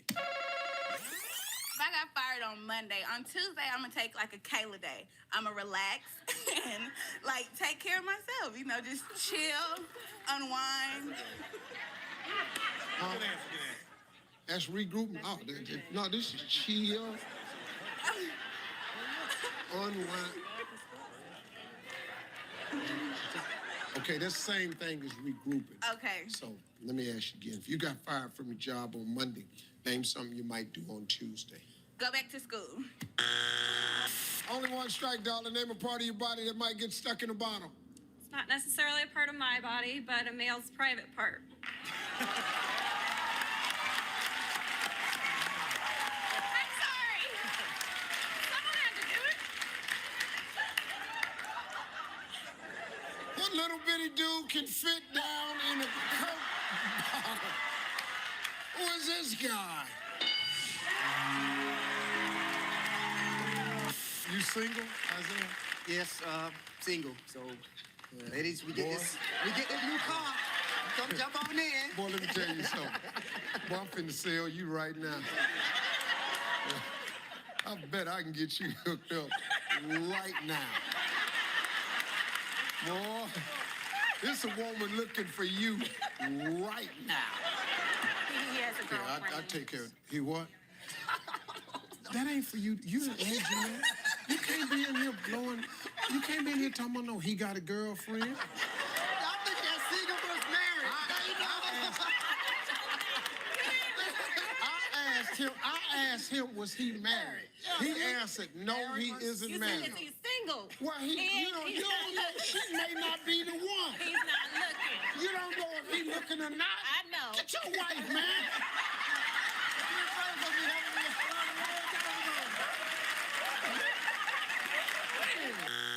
Name a game people play at parties that a couple might play in the bedroom.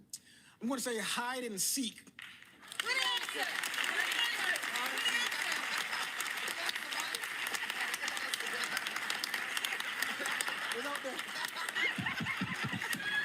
Yeah. What's going on in there, Jamila? Hide and seek. Yeah, how big is y'all bedroom? Yeah. Peekaboo, guess where I am? Come and get me. Ooh, is that you under there?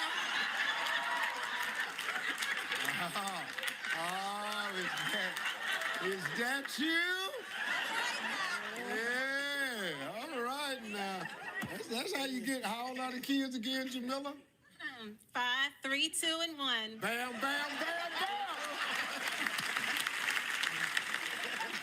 I'm a good finder.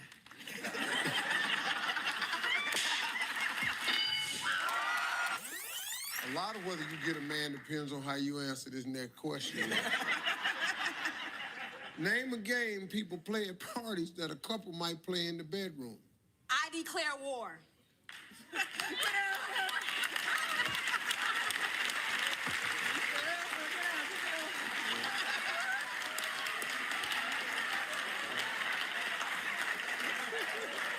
Yeah, that explains it right there. I just said, depending on how you answer this question right here, got a lot to do with you being single. What the hell you do, you get naked, and as soon as you get naked, I declare war. I declare war.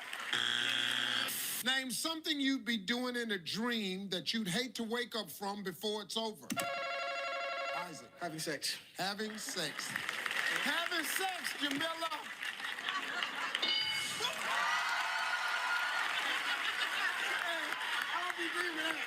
When you look under the bed, name something you'd hate to see looking back at you. I'm gonna think out of the box here. A ghost.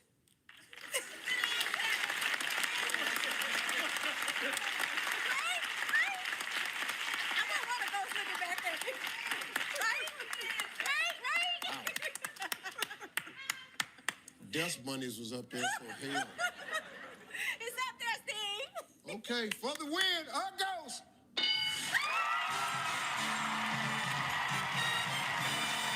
Patrick, sir. Good to be here. I know. Now, we had you on the show before.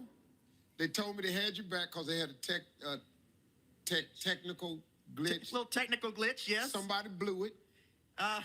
Well, we won't say that. We'll just say that it was great to be back. Had a great time and having a great time now. Guess what? Big Sexy is back. In the building, baby. In the building, Patrick. Get your hand up. In case you don't know, Patrick is the Big Sexy. Make no mistake about it. But of course, the best part about it all is coming back here again to see my man Steve Harvey. In the building. Cash and a brand new car. Cash in the car. Yeah, baby. Name something an insecure man might put in his underwear before a date. I'd say a bottle.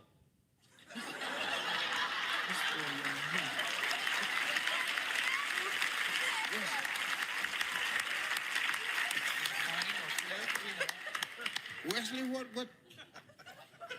You know, like, you know, you talking about like a pint? More like a pop bottle, like a soda bottle. Oh, okay, I thought you were talking about like a fifth or something. You know? What is that in your leg, wild turkey?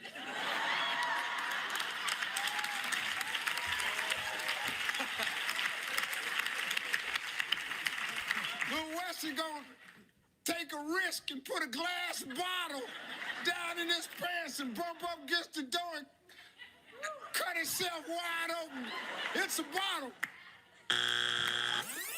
I can't see you mixing this because you are the Big Sexy. That's right. So I'm gonna just ask you, name something an insecure man might put in his underwear before a date. I'm gonna say a great big long sausage hot dog.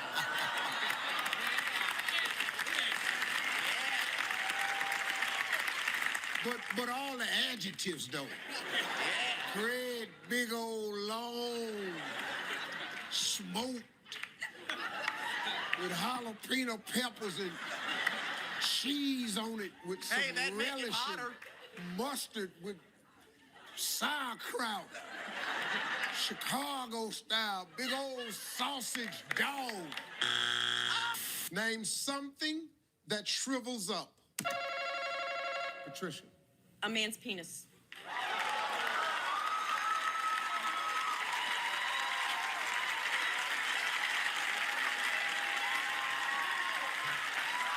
In front of the kids, a man's penis. It's all men over here. You about to hear some great answers. Sal, how you doing? Wonderful. Congratulations, former Olympian soccer player for the country of Italy. Thank you. Had to be a great moment for you, huh? Yes. Yeah, that's pretty good. Wonderful. You proud of your boys here? Wonderful. 3 wonderful boys right here, 1 through 3. And the in-laws is a wonderful kid out there. Yeah, he is. Yeah. There you go. And my wife, she's going to watch the shows whenever it comes online. You know, whenever. Oh, yeah, the wife is at home. 3 boys, look, they like to eat, and she loves to cook, so that's what's happening. You know what And she ain't got a doggone thing to worry about, does she? Spaghetti. That lady right there is in the arms of Jesus. Sal, let's go, man. If the toilet in your apartment were broken, name something you'd use instead. A couch. Right there. What'd I tell you? What'd I tell you? That's wonderful. I think so too. I said, ladies, just bear with us. You're about to hear some things you've never heard before. If you're not home and the toilet's broke, we'll just sit there and just soak that puppy. All right, put the pillow out on the back porch, let it air dry out before you get home. But we gonna drench that puppy right here. We talked to 100 women. Name something your man would ask you to put on that would make you say no way. Oh, what about hot wax?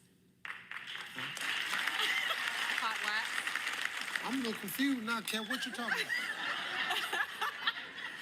about? On your skin.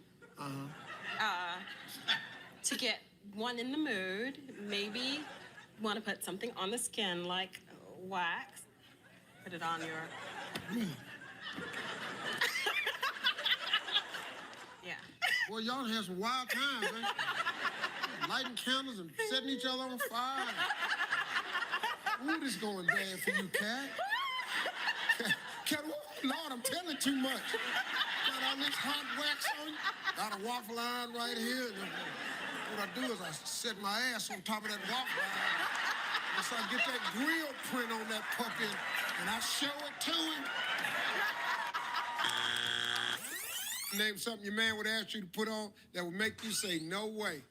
A grill. Okay, Google. You know what's that?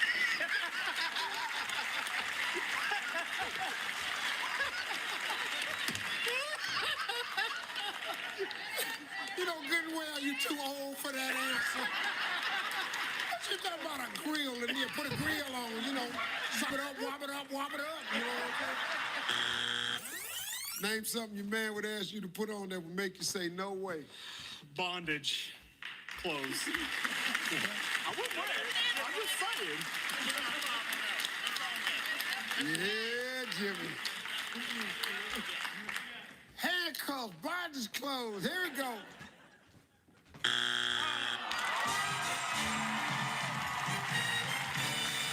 Number 6.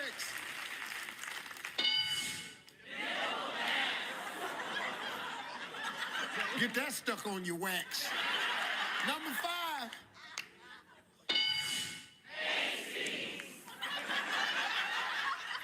Number 4.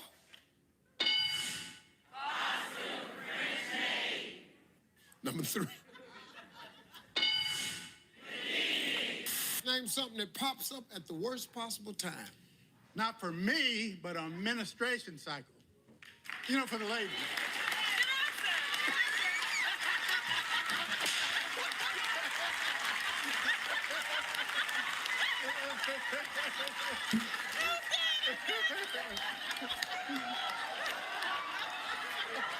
Administration cycle. What y'all keep it in a file cabinet somewhere? Hey, Lanier, if Grandma divorced Grandpa, where would she go to find another man? At the hospital.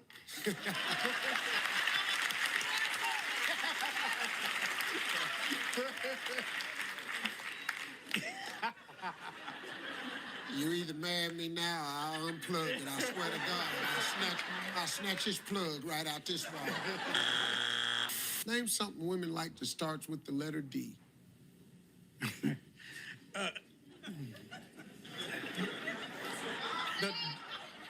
The dongs.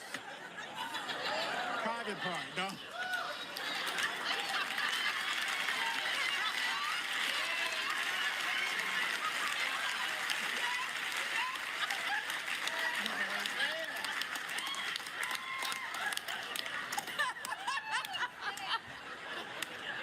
Pam, you see me looking at you. For the win. Was you down there the talking game. about, ooh, say it. I don't have to Say it, Jesus, say it.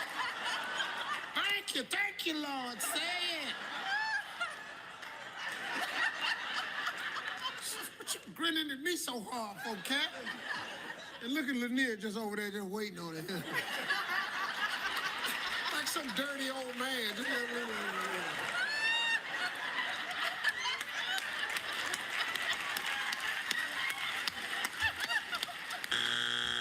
Name a penalty a football referee's wife might call on him in the bedroom.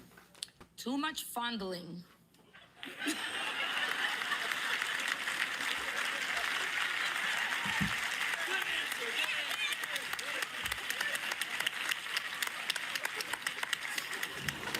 You ever watch football?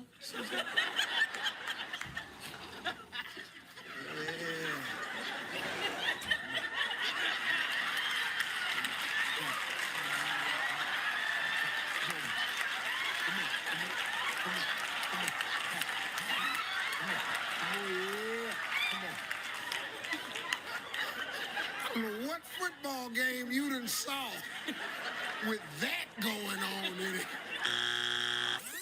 Coleman, what do you do for a living, man? I'm a forensic accountant. I work in the courts in South Florida. I do receivership work and follow the money. That's why we're here. Yeah, that's a tough job.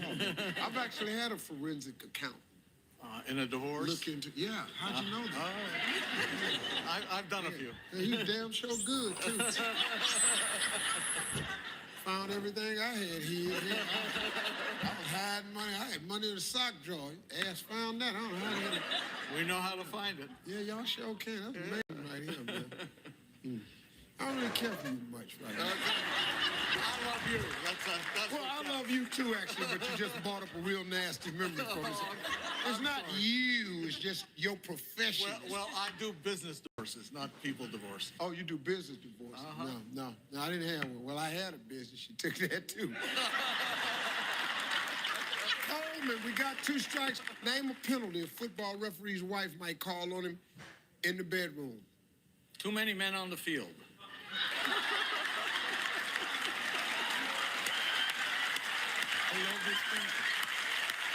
I love this family right here.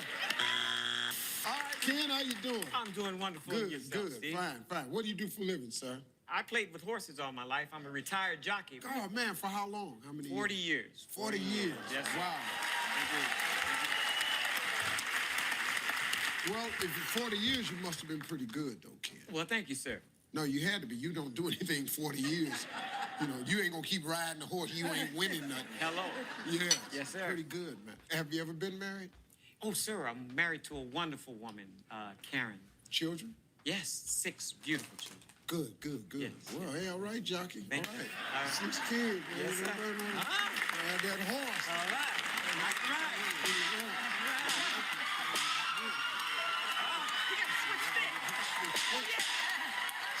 Switch sticks. I got twins. You got twins. You switch stick. Pow, pow. Twins. Get them up loud. Now you know. That's it. That's how I do it, Steve. Wow. Then he starts switching sticks. Trying to find out where the hell he found that suit to fit. Count the king, sir. Okay, folks, I have a suit collection. I have the Steve Harvey collection. And I have my little boys collection. It's called Young Kings.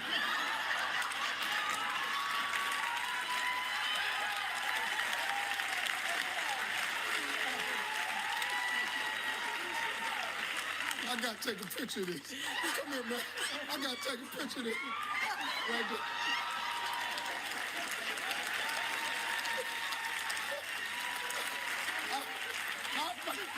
I found a 57-year-old man to wear my boys' collection. Oh, man, I love you, man. Oh, kid. Oh, man. This is the best show of my life. Name something a rabbit might do in the magician's hat. Fly away. Yeah, good answer. Yes. Fly away. Fly away. Yeah.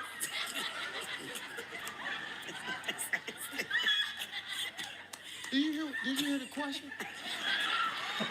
Name something that a rabbit might do in the magician's hat.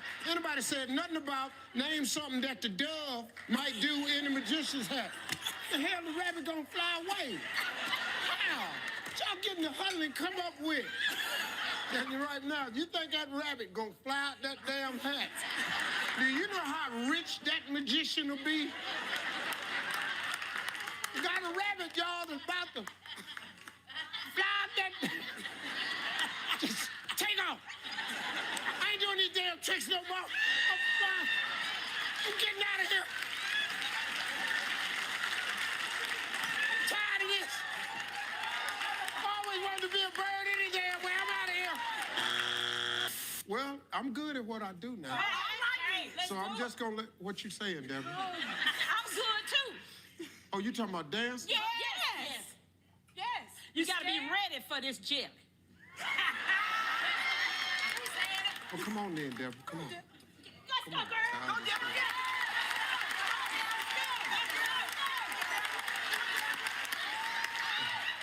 We got some meat.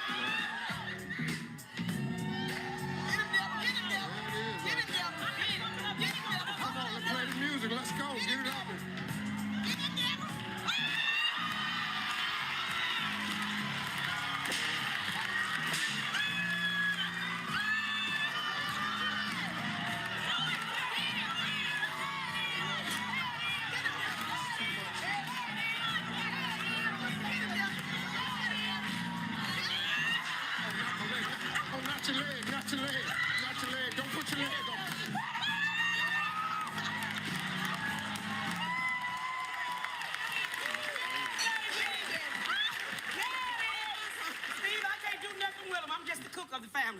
You the cook of the family. Yeah. You need to quit feeding them then. I'll tell you that right now.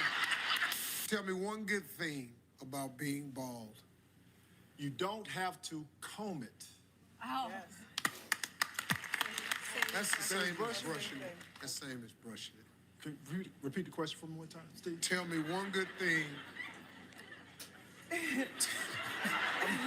Just clarification. I'm gonna get it for clarification. You know what the hell I said. Sitting over here, me and you, the two only damn bald head people up here. Know good and well what I said. See, can you repeat your question? I need more time to think of something. Yeah. All right, man, tell me one good thing about being bald. You look sexy.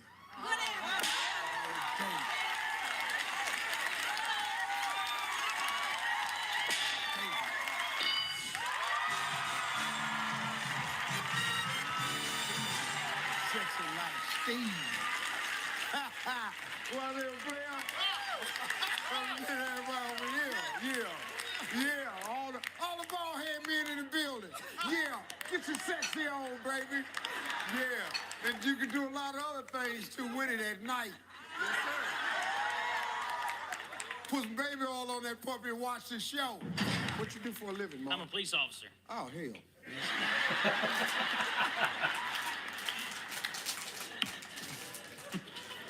Mark, when the last time you chased somebody? 3 weeks. Let me say something.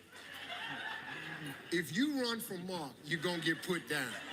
Okay? Mark ain't running chasing nobody. About 3 weeks ago, you chased somebody, Mark. I did. What happened? He come out to Walmart. No, he wrecked his motorcycle. He wrecked his motorcycle? Yeah. And got him tried to run? Yeah. Well, he hit the back of the car and fell over. Flew over the car? Right. Well, to the side, but yes. Did you catch him? Yes. He was crippled bad, wasn't he? He was. Mark, if you caught him, that boy. I tell you what, you better slow down. Slow. Hey, Mark, I got to tell you something. I paid a lot of money to see that chase, baby. A lot of money. You look like a nice guy. How long you been a police officer? I've been on 12 years. 12 years. Boy, Yes, the sir. whole force gonna be watching. Name something about your wife that's bigger than when you married her. Her attitude.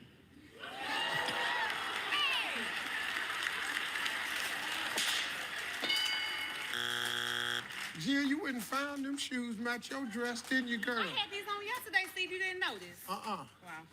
I'm sorry. That's okay. I wasn't looking. Oh, well, you what Alonzo say? Put your leg down.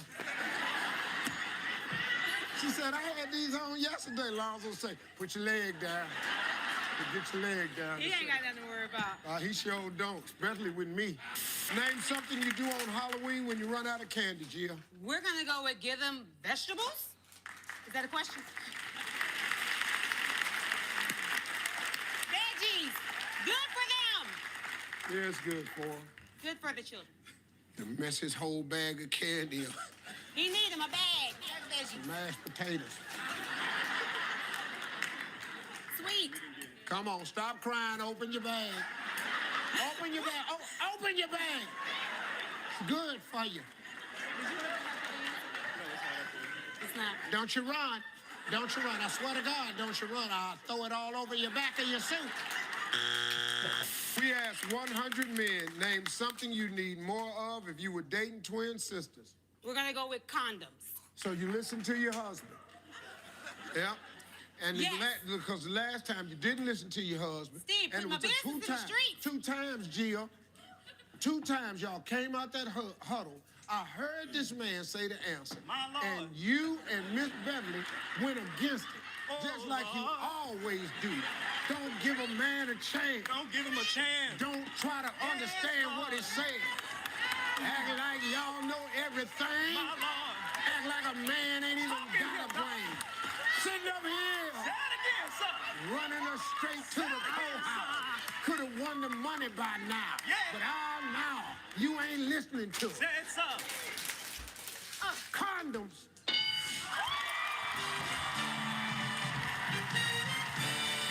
Name something you pull out. Your penis.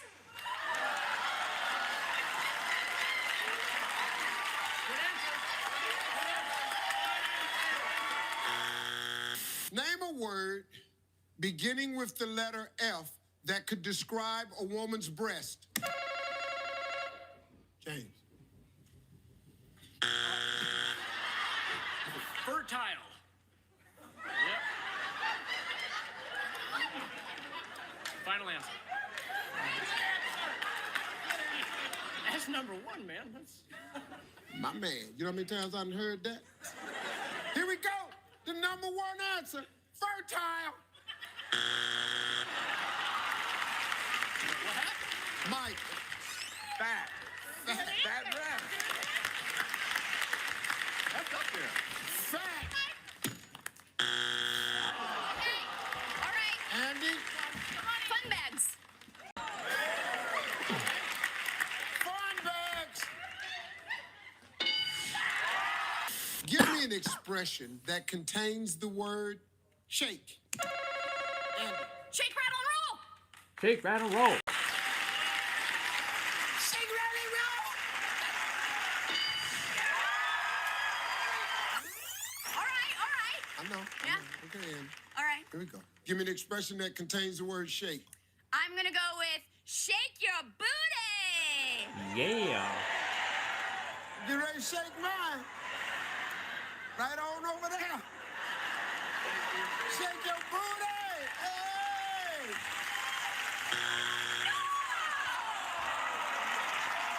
Hey! Name something a doctor asks you to do that you'd like to tell him you first.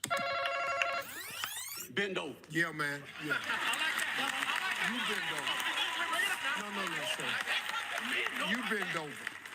Let me do you first. Then you do me. We ask 100 women just like you, name something you like to do to Steve Harvey's head. This is not good. Slap it.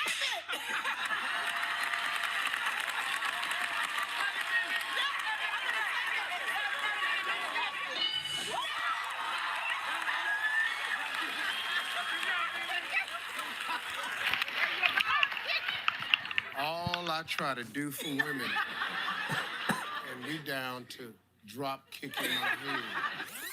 Name something you'd like to do to Steve Harvey's head. Sit on it.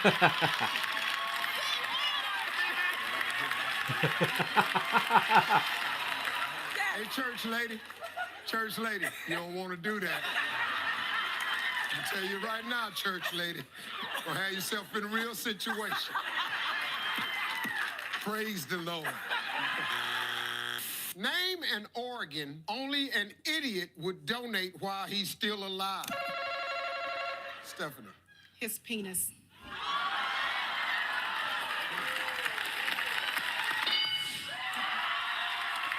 Name a dental procedure that sounds erotic. Dan. Orthodontistry. Boy. I had a feeling this was gonna happen. Boy, you sexy. You know that? I got one for you, Steve. I bet you do. Name a dental procedure that sounds erotic, Doc. How about an oral rinse, Steve? Well, this is a big old nasty doctor right here. I got one for you. Hey, Steve. How about an oral rinse? Okay. We asked 100 women, fill in the blank. Comes to men, short is okay as long as he's what? Good looking. Lauren. Good looking. Good looking. Beverly. Packing. He's packing in his area.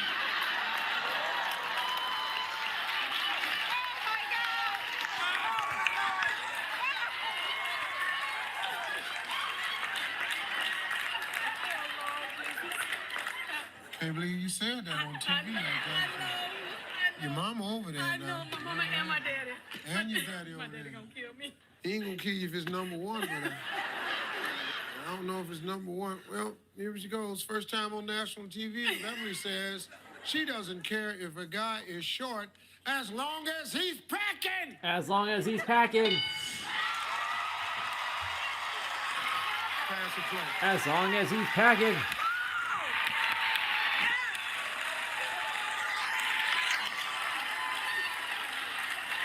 Tell me something you could do with your face that's considered sexy. Move your tongue. Yes. Good answer. Good answer. Great answer. Good. I won't do it, but move your tongue. You know, I mean, like how though? What you mean? Come on, man, let me see it. You know, something like.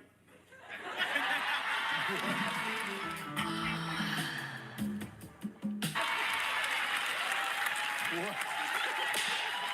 That's your husband. That's your husband. I see what happened. That boy whooped it about that long. His tongue actually did this here. Name something that could decrease a man's fertility. His panties are too tight.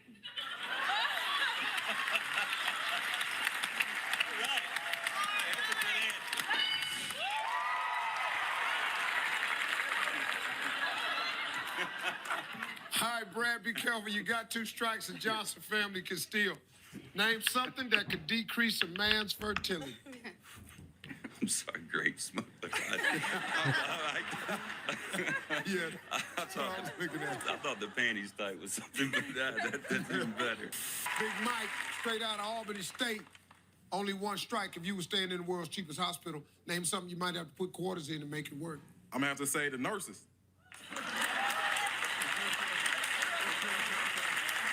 Got a simple. Got a simple.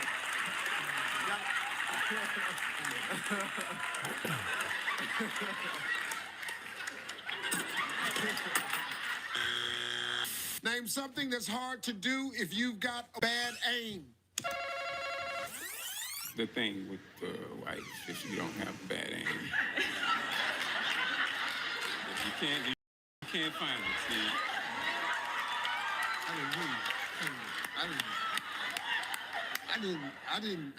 I said I'd lighten it up a little bit, you know. You said I was serious. I didn't hear you. What's your answer? Whoopee. You know, I'm gonna use an old school term. We'll say that. Whoopee, but what do you? I don't. Excuse me. Did you hear his answer? Yes. Yeah. We have 2 children. She say so. He ain't missing something. Right.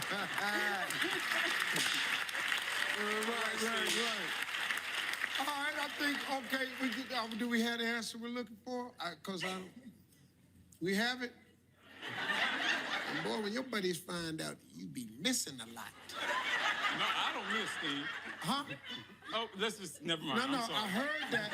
No, I heard. See, don't let it come out and then try to suppress it. See, now that's a medical term. I know, suppress. Let's just go and get you off the hot seat. Please, Steve, please. Bad aim if you're missing the whoopee.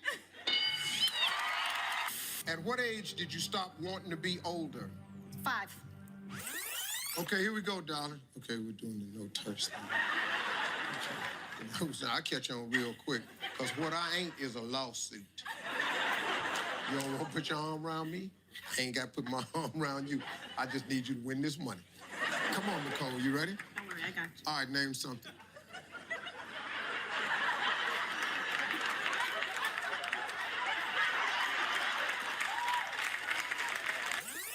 Now, I said, at what age did you stop?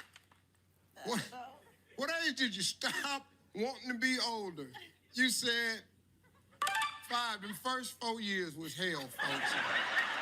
I didn't feel like going on anymore. I'm sitting there in kindergarten and them colors was just too much. It was hard. I know, it's okay. Survey said, name a question a man might get in trouble for asking a female coworker. Are those real? Good answer.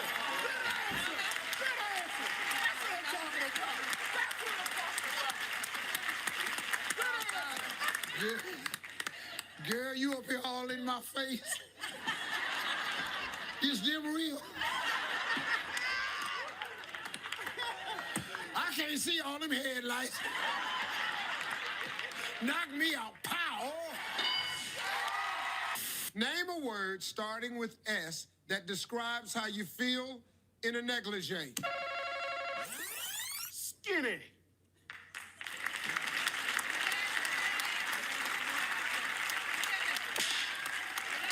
That's a good answer, man. Just skinny, yeah. And you love that answer, don't you, Tracy? Love that answer right there. Good. Y'all take that home with you, cause this ain't finna be up here. Name something about Peter Pan that's different from the average boy. Make good peanut butter.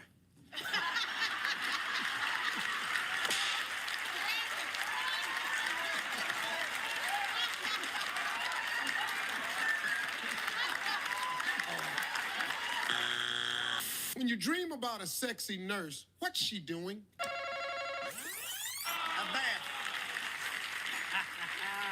Jim, I like you, man. Oh, Jim said a bath. Big Jimmy. Hey, Jared, how you doing? Doing pretty good. That's pretty nice right there, man. It's my brother's. Yeah. Huh? It's your brother? Yeah, I don't have no tie. You don't have a tie? No. Jared, how old are you? I'm 27. Oh, yeah, you gotta get tied, man. Too many times you need a tie. Job, what you do for a living? I'm a truck driver for Budweiser. I don't need no tie.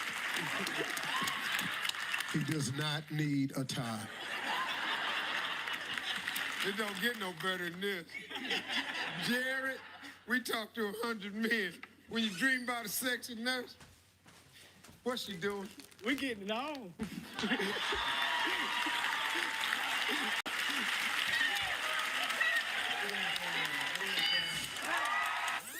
When you dream about a sexy nurse, what's she doing? Giving me an enema.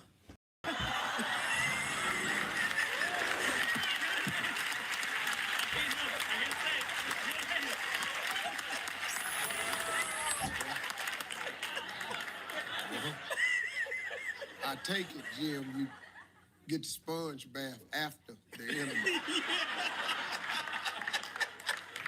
Yeah. Well, you something else, Jim.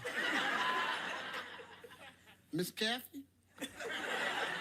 Ooh, you looking shame right now. You got your son on your right side, your husband on your left side. They just frying them off, ain't they? He getting it on with the nurse, and he getting a sponge bath after a hot enema.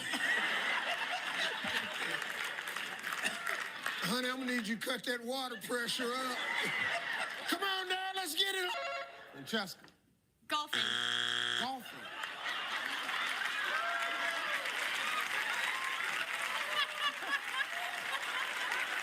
Well, if he can do that, I'm gonna have to get some of that. Father God. Hey, Miss Sandy. Name a place that Grandpa goes with his Viagra. A house of ill repute.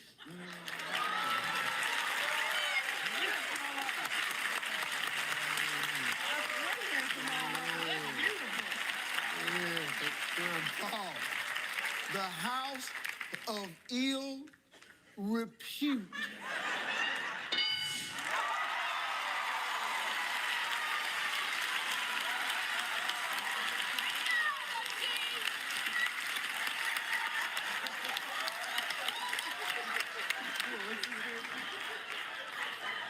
Oh, we're going to hell for this one right here. Uncle Jesse, name a part of your body that makes sounds others can hear. Your mouth. Yeah, that's a good one. Bam! Got to nail it. Fly that plane, boy. What a good answer. Go on, Jesse. That's a good answer there, Jesse. Oh, yeah. No, I got this. No. Let me do this right here. I like people like this. This is why I come to work. I know you want me to stop taking out this misery, but just let me, please, Monique, please. I know you won't say it because you love me. Sometimes when you meet crazy people, what you got to do is you got to let them go all out. When you see them, let them go, boy. No. Monique, I know you want to say it because you can't stand to see it. You know why you can't stand to see it? Because you know this is on tape. Uncle Jesse. What's your answer again, Jesse? Your mouth. Your mouth. That was boy, that's a good answer. Jesse, let me ask you something over there. Yes, sir. You really believe that's up there, don't you? I believe so. It should be. It should be? Well, that's a good answer. Let me ask you, how you gonna feel if it ain't up there? About that small? About that small? Well, I think you about to feel maybe this small.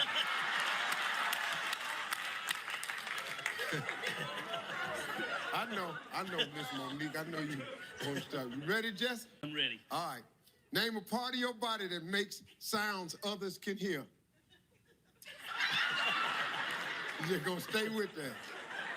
All right, cool. That's what I need. Yeah. Come here, Jesse. Come here. Come here. No, don't talk to me. Right there. That's number 3. Get your ass over there. Name something a man quickly hides under the bed when his wife enters the bedroom. Porno magazine? Porno magazine.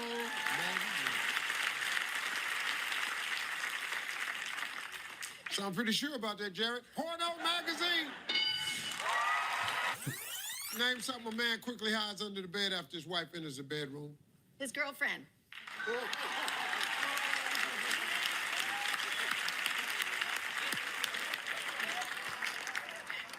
I'll tell you right now, fellas, she gonna find it. Yes, love.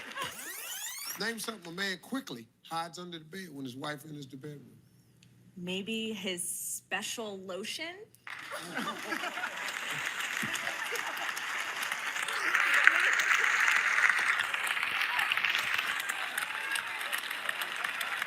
Yeah.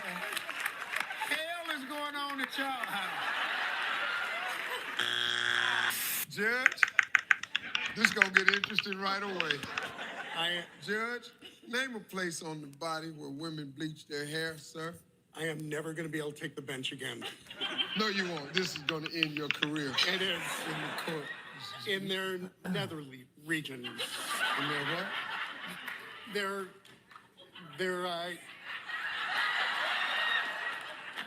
In their private parts area. Oh, okay.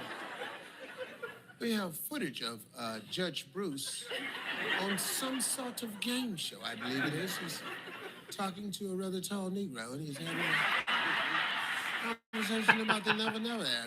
And he said he's never been there, and then he turned around and he called it the private parts. I don't know what this is about, but let's see if it's there. The private parts, he says. Name a place on the body where women bleach their hair. Their butt crack? Why would they do that? If a woman chooses a man like she chooses fruits and vegetables, name something she'd do to him before a first date. Taste him, Steve. Taste him. Yes.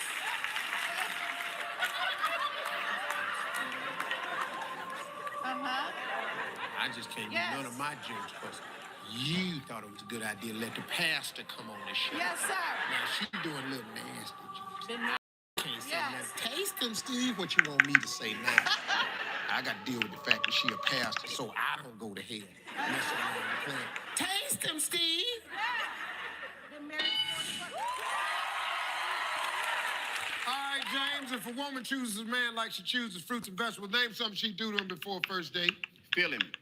Good answer.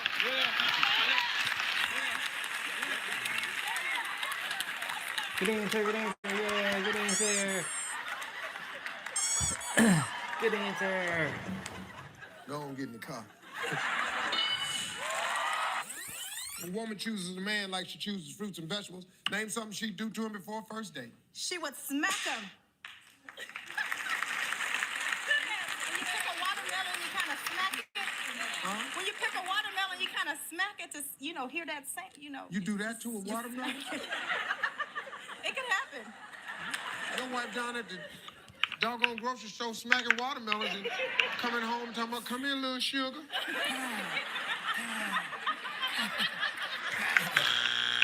Name something you'd hate to discover about a hitchhiker right after you picked him up. He's carrying a dead body.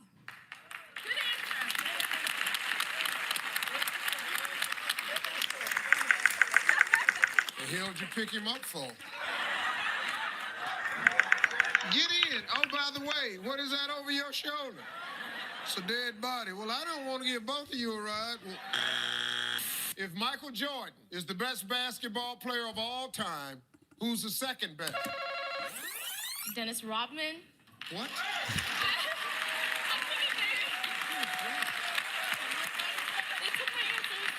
Oh, they took your answers. Oh, okay, and I understand. You're not a huge sport fan. No. Dennis Rodman. You know that he has no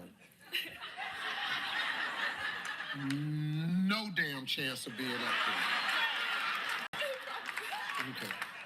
So instead of pulling my shirt all out my pants, pointing at that, we just gonna forget about that. We'll pass it on over here. You ready to just take it? Yeah. But just handle that. This is gonna be a little short X. It's not gonna make a lot of noise.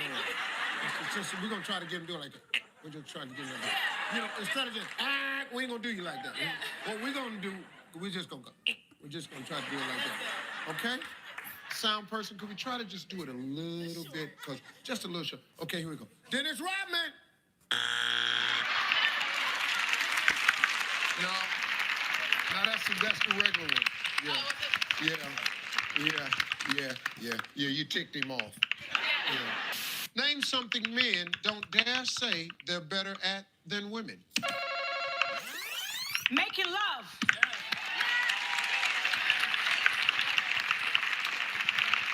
Making love.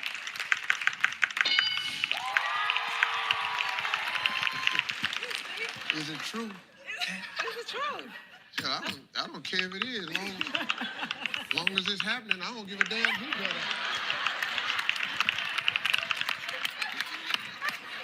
Hey, you win.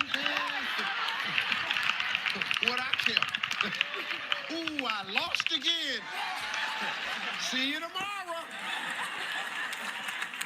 Well, we can play this game all day week long right here. Who win? Hell, when I lose, I win. If it were up to your husband, what would you be wearing every day? Shawnee? Nothing. Nothing. Yes, Lord. Nothing. John? Sexy lingerie. Hey, Pastor. All right. The pastor's answer is sexy lingerie. Let the church say amen. Amen. Amen. Amen. Sexy lingerie, so saith the pastor. Talk to 100 married women. If it were up to your husband, what would you be wearing every day? I think I'd have to go with the Daisy May shorts.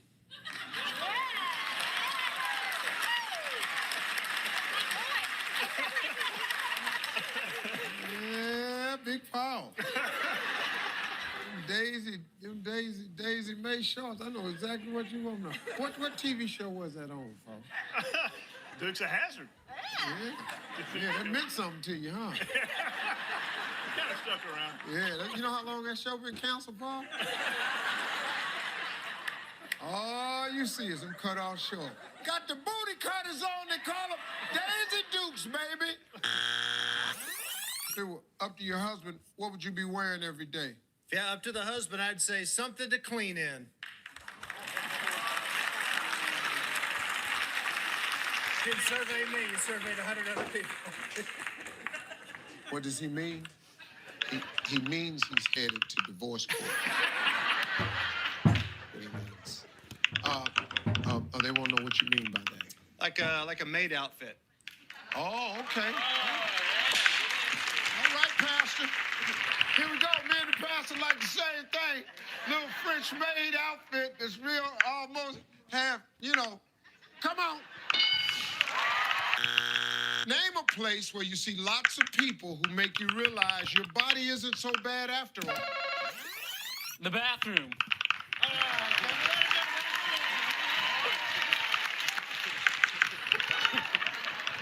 Never took a little peek. I never took a little peek. You're not supposed to do that. Hey, Kevin, that's rule number one of manhood. Once you're facing that wall, handling your business, you cannot do this. It's against the rules. If you had a fairy godmother, you might ask her to double the size of your what? My breast.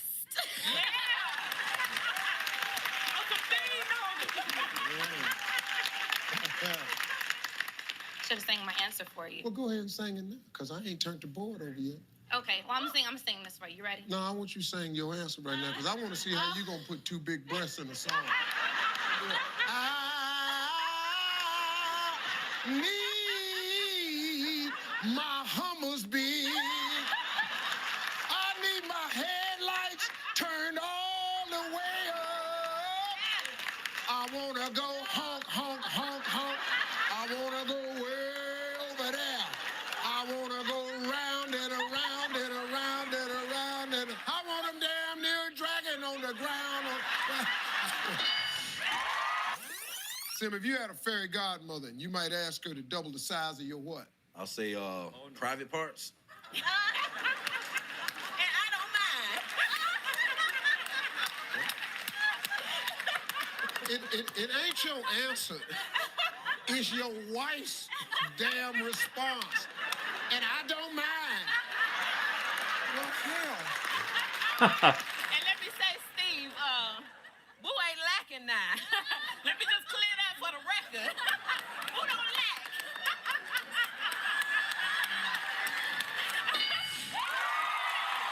Name something you never want to buy used. Food. Food, Steve. My house is food. Put it out there, baby. You can't eat used food. That's nasty. Used food.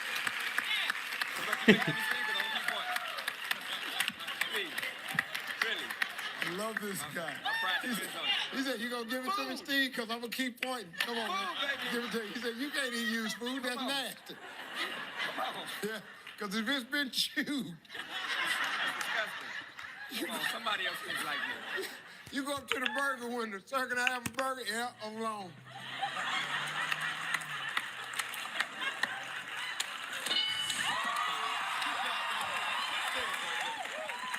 Name something a husband can kiss goodbye if he's caught kissing another woman. Now, I ain't gonna leave him, but you ain't getting no sex. That's definitely.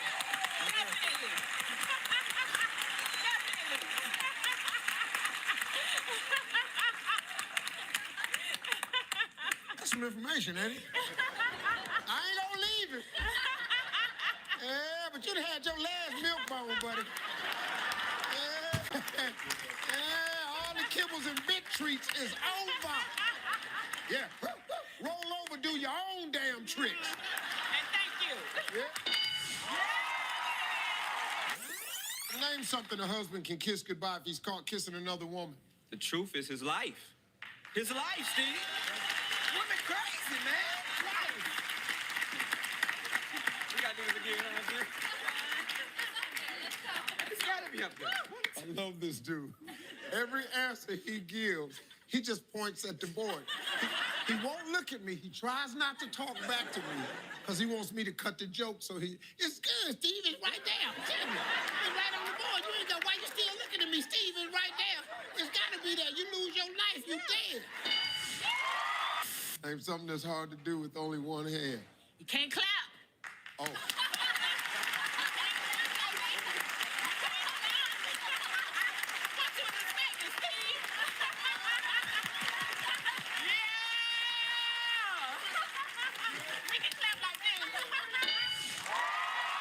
Name something a person might be packing. Stuff for your hair. Not you, Steve. Other people. Hair.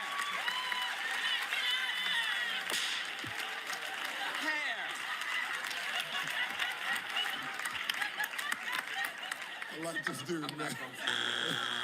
To get the ball rolling, I will start by introducing this lovely lady, Bethany, my ex-wife, the mother of these lovely children.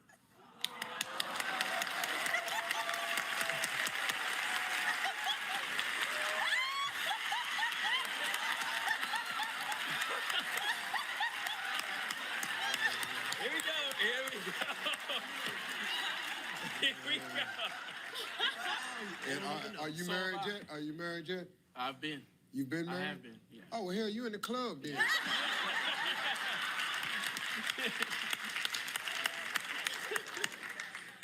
Excuse me 1 second, gorgeous. Could you step back? Step down here. You just stand right there just temporarily. Okay. John, come down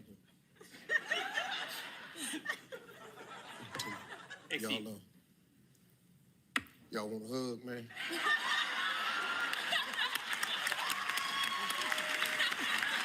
Thank you, Steve. Thank you, man. It'll be good. Yeah. You're the man. Yeah, all right. All right, James. Woo, All right. there you go, yeah.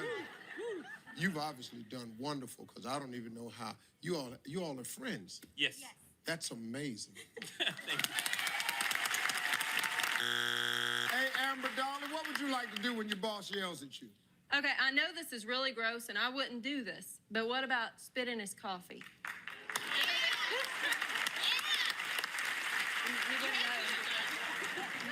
You know, I got a lot of people bring me coffee. Oh. You're nice, though. Yeah, I am nice. Yeah, see? Well, I won't be hollering at her. That's for damn sure. Name something about a man that might remind you of a pig. Pigs and men are lazy.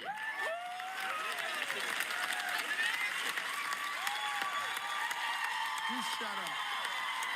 You shut up clapping. You shut up, ladies. Stop all that clapping. And they're just over there clapping. You know, guys was hurt, man. Did you see the men's expression in this? We were hurt. That's a horrible answer. God, this might be up there. We asked 100 men, which superhero outfit would be most flattering on you? Leah. Catwoman. Catwoman. Superman. Hey, Leah, I heard you all the way over here go, oh. We asked 100 men which superhero I would be most flattering on you. And Catwoman. This will be the ugliest Catwoman you've ever. Your big ass husband come out in a Catwoman suit.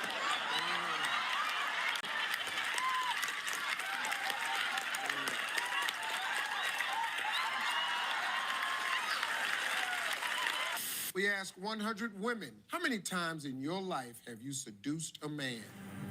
7. Name. We asked 100 women, how many times in your life have you seduced a man? You said... I meant what? 7. I understand what you meant, though. Survey said... It's okay. How many times in your life have you seduced a man? 8. How many times? How many times in your life have you seduced a man? Blake was under his chair at 7. You just sent David to the hospital. You said 8. Survey said 1. 1 was the number 1 answer. Name something you do in an elevator when there's no one else around. Robert. Relations. Huh? Relations. Relations. Nobody else is around. Relations. In the elevator, man. If it really started raining men, name a famous man you'd hope lands on you. Denzel Washington.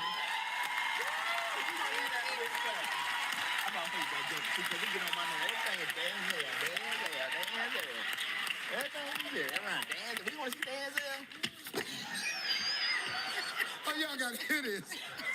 She said, Denzel Washington. He said, we're going to leave that right there. Every time I turn around, Denzel, we going to see Denzel. If I give a damn about them damn Denzel. Steve, I absolutely love Denzel Washington. I have pretty much watched all of his movies. I love him. I don't want to brag anything. Name something an actor would hate to fall out of his pocket on the red carpet. Maybe they're scandalous. Maybe some panties. There you go.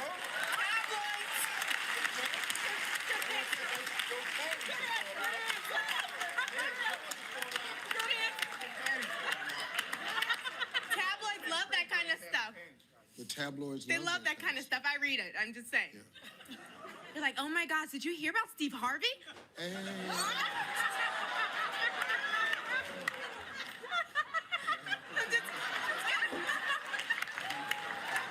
What I'm doing on the red carpet was damn panties falling out my pocket. You and your wife have a great relationship. My wife ain't got nothing to do with it. Hello.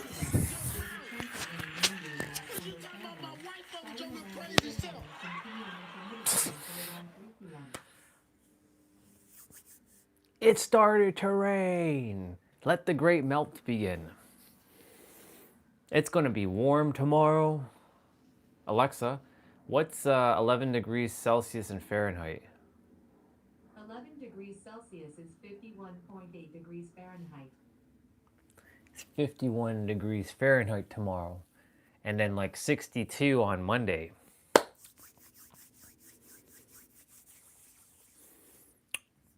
Yep. I'm just chilling right now. Downloading games, of course. And I was just washing dishes upstairs. Just came back. I need to drink water though. I feel a little dehydrated.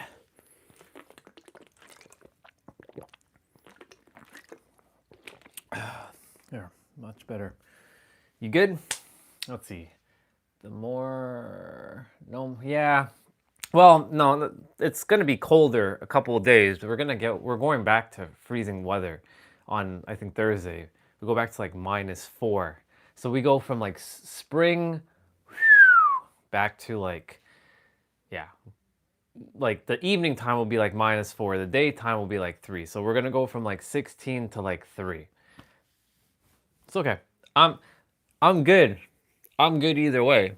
Because I'm the Arctic silver wolf, and I can handle the cold. I don't prefer it, but I at least can appreciate it for what it is. Yeah. I don't like sitting. I know I don't like sitting. Like, I'm just downloading stuff right now. I know this is a temporary thing because I won't be doing this again. Because I won't be downloading games because they're shutting down a website, and I got to get whatever I need to right now before it just disappears. I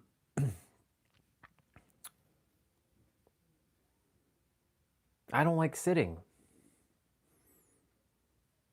Like sitting is the new smoking. Like literally it is. I prefer to be squatting. Because the only thing is, like, moving this laptop's a little bit of a pain in the butt, so that's why I leave it where it is. But yeah, I don't like it. I don't like sitting. I like squatting. It feels nice.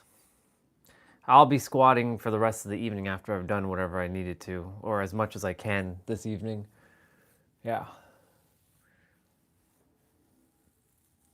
I trust that you had a good day. Honestly, I'm just like, today was just, I uncovered something. I don't know if you heard me talk about it yesterday, but I uncovered something which was fascinating yesterday on my walk. I was holding on to resentment towards mom and dad for moving from our apartment building to our first house.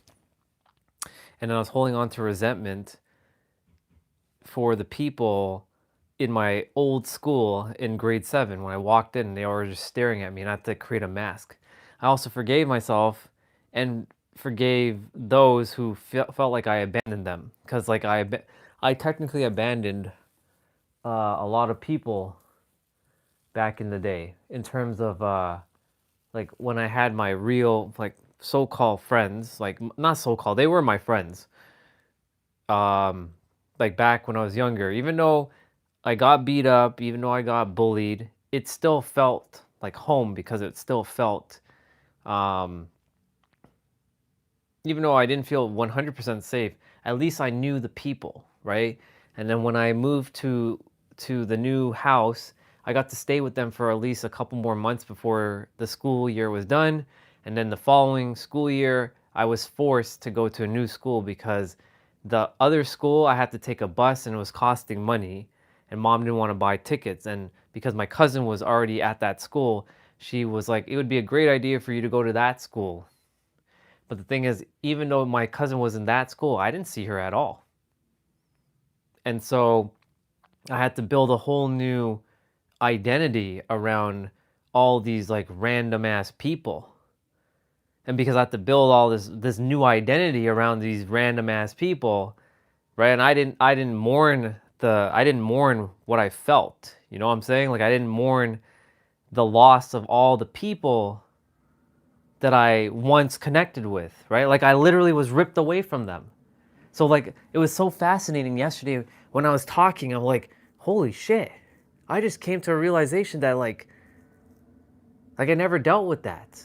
I never dealt with like the loss, like the grieving of losing people that I actually cared about.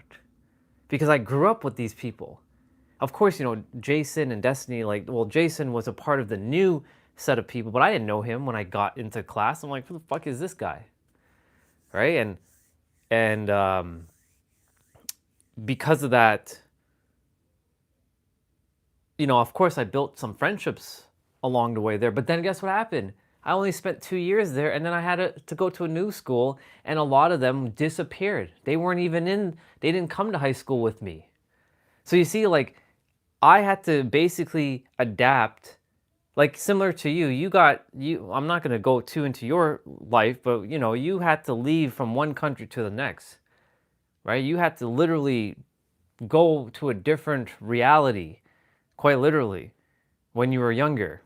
I had to do the same thing. But even though it was in the same city, it just felt like two different places. Like where I was living, it didn't feel like gangster. It didn't feel like thug life, right? It was, I'm not saying it was perfect, but like the people I knew, right?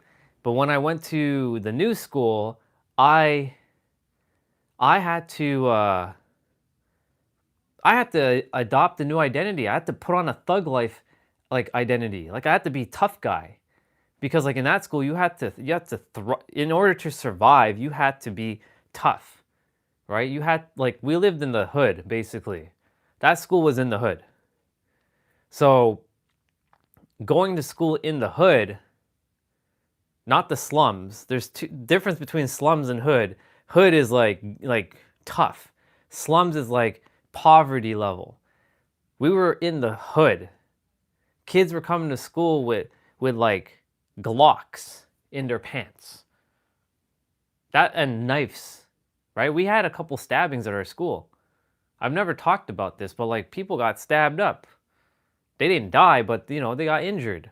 So like I literally went from a school and luxuriousness and peace, even though I got beat up and I got bullied, right?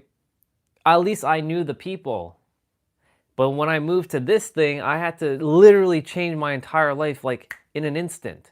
And I remember I can feel the day when I walked into that classroom, how everybody was just staring at me. And it felt like I don't belong. Like I don't have my tribe anymore. I don't have my people. I have no friends. I am this outcast. I feel this feeling now. Let me see what's going on in the chat.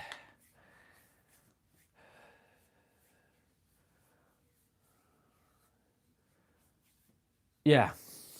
Yeah, exactly. So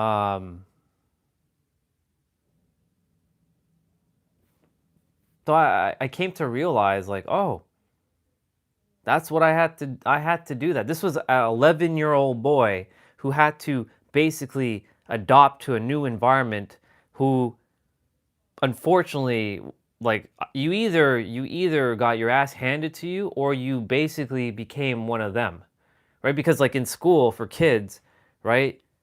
What's the number one thing kids want? They want to feel accepted. They don't want to feel ostracized. Their mind, right? Right? Their mind is not developed. They don't know the logics of like, oh yeah, you know what? I don't give a fuck about these people. Like I know better. Like we don't have that built in yet, right? We want to be accepted in a school, right? Because when you're not accepted in a school, you're considered like dead meat, right? Like there's no protection, there's no friends, there's no nothing if you're not accepted, right? You're considered an outcast. People will look at you, oh, look at that guy. He's the loner, or he's XYZ. So like you had to either put on a fucking mask and deal with, and this is what happens in all schools, right? Because kids are just, I'm just gonna call it what it is. Kids are just assholes today, right? Them and their little 6-7 bullshit, right? Because they don't know what the fuck they're saying, right? Because they themselves they're still in development. I'm not saying all kids are like that, because there's certainly a lot of kids that do know, right? They have the emotional intelligence because they either remember who they are or their parents has helped them to remember who they are. But majority of kids are not there yet. They simply have forgotten everything. And then school, it becomes this like cycle, right? Especially for kids who have to keep moving to different schools.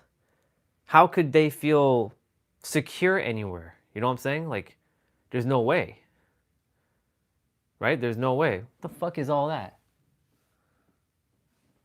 This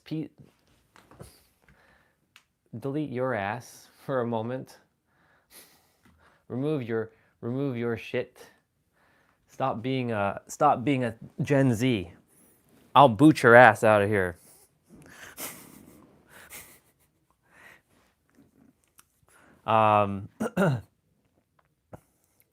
Yeah, so like there's a lot of just a lot of things that like unfolded yesterday. I'm like, wow. And I was just walking. I was talking about other things, and then it just popped up. And I'm like, fuck. Wow. And this is how the subconscious mind works, because it doesn't adhere to time, and I could feel it. I can still feel like I've processed it now. It doesn't take long for me to process things, but I'm like, holy shit, I can feel this pain being released from me. And I was like, I didn't even know I was holding on to it. You know what I'm saying? Like, it's crazy. Like, it was wild to like, I was walking and all of a sudden like, huh, well, isn't this fascinating? What I uncovered. 2 things. Holding on to resentment because we moved. Because the other thing about us moving, I was giving up a life where I was actually all right? Like I knew the apartment, I felt like I had independence, right? And I'm now in a place which I don't like. I live in the hood, where I have to adopt a new identity. And I called it the hood because people in that area were like really rough. You know what I'm saying? Let's see.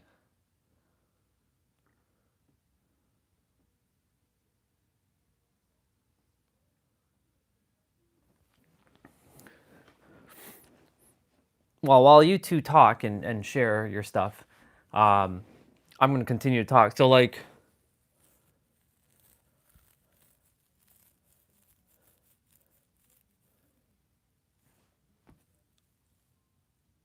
living in that house was like, I lost access to things. And then I was thrown into, I had to start doing stuff. Like I had to start shoveling snow. I had to start cutting grass. I had to do things that I didn't want to do. I was forced to, and that's where resentment came, because I didn't like things being placed onto me. That's why, responsibility, that word, was very heavy for a long time in my life. When people put things onto me, I have to carry their fucking responsibility. And now that I've let go of that word and I'm at peace with it, I love responsibility now. I love doing these things. I don't have to do them. I choose to, right? I choose to cut the grass. I choose to shovel snow. I choose to do things. Not because I have to, because I choose to, because I changed the word responsibility. But when I moved to that house, like, I never had to shovel snow or cut grass because we lived in an apartment. You don't have to do any of that stuff, right? So I had to not only adopt a new identity, I had to do all this extra bullshit that I didn't want to do as a kid, right? So I this is where all the anger was coming from, the resentment, just pure like anger for like moving. I hated that. I hated the move. I hated it so much. I loved the apartment, but of course, you saw, right? I showed you the area. I'm glad we moved, right? Because if I had stayed there, guess what? It was going to shit. Well, who knows, right? Maybe my vibration would have kept that place very luxurious, right? Because when I was growing up, that place was full of just good stuff. You know what I'm saying? Like, it was just good. It was premium. It was luxurious. But, you know, now it's not. It's gone. Right? I wouldn't even dare step foot in the building. That's how awful it is. Let's see. Yeah, you're a newbie for sure when you move. Absolutely. Yeah, and they had to do what they had to do, right? And that's the thing. And, you know, and I don't blame them, right? They had to do what they had to do, right? And that's the thing. That's the beauty of releasing things. Like, we get to release things, right? I keep saying, you have the opportunity to change who you are in every present moment. You get to feel whatever you choose to feel in every present moment, right? You can continue to choose to be angry, but I'm glad that I was talking yesterday. And the thing is, as I keep talking, things unlock themselves, right? Because I'm like, why did yesterday I called the live stream Prove?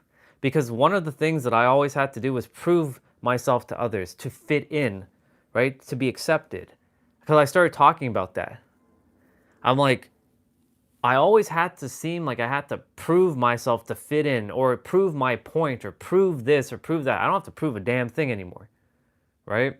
I don't have to prove to fit in anymore. I don't have to prove to anyone what I know, because I know. It's just facts now, right? And I remember when I was in the new school, I had to prove my worth. I had to prove that I belonged. I had to prove that I fit in, that I was worthy of these new people, to be friends with them. I fucking hated that. Of course, ultimately, like, you know, I built some really good friendships along the way when I was at that school, but I hated starting that process from like back then. I hated it. So I never realized until yesterday how much I was holding on to such anger and pain for just something like, it sounds simple, but to a kid, that's not simple. That's your whole fucking life being turned upside down, right? Because kids don't have the logical processing unit built in yet, right? They're all like, what the fuck is, like, why do we have to move? Why? Like, we ask the questions like, why? And then, unfortunately, you just have to go with it, because either you survive the new place, or you die, right? You have no choice. You're a kid. My parents dragged me through many countries to be to be the character who I am today. Right now, proves needed. Now you see where it comes from. No sister. Yeah. None of that shit. Don't need it. Right? I was sharing with Ramon earlier. He actually gave me a great mirroring today. It was powerful. He came on earlier. This goes hand in hand with what I'm going to say, though. He came on earlier, and he was pretending to be someone else. I'm like, and I was giving him the cold shoulder, because I had no idea it was him, right? This is a mirroring to make sure I don't jump the gun, because anytime I see someone new, it's not I see them as a threat, but I see them as a troll, right? Because if I haven't seen you before, I'm like, who the fuck are you and what are you doing on my stream? So of course, that is preparing me for the next stream to not do that. So, you know, he ultimately showed it told me it was him, but like the way I was talking to him wasn't the way I was talking to him, right? I was being more neutral, right? Anyways, like he you know, I used to want connection. And I told him, like, bro, like, now I don't give a fuck if people like me or not. I really don't care. I don't care. I don't care. I don't care if I say something and it disrespects someone. I'm not purposely here to hurt someone, but if they found it as a disrespect, then that clearly means there's something that they have to figure out why it's disrespectful to them. I don't care anymore. I don't. Of course, I care of the person and their soul, but I don't care about the mind.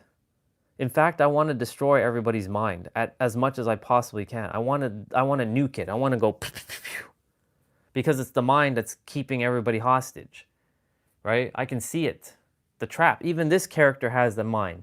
I want to, but we still have to use the mind to overcome the mind, right? So I was sharing, like, you know, for me, I don't need connection.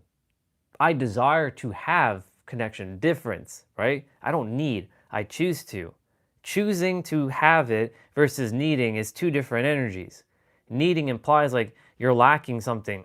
Choosing to have means that you already know that you already are enough without it, and you choose to have it. As like, it adds to your experience. It doesn't, or it complements your experience. It doesn't actually make you who you are, right? So for example, like, you know, a relationship, whether people are in someone's life or isn't in their life, it shouldn't matter, because like when you two eventually separate, if it happens, you shouldn't be, you grieve the loss of the relationship, but you don't grieve any loss of like who you are, because you came in to the relationship whole, perfect, and complete. And that person came into the relationship whole, perfect, and complete. Maybe you just two weren't in alignment, and that's fine. You separate and you walk away, but like you don't feel like you lose something, or not lose something. You don't feel like you've lost a part of you. You already have been whole. And that's the thing. Like for me, when it came to friendships and connections, right? I always wanted to be accepted. I always wanted to feel wanted or needed or important or validated. I don't care about that anymore. I don't. Right? I've said this before and I'll say it again. I would rather be hated for who I am as who I am right now than be loved for who I'm not. I don't give a fuck what I say. Right? If it pisses someone off, it pisses someone off. I don't need their forgiveness. I have my own damn forgiveness. Right? It's actually this is a perspective, by the way. It's actually disrespectful to your soul to hold on to shame and guilt. It's actually disrespectful for you to hold on to any pain, because people will feel the shame and guilt or pain within you and they won't want to listen to you anyways. So it's kind of disrespectful and, quite frankly, arrogant of you to hold on to your pain and your suffering as some sort of virtue, some sort of like holier than now, like moral thing. Fuck that, right? So, you know, going back to what I was saying to Ramon, I'm like, yo, dude, like, you know, we were talking about how a year ago, around this time is on the live stream, we have enough time. A year ago, around this time on the live stream, guess what happened? I think you were there. Yeah, you were there. We had an incident. Remember? I don't need to bring up the incident again, but we had an incident and all hell broke loose, right? And shit just hit the fan. And then a month before that, the live stream went whew. And I was wondering, what the fuck did I do? Like, what was the reason for this? Why did this happen? But now I know exactly why everything happened. Because it was for me to evolve to a point where, like, I don't fucking need anybody. I don't give a fuck if someone likes me or not. you can piss off at this point, right? I mean, I love everybody, I respect everybody, but I don't need anybody. And I choose to have people in my life if I really do. But the thing is, the live streams had to happen exactly the way they did for me to uncover things and challenge others and their perspectives without feeling like I'm going to get punished. And if they didn't like it, tough shit. Right? And for those who were here and who are no longer here, it was meant for them to get what they needed to get the fuck off so they can go and live their life. Right? Like, when the future clients come to me, they're not coming back to me like recurring. We're not doing the Aaron Abke and Danny Morale shit here. We ain't keep promoting Awaken and have you keep coming back to those things. When you're done with me, you're fucking done. You don't need any more. Like, it's done. Right? I'll help you create the space that you require, but after that, you're fucking on your own. Like, you got this. You know what I'm saying? Like, and the reason why I'm bringing this up is because, like, if everybody really knew that they were the answer and they felt that as viscerally as I do, and I know you do, Olga, that you know that you're the answer, you don't need anything anymore. You don't. Like, you don't need anybody. You choose to connect to people because it feels good, but you don't need it. You choose to have it, but you don't need it. There's a difference, you know? Let's see. That's why you listened for hours to all the characters you connected with. It is the past now, exactly.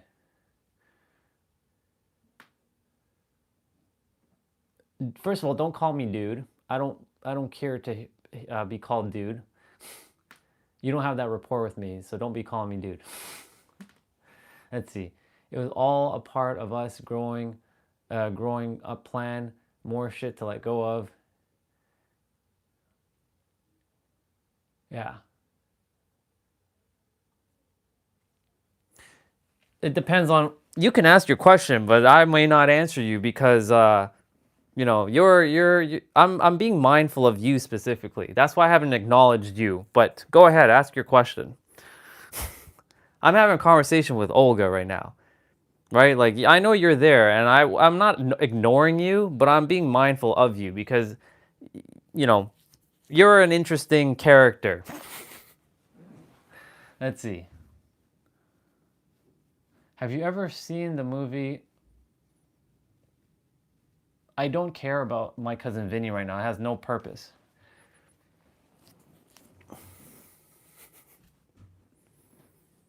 I don't care about My Cousin Vinny. I've never seen it. Don't care to see it.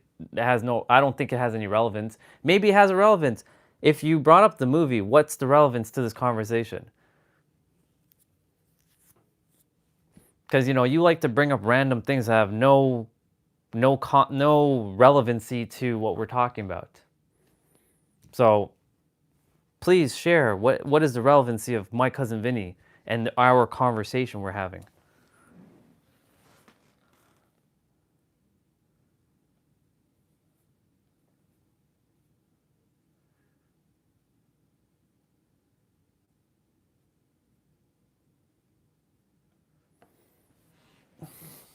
Olga, don't be flattering up this character. Come on now. I have a bone to pick with him. Right? I still don't fully align with this character that you're talking with. And there's a reason for this. Because this character keeps entertaining different accounts. And he's trying to build a rapport and to suck up to me to some degree. I don't really give a fuck about him, to be quite honest. I care about his soul, but I don't give a fuck about his mind. Right? And that's why I said, I don't care what I say now. If it pisses him off, I'm doing me at this point. Right? I keep him at a little bit of a boundary, you know what I'm saying? That's why when he asked me to like play music, I'm like, no. When he asked me some stuff, I'm like, no. When he tells me to do something, I'm like, no. I don't hate him. I just no. Yeah.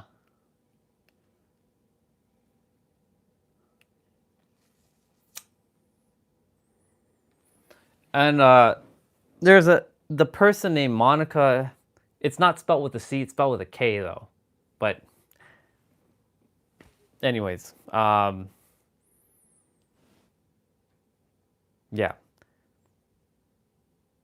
How much time have I left on my live stream? I have a couple minutes.